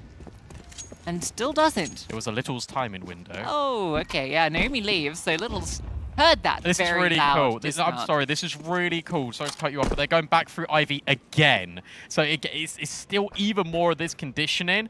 You should be aware of it if you're Sophia, and she is. Kiara next to Topple. You've now got good info if you're Zana, and the AWP rings true. Now you've got even more leverage. And I love this smoking towards the pop dog. They might be aware that Littles could have pushed forward in towards A main because you left that space unoccupied. Yeah, but then you just took down Sophia there. So actually, on a certain level, Littles is baited really well. They go in B. Zana's already walking the issue, clearing out all these close angles. Hejani's ahead of this. Okay. But you don't want to peek. And that means you can plant away from Heaven and B holes and get Zana posted deep in CT. Yeah, I got that smoke goes through as well. Oh, it's the perfect smoke. We'll just walk it though. Disengage. Naomi falls back, and yeah, the post-plant position is brilliant. That smoke is the key thing here. There's not a kit. That's what I was going to say, that there's just no No kit. armor on Littles. Oh, but the jump spot is good enough info. It goes both ways, and I love this. It just, again, disengaged from Naomi, and now you've almost baited Zana in. Oh, smoke goes deep and actually gets blocked. Zana ahead of it. Now scopes on the angle. This is really difficult to see, but the bomb is not being committed. That's the most important thing. And now it is. Naomi will get rid of Hejani and Littles at the same time. It looks complicated, but it's effortless. Yeah, they hear that 10-second timing hit, and they get loud. Vilga fired up, bringing the energy. Zana just flies out through that smoke. Had to make that play. Sure, she misses the shot, but the attention is all on her. The real star shines in Naomi. Brilliant target selection. The fact she gets both is outrageous. And I love how selfless NIP are in that situation. Like, it makes so much sense for Zana to go through there, especially with that smoke up. Just playing for the round. Because you know the AWP's going to be scooped up afterwards. We already heard in that round table. Didn't have to scream that the AWP was in B holes. We definitely knew about that. Felico. You got to remember, we talked about the round count. Vilga farmed against Imperial. Is now beginning to go through the motions in Atrix. Who chases the ecos, Vilga? It's definitely you. I don't know if that content's played yet, but we recorded a roundtable yesterday for everyone watching at home. Had some great chats with Vilga, with Bibian, with Hanka. And yeah, we got some dirty truths about who's the real eco hunters on the team. Turns out it's Vilga. After she threw the shade elsewhere. She did. Got a little bit of lore about NIP on train that I can maybe share in another eco round. Okay. Just planting the seeds here. All right. It's really Future lore. goofy brand and stuff. Oh, classic Brandon. Classic Such me. a goofy goober. So we'll come back to that. I'm just sort of planting the seeds Right. so I don't forget. Seeded. We will sow later. And take her seated for this banger game. Littles with the Oh. AWP, puts it to good use. See you later, Vilga. No aggression out A main today. Yeah, still Naomi got all that space in the Chaos first gun round and didn't want to repeat. This is actually really interesting. Because the AWP is now holding Ivy, you've effectively got an extra player that you can flex in between A and B, but the additional rifler isn't over at Connector, actually over close Pop Dog in Bokor. Holding Bok utility over on B. Bok utility everywhere. Boko will disengage. In fact, oh, chance there for Zana. She wants to keep going. Oh, and it works. Okay. Question mark. You know, sometimes when you're the support player, you have to take one for the team, and sometimes what you're taking is all bullets. As are Atrix. Zana takes another down. The Flames remove 11. Smokes allow some scaling, but Kiara looking to get deep eats that nade. Might still be able to get tricky with it. This is a deep T smoke, and she's heard Littles start to move. There's no way the AWP's clearing this close angle. Oh, she almost did. But Kiara a little quicker. And now you're between Zana and Kiara, and it's Zana that feasts for 3. I'll tell you what, the biggest difference between NIP last season and NIP this season, how much space they take in afterplants. And I really love this progression out of Naomi, because what it does allow is it just allows Zana to have deliberate angles that she wants to take, and it just gives her so much direct room. It's really cool to see. I'm sure she gets a team kill here on Mia, but hey, doesn't matter. She got the crucial one. It's not even Naomi, it's Kiara. Sorry, they're identical. That's so crazy. That's one way to take the... She was just also just completely fearless in jumping down that ramp. Yeah, I love it. But again, it's selfless for the team, because the AWP is technically taking the space, and the riflers are going to come down anyway. And because she goes wide, that takes the crosshair away. Yeah, she's meant to be the one that's baiting out the rifler to really get that kill. I'm loving what I'm seeing from Zana so far in this T side. She's feeling it. Saw it on Ancient as well, just how aggressive she wanted to be in sort of taking the fights. And I think it's interesting because obviously the comparison was drawn from Newt in our previous game about Zia and Forks taking the fights. I didn't really see that in Dust 2, but here on Train, especially on this T side, Zana is everywhere. I mean, this is the conversation even at the kind of tier 1 level. AWPers just don't have the impact they used to. There's only a few kind of elite AWPers in the game these days. It's the riflers that take the forward focus in so many conversations. This is fun. Are they just going to phase, or are they going to actually walk it? Is there a flash? Yeah, Boko's got a flash. Hands to the ready. Oh, 5-7s. Take down a teammate. So, Good volley. Oh. Yeah, if that had been a kill onto a T, that would have been a different story. Boko? Maybe we can write something here. Maybe not. AIM makes quick work of her. They deal well with the pistols. This is a brilliant start to the T half. I mean, if you walked away with the amount of rounds they've got so far, They've won. You're happy. I'm sorry, like they've All won. right, let's. Brandon's calling it in round 8. NIP are winning ESL Impact. I mean, yes, they are. I mean, I call that. Why do we one. play the games, Brandon? I don't know. You should just rock up and with the trophy and just give it to them before we even. Oh, trust me, I will. I tell you what, if they win, I will. I'll be there. Well, let's see if they can at least get through to the semis immediately. Aatrix have got really good utility to sort of block NIP or at least do a lot of damage. Spam is incredibly effective, but Bokor is caught by that flashbang, and Vilga this time makes good on her promise of her position. Vilga heard all of that, knew a player was top red. This is so cool. She now just drops another smoke even after Aatrix have naded it. And 11 is just going to waste so much time. Yeah, you can gut Vilga out, but does it ultimately matter? No, because now they're at the top of B. They're ready to go. Yeah, it's just her shining here. She's completely by herself. Hi, So mate. many angles to look at, but the wall crawl actually favors her. Kiara gets that trade, but Sophia rotates in time. So it's a 2-on-3. Get out the way. Yeah, get out of the way. You need to get this util down and the bomb. And Molly, oh, the wide swing comes out. Naomi bails out Zana. She's aware of this push from 11. This fight could define the round. If Naomi wins it, it's only Littles who hits the shot onto Zana. A 1v1, and she'll get her over top of the smoke. There's that Littles that we saw earlier. Tell you what, nothing littles about that impact. That is massive in that 1v2. The fact that she's able to isolate Zana because you understand that Kiara's gone all the way back to deal with the upper B flank.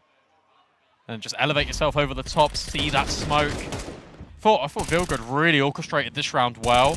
Rejani getting this kill was so important. Sophia's with an important trade.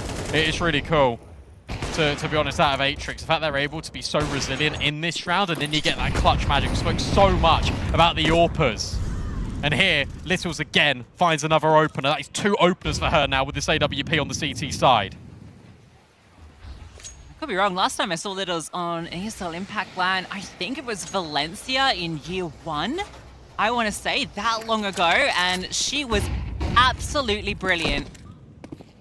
One of the highest rated players of the event, and consistently has been during all South American seasons, but it's not quite getting through with this HX squad until this moment. Thriving in the LAN environment.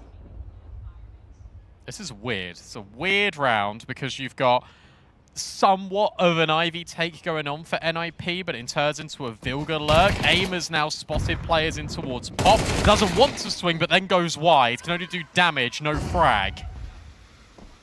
So now a lot actually relies on this Vilga lurk to see how much she can find. But this is hard when you're lurking as your in-game leader. Nice pick. Any more? Nice. Ooh, that's Sophia caught. Catching Vilga, who's caught. Thought there was maybe a timing as the distraction came in from main. Now 11 is low, but it's still a very tricky round to put together. Naomi just looking for the duels. Some sort of avenue into this. You'd love a molly for backside. Now it's only Naomi who knows what goes back here. She tries to crawl to punish her to get caught by Con, and that's the confirmation. Back-to-back rounds for Atrix, starting to find their footing on the CT side. You can really see why Freddy was very excited about Atrix for good reason, and it's because they're not actually showing sort of any inexperience of LAN jitters. And sure, they've been to domestic LANs, but they come into an international stage, realizing your dream of qualifying for an ESL Impact finals in a completely different location. That's a big ask, especially when you're going up against Vilga, one of the most winningest in-game leaders, as we like to say, ever in the women's scene. And she's been trying to get tricky with it, especially on this T-half. You go to train at a really uncomfortable map sometimes. But the fact that Sophia's ready for that lurk, I think is really impressive to me. Great punish. Such a good kill. Still wanting to build up more rounds on this CT half, but this would be a good moment to do so. Thana Hero AK, plenty of money for her off into the next. Rest on Tech 9s. Looks like it could be a pop onto B. It looks like it's going to be quite quick, and I really like the fact that Rejani's playing a little bit more disciplined. Bokor now walks over. It's just going to be an exec. So there's going to be deep mollies that are going to go over towards connector, one probably back site, and there'll be a smoke dribble down as well to give them a corridor. If you can make it into the site, you can definitely plant that there's no incendiary for these two defenders. Only block you've really got is a smoke and a HE, so definitely a chance for a bomb plant, but it's whether you can get much more from that. The execute starts to come, but this is actually a bit of a fake, Brandon. Everything starts to go through, the rotation, so it was a fake, but now they go back, so it's a second pump. But now it's the third defender here. They've not really sweated this, but they've been caught off. Naomi, the scaling looks so good. But from the heavens, the kills start to come through. Tech 9s finding purchase. Zana gets involved. And Littles really wants to take the fight forward. Audacious with Sophia by her side. There was a chance, but very few are given against Zana. Tensky now getting louder as well. What a really cool round out of NIP, because what you're doing there is you're actually making the most out of the weapons that you've got. So you do double smokes, you do a little bit of a fake, you step deliberately in towards Pop Dog, and then you walk all the way back. But you're not actually scaling to take the bomb site, you're scaling to take the space and close the gap with the Tech 9s. Spam through the smoke, easy kill. That allows Naomi and Zana to create space. What an incredibly good round out of NIP. Timing on it was great too. You can see completely caught 11 off guard. You know, mid-rotation back, out of position. That's such an intricate round. And that's only the half buy, right? That was just intended to, you know, it's a long shot kind of round. That's that force buy that Newt was talking about. Exactly. Newt always knows. 6 in the T-half already. Ooh. That was to feign like a drop down for like util. Oh, look at this. Yeah, look at the drawing it's done. And this has been very B heavy. So you can't blame them. It's a lot of pressure onto 11's shoulders. This is really cool again, like just the timing of this. They don't deliberately go into Ivy yet. They're going to wait for these smokes to go out and the mollies. That's going to make the Ivy player start to get worried. And they're going to full fake it in towards B. Aim round the corner on the angle. Vilga here as well. And between the two of them, they actually collect 2. And now everyone has rotated over. Vilga can't find another, but she's staying alive. And that's so important because NIP just walk out A. Oh my god. This is just fakes on fakes and it's all worked. And they're in con. Played for fools. Vilga is in their heads. Oh, and Sophia, I think, just calling it off. Yeah. You got to save. The money is too bad. Littles wants to keep her AWP. But the reason why I literally pointed at it on the monitor, they don't go around the corner at Ivy. They wait. Aim jumps and fakes that there's multiple players at B. It's almost like you're dropping utility to each other. And then the nades come in. Then the smokes come in immediately. This is the best looking T-side we've seen today. Maybe one of the best looking T-sides I've seen in some time. Looks exceptional. Yeah, training was never going to be easy against this squad. Oh, hi. Behind you! Little Z and Sophia will be allowed to hold on. No harm, no foul, but 7 on the T side and a chance for 8. I'll tell you what, look, I've watched NIP an awful lot, everyone knows, but I've been covering them in like the other tier 2 events. Like, I've been covering them in CCT, cover them a little bit in like Y Games at some other events. What's interesting to me is they do like playing Train and Ancient sort of against like the tier 3 competition in the closed qualifiers. But this by far has been the most comprehensive, detailed T-side I've ever seen out of them on Train specifically. And that's not even before we even talk about the CT side where I was going to gush over Mia or AIM. We don't need to now because this is already going to be 8-4, it looks like. Atrix need 5. They need 5. Oh yeah, absolutely. And even that doesn't feel like it will be enough, but see what their T side has to offer. Look how stable this is as well. Naomi, Vilga 10, Zana 7, Kiara 7, AIM 6. Vilga is playing lights out Counter-Strike today. And again, it's B, under threat constantly. They just want to keep going here, but they do overlook Hajani, who finds that first kill. AIM doesn't look out the corner until the last second. Headshot comes through, but at the same time, instant kills the other way. I don't think that 5's coming unless Littles and Boko can pull off some magic, and Boko is burning to a crisp. Littles is still on the A bomb site, and they're stuck in connector. How do you get out? You don't. There's nowhere to go, nowhere to move. You just smoke yourself off, for goodness sake. Now you have to flash through. Boko now swap Scunge. You can't save. You need to go for it. And Kiara's already in your spawn. No one's moved a muscle. AIM then takes the contact. It's so easy. It's effortless. And it's NIP with 8 rounds on the T side of Train.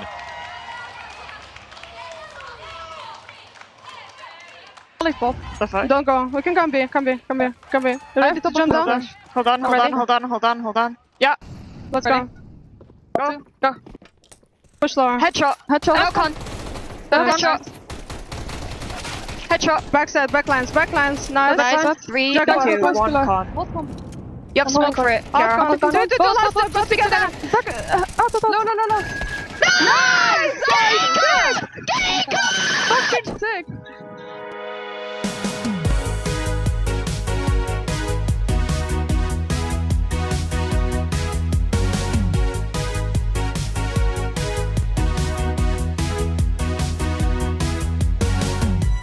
Lost in time on the line. Night will fade, don't be afraid. Spin the wheel,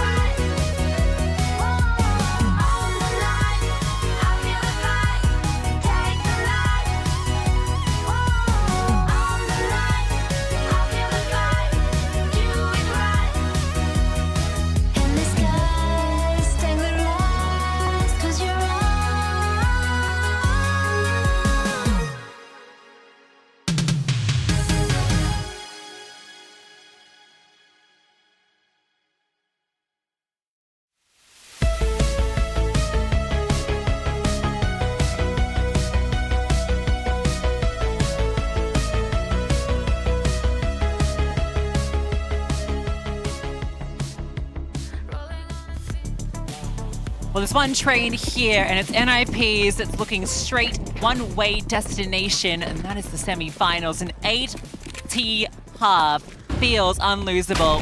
Oh, okay. Or maybe not. 11 gets rid of Vilga immediately, but gets dinked by Sophia on the way out, put down by Naomi. A lot of space has been collected, but it's a double up towards the back of the site. And while she might be ready for one, you're not ready for the other. And Naomi is delivering pain.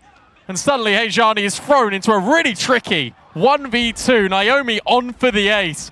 But one twin falls, another steps up. And it's the B-site player to try and do the business on A. Naomi dealt with and wrestled away, and AIM is on an elevated angle over towards the connector. The P250 is missing as he's so labored.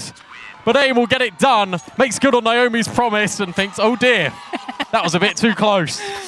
Yeah, AIM's going to shake that one off. Got the job done in the end. But Naomi, what was that? Pure absurdity on those 4 kills.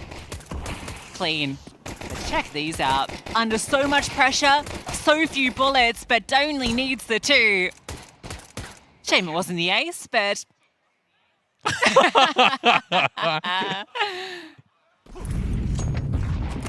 Listen, you got the kill.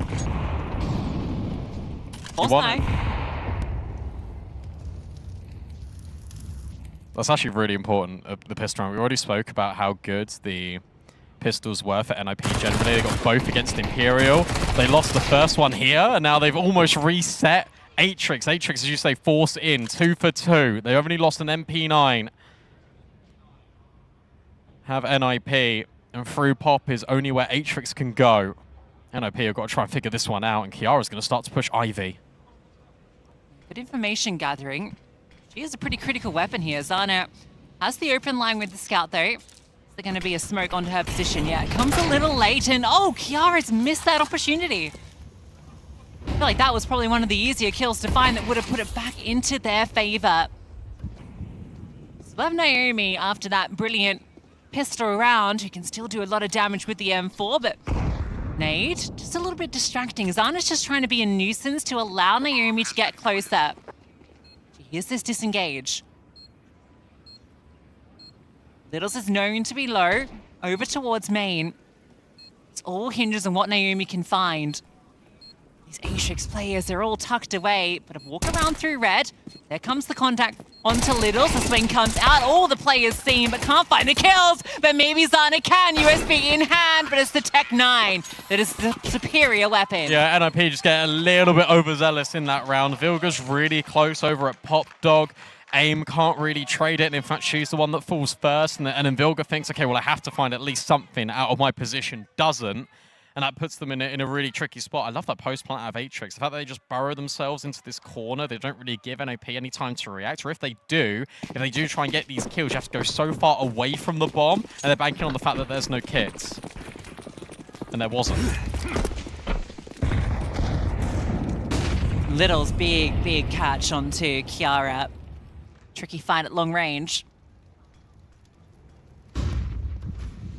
Now, B was a big punish point for NIP. Well, Atrix try and do the same to AIM. He's in position with the MP9 up close. Look at this gamble. Yeah.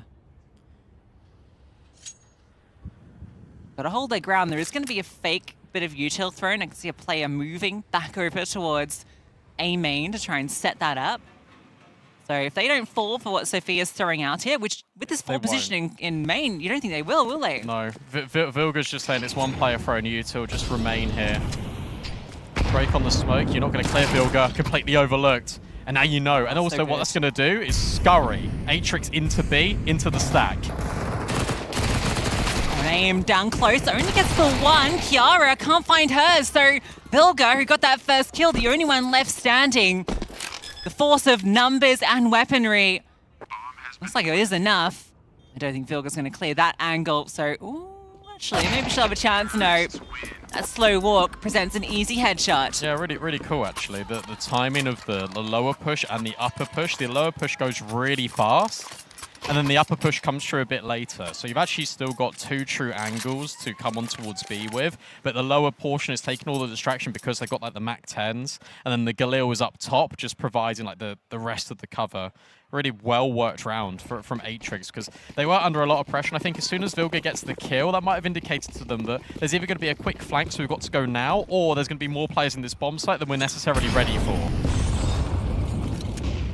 And NIP had the perfect read for the situation.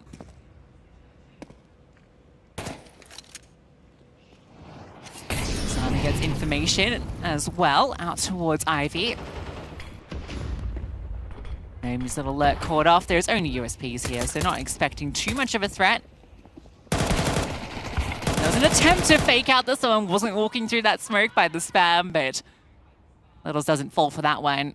Poko gets a couple of kills on the SMG. We're going to be within 2 rounds. And it is South America, so these T sides typically are quite good normally. You normally do favor the South American teams to be better on the attack than the defense, and they certainly have worked their way back into this game. And this was even after, remember, losing the pistol, then winning that force buy. They make it a 2-round game where NIP felt like they were in control. They're going to have the money to rebuy back in. I don't think, and there will not be, an AWP for Zana. But Atrix are keeping calm and composed. They're building into this brick by brick. It's what you got to do. It's what's allowed them to take down the best in South America. Felled Furia, and now have done the same to MIBR to open up their playoffs. Taking down one of the top dogs, if not the top dog of Europe, that would be something else.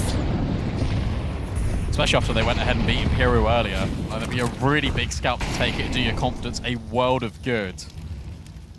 And we've already had surprises today, but that would be the surprise of the tournament. Flashbang into A main. Aim's got to be ready. Drops the molly, not the smoke. Bokor goes through, straight to her death, and Aim is ready for the second. And then a T-smoke goes down and actually blocks it for her. So Aim, very happy with how that played out. Different story to the last time B was tested. And the resmoke on towards Pop immediately. You can't go anywhere. Once again, you're suffocated for space. And a really clever resmoke thrown by NOP that lands at the top of the B hallway. Access denied. And with 1 minute left, with no space, you might even save. Got a fair bit of money though, so I feel like when you know that NIP have just reinvested in, you'd like to keep them a bit honest. Naomi caught as well. Step 1. That opens up a way into this. 2 players on each bomb site, so certainly a world where it's possible to find success here. Rotation starts to move over. All the utility get thrown out. Zana tucked in at New Box. This could be a potent swing if she finds the timing, but no, it's 11 who hits the shot. Vilga finally answers back, and it's Aim who closes out with the A's. It's all 5 for Britain's best. And I love her reposition. The fact that she's down B, she moves over to stand side by side outside of Pop Dog. Because you're expecting that crossfire to come in. Especially with Zana being on that new box, there's going to be a player close Pop, guaranteed. So the fact that Aim is there as well, absolutely exceptional round, because these are the rounds previously, sorry to do this to you, NIP, but these are the rounds that you dropped the ball on, and we saw against Imperial, they were prone to make a few mistakes. Not this time. I'm no lip reader, I'm pretty sure she said suck it. Already seen a few expletives come out of her mouth today. One of the more entertaining players to watch. And in fact, this is such a great match to have because we have 2 teams that get very vocal. And I've seen, you know, both have great support here as well. Obviously, NIP, home here in Stockholm. But Atrix, they brought the whole squad out to support them as well. Shout out NIP one time. And Atrix obviously making it from halfway across the globe. Sophia not dissuaded by a low HP. Flashbang over the top, trying to be a little bit of a menace, but Naomi will deny 11. And that meant that Sophia felt like she needed to push, but Vilga's covering.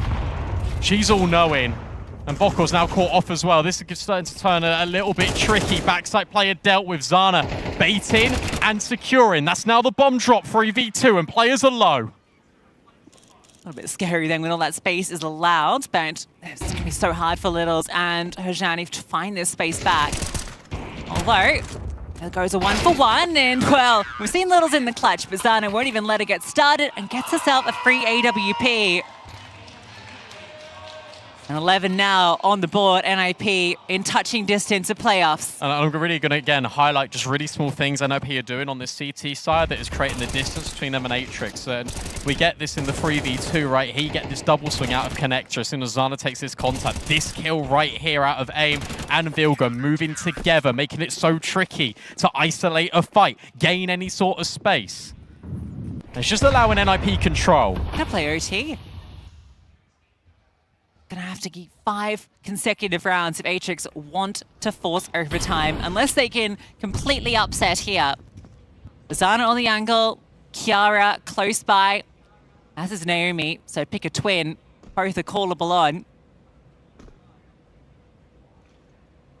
They're hoping there's gonna be aggression, but with Zana holding this, there's no need. And when you know you're up against the eco, again, no need to get silly. Will Zana hit this shot? Oh, Vilga now confirms that it's an eco, so Zana will be on red alert. No flashbang, easy collection. How many more does she want? Maybe all of them, and maybe that's a little bit greedy, but Kiara, as you say, called upon to jump into the action, will get that double. Tech 9 for Hejani, and AWP picked up. Don't let this one get away. 3 HP and a dream to keep Atrix somewhat stable.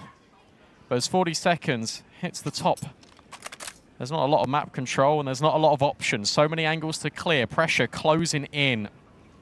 Like a dark cloud looming. Vilga and AIM just wait patiently. They allow all this space. It's deliberate. Smoke off in towards Pop. Bomb committed in towards the backside. Vilga hears everything. Doesn't need to move. Can just wait to close the gap with AIM.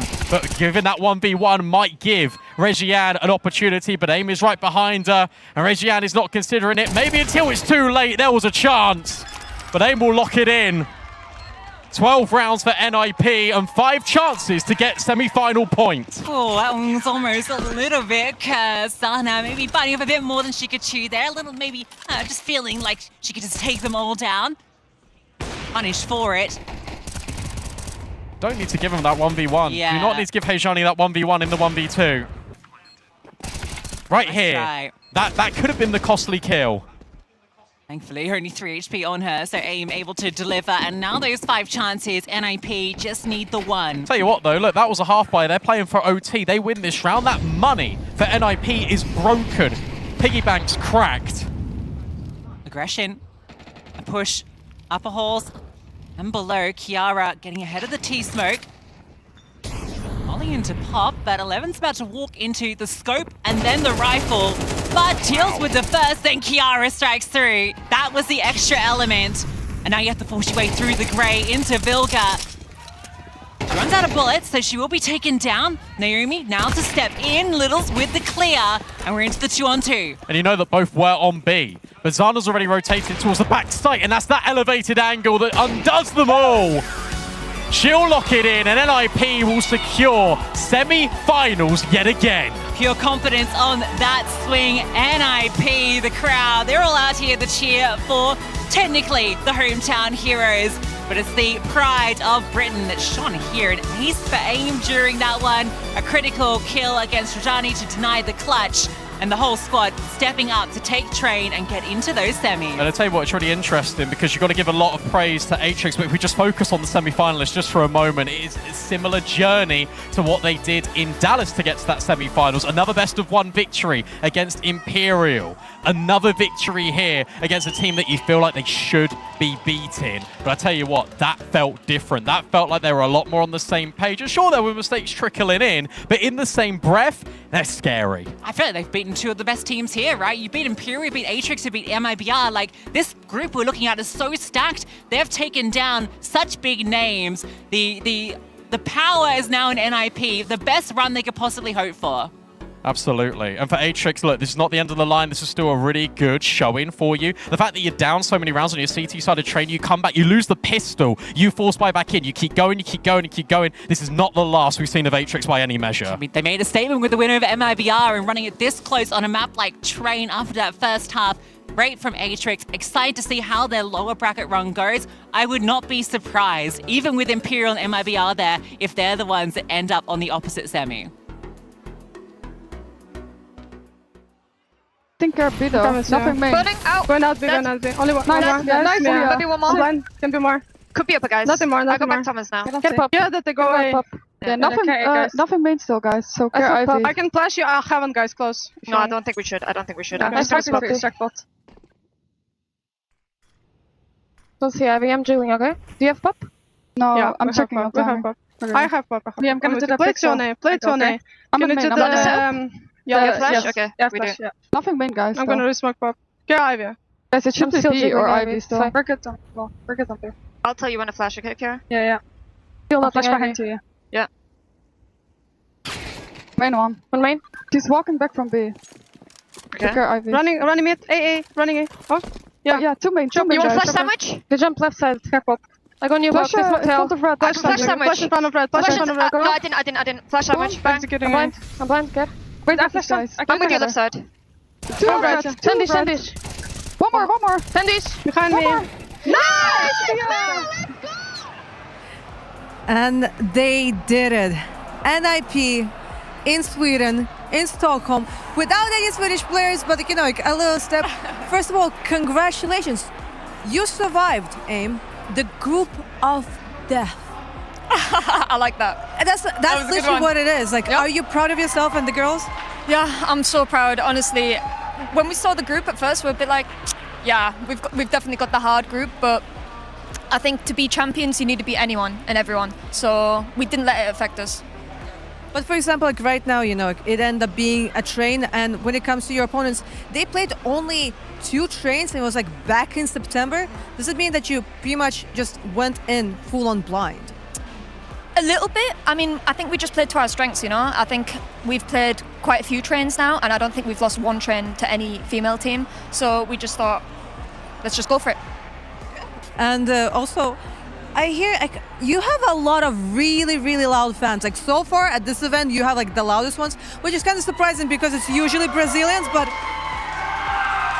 I really hope you can actually hear this on broadcast, especially considering that you were sitting to that edge. Could you actually hear it and feel the energy? Yeah, I could hear them constantly shouting. It's amazing. I mean, it's like the home crowd, you know, here in Sweden. And yeah, even though we have no Swedish players, it feels great to know that everyone's cheering for us. But now you have a day off. What's the plan? Is it going to be hard prep or maybe like a little bit of relax and get to see DreamHack? I don't know. We'll see. I don't want to give away any of our secrets, but we'll definitely be prepared for Sunday. Definitely going to be prepared. All right, then, AIM, one more time, congratulations with the secured semi-final. And let's go back to the desk. NIP through to the final day, and they did it with aplomb. A really strong first half as well, set them up for success. I mean, it's Train, right? When you see that kind of T-side come through, you're thinking, this thing's already done. Gift wrapped it, send it home. NIP have booked their spots in the semis. They booked their spots in the playoffs, and well done to do it. Yeah, 8 T-side rounds on Train is pretty much a coffin sealer, and it seemed to be that way. Atrix get a very warm welcome to Europe. And we also have the nice interview with AIM, who also had some very colorful words for us during some of the breaks. I think you might need to add some more pop-off to your own repertoire there, Letty. Yeah, I don't think if I can even beat it, to be honest. But in general, we saw also like one round of the comms, and to be honest, that sounds very, very solid. And of course, like it's very important because like you don't hear everyone just screaming, just over screaming people. Like it's very important to have like very clean comms so everyone knows and understand everything clearly. So like yeah, shout out.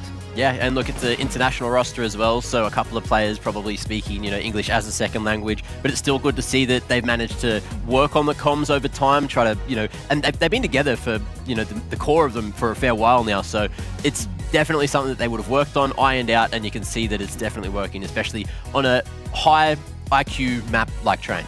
It does feel like this is evolution that we've seen from this team over the years, over the seasons of Impact. When Vilga first joined this team, there was a lot of potential in some of the younger players, but in those chaos moments and those pressure moments, the comps would go to pot, they'd be making wrong reads, they'd be making mistakes. You don't really have that anymore. In the pressure moments, in those clutches, they always seem to have a good awareness of what's coming their way. Even in the rounds where it doesn't necessarily succeed, you see them have a really good read, you see them have a really good flow, and that's got to come down to the communication, Letty.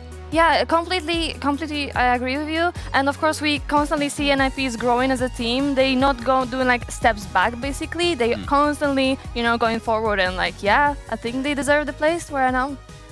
And I think we need to highlight one of the twins, but not the one we would have expected from the online play. On this map in particular, it was Naomi who stepped forward, who's going to be our match MVP. Newt highlighted her prowess with the utility before, but it's not just the nades. It was getting it done with the guns. It was getting it done with the pistols. Near ace on that second half pistol round as well. Really impressive showing from Naomi today. Yeah, well, it's train, right? You have to have your utility completely dialed in, and knowing that she was able to set that up as well as also just, shoot up a storm. That's exactly the recipe for success. It's brilliantly done. It's brilliantly done, and we continue to see this from different aspects of NIP, right? You have the big ones from AIM. We've had really consistent performances from Vilga herself. Zana coming in on that AWP hasn't even really needed to be that featured just yet across these two BO1s. And then the twins bringing in a ton of firepower, bringing in a ton of prowess.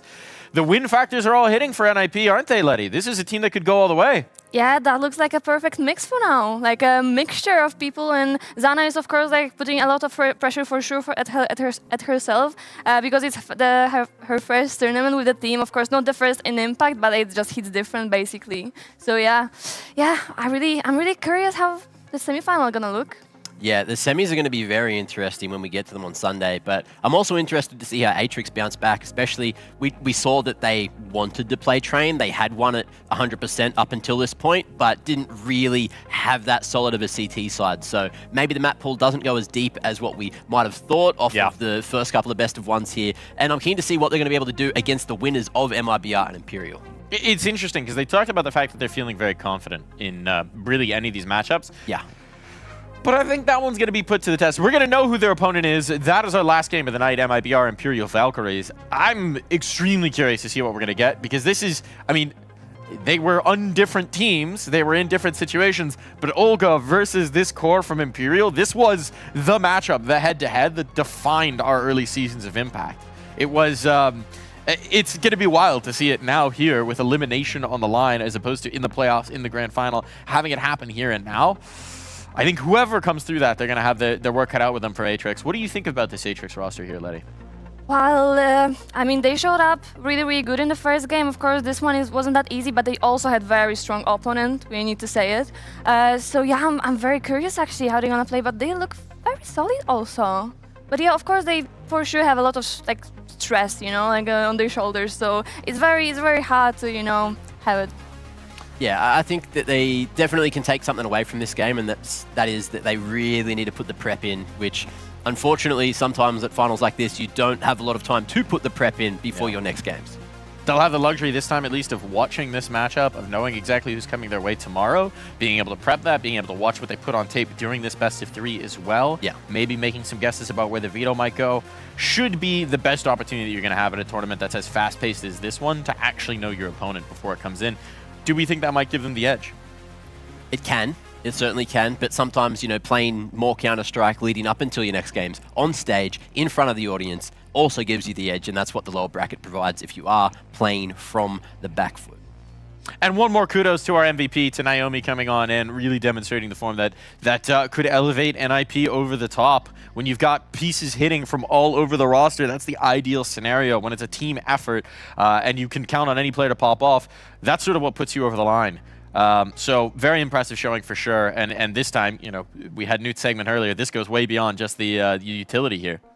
Yeah, completely. And I always knew that Naomi and Kiara, twins, are shooting very, very hard. And it's so nice to see they actually activated on the tournament, because we always saw it in online. Online, they were smashing literally everyone, and it was so enjoyable to watch. So I'm very happy that they finally pops in on the tournament. What was interesting as well, I feel like they made sort of their big initial splash in International Counter-Strike actually in those IESFs where they were playing on the national team for the Netherlands, which you wouldn't really think of that as as being a Counter-Strike region, but they had these 2 stars coming through, making the waves. So it's cool to see it now translating to Impact play, now translating into NIP. Did you play against them at all when they were over on that Netherlands squad? No. They didn't go for the LAN. They just played the qualifiers together. Well, but they were good in those qualifiers. So maybe my point is moot. Oh well, I tried, and sometimes that's the best you can do, as Atrix found out today. Yeah, look, you got to try your best, and unfortunately, sometimes your best isn't good enough. But fortunately, the second chance is here, and they get to run it in the second chance and see what they have for them. They do have a second chance, but in our next matchup, there will be no more second chances. Imperial versus MIBR. One of these teams does not live to see day 2.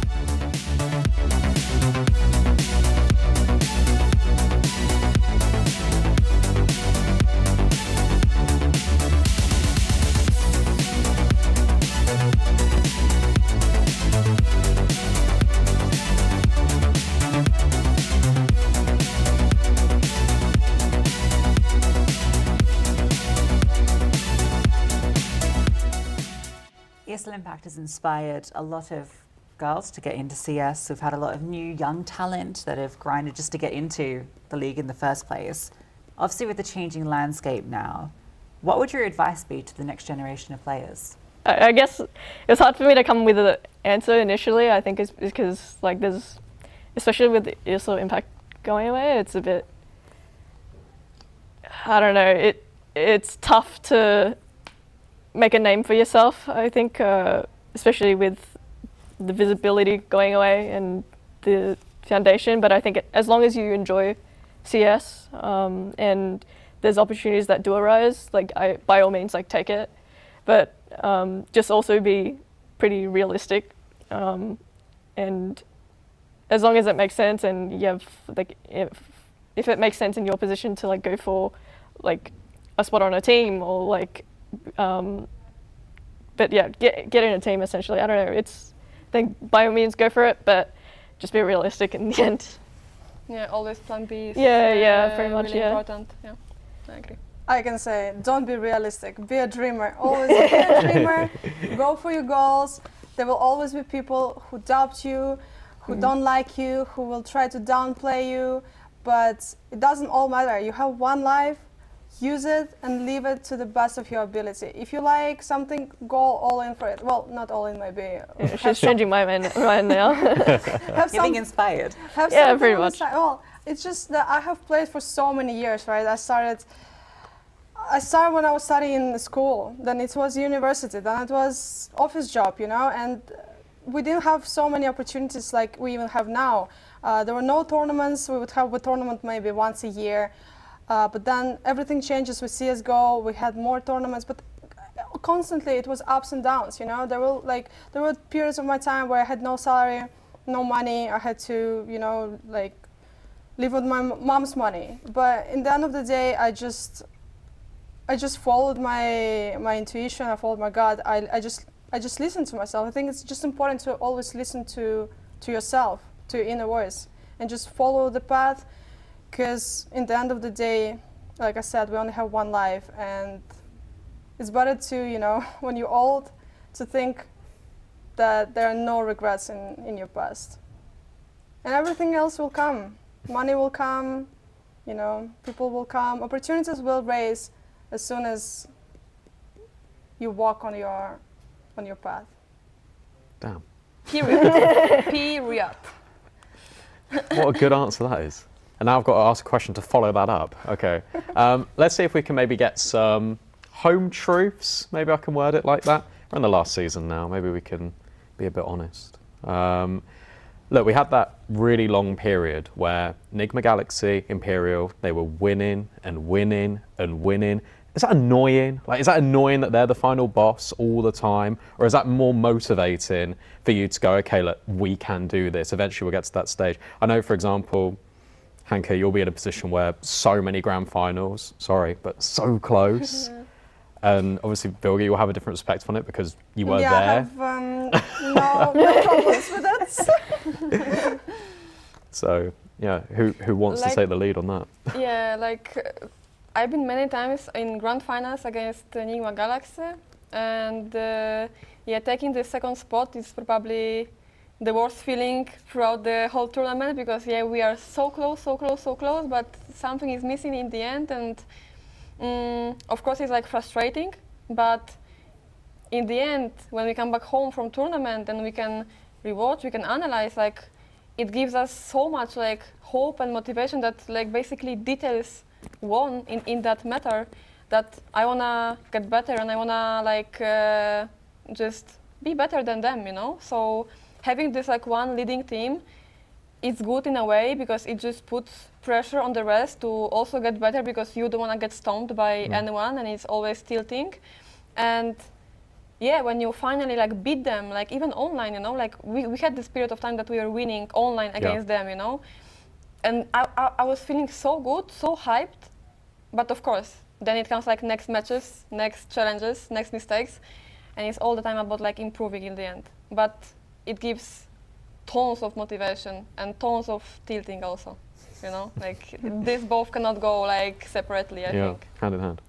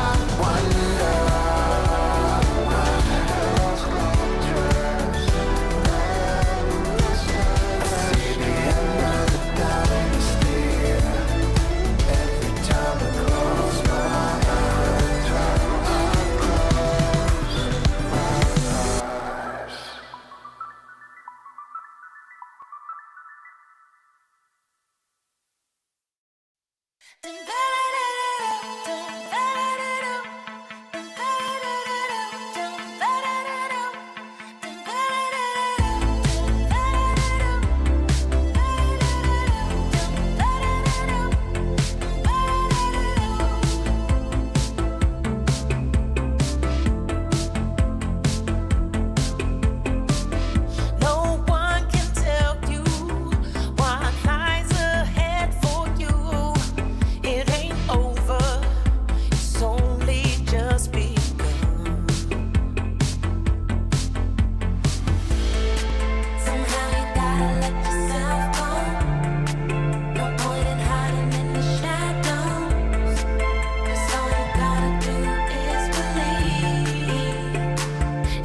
it's time for you to step into the light, spread your little wings and start to fly. 'Cause you just need to love the life you live. Then step into the light.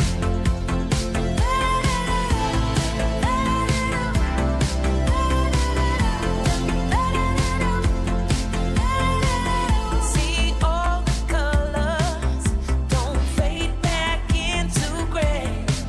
And remember, it's only just begun. Somehow you gotta let yourself go. No point in hiding in the shadows. 'Cause all you gotta do is believe.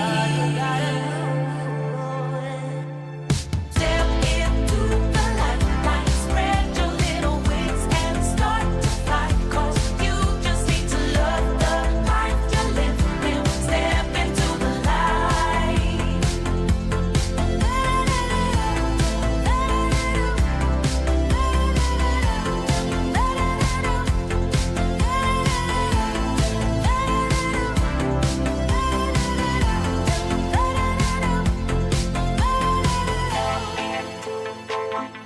Spread your little wings and start to fly. 'Cause you just need to love the life you live. Then step into the light. And now it's time for you to step into the light, spread your little wings and start to fly. 'Cause you just need to love the life you live. Then step into the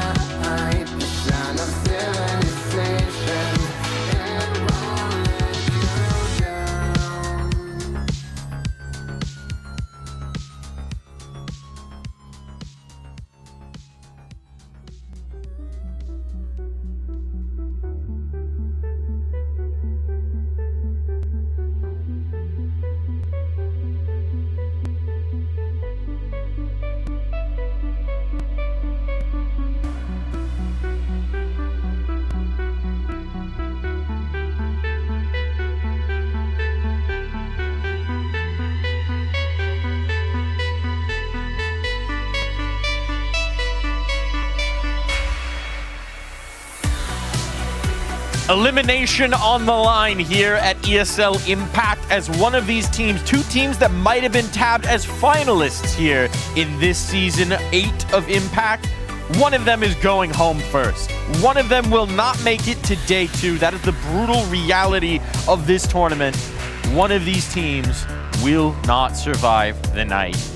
And it's MIBR and it's Imperial. Star-crossed teams, faded matchup, lot of history between these squads, between some of these players here, and now it all comes to a head, not in the quarters, not in the semis, not in the grand final, here in the groups. There's no way. There's absolutely no way Imperial Valkyries can come into this and go out on day one. Like, you wouldn't read about it. Whoever the scriptwriter is for this is just writing complete bullshit. And I don't know if I'm buying it. I don't know if I can buy it. I don't know if I'm allowed to believe it. Even if it happens, it just doesn't make sense. Yeah, correct. Like, I know we want to make a history, but I don't think that's the possibility for Imperial to lose the game like that. And of course, like MIBR is such a nice team, but I just don't see it. They're maybe on the wrong side of history in this moment, but it's at the end of the day written by the victors. And so if they can triumph here, well, we've got to rewrite that script. We've got to throw it out. The 6-time champions of Impact might be gone here and now. And that is quite an astonishing thing to think about. To prep us for this little banquet of information, I've got a little amuse-bouche served by none other than Chef Newt. Newt, what are you cooking up for us today? Well, you mentioned victors, and I always see that victors are written in the stars.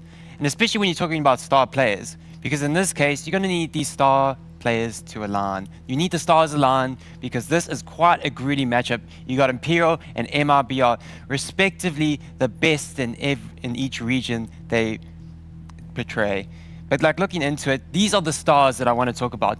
The new star of Imperial, Vienne, Wayin, we're still yet to determine on the actual phrasing of it. So hopefully we can do some investigations into that. Exactly. When Wayin came into the team, I could actually see a shift in Imperial, because a lot of their map pool actually catered towards Wayin because they saw the potential. They saw the star player that was within her. And you can even see it in the multi-kill rounds. 18% of the multi-kill rounds, 90% conversion rate on those multi-kills. They're very dependent on Wayin popping off. Talking about popping off, Poppins has been popping off during the online season as well. 23% of rounds, multi-kills galore. Also a 90% win conversion rate on this.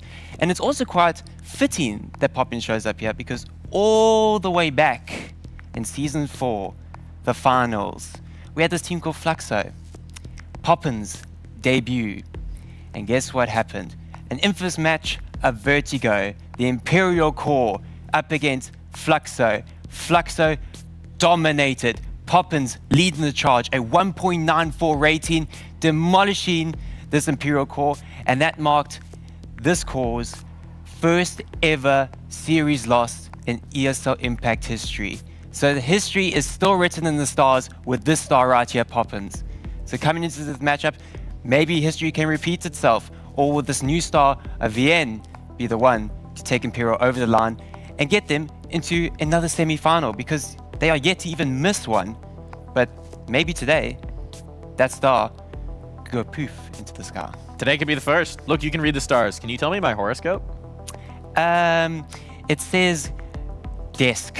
I didn't know you called it desk. He's prescient! He's prescient! I'm headed back to the desk. Newt can predict the future. We got Nostradamus over there. But the question is, can he predict this matchup, right? A story written in the stars, but new stars that might shine this night. Vienne or Wien? We're going to go with Vienne on this desk. What do we think is going to happen there? She's the new face in Imperial. She's the change factor, the X factor coming in. Came in, won a LAN with them just before this event started. Do we think she can continue that form here and now? I mean, actually, fun fact, I even played with Vienne one tournament together as a mixed team, and to be honest, she's very talented, or maybe skilled, like, you know, I don't know how to actually name it, but like, this is the player, this type of player, like, you don't need to tell her much, she just knows and understands the reactions really easily, so like, it's very good choice by Imperial to take her to their team, so yeah, I think she might show. Yeah, I agree. You know, you can't spell Vin without Vienne, of course, and I feel like it's just going to be one of these players that is going to have to completely pop off. There's no way. Like, I just feel like narrative-wise, I'm not seeing this team going out early. Not with the player of the year last year, who is also currently the second highest rated player after one map so far. That's Anna. And I'm really hoping that we get to see a little bit more from her, because it's just been crazy, crazy days for the last, for this year, I guess, for Imperial Valkyries. And it's been insane upsets so far in this tournament, but surely this would be the biggest of all. This is the 6-time champions of ESL Impact. They've got to defend the throne, but the pretender who might try and knock off the crown, MIBR on the other side, and to find out more about them, we've got a little bit of a video. I've been playing Counter-Strike for 20 years. It was my first shooting when I was 10 years old. Now I'm back in a Brazilian team. We have potential to go to the finals and get this title this time. You can expect a different Olga and Olga's team as well. I feel that I grew up, improved as a player, I learned so many things, and that's the reason I believe I can be an IGL nowadays. And for me it was, I guess, a bit easier to adapt because they needed a player like me, you know. It's been a long journey. It had ups and downs, wins and losses, but I think I learned a lot. Olga joined the team and she's really confident. She's like really aggressive, but she's also our leadership, so everything is going great and we rebuild ourselves and I'm pretty confident with the team. Our main goal is to get to the finals and lift the trophy. This time I feel really positive. Maybe this is our moment and it's the last tournament, so I'm pretty confident and I want to make everything possible to win. Might just be their moment. But if it's going to be, it goes through the toughest possible road, right? Imperial here in the elimination matchup. That being said, if they could do it here and now, that would surely give them that surge of confidence to try and take it all the way. Yeah, on paper, you know, you can't be faulted on that statement, and it's going to have to take a pretty crazy calling out of Olga. You know, they've had time to sort of turn things around, look at what didn't go right earlier today, and try to maybe fix those things, but then again, so have Imperial Valkyries. We've got the veto coming on in here, first band's coming out, Overpass and Train out. Letty, anything in particular you're looking for here? Yeah, I did small veto, and I knew, of course, like Overpass and Train would be banned because there's like this is like a permaban from the teams. But I'm looking for Mirage from Imperial. Oh, and you've called it. Very nicely done. All right, Nostradamus, what's our next one? I got this one. You can go. I can go. Well, you said Ancient before in your prediction, and I'm going to go with you. Is it Ancient? Oh, no, Inferno. Should have trusted your guns. Mixed it up. Well, it's still in there. Yeah. It's still in there. Inferno was going to be the third. Yes, It's not going to be Ancient, though. I'll tell you that much. What have we got, a D2? We're going to D2. What's the decider? We going D2? I think D2. D2? We're in consensus? Yes. It's Dust 2. All right. Mirage, Inferno, Dusty. We can't get away from the Mirage and Dust 2 today. Yeah, exactly. At least we have a new map, Inferno. So yeah, I'm looking forward. Inferno sprinkled in a little bit. That's going to be a slower pace of play than we've been used to. Today has been blistering, it feels like, once we actually get in the server. But Inferno might just change that up. Finally, a chance to slow things down, I guess. Once we get to that second map, of course, it is going to be Mirage and a chance for there to be a lot of holes in the defense for everyone to try and play with. And look, arguably, you're going to expect MIBR to probably be starting there on the CT side as Imperial Valkyries went into the pick, unless they want to change up something catastrophic. But everyone seems to be playing a bit stronger on the CT side today, so I wouldn't expect them to go for anything different. Would be the expectation indeed. Thinking about this Mirage, thinking about what we've seen from these two teams, who do you think has the edge on this map? On the Mirage, I just know Imperial feels very comfortable. It's their like insta-pick almost every single game in this ESL Impact season. So yeah, they for sure have something prepared and they all feel confident individually. I'm not sure about MIBR, but yeah, if they didn't prepare any different map against them, I think they need to feel comfortable on it. Yeah, they have beat everyone on it except for Furia, essentially, through the online season. And then for Imperial Valkyries, their recent games on it are going to be looking like, yeah, they managed to take out everyone other than Big Equipper and Mix a little while ago. So, yeah, they're looking pretty good. They're looking pretty good. And they're winning it pretty comfortably in a lot of these wins. So, I feel like map 1 should be Imperials to lose 100%. I'm thinking more like a 13-8 sort of scoreline. The question will be if they can shake off some of the nerves that were hounding them in the BO1, maybe lock in a little earlier, get off to a faster start. It's going to be the case for both these teams. Pressure is on now. Elimination is on the line. It's do or die here in ESL Impact. And so two folks who are used to the pressure, who thrive in it. We got Lucy and B-Dog. Take it away. If you had told me Imperial versus MIBR was going to be a matchup, I would have believed you, but I would have think that we'd get it in the semi-finals or maybe even the grand final. The fact we get it on day 1 as an elimination best of 3 just goes to show the level. Mirage picked by Imperial. MIBR opts for Inferno, and Dust 2 as a decider. They want to fight, fight, fight. Did you see those pistol round stats for MIBR on this map? I thought maybe that might Shocking. be a mistake. 21% with 7 maps played. That is a damning statistic.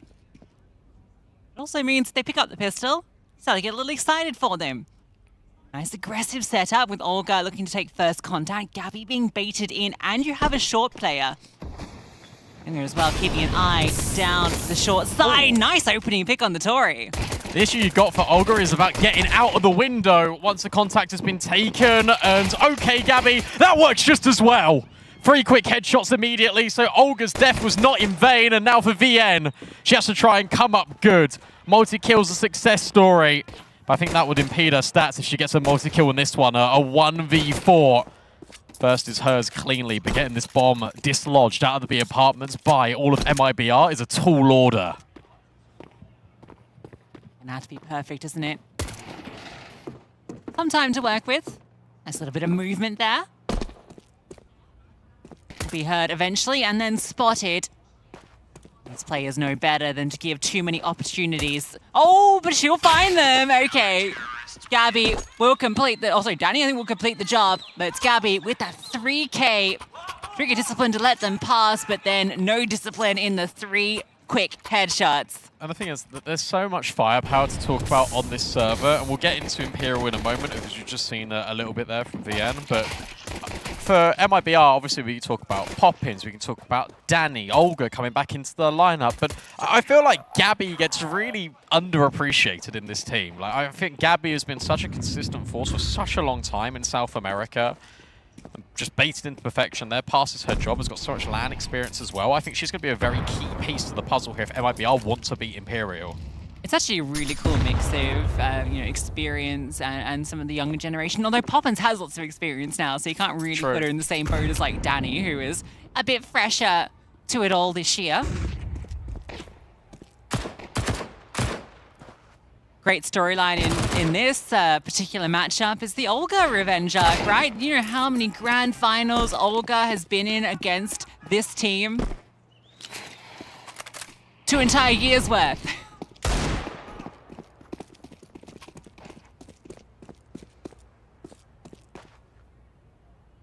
Could never get the best of them either. Close calls. From star player to still star potential, but now under new leadership reigns. That would be probably the most poetic of it all. MIBR crunching towards middle, the Deagle sounding out but not converting. And that was very clean in the end after their in-game leader topples. Yeah, 1 casualty to the Deagle, that's absolutely fine. Imperial can often find ways to get tricky in those rounds, but that's not allowed here. And they will have those 5 AKs out. Crazy game for Imperial to kick things off against NIP. Yeah. We were watching that one in the green room. You were a little bit stressed. A little bit. Aged you a few years. I feel like Imperial should have won that, to be honest, after ecoing NIP twice. Lost both pistols, which will definitely not help. No pistol here either, despite MIBR's really damning pistol stats. What a nade. Tori takes the brunt of it. In-game leader on in-game leader violence. Now Olga sets herself up to peek under, sees nothing, and will get away in time. So Tori can't really capitalize on the opportunity of Olga being out middle. A lot of very active moves from Olga early. You know, she's going to be one of those leaders that puts herself at the front where she can get all that information. And when you know you've got such a history of being a star fragger, it's a good person to have in that role. This looks like mid to B currently. But what you're really hoping is that the players in middle can find something. That's a great start. Tori then ready for Olga, but can't punish. And VN has gone through the smoke on Poppins and has heard her. Gabby's now trying to deal with all of this pressure over at B. The only one on the bomb site seen and dealt with. Olga rotates in time. And 23 is only living on a sliver. Literally 1 HP. She'll go down here. And bomb planter taken down as well. Olga's doing everything, being in the position, can't get the second. Tries to swing out wide, but it's Danny that will convert off Olga's incredible quad. I'll tell you what, you think about the game plan here for MIBR, and we can dive a little bit deeper. Pause has now just been called, I think, for a tactical stance for MIBR, but think about the maps that have been deliberately chosen here. Mirage, we always expected that from Imperial. this entire year, it's been Mirage, Mirage, Mirage. Inferno being picked by MIBR, I think, is really cool because it indicates to me they were to get really aggressive on the T side and the CT side. And Imperial have looked a little bit flat on Inferno recently. Going Dust 2 over Nuke, I think, again, indicates that they just want to fight Imperial. They feel like Imperial, and as Nuke says, so over-reliant on one player. This isn't like the scary Imperial you've seen where everyone can step up and have a really big moment. It definitely is a shell of their former selves still, is how I describe Imperial. And MIBR say, do you know what? Okay, we want to have firepower, we want to run at you, just want these aim fights. And to be honest, that makes so much sense. You'll get them. Hero AK into this round. And a collection of pistols, armor, so definitely enough to pack a potent punch, but with also utility. So far, Imperial's game plan's been very mid and B focused. I don't think anyone has really strayed into the A bomb site at all.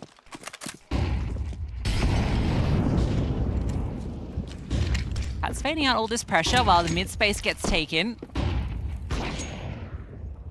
Yeah, that alt fire off too. That's a bit of information. This isn't really going to upset MIBR all that much because you've deliberately left mid open. What's interesting here is that Imperial, they've now smoked off the base of Connector, and you might be thinking, are they going to walk through it to go in towards A? What is this going to do to our ticket player? And instead, you're going to be really static. Younger is just holding. The only thing you need to be worried about is jungle, but it's being covered right now by Olga. She knows. Yeah, Taurus is going to play late from this position. Younger's ult again fires off, so you know you don't have to worry about that over on the A-bomb site. And well, you don't have to worry about it at all. Head taken clean off. At AK getting to work, and now they start to scale into this bomb site. Poppins, a lot of targets, but takes down the bomb planter. There's not a lot of time here, and Poppins is wasting it. Bomb still needs to go down. And they disrupt it. It looks like they have, yeah. They've taken too long, and now you've just got pistols remaining. And just about Olga staying alive. Through pure staying alive, she wins the round. Yeah, I tell you what, that gets a little bit scary though, because you know Olga wants to fight. You got the short player that's also swinging, but the short player swinging is the correct element of that. Olga doesn't need to peek in towards CT, but by the short player swinging, you confirm that they're not on the bomb. And that means that Olga needs to tuck or run away. In fact, she does neither and just hunts, but the premise of the round is there. Oh, great shot from Tori. They're always good for one. Kills come, but not the round. I'm getting away from them. New coach for MIBR as well. Landon has played a lot within the Tier 2 space of South America. I've casted him a few times myself. Hasn't played an official since November 2024 and has now come in to coach this team over the last couple of months. I think he'll add that tactical nuance, because I feel like Olga would have learnt a lot with her time with GFI and HSG, but I feel like Landon will be the glue that sort of puts it all together and probably will allow Olga to still be Olga. Now we are going to get that A test. Tori on the leg. Danny, the only one that's really here, because look at this push. 3-player push to get B control. And now Danny realizes, okay, there's no one here. I need help. Slides into default. You've got this ticket player. Tori ready for underpass. That's a really big catch onto Younger. Still going to be the commitment through. Got this push top mid, but keep your eyes on this A bomb site and how this hold goes. Good counter utility is slowing them down. In fact, it's not the mid push. It's back through spawn. Olga has the round in her hands. Cat's holding. Cat is holding, yeah. Fully aware. This pause from Imperial has caught MIBR off. Now you can go back, because look at Tori. Tori in amongst all of this has now walked through under, is now taking space at B. As long as the bomb doesn't get caught. That's your way in. Danny now repositions towards top palace, caught off by 23. Damage is being inflicted. Both Wayne and 23 are incredibly low, but Tori has found the way in. Yeah, but, I mean, I guess you're in a 5-on-2. I feel like they're going to commit here and Tori's going to be a late play. Okay. But still a chance here with these two players. 2 players are the low. And now you can just come through and fight. And remember, MIBR, all they want to do is fight. 20 seconds left. You've got no time for this lurk. Instead, it's going to be the spam out, and the trades are there. It's the quantity of MIBR that ultimately flounder. Imperial, they get it done with the numbers, but my goodness me, that is such a well-earned round, but it's really hard fought for. Why would you not just go B? Yeah, that was very scary for a moment there, but you know, they're just getting these picks one by one. This pause, Cat getting that flank is everything. Maybe it's also just a case of Imperial wanting to just take the fight the hard way, just to prove to themselves that they can win rounds like this. I know that sounds really counterintuitive, but it genuinely could be a thing with this team. They also didn't really have an easy path to B because they had no information outside of Tori, who's been on this slow walk around the map. Never know what gap could have been missed. Case in point, Olga's push. This completely crippled the finances of MIBR. And they're forced into this round and already lose their first player. And the bomb site. So what, you got to retake with 5-7s now? You're saving, surely. Yeah, you have to. This doesn't feel good. And this opens the door for Imperial. And the last thing you want to do is give Imperial open invitations to get back into the game. 4-0, it started off so well. A really difficult round that had so many layers in it for MIBR ultimately goes awry, and now you're forced by falls flat. And whilst Olga might be able to scavenge and secure an AK-47, ultimately it isn't a big prize. Yeah, they can escape elsewhere, so shouldn't be losing anything else. 1 AK, that allows at least a 5-7 drop over to Danny. Keep the next round still threatening. That's Imperial getting off to the races these 2 rounds. Still favored into the next as well. Well, you have given Olga the AK. I want to discount what she can do with that.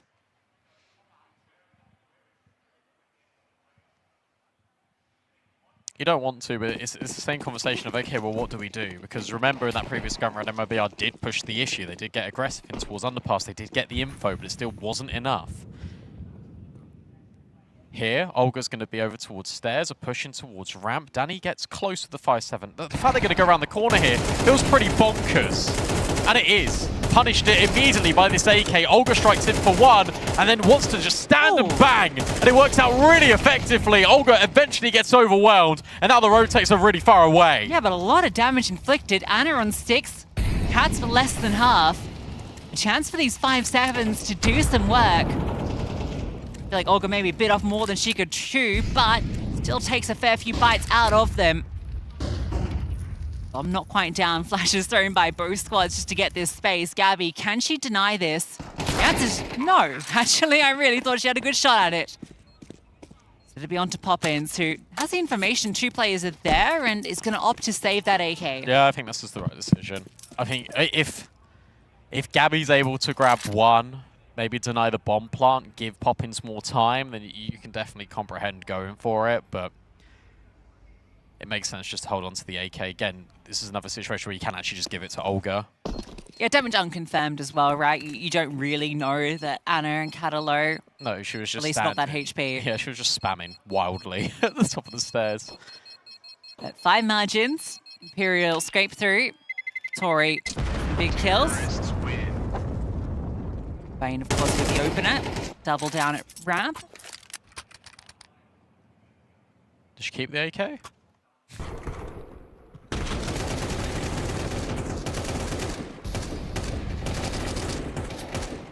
I'm surprised that MIBR, actually, should I be saying this? Yeah, I will. I'm surprised that they pushed and wanted to take the fight at ramp rather than just tucking in the corners. I thought they were going to tuck on either extremity and then Olga was going to take the contact. I guess the thing is you want to know the information so you can put that AK in the right spot. Yeah, that's a good point. If it's clear, then she can just move off. Oh no! What? Younger, that was the chance. Danny goes down quickly after, and what could have been a good start quickly is undone in seconds. All fall bar 1. Oh my gosh. And that is such a good Imperial round. They take contact and they just go immediately. And they just put pressure on every single angle and they make it really uncomfortable. No one gets a kill. I can't believe that Younger shot missed. That looked dead on. I don't think she was expecting to play that close either. Such quick scaling up through shot.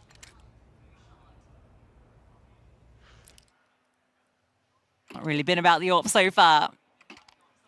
And won't be after that. That's actually wild. And she was going a little bit absent in that game against Atrix as well. So I guess that's the only thing you do have to keep in the back of your mind. Because remember, Anna was so good against an OP on Ancient, a map that isn't really defined by AWP. She had like 20 kills. If Youngo goes missing on the maps where you want to stand and fight, remember, you've deliberately chosen to go in this decider. Well, firstly to Inferno, secondly to D2. If your AWP's not there, you're going to be in for a rough time.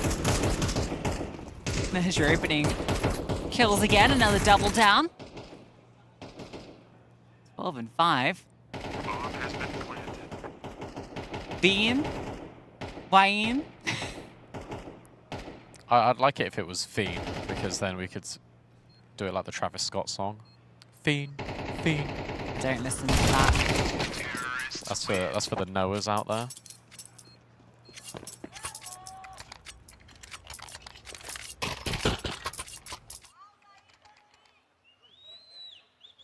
I'll play it for you in between maps. It's okay, you don't need to.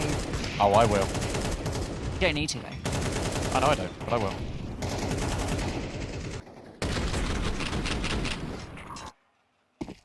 All right, Imperial take the lead after a strong MIBR start. It's been nothing but Imperial for the last 5. And their T-side no less. Nothing but Olga, really, either, to be honest. Like, we've not really seen any of the riflers like have a really big moment. Obviously, we had Gabby on the pistol. Danny, again, is just effective solo. I mean, you've got 2 players that are in at connector. But Imperial pull the plug. They're not ready to immediately commit to this space. They're worried about another push. Yeah, going back to clear everything. No lurker, so feeling like they want to take this space.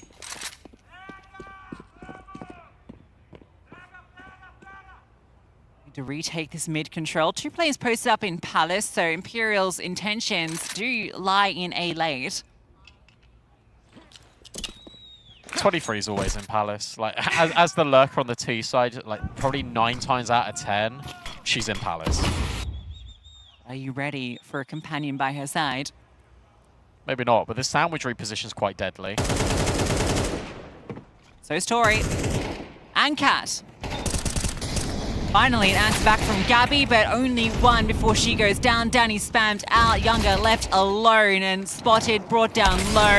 It is easy as that. It's kind of ridiculous, actually, because you see the short kill come in out of Tori, and then everyone just disappears for MIBR. Like, how does that hold fall so flat immediately? Like, that is very concerning, that you get 1 kill in, and within 5 seconds, the entire defense is dead. Yeah, is it MIBR just reacting to that kill coming through immediately and then, you know, just getting caught because Imperial are very good at waiting for Imperial are really good at, yeah, waiting for those moments to try and punish a team? Or is it everyone feeling like they need to make that play to bring it back? Yeah, I think it's a bit of both. I think if you notice the movements immediately after, I think, Imperial get a kill, it almost feels like a little bit skittish. It's almost like MIBR aren't ready for this fight to come in, and then short pushes forward, connector swings immediately. The sandwich player's now moved in towards ramp off the back of the reaction of the mid contact. You don't need to do these risks, and because everyone is making these small, slight changes, it completely disrupts the overall aim of your default. Now mid control freely taken as MIBR have a half buy. Close range with the SMGs could be deadly, but it is only 23 over towards Palace. Surprise, surprise. Everyone has that one person in your face at game that just goes and sits in Palace the entire round.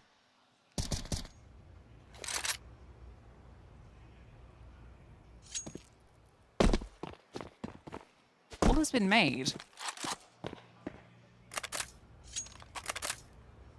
I think they're going... It looks like they're going to go mid to A again, because they're just getting all of this space in middle. 23's just come back to check ramp. Okay, no one's pushed ramp. Back into my house I go. With 50 seconds left, you can still deviate away from this. If you see like a few players out towards connector, you can easily swing this into a mid to B play. But I love the fact that you're leading with the AWP on an elevated angle. Poppins falls first yet again. That's another opening death for Poppins. Danny feels like she needs to peek. And suddenly all the A players are crumbling. And 23 is going to get this kill on default. Yeah, because it could have been nice to have, you know, Olga and Danny then maybe push into ramp, for instance. You know, to make a different move elsewhere. Try and offset that. The bomb's just going to go to B freely. Nice kill for Younger. These are all consolation frags. It's going to be 7 on the board. Bomb is planted on B. They are nowhere near, and they don't have the kit or the players. Can't go for it. This AK is going to be picked up. So both players will have that rifle into the next. And can drop it over, get herself an AWP. It's actually really interesting watching the game in real time develop, and I think this is really an element of pressure, and I'm being obviously quite subjective after what I'm just seeing within this game. But MIBR, think about how they got these early rounds. It was set plays with like little bait and switches. They were the ones in control. They were the ones sort of setting the idea of the round up for themselves.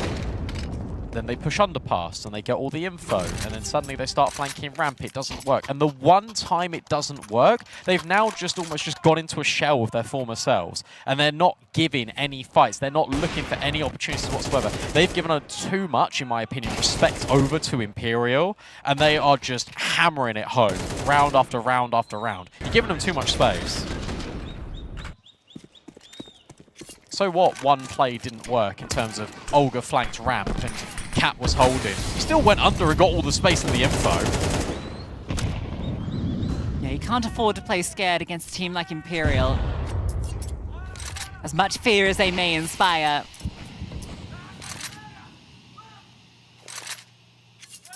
Yeah, and Imperial happy to take their time. They've got this control. Tori's posted top mid. They're on the line for any sort of crawl through shot, trying to punish if they want to go for that sort of play again. They just have no info. And that means that Poppins has got to just protrude a little bit further forward on short because you don't know about B apartments. Olga's now moving out top middle. Timing is brutal. And Younger's not really ready to go. She's now stuck in towards connector. Molly goes into jungle. VN can look to bait and look into ladder. Younger needs this fight. And instead, 23 then starts to activate. That's going to move all the rotates. Gabby finds one back. Younger's still alive, but she's the only one that is. And Imperial, yet again, weave another perfect T round. That is 8-4 after being 4-0 down.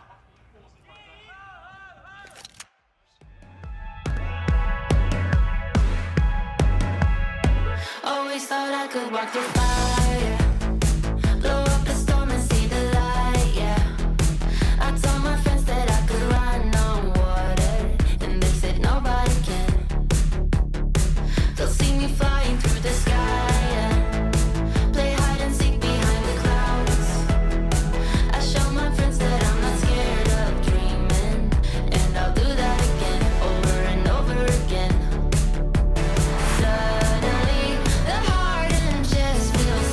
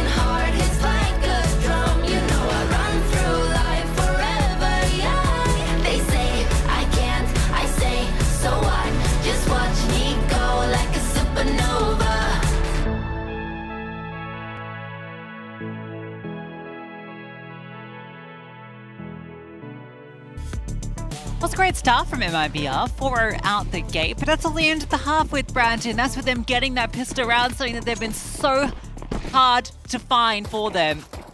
Getting it twice, it'll be beating the odds for sure. And, well, pretty hard to get past those shots. Olga at least does trade back one, and a chance to plant the bomb, 4 short with that smoke. Okay, and that is a really important kill because suddenly you've now got your main sight line. Smoking kit though, that can be deployed pretty easily. Can the defuse come through? That's going to be tricky. 23's low HP, and in fact, oh, she's not on the bomb. This is a bit messy, but maybe it doesn't matter. Okay, yeah, the kills all come through anyway, and then the defuse on top. You got a smoke in a kit. If you smoked it, why is anyone else getting on that bomb? I guess to fake it, let 23 do that. That's fine. Got chaotic. It gets really chaotic because essentially what that means is you're giving MIBR a 2v1 on the player that isn't in amongst all that smoke mess. But it's all fine. And Vayin is just unbelievable. I always say Vayin. I'm just going to go Vayin. She can tell me off. Yeah, hasn't yet. 16-8. Insane opener. She's been the best player on this team. I think it's actually incredible that Imperial...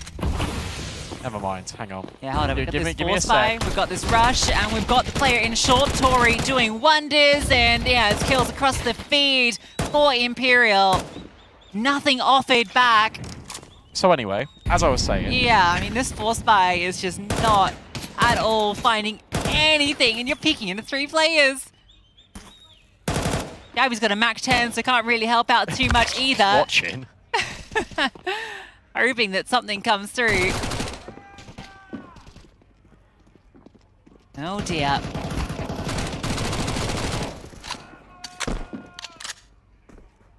Mac 10 1v5? No. Now watch this. She gets nothing. Yeah, okay. On the money. Right, speed run my point time. I'm surprised that MIBR, obviously, that they signed this, not MIBR, Imperial, Brazilian orgs.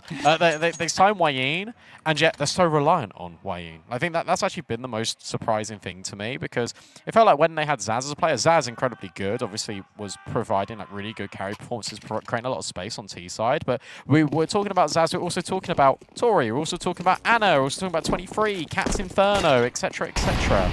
Here we're going, oh, we got Wayin.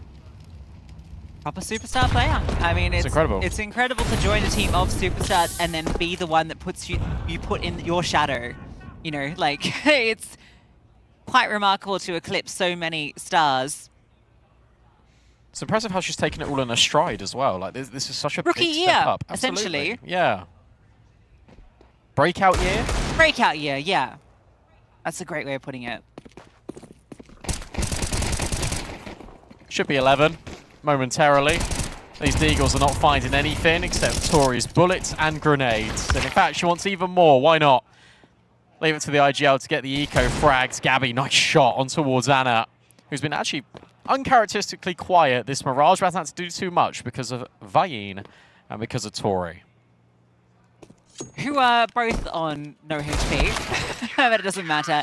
23 on the angle.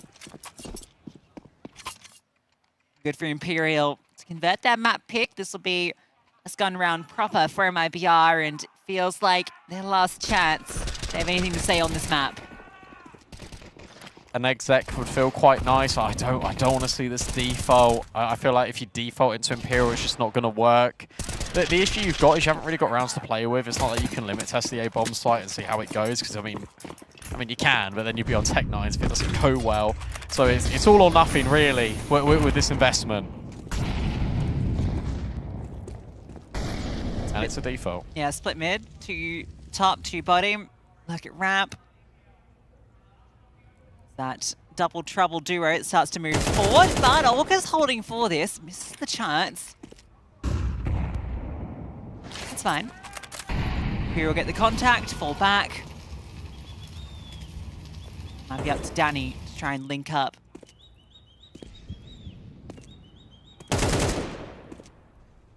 This is the play you want to find.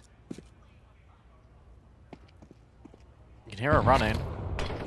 Smoke now goes into Con. You worried about window just for a little bit. Poppins hasn't seen anything on her B lurk. Wayne now holds for the window. Just so meticulous in the way that she approaches CS. Like the fact that she's ready for this jump up is the only thing she can naturally hold. Whilst playing quite safe. The smokes are going to land it in towards B because Poppins hasn't seen a push. So you're going to have one lurker and one go through short in Olga. Well, the spam even confirms Olga's presence.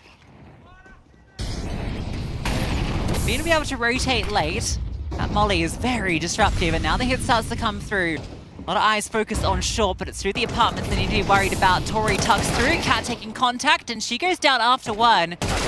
Tori, though, holding brilliantly in from short side. Finally, the answer comes through, but it's still a player deficit. And look who it is in mid-sight. Like, he just walks in through. Younger will put her down. So bomb to be planted, Gabby. Oh, the timing.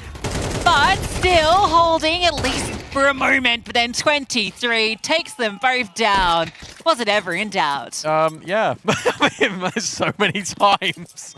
I can't believe that Anna misses the shot, and then that gives MIBR another opportunity, and then 23 hits the instant headshot. You're thinking, okay, well, now you know where 23 is. You don't really know where MIBR is, and then 23 just hits the instant headshot. That felt like Imperial. That's a ridiculous hold, to be honest, from Tori. But MIBR, if we want to talk and we want to be nitpicky, they mollied themselves at the end of balcony and they had to jump out the window, which means they're going to be mid-air on the short fight. And the short players from MIBR are still tussling with that disruptive molly that you mentioned, meaning that the apartments players are now separated from the short players into a complete mess.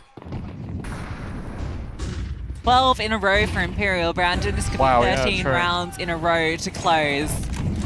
A statement from Imperial. Already feels it no matter what the end round count is.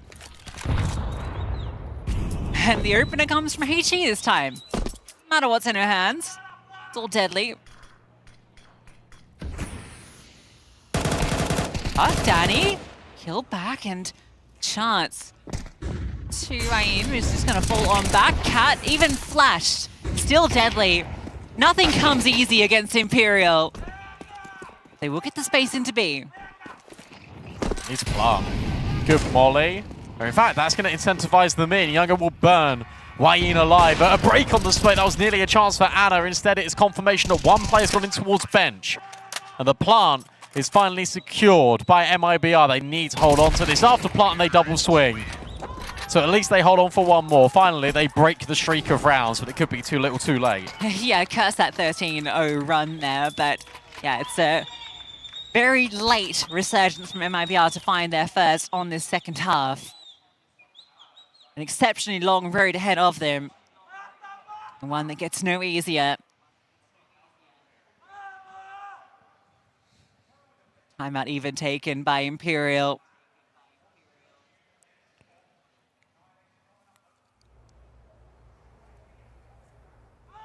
Don't need to rush it, especially when you've just won 12 in a row.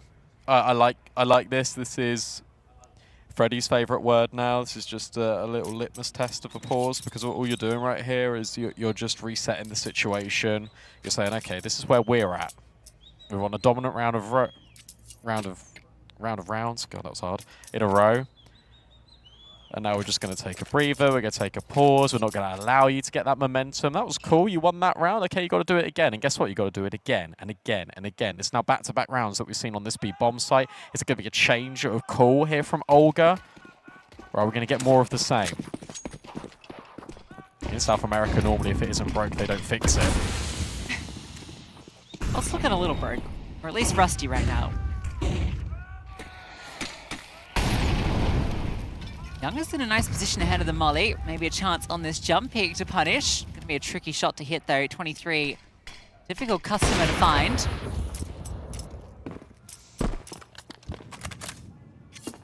Surprise seer over here, in fact. I was going to say, yeah. I think it's because Anna's on the AWP over at A, and it's a walk down to Gabby. Holding for this exact play. Perfect crosshair placement. Yeah, really good. And that creates a little bit of pressure and also uncertainty to Imperial. They're going to keep at least 2 players over here. You see the jungle player hasn't started the rotation over towards the B bomb site, but the mid space is gained by MIBR. And Imperial going to slide into a more comfortable 2-on-2. And Cat wants more info. Quite aggressively, but not going to overextend the mark. Be a powerful position. They're aware of this. They're aware that this really could be a possibility because you've lost your ramp player. Anna on the site.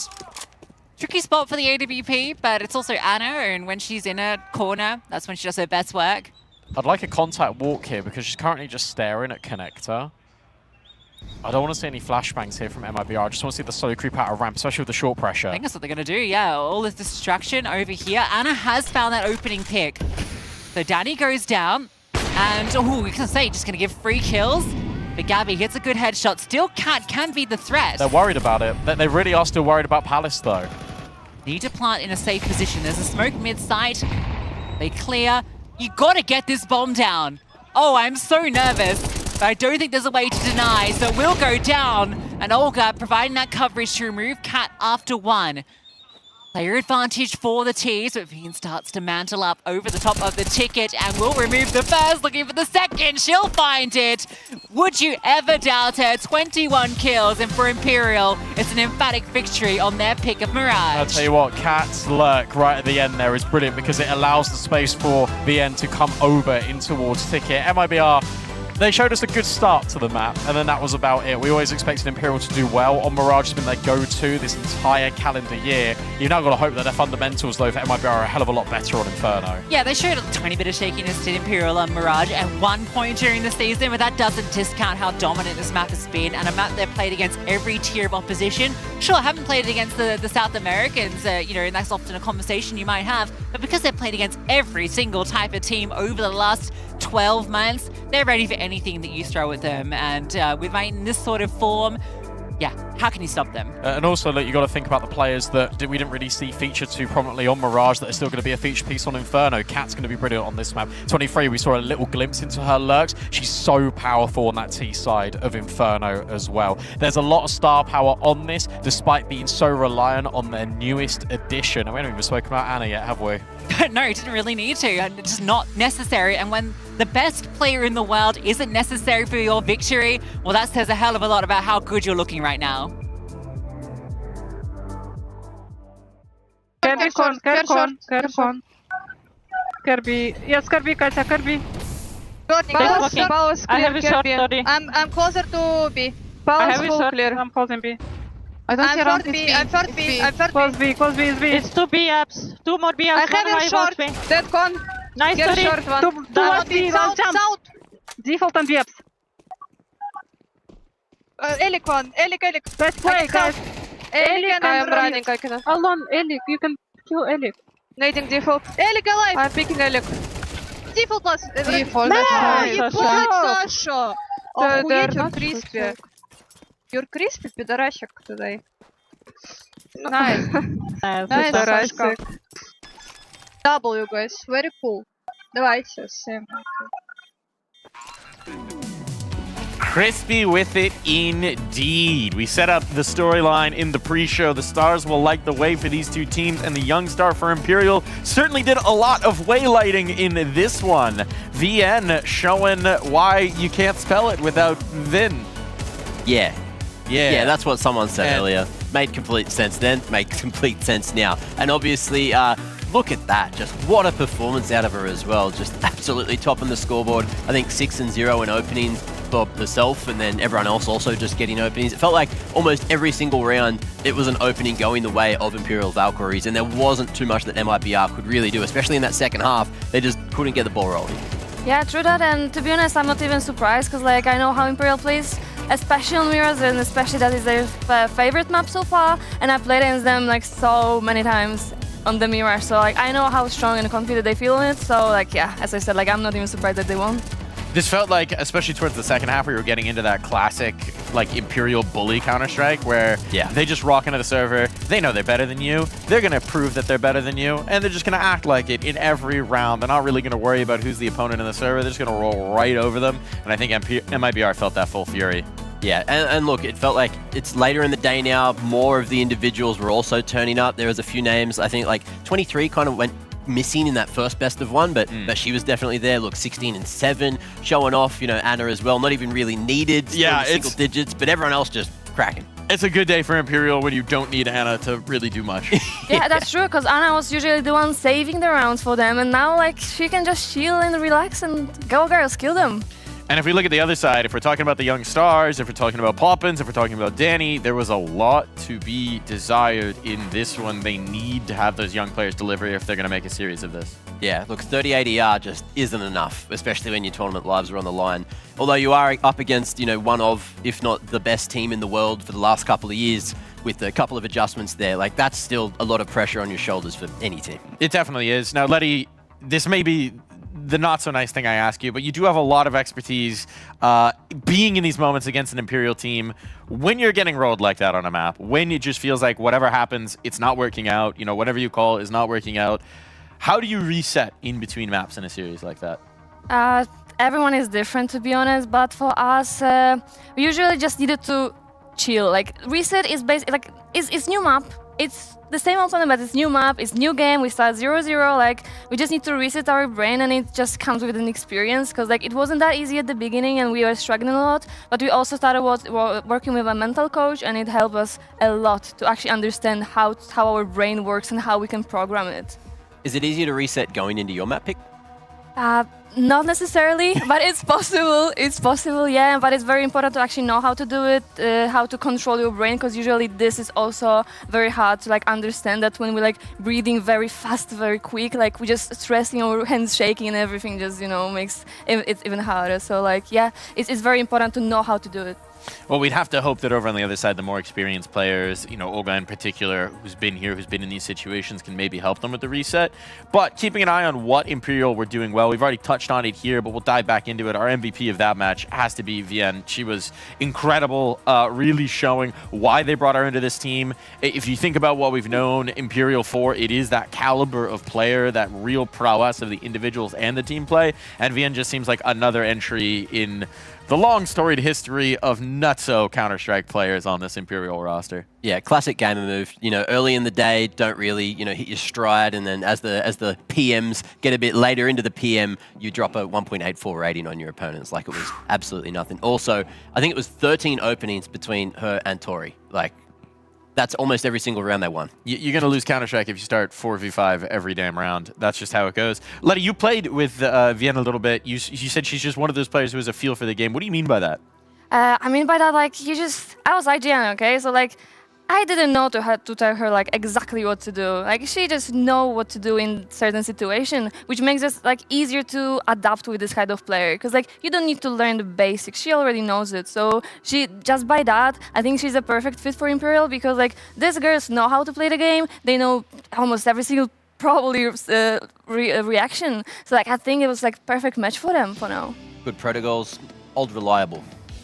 Or young reliable. New reliable. New reliable. Even better than old reliable, especially when you have old reliable there as well. Yeah, we also need to know who she changed in the team. It was Zaz, she was also performing so good. So yeah, I hope she's not putting too much pressure on herself, which I think she doesn't. Yeah, it didn't look like it. I feel like all the pressure was sort of being relieved in the server. So we'll see if that can happen moving into Inferno. There's nothing better than having really big shoes to fill and then filling them and then some. We do have Inferno on deck. That is going to be a big pace change, right? That's what we can expect from Inferno. What are your thoughts? What are your expectations here, Mac? I'd love to see this go to 3, just so it's competitive. I don't want to see, Imperial going out or going through 2-0. I want something from MIBR. They were the best on paper for South America. Yeah, I completely agree. But to be honest, after the map like that, it's gonna be so hard to step up. I really hope they have, this routine how to restart the brain. But yeah, it's gonna be so hard. And on Inferno, it's also very easy to, set the tempo. Well, we'll see if they can do that. We'll see if that reset is possible. Inferno's on deck, and it could be curtains for MIBR.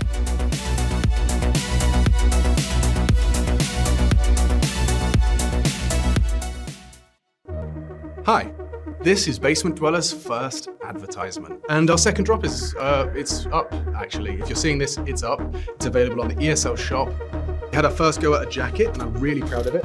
I've always had an interest in clothes, but seeing behind the scenes how the sausage is made has been a lot of fun. And if you like the clothes, tell me. If you hate the clothes, tell me, but try them before you slag them off. I think they're really comfy. So yeah, that's my advert. I'm gonna try again. want to record another one. Damn, guys, we almost had this. Thank God that's over. Bored of endless matchmaking? Take your first steps towards EPL, experiencing real strategies against teams of your skill. Learn more at fce.gg/EPL.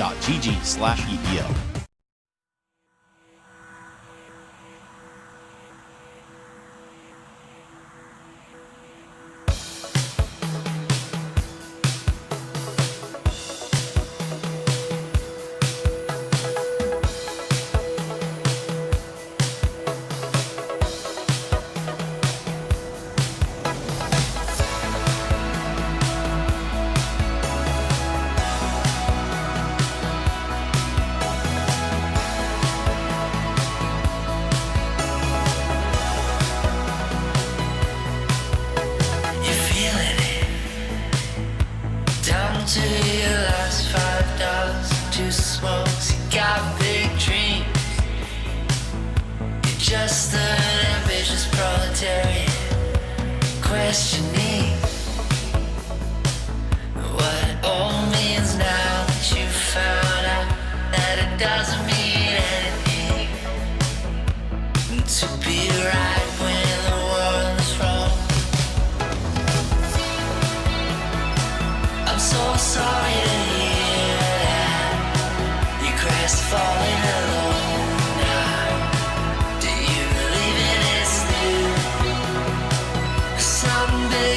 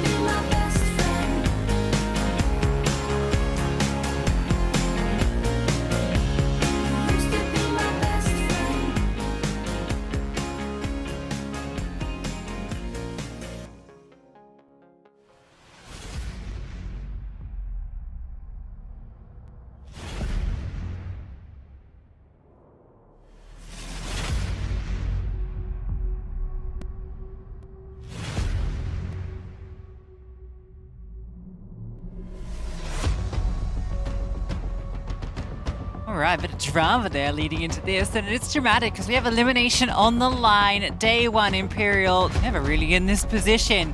MIBR have been before. They know what it's like to have the pressure on, and they need to show everything that they have. Inferno, their map pick, do or die for the Brazilians. Absolutely, and the fact that you go into Inferno, you go into one of Imperial's better maps as well, allowing them to start on the CT side, allowing them to have all of the control. The fight's in Banana, 23 lurking in towards the apartments.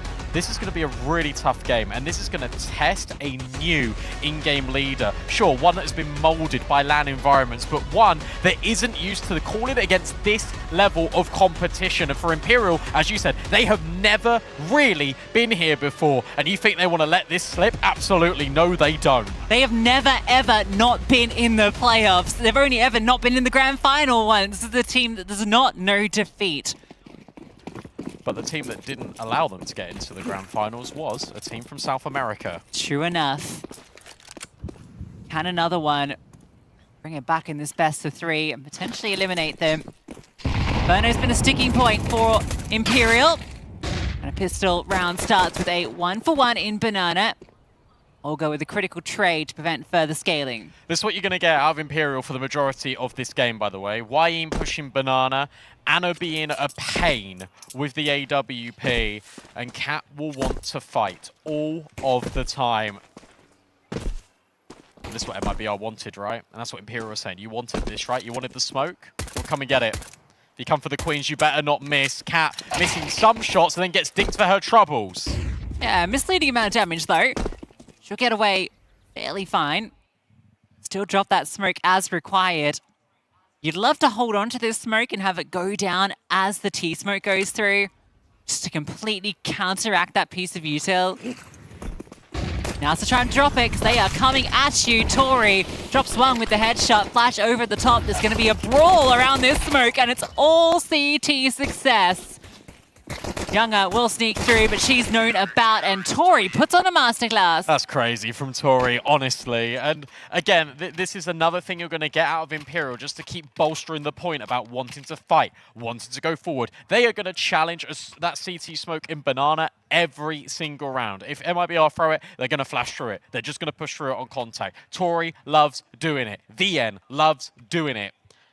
And it's going to be really difficult for MIBR to be able to contain them. And if Tori is getting a multi-kill, just shooting people through the smokes on random timings, you're in trouble. Full spy back is actually kind of remarkable considering the finances. Not a lot of incentive to do so, but that's incentivized things. Now 23, run down as well. The Tech 9s, only 2 defenders, both fall at the pistols. And if you're Imperial, what do you even do? Safe. You do not go for this whatsoever. Yeah, you've invested. Yeah, you got pharmacists. Yeah, you got utility. Number one, you don't have a defuse kit. Number two, you don't have the bankroll just to keep going. You're going to be reinvesting into the next round. Inferno is the highest of prioritizations when it comes to saves. I love the change of pace. And you know what? This is Olga taking matters into her own hands. We're just going to run up mid. We're just going to get the kill. Go in towards second mid. If I grab a kill in towards short, you burst in towards boiler. You go through the apartments. If I come away with nothing, we can reevaluate the situation. Really nice heads-up play. You get that moment of kind of concern from 23 when Anna goes down. She then falls back slightly into a deeper angle on apartments, just ducking out to kind of take a look at the scaling, then goes back. And the time that she peeks back onto her own smoke, they're already bursting through, so she can't just get them as they're gray screened. They have that second to land and to run her down. And to be honest with you, that is a characteristic you don't associate with 23, and it's indecision. Because in that moment, you'd imagine she just slides into that corner, forgets about the bomb site, and sure, you got to lock it down at some point, but if you can hold that line where they're coming through the smoke, it just makes the rest of the rotations, jobs, a lot easier. And she's normally good to do plays like that, and you saw how considerate and patient she was on Mirage. Rush of blood to the head, makes the wrong decision, makes it easy for MIBR. They're not going to put off the pressure either. They want to keep on going. Look at this pace, continuing to scale. Anna, though, close by with the MP9, the perfect angle for that weapon. So it doesn't work twice. Difficult player to catch off guard. The rotations, everyone moves over at the back of their smokes. They were really anticipating they would find some success on that long play. kind of crazy that Tori's now just spamming the smoke as well. Just puffing up her chest and saying to MIBR, come on then, just come in towards this A bomb site. Why not? What have you got to lose apart from everything? Apart from all of the momentum. Gabby's lining up a flash, thinks better of it. Contact play. Jiggle. Doesn't secure a kill for either party, but Tori Free's Tori Free. They're at least able to combine, get out and get the info. Molly goes through towards site. Through Poppins. They're going to start wrapping this. We still don't know about Gabby. Gabby going to be needed. Can't get past Anna, so it's all kind of falling apart. Yeah, not a kill found. Anna completes the hat trick. And double MP9 on long completely shut down the plans for MIBR in that round. Tell you what, I guess it was foreshadowing by me saying Tori Free, because you've got Tori taking initial contact over towards the long players, and you've got 23 in mini pit taking the next wave of contact, and then you've got Anna that you've almost forgotten about in amongst all of that, just hiding in plain sight on A. Another force buy, because, I mean, why not? You were so successful with it the first time. Run it right back. Tech9's got you the openers. Nades will at least hold MIBR back at bay. Doesn't do as much damage as Imperial were probably hoping for. Forces back and forth. It's a lot of info. A lot of info. Disengage, and the Flames keep them at bay as well. Causes that extra rotate over towards B. Keep your eyes on long where this smoke is going to get phased. Maybe not. Gabby thinks better of overextending the mark. But there is this gap at long that, you know, Tori is only checking every now and then. So a chance off this contact at B for Gabby's lurk to find success. They've not got a nades to get Cat off this angle as well. If this was a true gun round, they would have the HEs. You could double it, especially with the boosted player on the half wall. But instead, Cat can just stay here and be completely fine. The best smoke, it's a little close. Maybe it's by design to offer that angle, but there's this kind of gap on the left side. And maybe there's some space actually to walk through to CT here. I think that's what they're going to try and do. Just burst through, catches player off guard. Tori already goes down, or already gets one before she goes down. This is going to give that space for Gabby's rotate. Keep your eyes on CT spawn. There's Gabby finding that kill into Anna. Olga gets one, but... well, actually, the bomb got through, so it might not matter. No need for the but. That's weird. No, I thought they were going to rotate back towards A, but instead they go through the smoke on the same timing. Oh, the lineup was nearly there for VN. And maybe that gives 23 an opportunity. There's just over 100 HP between both of these players. Olga slides in towards pit, and Gabby moves over as well. Crossfire immediately established. Yeah, got the kit too, so 23 has the tool for the job, although without a smoke, it does get a little trickier, because Gabby can just play on the clock. Planted for her, and 23 is not being offered up anything. Olga tucked down. The time's just simply not going to be there. Even if she finds the kill onto Olga, who's playing a really difficult angle, I don't think there was a way through with Gabby's position in Banana. No, absolutely. Reposition out of Gabby is everything, and probably just wins the round, because 23 has to clear about 90 million different angles on Banana before even recognizing that Gabby's in there in the first instance. Almost lined up on the Tori then too. That could have been another disaster point, but that's like Gabby, look, coming to fruition really does lock in that round for them. They're getting creative on these force buys. Like, there's a lot of moving pieces to MIBR's T side here, and it is making life a little bit difficult for Imperial. And I don't think Imperial were ready, maybe for the layers of complexity that MIBR were going to bring to the table on their map pick. Because remember, we just gone through Mirage, and that was very much, let's split mid, let's go up A. That didn't work, let's go B. Now we're getting fakes, we're getting multi-layering, we're getting that change of tempo. We're getting comfort. Yes. Yeah, it's a great way to put it. Much more in a position where they know exactly what to do and how to dictate the game.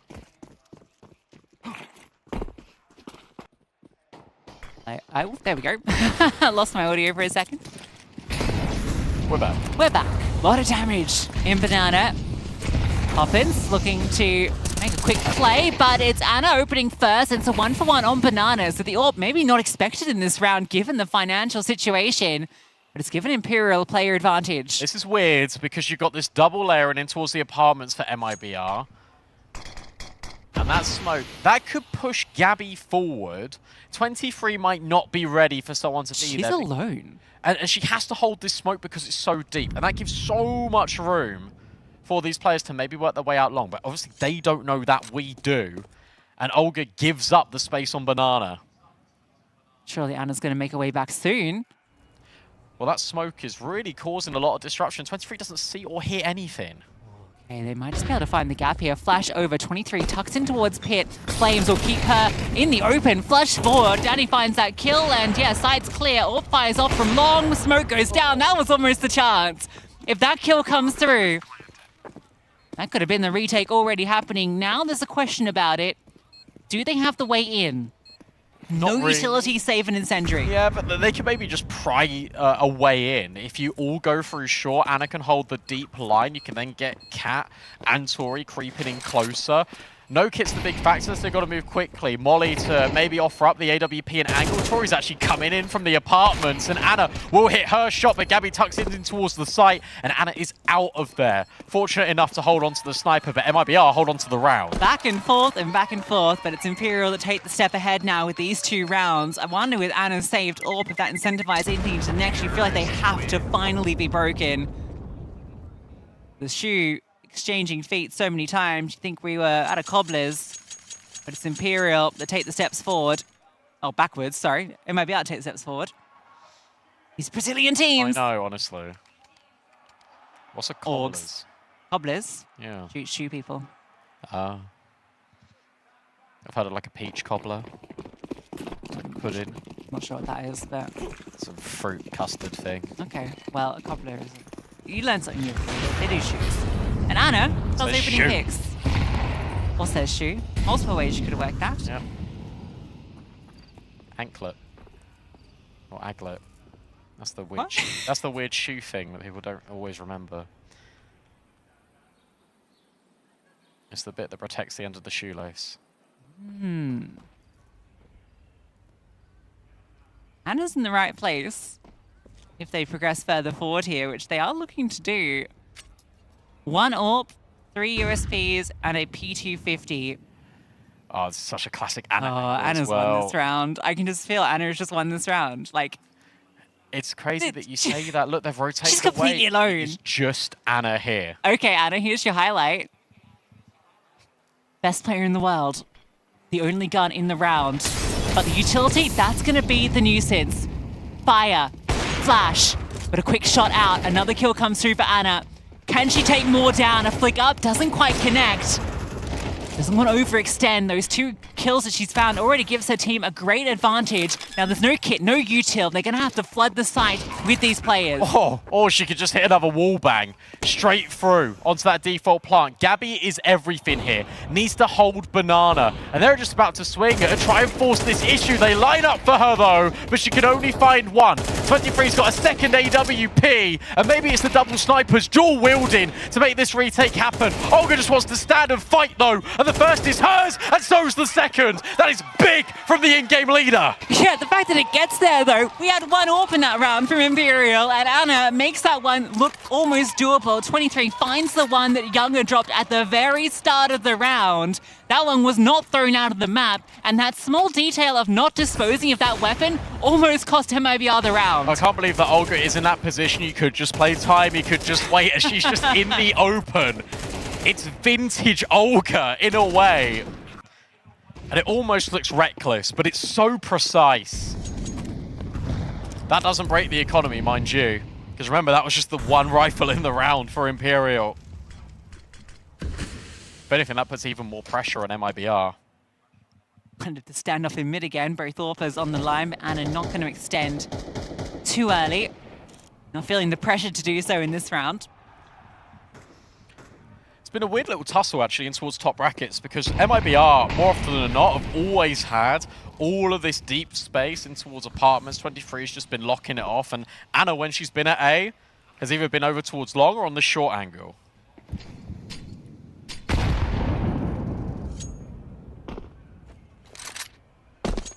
Drop down, they're going to disengage from the apartments. Fairly default here in terms of taking this pressure. Long smoke, keeping that 3rd player rooted over towards A. What a molly. That just wastes so much more time out of MIBR. So I was about to say, if you want to go B, you've got to go now. So otherwise you're going to miss the timing. Yeah, it's still enough smoke. Like, you can drop this at any point. And it's going to come down at a critical juncture. They're going to have to force their way through this util. They haven't got a nade. They haven't got a nade to break it. Yeah, they're just going to have to fight their way through, and they've done that. It's just worked, but Cat will step out with one with that Famas. Disengage. Careful to avoid that spam. Bomb to be planted, and oh, Cat punished by Younger, holding for that play. That was the break. Time to save. Off you go. It's Inferno. Yeah, you know the drill. I love how in disbelief you were there. Oh, it just works. It just works. They got to find a way through. They got to run through the smoke, and VN is dead. Yeah, well, you know, you're not often saying it that way around. True. I mean, the killer, not the killie.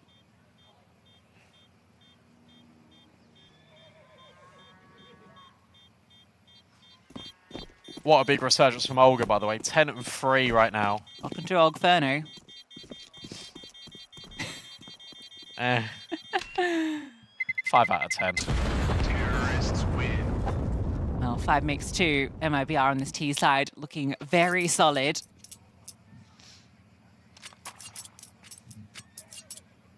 I decided Dust 2, right? Yeah. It was the El Clasico in terms of the actual maps that were getting played here.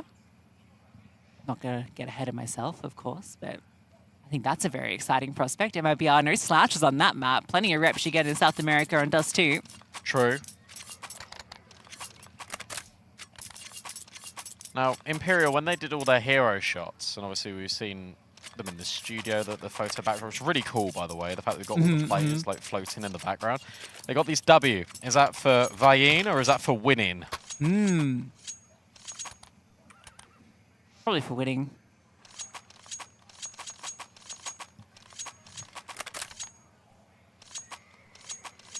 The timeout, Imperial take.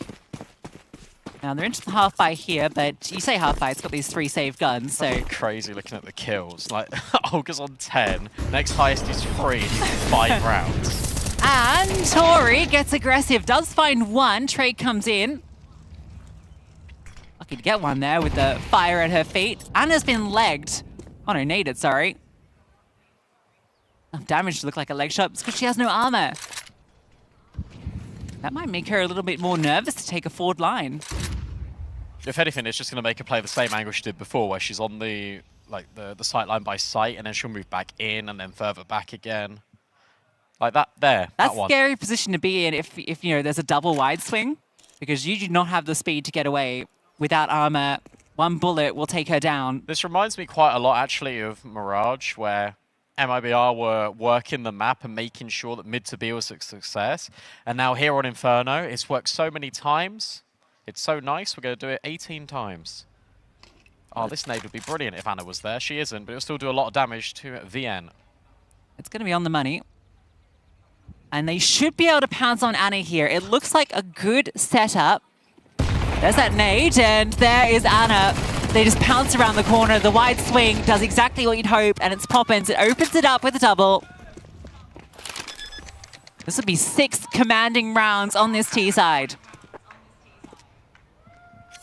It's looked really good as well. Like MIBR have felt, again, very much like the opening stages of Mirage. Everything is done to their tempo, therefore they're in control. And I actually really like the idea of this round here from Imperial, because it might look a little bit silly that Tori's fighting to her death through the balcony in the molly, but that she's trying to take the control away to allow 23 space to work. But she gets traded instantaneously, and then there's no re-aggression in towards the apartments. MIBR are allowed to dictate what they want, and it's such a shame, I think, in this round for Imperial that Anna does get naded, because that completely changes the idea of how forward they wanted to fight there. And it was almost bearing a really similar round to Mirage, where Imperial were trying to take the control away from MIBR. MIBR wrestled it back, and this time they've been able to stick the landing on multiple occasions. It's all trending in the right direction. And I think if MIBR were a little bit less static on that T side of Mirage, it would have looked a lot closer. Finally get the full gun v gun. Yeah, what's that been? Imperial have been these rickety buys. Ow. Yeah, that's a lot of util damage onto MIBR. Nothing hits the Imperial players. Oh no! Ian's taken down 2 and then Cat by her side. That's the sort of banana aggression we've come to expect from this team. Yeah, and again, this is exactly the same play as what I was talking about in the previous round, where they're going for this apartment scroll. Here they do it through banana. That one was weird. That was probably one of the weirdest examples of banana control I've seen, where someone is literally shooting at you and you're not reacting, but she gets the job done. But you're taking the essence of control away from MIBR. That's all Imperial need to do. They need to fight on their terms. Because the moment you fight on MIBR's terms, they're going to win the round. Oh, that utility was so good too. Like the damage done by the nades, Molotov that forced out a smoke that makes everything uncomfortable, and the flashbang, I mean, just fully blinded in banana, everything. It was a bit ridiculous to watch from the POV of the blinded player. We did harmonize.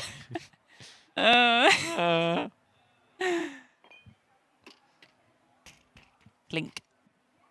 Sound of util dropping.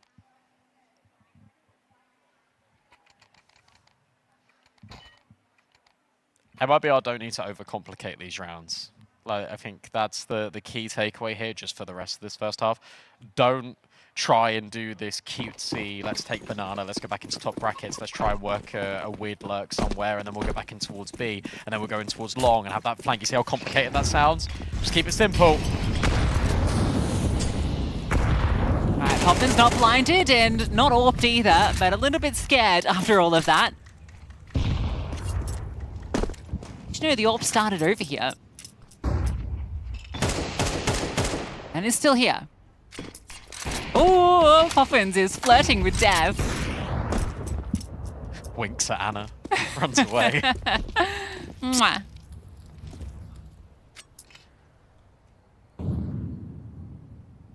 Good timing, because Anna's typically been on this big sight line in top brackets. Not the space. This smoke works brilliantly to prevent Gabby from peeking. Vittoria's slid over. But you're right, they do have the space, but this smoke normally indicates that they're going to try and wrap.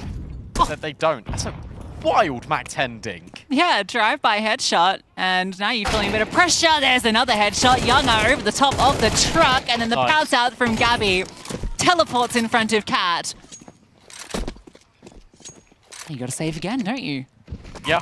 Although you've got a lot of money, so actually maybe not. You got 2 rounds left after this. I think you save. Especially because you don't have any control, like in top bracket, in library. It's a really cool round from MIBR, and they do actually get a little bit cutesy with it, but I'll let them off because the timing of when they did things was really cool. The only way that gets undone is if Tori isn't the one on that deep angle. It's actually Anna with the AWP. I think that's the only way that goes a little bit crazy. That's the only instance where they hedge their bets. But I really like the idea of taking top brackets as you've heard the AWP fire off, as Poppins is still sort of getting that advanced info on the boost by Zaiwu. And then you drop the mid to B smoke to then go through it. Yeah, it was really cool. And the balcony player swings as the long players take contact. So many different little layers that work and make a good treat. But if Anna was on that AWP line instead of Tori, would have been different. I would have been raging. But I'm not, and it's 7-3. Look how happy you are. You love good Counter-Strike, and MIBR putting a great display on this T side.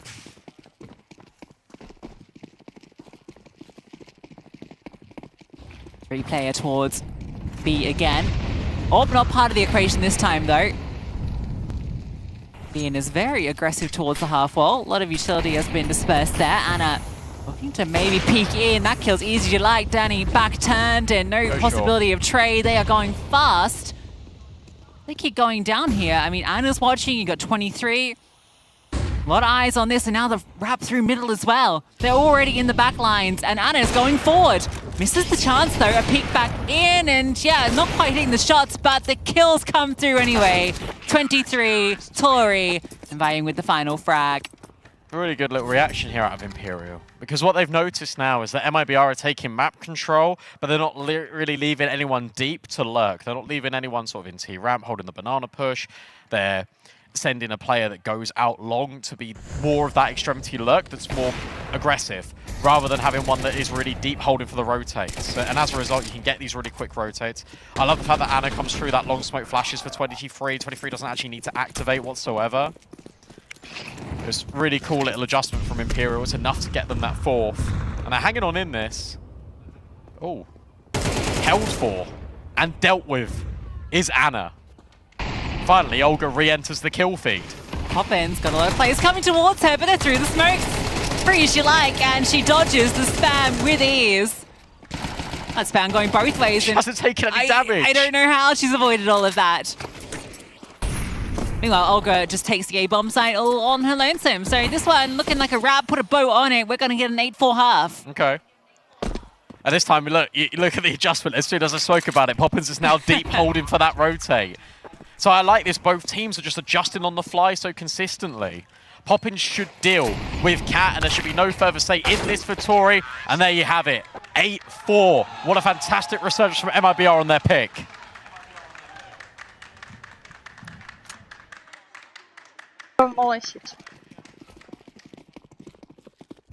Fanatic.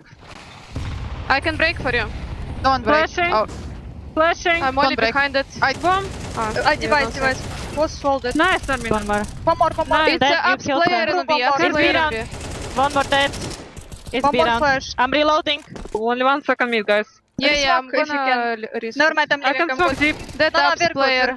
Last supporter. Yeah, boost ball if possible. Давай, come. I can boost. Okay. Nice. Блять, guys. Good job.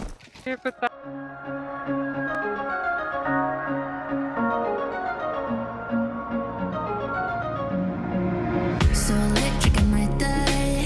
Yeah, the feeling in the air makes me high, but I'm in for the ride. And I thrive on the street lights, lose myself in the currents of time. I got you on my mind. Everything that I feel is so new. I'm pretty sure you're gonna feel it too. But if you don't, there's no telling what I'll do. No, if I get it, somebody punch my heart and put it back inside. 'Cause it's all over soon. If I get it, somebody trick my mind and things will be alright. 'Cause it's all over soon. If I get it, like I live in a past life. Everything that I see is deja vu, and the colors full bloom. Every magic moment is like a hit and run. Now I'm burning brighter than the morning sun. You, still with you on my mind. Everything that I feel is so new. I'm pretty sure you're gonna feel it too. But if you don't, there's no telling what I'll do. No, if I get it, somebody punch my heart and put it back inside. 'Cause it's all over soon. If I get it, somebody trick my mind and things will be alright. 'Cause it's all over soon. If I get it, if I can't have you. I don't know what to do. If I can't have you. If I can't have you. I don't know what to do. If I can't have you. No, if I get it, somebody punch my heart and put it back inside. 'Cause it's all over soon. If I get it, somebody trick my mind and things will be alright. 'Cause it's all over soon. If I get it.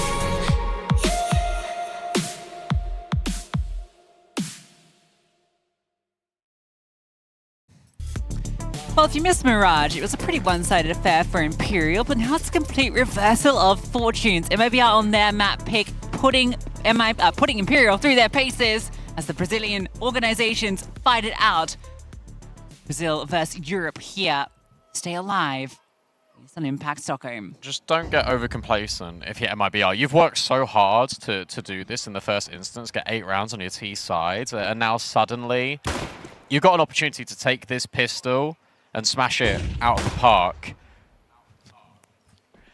Let's see what MIBR can do, because Imperial are now accelerating quickly into top brackets. A lot of players here, especially with dualies. Playing anti-flash as well, so the contact will come. Not from long. And then Danny set up for success. What can these dual Berettas do? Here comes the burst around the corner. Oh, they can't do anything, Brandon. Not a single thing. Oh no, it all runs dry. Not a kill found. Poppins, they'll be aware of this flank because she was in Banana and, well, made quick work of Olga, dealt with as well. Flawless, no one falls. Oh.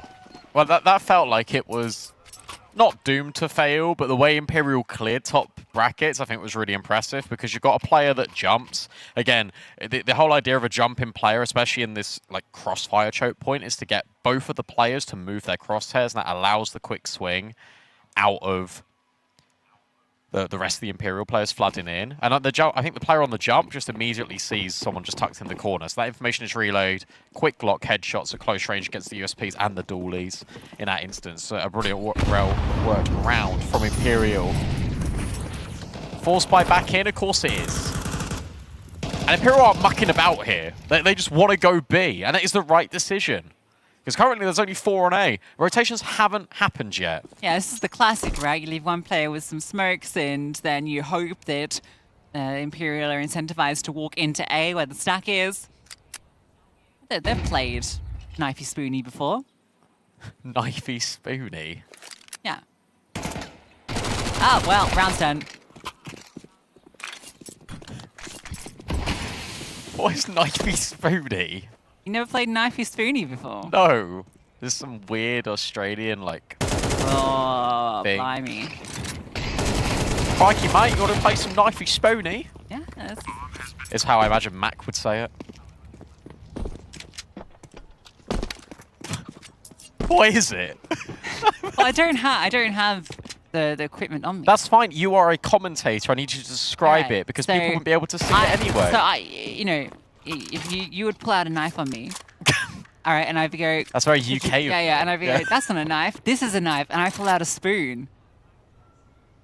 And then you would comment on it being a spoon rather than a knife, and that would be you showing you know it. But if you were defeated by the spoon, then you've lost Knifey Spoony. I see you've not played Knifey Spoony before. Terrorists win. I'll show you the clip later. Okay, thank you. Even our production is just... Y'all never watched The Simpsons, come on.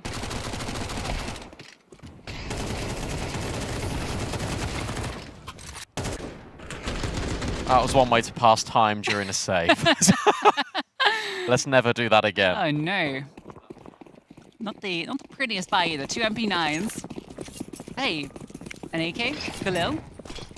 She got those. Little upgrades we found.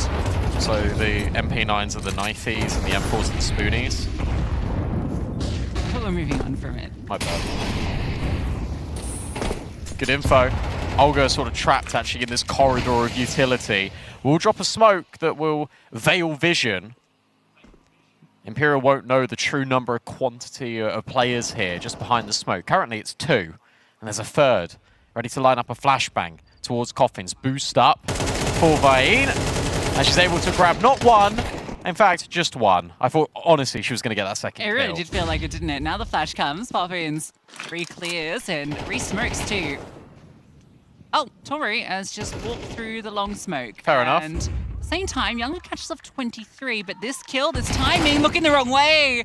Oh, Tori, I felt like she had the world in her hands. Look at Poppins. Poppins is really aggressive on Banana. You're not expecting this whatsoever if you're Imperial. This timing is so weird, and Poppins gets caught in transition. Yeah, I mean, she was just feeling like she shouldn't be there, essentially. She knew she was not meant to be in that position. And up over the top. Oh, Cat finds a kill back now. Low HP on both. But this 2v4 becomes a 2-on-2. There's no util. There is a kit, though. Danny has that in her back pocket. This smoke's fairly fresh, so they're going to have to go the long way in through Coffins. The classic crossfire in the back sight of Inferno. Flash picked up. Time's ticking. Sure, you got the kit, but you need to find these kills. You need to find them quickly.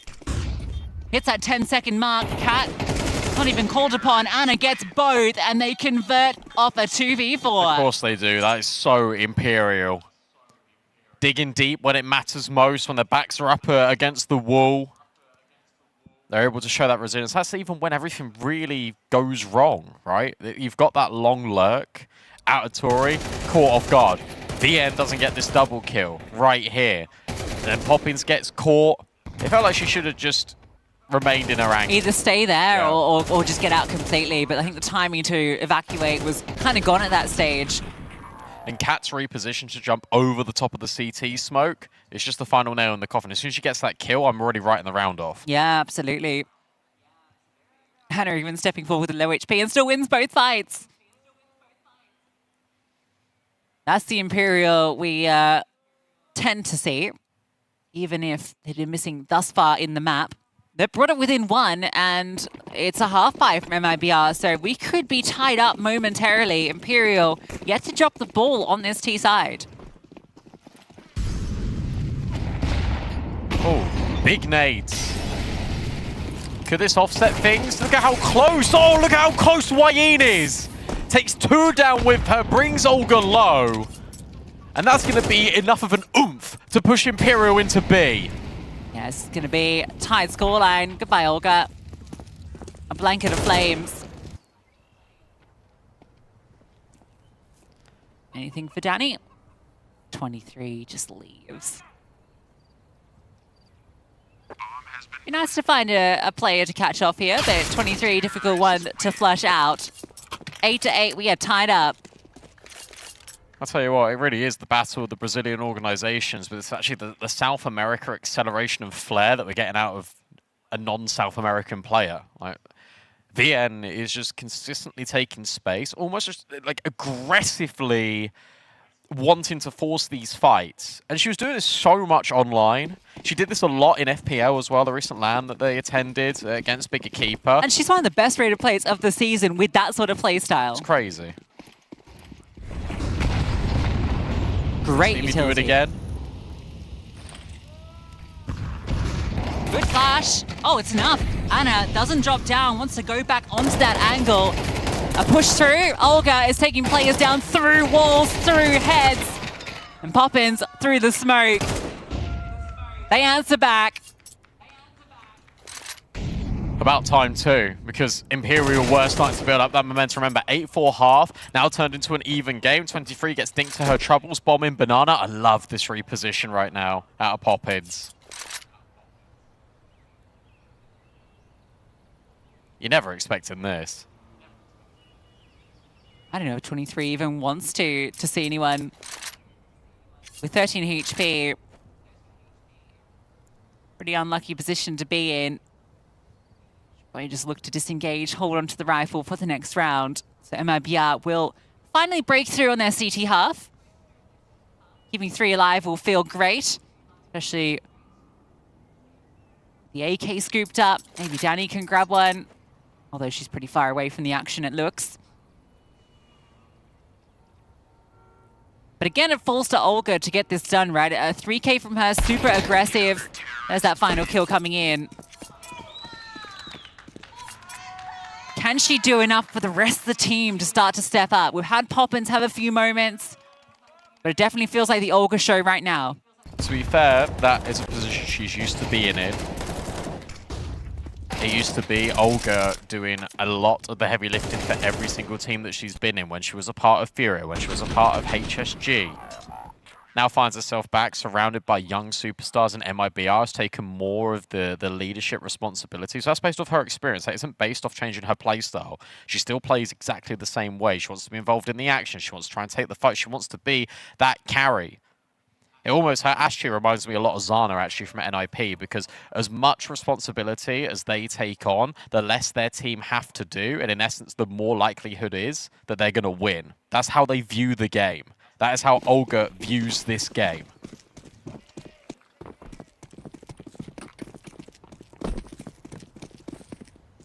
Money a breaking point for Imperial. A chance there for both Orpers. You don't want to give Anna too many chances. Younger will disengage. Gonna disrespect this smoke in towards Banana too. They knew they had their own one at half wall, which allowed that space back. It's been a bloody brawl, this Banana. Utility is so light on Banana here for MIBR. You've got one smoke left that you imagine is going to get put down in a moment towards the half wall. You've got one singular flashback. Poppins plays anti. Olga spams, hoping, begging that someone comes close, and that doesn't actually happen. Imperial set their sights elsewhere. This A bomb site looks tantalizing. But it might not even be the final commitment because, look, the bomb is still in T-ramp.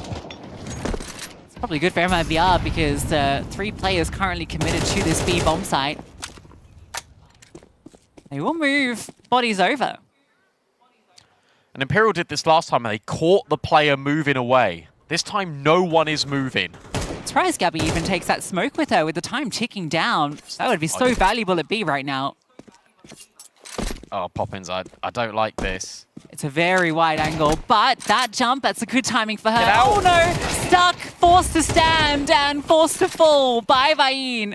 You might not be ready for Olga, though. Remember, Olga's just been tucked here the entire time. This flash. Flashbang being set up, and it's good to secure Olga another kill. And she is trying to evict Imperial out of this B bomb site. 2 kills, is it enough? Well, potentially, because Young has followed through and goes even better. A 1v3 now for the AWP of Anna. And she hasn't got the time to do it. She might get Younger, but that is only a consolation kill. Olga does enough. She might even go down after time here. If they want to swing her, no, they're not feeling brave enough, and fair play. Again, it's Olga. It's always Olga. That multi-kill required, but you've got to give all the credit to Younger in that position as well. She's the one that puts it back into their court. And to be fair, I actually really like this little tiny switch of Poppins effectively just selling her soul for Olga at the back of B here. But the way that she panics, inadvertently by getting caught on the sandbags as well, but it looks like it really sells the idea that she's the only one there. That's true enough. I love the way Younger played that as well. I think she was aware of the time, right? Doesn't overpeak. Knows they have to flush her out because time's ticking. MIBR's utility usage this game in particular has been fantastic. They've been really chipping Imperial down. And Imperial, I'd love to get Newt on this over the weekend. I just feel like they're grenade magnets. Because I remember when they play NIP on this map, like they were just getting massacred by the nades. It's the same result here as well. Good find by Anna, and she wants more. Scoped and trained on this pit angle. 3v4, and yeah, they're only deagles, but Anna's got the sniper. Potential to pick up a second AWP out towards long as well, right? Oh, again. And without armor, it doesn't matter so much. But still, so difficult to scale. A lot of angles to clear with this AWP. One smoke to kind of set this up. If an off angle is adopted from the library player, oh no, Poppins has gone down. You can't peek if you're in the mini pit position. Gabby cannot peek. You just got to sit. You just got to wait for them to walk into you. Play those off angles, catch them off guard. Tori's picked up the second AWP. She's looking for the option. 23 gets information on that pit player, but it's mini pit where Gabby is, and then she strikes and almost swings for a second. But then Danny, Olga, everyone arrives. Yeah, really good. Really good from Gabby. Did mention her on Mirage when MIBR, won 4 rounds and it didn't do anything. But during those 4 rounds, she was really good. And here on Inferno again, I said, look, don't peek. She waits, gets the contact. The contact comes from the big pit player. That's the activation point for Gabby to swing up, and they just aren't ready for it, Imperial. You gotta remember, again, no armor on a lot of these players, so 1 bullet, they're basically dead anyway. Still made that round look very scary. Yeah, it looks scary. But of course, it's always going to be scary, no matter what buy. It's Imperial. Yeah, I mean, 3 kills, 2 Tech 9 and a Mac 10 though, so no AKs, no AWP. Here's a util again, look at it.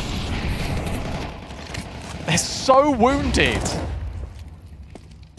Yeah, bit goes on to Olga, but it's the T's that are left limping. Took an interesting trajectory. Oh, what? That's unfair. 3 players now very low. I really like that spam from Poppins just on the close side of the half wall because Vayne has just been pushing so consistently just around that corner.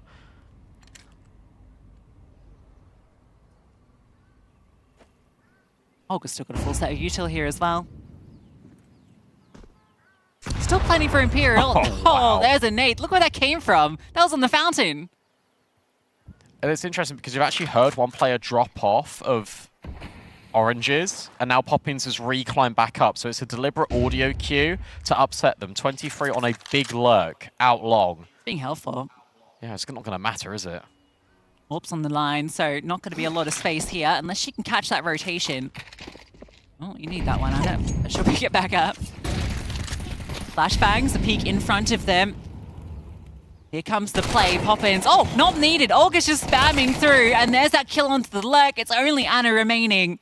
This was a forced buy, and it's MIBR that are going to force map point. Anna just doesn't have the resources to get this done. Sure, a kill, but already calling it off, and there's no way out. Got to give a lot of praise right now to MIBR, because the fact that Mirage went in the manner that it did, you're 8-4 up, Imperial start to work back into the game, you go even, and from there you win a gun round and you just keep the momentum in your favor. You're in touching distance of pushing this to a third map. You got to give a lot of credit to how resilient these players are, and that they're molded in this LAN experience now. We've seen this iteration of players, bar Danny, at most ESL impacts, and each time they get better and better, and their confidence keeps rising and rising. Poppins said on that VT, they want to get to the grand finals. What a way to do it, to get by Imperial after being one map down. Reverse sweep against Imperial, that would be something else.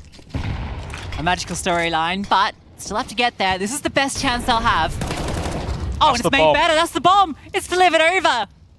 A free gift, Christmas gift, all packaged up. And the bows come out. Danny painting a pretty picture here in the apartments. Gabby will get caught by Cat. But still, a 2-on-4. They don't mind letting you get the bomb back now. Although, if the bomb gets back, B has taken all this space on B. Yeah, but it's a 4v2. How do you link up? How do you get away without making noise? And to be honest, you can just collapse sort of on mid here. If you hit MIBR, you can even have a little lurk in towards Boiler. Poppins is now cutting off the exit. Look at this hold. Cat. Timing, good enough for the trade. And yet again, that is the bomb. And once you see Cat escaping that way, you know the other player's more than likely on B. Danny ace to end things? Wouldn't that be something? That'd be awesome. Doubling your kills in the final round. Ace. With an ace. Cure it. Confidence builder going into Dust 2. Let her have it. Let her have it. She won't get it. Poppins will, but it's that superstar duo that's enough to push MIBR over the line. We are not done here yet in this elimination best of 3. Remember, elimination best of 3 between Imperial and MIBR. We need a third map. A third map, Dust 2 as well, a map that MIBR are no strangers to, and they look so good on Inferno. A completely different beast in their comfort zone, and Olga back in, looking to get revenge. So many times Imperial put her down, and now she's the one that has them on the road. Absolutely, and it wasn't just Olga. That's the key thing. It was VN for Imperial. We didn't say anyone else's name. We had Olga, we had Danny, we had Gabby providing these important moments. Everyone chiming in, everyone working as a team. It's the MIBR way to force that Dust 2. It's going to be a real banger here just to try and close this one out. Will Imperial go home on day one? We'll have to find out. Yeah, smoking, go jump. 1, 2. Long. Nice. Long. Come short. I'm flashing right side. Dead long. Bad smoke. I will don't stay know mid. what is They this. cannot be short. Cannot be I short. have the cross. What the fuck? I play with purple. You have one way inside, guys. I have it. Oh, ебать. Бровь, вот всего-то есть. Охуеть. Всё, бля. We did see what you did. We did see what you did, in fact, and some very good things, but not enough good things. Because at the end of the day, we are going to a third. We're getting a little bit more action here. We're going to end this on Dust 2. And we really didn't quite expect this coming into the Inferno, just based on what we'd seen on the Mirage. It was a strong-looking Imperial, but on their own map pick, MIBR really showing a better face here. Yeah, I think it's one of those things, though, where historically, you know, in all open competition, Brazilians, you can never really underrate them or underestimate them here on a map like Inferno. They all seem to be pretty bloody good at it, and you could see, even though they weren't all good at it, Olga was good enough to carry the bloody team. Oh my goodness. She was absolutely incredible. What a performance here, Letty. Yeah, like incredible performance, and I finally see like kind of like, you know, old Olga performance when she actually like know what she's doing, and it's really, really nice to see. And I'm really happy that MIBR finally woke up. They finally showed they actually belong here. I'm very surprised and I'm very happy. Maybe they just needed a map where they felt a bit more comfortable, and Inferno seemed to be the playground. So let's see if that's going to be enough to get that momentum and carry it to the third. It also did feel a little bit like, I'm going back to the old me. You know, Olga's been trying to support her younger teammates, been trying to be more of the IGL, that supportive element, set them up, put them in position to succeed. But sometimes when everyone else is having a little bit of a rough show, you gotta do it to them. You gotta step to the forefront. Only player positive on the team in terms of KD. That is actually bonkers. It really does look like a vintage scoreboard from like the very beginning of Impact. Yeah. When it felt like at times Olga was just putting the team on her back. And yeah, I think it's weird. You don't see that often. You don't see that very often at all. Not on Inferno. 4 players negative. But I guess that just boils down to the fact that they were winning rounds by getting like 2 picks, and yet saw Imperial Valkyries, a lot of those rounds just saving, you know, doing the tried and true thing on Inferno, just trying to get as many gun rounds out as possible. And from that point, like, it can just ruin a KD, but it's not the KD that really matters at the end of the day, it's the score up top. Yeah, I completely agree. And like, as I said, I'm very happy that we finally saw MIB World Cup. So this is actually like, you know, we expected this game being like 3 maps in total. And I mean, of course, she was just a huge part of it. We've already talked about it, but 2.05 rating, 23, 11, and 4, 97.4 ADR. And then you consider how far above her teammates she was. No disrespect to anyone else on the squad, but it just underscores how dramatic of a carry this was. Yeah, and we didn't think we'd get probably a higher rating than what we saw, you know, from a few individuals today, but Olga pulling that one out of the hat. A 2.05 rating just on Inferno is kind of crazy. It's wild. I'm excited about it because, you know, we've kind of been wondering, right? Olga comes back. She's had this tour abroad. She's been part of the HSG project. We didn't really see that come to fruition the way we were hoping. Now she's taking a back seat. You know, she's talking about, oh, I've grown as a player. That's the kind of thing people say when they're going to, like, step back, play a supportive element. Nah, she still got that fire. I love to see it. Yeah, I love to see it also. And as I said, like, I really remember Olga being called like as the best female player, and now finally she's back. She's back here. Back dominating. Actually farming and showing them how it's done. Look, and as you mentioned, sometimes you got to do what you need to do, and if your teammates aren't performing as well as you would like, maybe, you know, just don't be that first person in. Maybe just go in second or third and make sure that that trade is secured. If you know that you are playing well, why not play to your strengths? Now, looking over at the Imperial side of things, right, we still had some of the performers performing as we expect. Vienne in particular was still showing up in the way we were hoping. Didn't translate to the win here. What do you think went wrong here, Letty? To be honest, hard to say, because like it's of course like it's hard to win if only like one player is like doing an impact. Of course, like MIBR show that it is possible. Yeah. But like Inferno is very, very hard map to like actually do it, and Vienne looks like he don't have any pressure on herself, and I'm actually surprised how she's doing it. She was like doing such a good job in the season online, you know, in her own PC, but now she's in the tournament and she plays like, you know, like no stress at all. Like I'm so happy seeing like, because she's young, seeing like young talents like performing like really good. Yeah, and look, it's an interesting conversation to have now. It's back to one of the orange maps, one of the more pug-esque maps, which if you're looking at who's actually shooting better, it is currently Imperial Valkyries. So when it gets to the conversation of Dust 2, like, how's this going to go? Like, is the momentum going to be held onto by MIBR now they finally got a map in the bag, or are Imperial going to be able to bounce back? I think the question really comes into the other pieces over on the MIBR side, specifically the young pieces, right? We've been highlighting them. We've been talking about them. Poppins, Danny, we need to see what we know that they're capable of, what we've seen in online play, what we've seen in a lot of different scenarios. It has to arrive here in Stockholm if they're going to take this third map. Yeah, it's very important, especially now, like it's the last match before elimination. Like it's huge pressure now. So right now we're actually gonna see who has the strongest mental and who can actually, you know, arrive and have like this strong mind. Is very important in this type of games. And I think Imperial also can, you know how to restart the brain before such an important match. Yeah, I feel like, look, you've seen, you know, Bean doing a pretty good job. We've also seen Anna not needed this series yet, but on Dust 2, pretty nice on Inferno. They kind of needed to do even more. Like she did enough, but it wasn't able to reflect in the scoreline. We need to see more out of Anna on the Dust 2 because she is going to be the difference maker.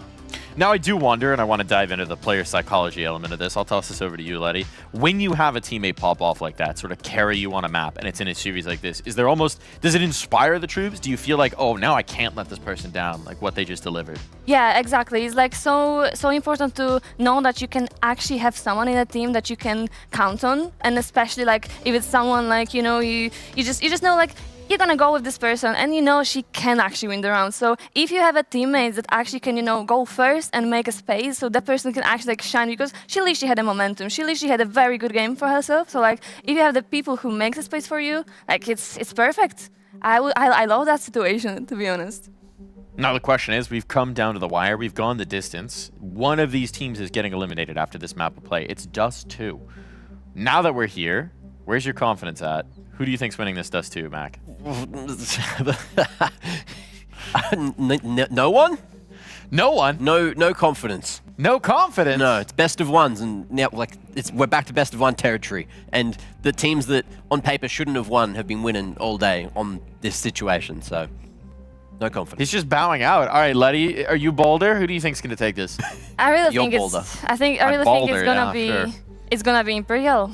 They've been in this situation already many times, as I said. So like I think they're like basic like mind and brain is just working like that. So they're gonna restart and just gonna play Dust 2, and they really like Dust 2 also. I think I'm with you. I think I just haven't seen enough from the MIBR supporting cast yet to really have a ton of faith in them. If they start sparking, if the young players show up to play on this one, I think Imperial are in a lot of trouble. But if they don't, I think we know what Imperial can and will do here on this Dust 2. It's time to dive in. Just to set the stakes here before we get into this final map of play, one of these teams is going home. That's either going to be the 6 out of 7 time champion Imperial, leaving as the first team out of this season, the final season of ESL Impact. Or it will be MIBR with a legend in tow in Olga, her homecoming disrupted, over before it even begins. I don't know how it's going to end, but I can't wait to find out. We'll be back after this.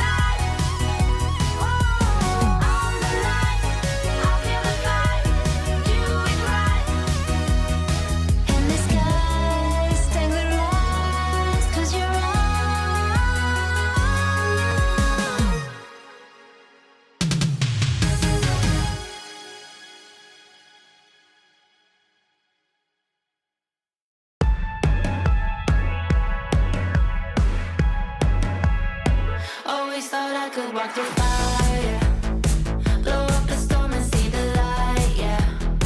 I told my friends that I could run on water, and they said nobody can. They'll see me flying through the sky, yeah. Play hide and seek behind the clouds. I show my friends that I'm not scared of dreaming, and I'll do that again, over and over again. Suddenly, the heart and chest feels heavy. The calm is just a memory. It's failing me, and I know I could never surrender. My beating heart, it won't give up. As long as I am here, I'll never stop. They say I can't, I say, so what? Just watch me go like a supernova. My beating heart hits like a drum. You know I run through life forever young. They say I can't, I say, so what? Just watch me go like a supernova. Light up the dark, I'm superhuman. I'm spreading stardust into oceans. I wanna go up high and close my eyes to places nobody found. I'll never come down. Suddenly, the heart and chest feels heavenly. The calm is not a memory. It's here with me, and I know I will never surrender. My beating heart, it won't give up. As long as I am here, I'll never stop. They say I can't, I say, so what? Just watch me go like a supernova. My beating heart hits like a drum. You know I run through life forever young. They say I can't, I say, so what? Just watch me go like a supernova.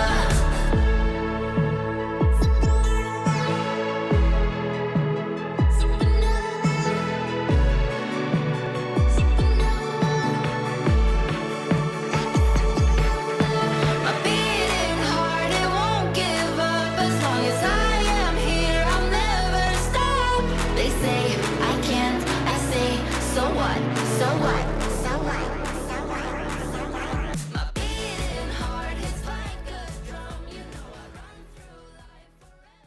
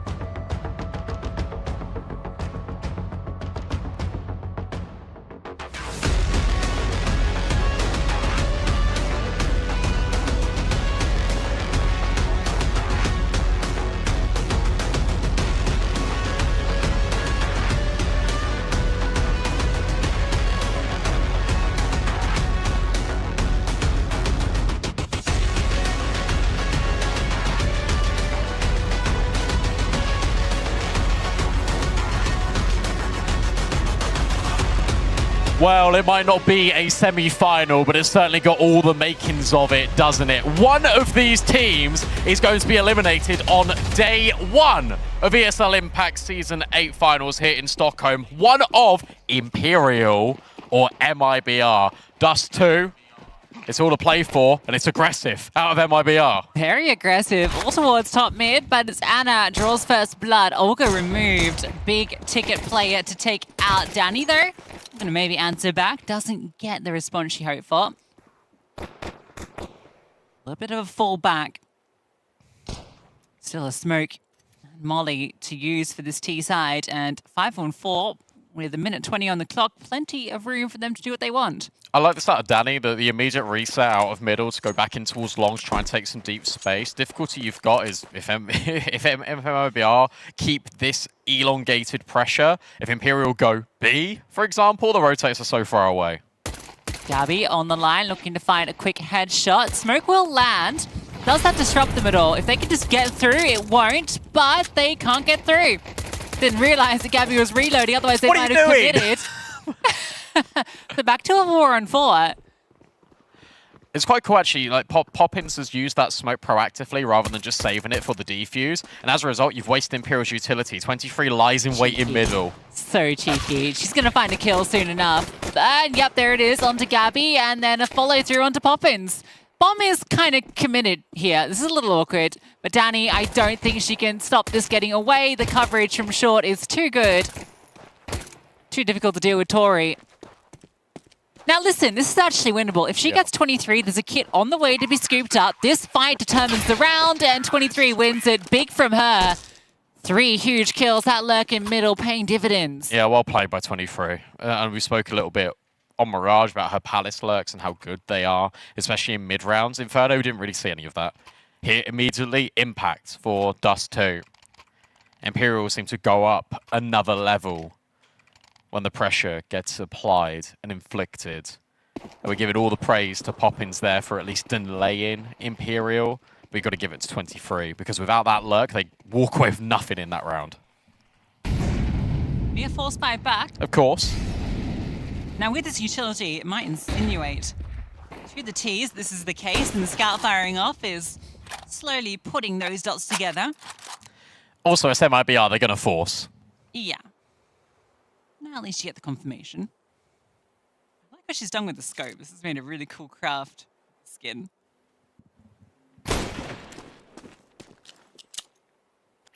Look at this pushing short. Look at how aggressive this is. Oh, they're all blind by the own flashbang. But Gabby and Olga are still finding kills. This is looking favorable for MIBR until it isn't. 23 still holding top middle, gets a double kill. Going so well until it wasn't. Nice double down in from middle, but just taking off a little bit too much there. Continuing to push the issue in towards middle. Doesn't work out. Again, 23 holding from top mid. Yeah, flashbang. Tori actually playing anti, and then Danny just flying over to try and get down low. Yes, 23 just playing up here by the barrels. Make sure there's no further punish. I think Young also stuck around a little bit too long in the middle, offering up that fight. I think after they get the double in towards short, they probably should have disengaged everywhere. And now you just pushed mid. And no one's home. It's just going to be B. Ying just throws the bomb back. I want the ecos. Poppins denies immediately. They're trapped, but I mean, it's fine. You've got B and the bomb. That Snade's going to get a kill. No, okay, not quite. But Cat's now going to get them all with the Mac 10. Maybe not. Or the Glock. Oh, okay. Well, she gets 2. That's fine. Pays for itself. And you don't really want to save Mac 10 either.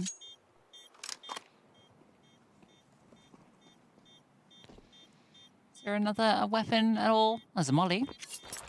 Oh, and an AK. Okay, that's pretty good. Happy days for Olga.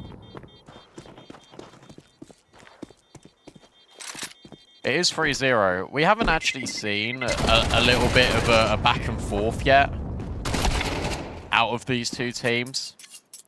Mirage, obviously it was 4-0, and then Imperial ran away with it. Inferno, MIBR, that was just theirs. To kickstart a game, it's not really been this sort of like clashing of heads. It's just been one team racing off into the lead, almost like running out of stamina, and the other one just catching up.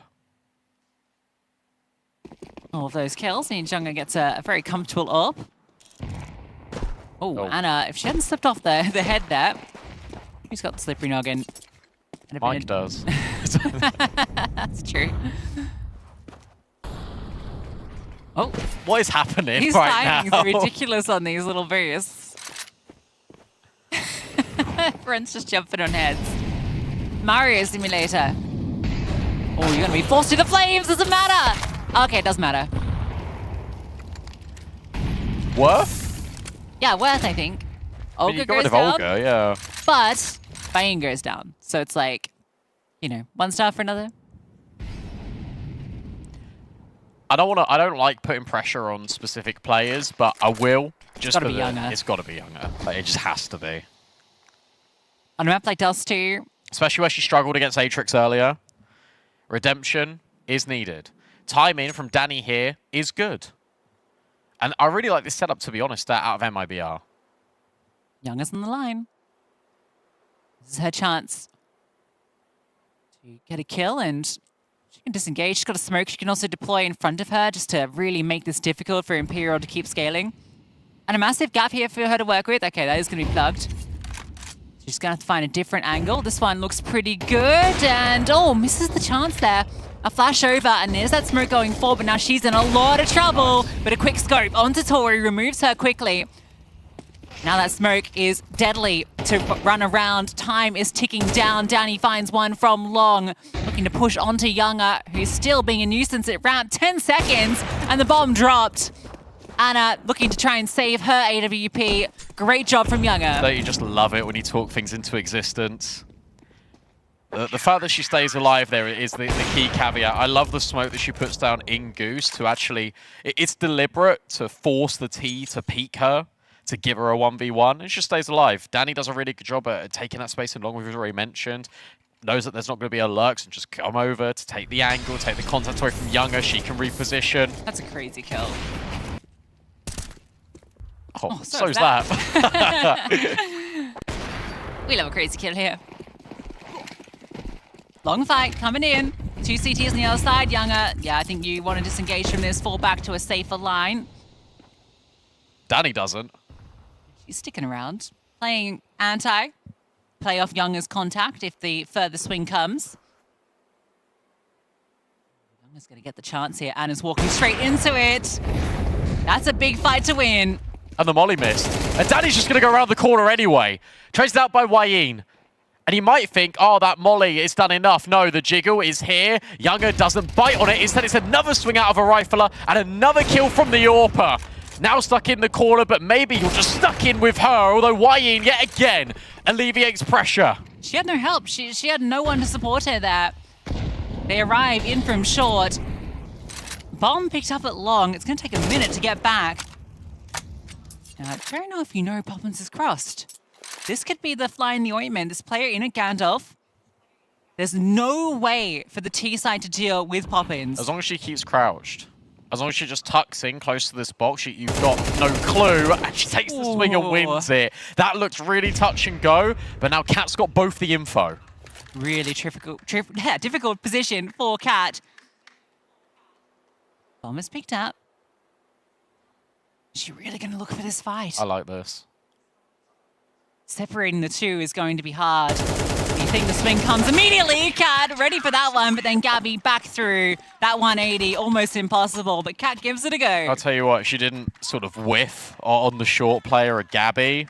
That round is hers, and we're screaming from the rooftops about how good Kat is in the clutch because she just thought that she killed the short player, immediately just transfers to player at Gandalf in Poppins. Scary. Very scary, but again, good work here out of Younger. Another multi-kill. And this breaks the bankroll of Imperial. And something I was asking for again. Hey, a little bit of a tug of war to kickstart the map. We've got it now.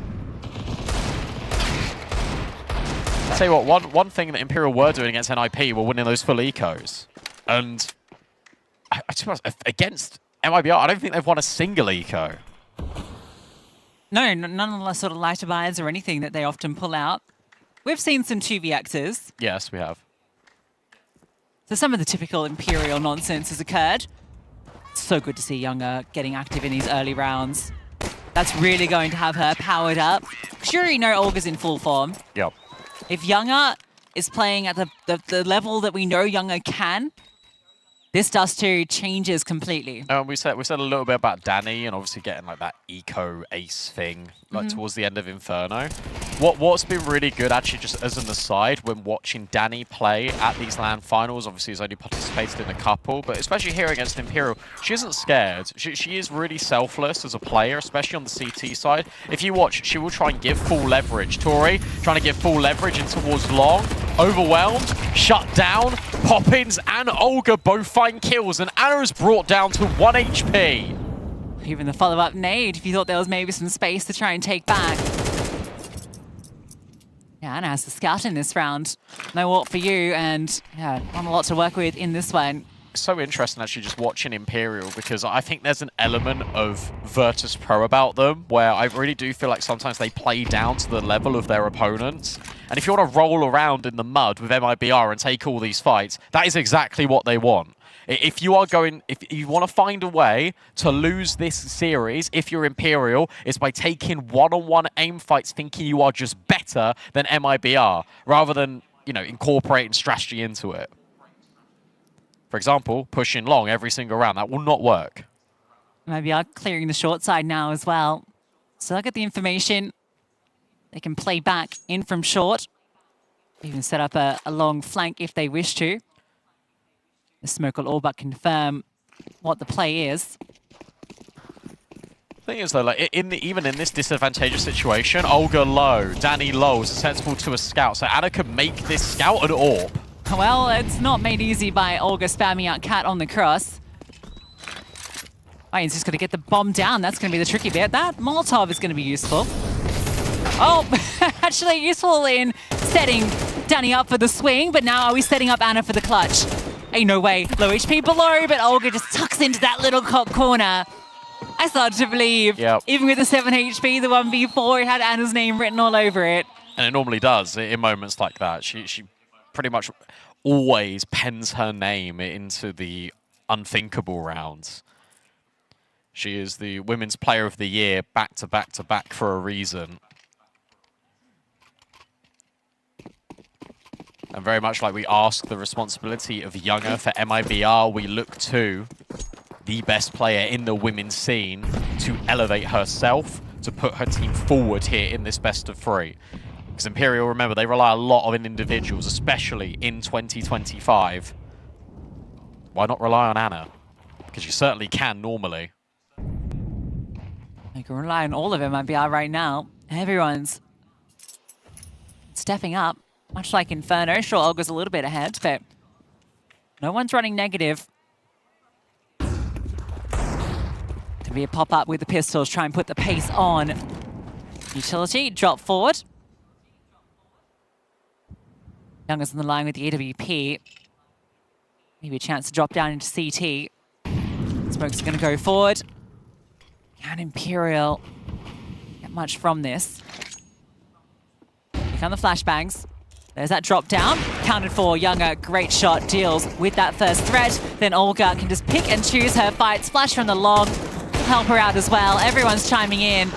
That's clean house. No one falls. Well held against the pistols. It's actually so important, just from a psychological point of view, that you've set up in that way deliberately to counter this short play that Imperial are going for, and it's worked. You haven't lost a single player. Even the small attention to detail, like Younger holding for a drop down that's been communicated by Olga. Olga being on such a tight line, taking first contact, then utility comes over just to reinforce it. And Danny doesn't even die to the 23 lurk. Yeah, ready for it. Fantastic. Oh, this is new. This is very new. Younger, a super aggressive line, but they're already passed, but she stays alive. That's important. It's actually so important that she doesn't fall there. But look at Tori. Tori wants to try and close the issue. Flashbang dropped. Can they get out? Yes, they can. And in fact, Gabby's got a kill on Wa'id. And then Poppin spams out Tori. What on earth? All the distraction in towards lower tunnel, thinking players are evacuating. Gabby's like, yeah, I'll take that moment to push through tunnel. First time we've seen this be aggression. Tunnel. Yeah, you know, it's the main tunnel. Choo-choo. Choo-choo. Chewed up. Our Imperial, 1 minute 10. Anna eats shrapnel. Bits of HE in between her teeth as she looks to just still apply the squeeze on towards short, but Younger hasn't fallen yet. Since asked to stand up and deliver, she's doing such a good job. And there's that flare. In fact, give her all 3. If not, then don't worry, because Poppins arrives on the scene. MIBR, they change the pace. It doesn't go to plan, and they still win anyway. She even dodges that nade, all this crazy footwork over on ramp. That's brilliant. What a cool round from MIBR. Even when the initial aggression doesn't work, Younger gets away. And then Younger finds all of those kills over at ramp. And unsurprisingly, Imperial now call for a 30-second breather. They were up 3-0. This is like Mirage. Up 3-0, now down 6-3. I want to talk to them. You can't, mate. There you go. Yeah, I think there's a slight technical. It looks to be getting resolved, but oh dear. Brandon, is it happening? We're not there yet. It'd be unprecedented. It'll be unbelievable. Imperial day 1, the first team eliminated. First time ever. You saw that start on the screen in that pre-game.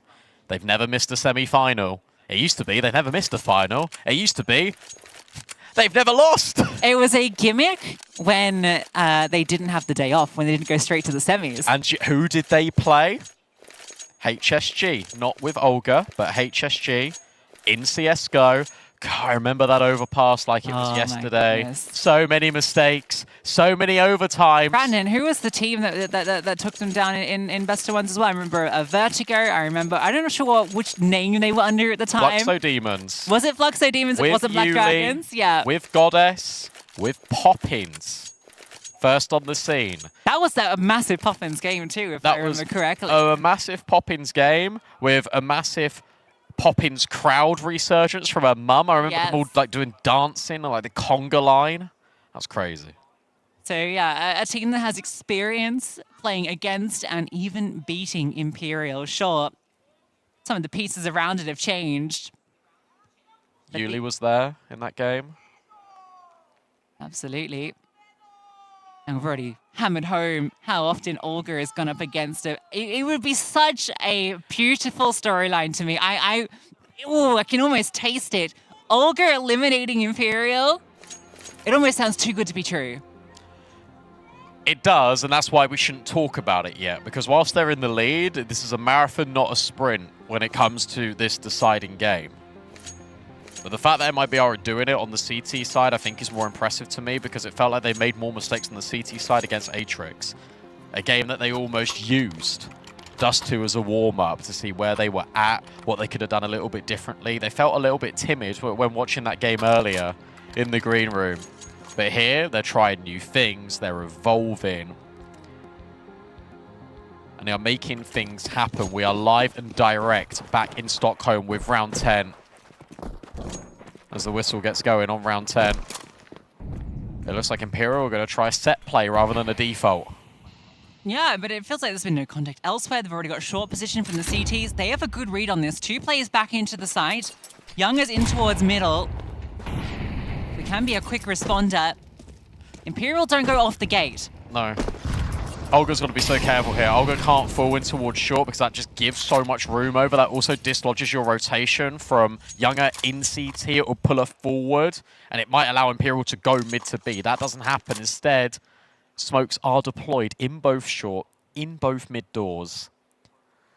And now your U2 is lacking. Another one thrown forward. DJ Khaled. Now with the U2 in towards middle, and there's one that's been deployed up towards upper tunnels. They are sweating MIBR.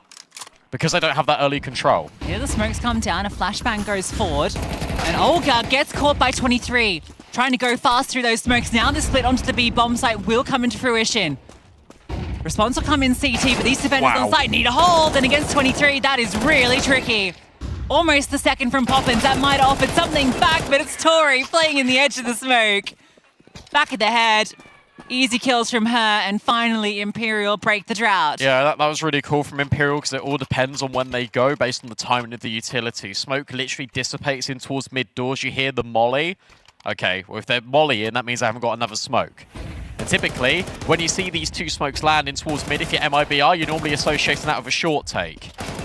That 23 kill is everything. She is blind onto Olga. Both those players pushing through the smokes. If that had gone the other way, completely different round. Mid doors and lower tunnels push again.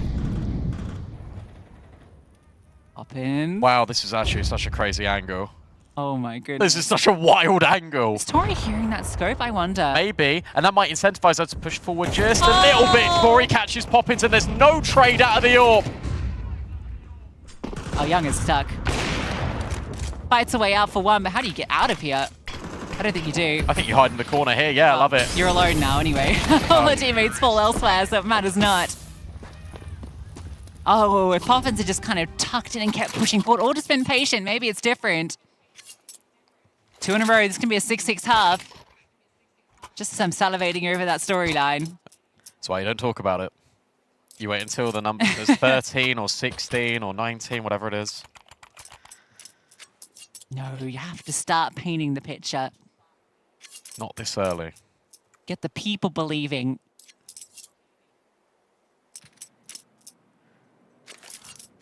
Okay, I'll drop you with a hot take if you want. And I think MIBR, if they want any say in winning this map, they got to win this round. Okay, 7-5 half demanded. Not sure what their pistol round stats were like on Dust 2. We saw that on Mirage they were pretty horrendous. Obviously didn't take it in the first half here. So that's 6 hard-fought gun rounds that MIBR picked up.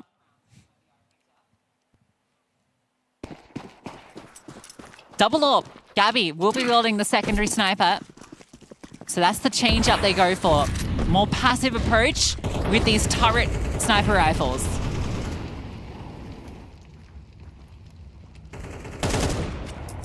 But MIBR are just completely overlooking long. And they've put so much effort now in towards mid because Imperial have really been conditioning it, very much like they were on Mirage.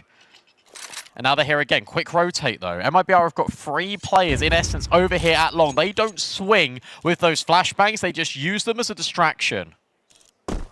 Well-timed smoke on towards long here. Yeah, really well-timed. It's going to make it hard for Anna to go fishing. You can see she was looking for something with that AWP. Breeze up instead. Ian gets on the line and, oh, Young is holding for this. The single scope is crazy, but takes the head off of Anna. Bruce gets spotted as well. And now Young can just post up here. Doesn't need to worry about an AWP on the other side. That's the key detail as well. I love this smoke yet again because what this means is that Younger can post or Danny can just be here and you can leave. And you can be a lot more flexible for the last 40 seconds of this round. Yeah, time's a killer here. It has to be an A finish. They've only got 2 flashbangs. They've got to go up through short. You know this if you're Olga. You know this is happening. And this smoke, oh, it's not great. And in fact, through the spam, Olga finds Cat, and you've also got a player creeping in close in Poppins. You're never ready for this. MIBR are everywhere, and Imperial are just falling flat. They get the initial space out long, but MIBR are all over them elsewhere. 7-5 half demanded, 7-5 half acquired. Go start whenever, go. Short peeking, she was peeking short. I'm flashing, you go through smoke. Yeah. The window flashes on her. I dropped you one more. I dropped you one more. TT fighting dead. I'm all applied. Flashing in the smoke. Rotation. Wait. Smoke. I will right click, go. They're on B side somewhere. Car dead. 250. Full blind. Tall box. Only one people on. Last 250. Plant, Katya. Давай. Oh, nice. You drop something, drop something. You need to drop. Go, take off, take off. Ay. Nice.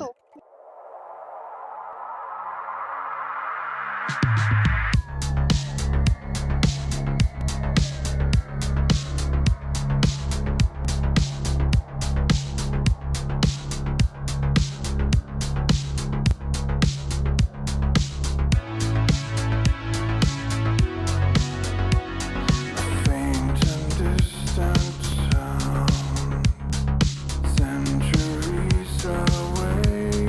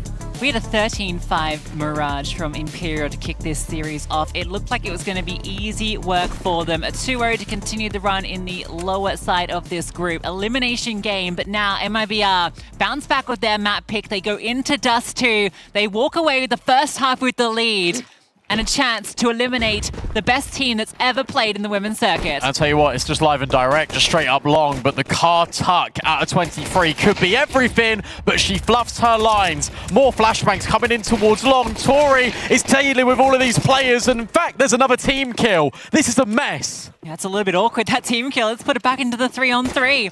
And not very healthy looking players, but Younger takes another head off. The dual Beretta starts to move out, Gush down, removed. Oh, Poppins! 3 easy kills. At least that's the way she makes it look. And they even wanted a handicap in this round. Oh, we're just going to get a team kill just to add the cherry on top, just to make it that little bit more difficult. 23 completely has a nightmare over towards Car, but she's been left completely alone by the rest of her teammates. Been asked to do an awful lot with very little to work with. Poppins, precise as always. It's really good to see her having this little bit of a resurgence because she was very quiet in this series so far. Top of the table now, off the back of that 13-7. You do not want to risk through this smoke. It's a force buy on the other side, but 23 disengages, so that space is taken for free. This is so South America Counter-Strike. Just the continuous bursts through long. All of the utility, now the re-smoke. Danny just wants to get on the edge of things. 23's been tagged through a smoke as well by this scout. MIBR have got all the control, but they've used all of their utility. Yeah, just gonna have to brawl their way through this. In fact, I mean, utility sparse across the board. Gabby's got all of it. There's one flash for Cat. And what you don't want to do is just let Anna just tag up 3 players from back here. There's like one. that. Yeah. This is really good timing, actually, from Imperial, just to get this info out of Cat, and then you can apply this crunch in towards short. Cat is being such a distraction. Remember, no utilities have got to try peek this Imperial. Oh, short is so scary. There's 3 players. The boost up, the double layering. Danny gets the information. Poppins gets the kill, and now 23 revealed. That's fine, though. Like, you came out of that so favorably. 23 needs to hit an instant deagle shot and can't do it. MIBR still in the driver's seat. It all falls to Anna, and she just gets completely sidelined. Yeah, all falls to Anna, but all fall to Olga. Finding all the kills in that mid-round to bring it back. 3 for her. They save off the force buy. Imperial have to go for the eco. I don't know about you, Brandon, but we're about to have 10-5, and I'm starting to believe. I don't know if we're actually at 10-5. This, I don't know. This just feels like one of those Imperial rounds. MIBR aren't losing to the Imperial rounds. That if means they we were, drew one. That they means would we have drew lost one. that one. They would have lost that one, and they didn't. They cleared that really well in short, to be fair. That was so terrifying. 3 players there. I don't know how they walked out. How about How 3 they players did. again? With even less weaponry, Yeah, with these even ones are less less scary. utility. Don't know if the armor. One of them's USP. This one's more scary. They're going to be avoided, actually. They actually walk through the molly as well. That's fine.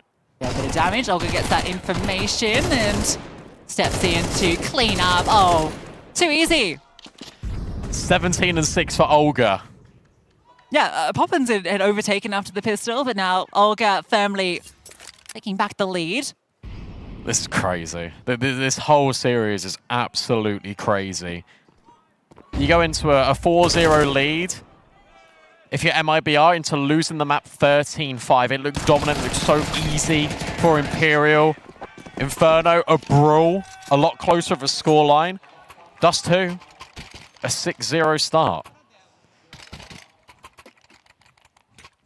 I mean, in terms of MIBR winning rounds in a row, because it was actually 3-0 for Imperial, and MIBR then gets 6.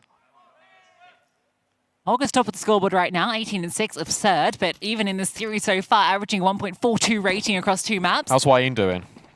1.37, not too far behind. That's been the battle at the top, but on this map, a completely different story. Yeah, the thing is, again, similar to Inferno, you got Wayne playing well, But you got no one else. Here on Dust 2, it's 23 playing well and no one else. Wayne has shied away. Olga has reclaimed this spotlight. Now there's the AWP in this round. Anna does have that weapon. Put all the pressure onto Youngar on this map. But now it's all on Anna, 6 and 11. We did say it. She needs more. Way more. And she's not really that type of AWPer to go searching for the opportunities. She'll let the game come to her, which I think is one of her biggest traits. One of probably the best things you can say about an AWP. Doesn't force it, doesn't overrush it. If you're MIBR, your entire objective is to avoid Anna for the rest of this half. Well, if they go into A, they won't avoid her this round. If you do it 3 more times, you could be walking away here with your life still intact in Stockholm. And Atrix, a very familiar opponent to battle for playoffs. One Brazilian organization will make it into the playoffs. Will a Brazilian team? You worry about how long this has really taken because with 30 seconds left, there's still not a whole load of map control. That lurk smoke, though, over on B has brought a second player over there. 23, can she be undone? Yes, after 1. Anna in the open, the pressure's on, and she's run down. Olga drops down. It's Tori, and she gets caught by Gabby. What a pick! A step to the right, and a body in the grave. You have to save these 2 rifles, and if you lose them, and Vane's stuck in spawn, she could lose that M4. And you can hunt this to bonus round. You've got to remember that Youngar started with a scout. They've not dropped a round this half. And it was like that meme of the guy with the chalkboard of all the red wires going across, because that line had to be tread so carefully. One mistake, you were done in that round. You could swap the nameplates, and it would feel a more realistic way that this entire series is played out. And there's Vane going down. Olga finds her. Imperial never run out of that energy. They never lose resilience. They never disappear. They get stronger. They get tougher as the going gets so. But it's MIBR who have done the reverse sweep in this elimination game. And now look at what Imperial are going to be working with. Nothing. To stop series and elimination point. The only thing they've got going for them, honestly, is the loss bonus. Look at this, 20 seconds left. 18 when Olga jumps down and makes contact with Anna, who is stuck in just no man's land in the middle of long after losing 23. That Gabby swing was beautiful. The pressure was on Tori there.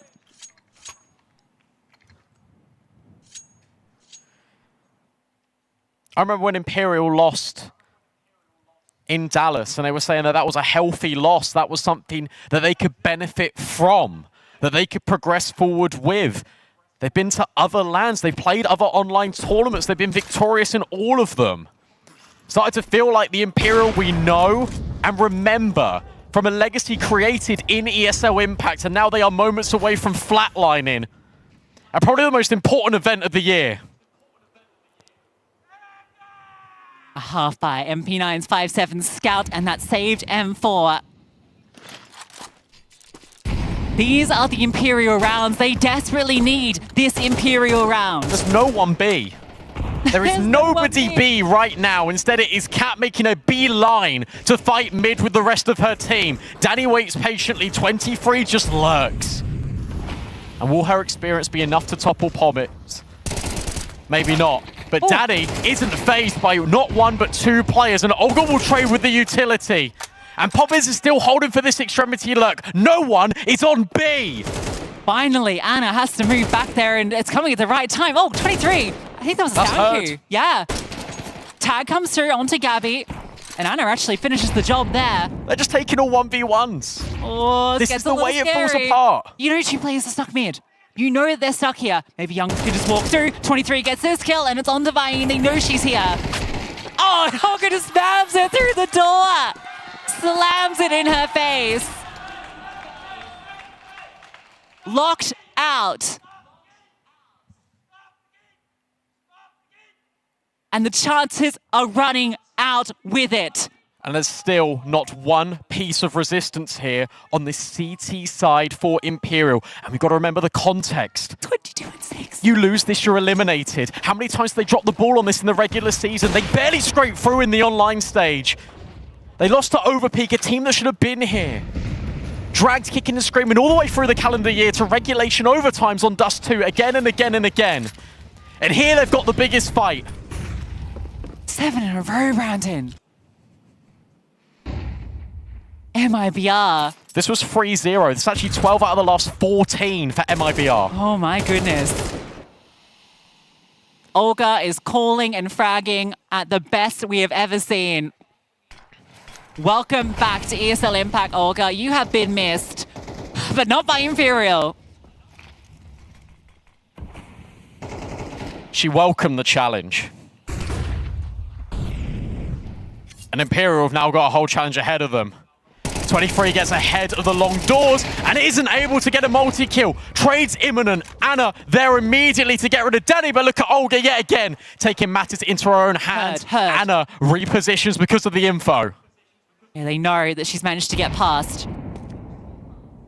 They don't know where she's gotten to. A complete disengage in the CT spawn. Is there a smoke? Yes, there's one on Gabby. So she can drop it, and Olga drops the Imperial. Not once, not twice, but 3, 4 times! Imperial are eliminated in day 1 of ESL Impact Season 8 in Stockholm, and Olga and MIBR rise up! Olga, how does that taste? Revenge served years late, but it's just as delicious. Absolutely phenomenal. MIBR have eliminated Imperial.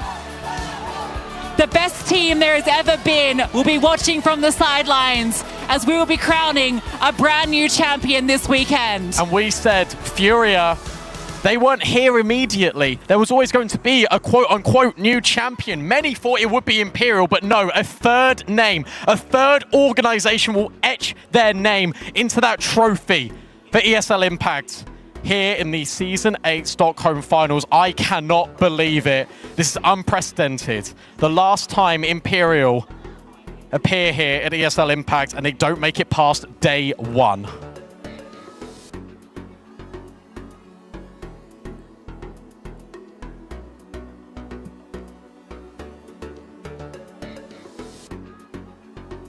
That is stunning. There's no other way to put it. A flawless second half of Dust 2. 7 rounds run in a row from MIBR to put down their oldest foe, their nemesis, Imperial.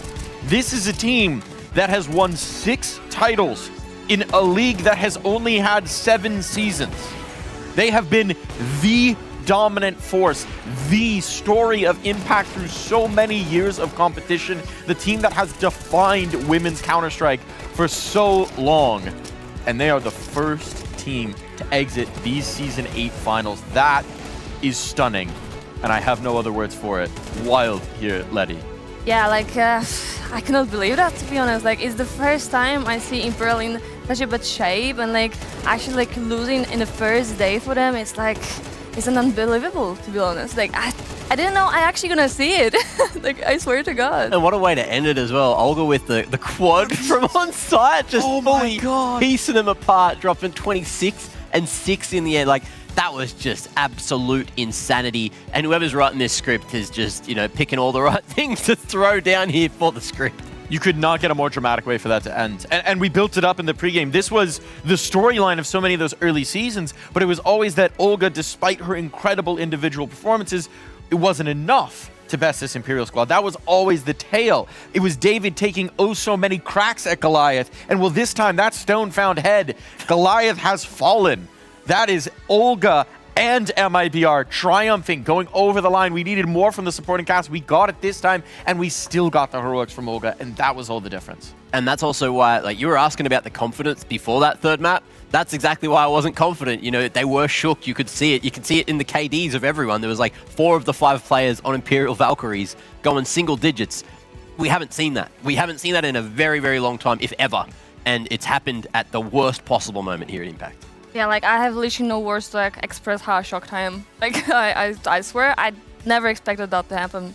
We seem to be out of words here on the desk, but hopefully they've got words over there in the arena because Heku's standing by with Olga. I really hope that Olga has a lot of words to say to us because we do need an explanation. And we, honestly, it took you so many seasons. You know, you got to play against them in the grand final, and every time the trophy was so close, then you changed regions, now you came back, made in Brazil, win against Imperial, and get this legendary lineup. How do you personally feel, Olga? I feel very great. It's like I say, first time I won against them. I guess it took, I don't know, 7 or 5 to win them, you know, against them. I guess 6 times I played this tournament, I got eliminated by them. So I feel very great to be able to keep going the tournament and win against them by the first time, against like a team who won so many times before. So I guess it just boosts our confidence, you know. But you used to play for a Brazilian team, and there was even a moment when you were IGLing for Furia. Then you went to a Chinese team, and then you were in a Chinese team, playing in Europe, and now you came back. Do you think that maybe getting all of that experience from different regions helped you maybe lead MIBR to a victory today? Definitely. In Furia, I was more like just run and gun style, you know, everyone's supporting me now. And going to HSG, I need to learn to do different roles, so it helped me a lot to be an IGL. I tried once to be IGL in Furia, just like for 1 month, and they say, it's okay, we won a tournament by the way, but they say, it's okay, Olga, go back to your role. We just want you to be the star. Yeah. And then, sorry. No, continue. No, and then going back from Asia, I could bring all these, how to say, experience in another roles, you know, mostly supportive. I start to study a lot how IGL works, you know, and I'll try to mix. I don't want to lose all my personality inside the game, so what kind of IGL can be this entry fragger sometimes, you know, be this, we call the dirt job, you know, sometimes go alone by themselves and then the team on the other side, you know. So I start to study some IGLs like that and trying to make our own style, you know. You kind of got a new maybe perspective, not only just for your own role, but also for the roles of your teammates, which is really important when it comes to being an IGL. Well, the good news for you personally is that you managed to finally win against not just a Imperial, but the whole legacy that they have as a core. But you have not secured yet yourself a spot in the semifinals, and you're going to be playing against Atrix, which kind of maybe, again, I don't want to rain on your parade. But in that best of 1, there were some difficulties. Why so? Definitely we didn't play our game. I guess we feel a bit the nerves. I tried to bring them up, you know, even sacrifice myself, but I feel the mood was a bit down, you know, not confidence. We did many mistakes in some 4v2 situations. Even 4v2 we won. It left like 1v1 situation. Should not live that way, you know. And so we talk after the games, and then we say, guys, that's our last chance, you know. So we need to do it now, because we've been practice, we've been doing great, you know. We won against everyone in Brazil, won other tournaments happened there. Even against Atrix, it was the first map we lost to them. So we felt like that's not our game, you know. Of course, they deserve it, they play very well, they shoot very sharp, but we know we could deliver more, you know. And now we're gonna face them again in a BF3 with more confidence to play in this match setting, you know. That's it. Definitely it was on our game, and we're gonna show it tomorrow. So basically, the fact that it's not gonna be a best of 1, it's gonna be a best of 3. It's gonna be an opening series, and also you just got the confidence boost. If there was any maybe confidence lacking, you got it right now, right? Definitely. And the motivation. Definitely. Because right now, I mean, the only 2 champions that we ever had was the core of this Imperial, and then also Furia. So right now, the way to the trophy is open to anyone, including you. Yes. All right, Olga, thank you very much for the interview. One more time, congratulations with the overall win, and also for your... Can I just say 2 things? One for you, one for the crowd. Yes. There was one moment I say, I can't believe you're gonna leave this way now. I won't have a talk with Rico. Here we go, like an extra Not happy. motivation for the players to win in order to get interviewed on this nice couch. And to the crowd. Thank you everyone who cheered up for us. We appreciate very much the supporting. And thank you all the fans in Brazil. Obrigada, galera. Vocês são foda. É isso aí, a gente vai trazer esse título pro Brasil. Tamo junto. Muito obrigada, Olga. Muito obrigada. Muito obrigado. Let's go back to the desk. Stunning result again, and this was the author of that result. This was the author of Imperial's final chapter, perhaps in Impact, and it ends in the opening rounds of the tournament. Crazy performance from Olga, massive lift to her team as well. Yeah. Really setting the example for her young stars to light the way to make it happen for them. Yeah, exactly. Yeah, this is what I said on the previous MIBR game. Like, they just need to deliver. They just need to that they belong here, and this is literally what they did. Olga was like, oh my god, like I have no words. She was like literally doing everything on point. It was crazy performance, and congratulations. Like that's crazy. Like 59 and 34. Like that's Katie's like so positive over the 3 maps, and you got to remember on the first map she only dropped 10 kills as well, and still after 3 managed to get 104 ADR. Like that's unheard of. Herculean effort over the course of it. The second map in particular was just one of the all-time individual performances to deliver your team a win. Absolutely unbelievable. Brilliant. And then we were talking about it. We were saying that the difference in that third map needed to be that the supporting cast had to come online. We saw it. Poppins, who'd been missing all series long, wakes up, has a stronger performance. Younger, who we were waiting for on the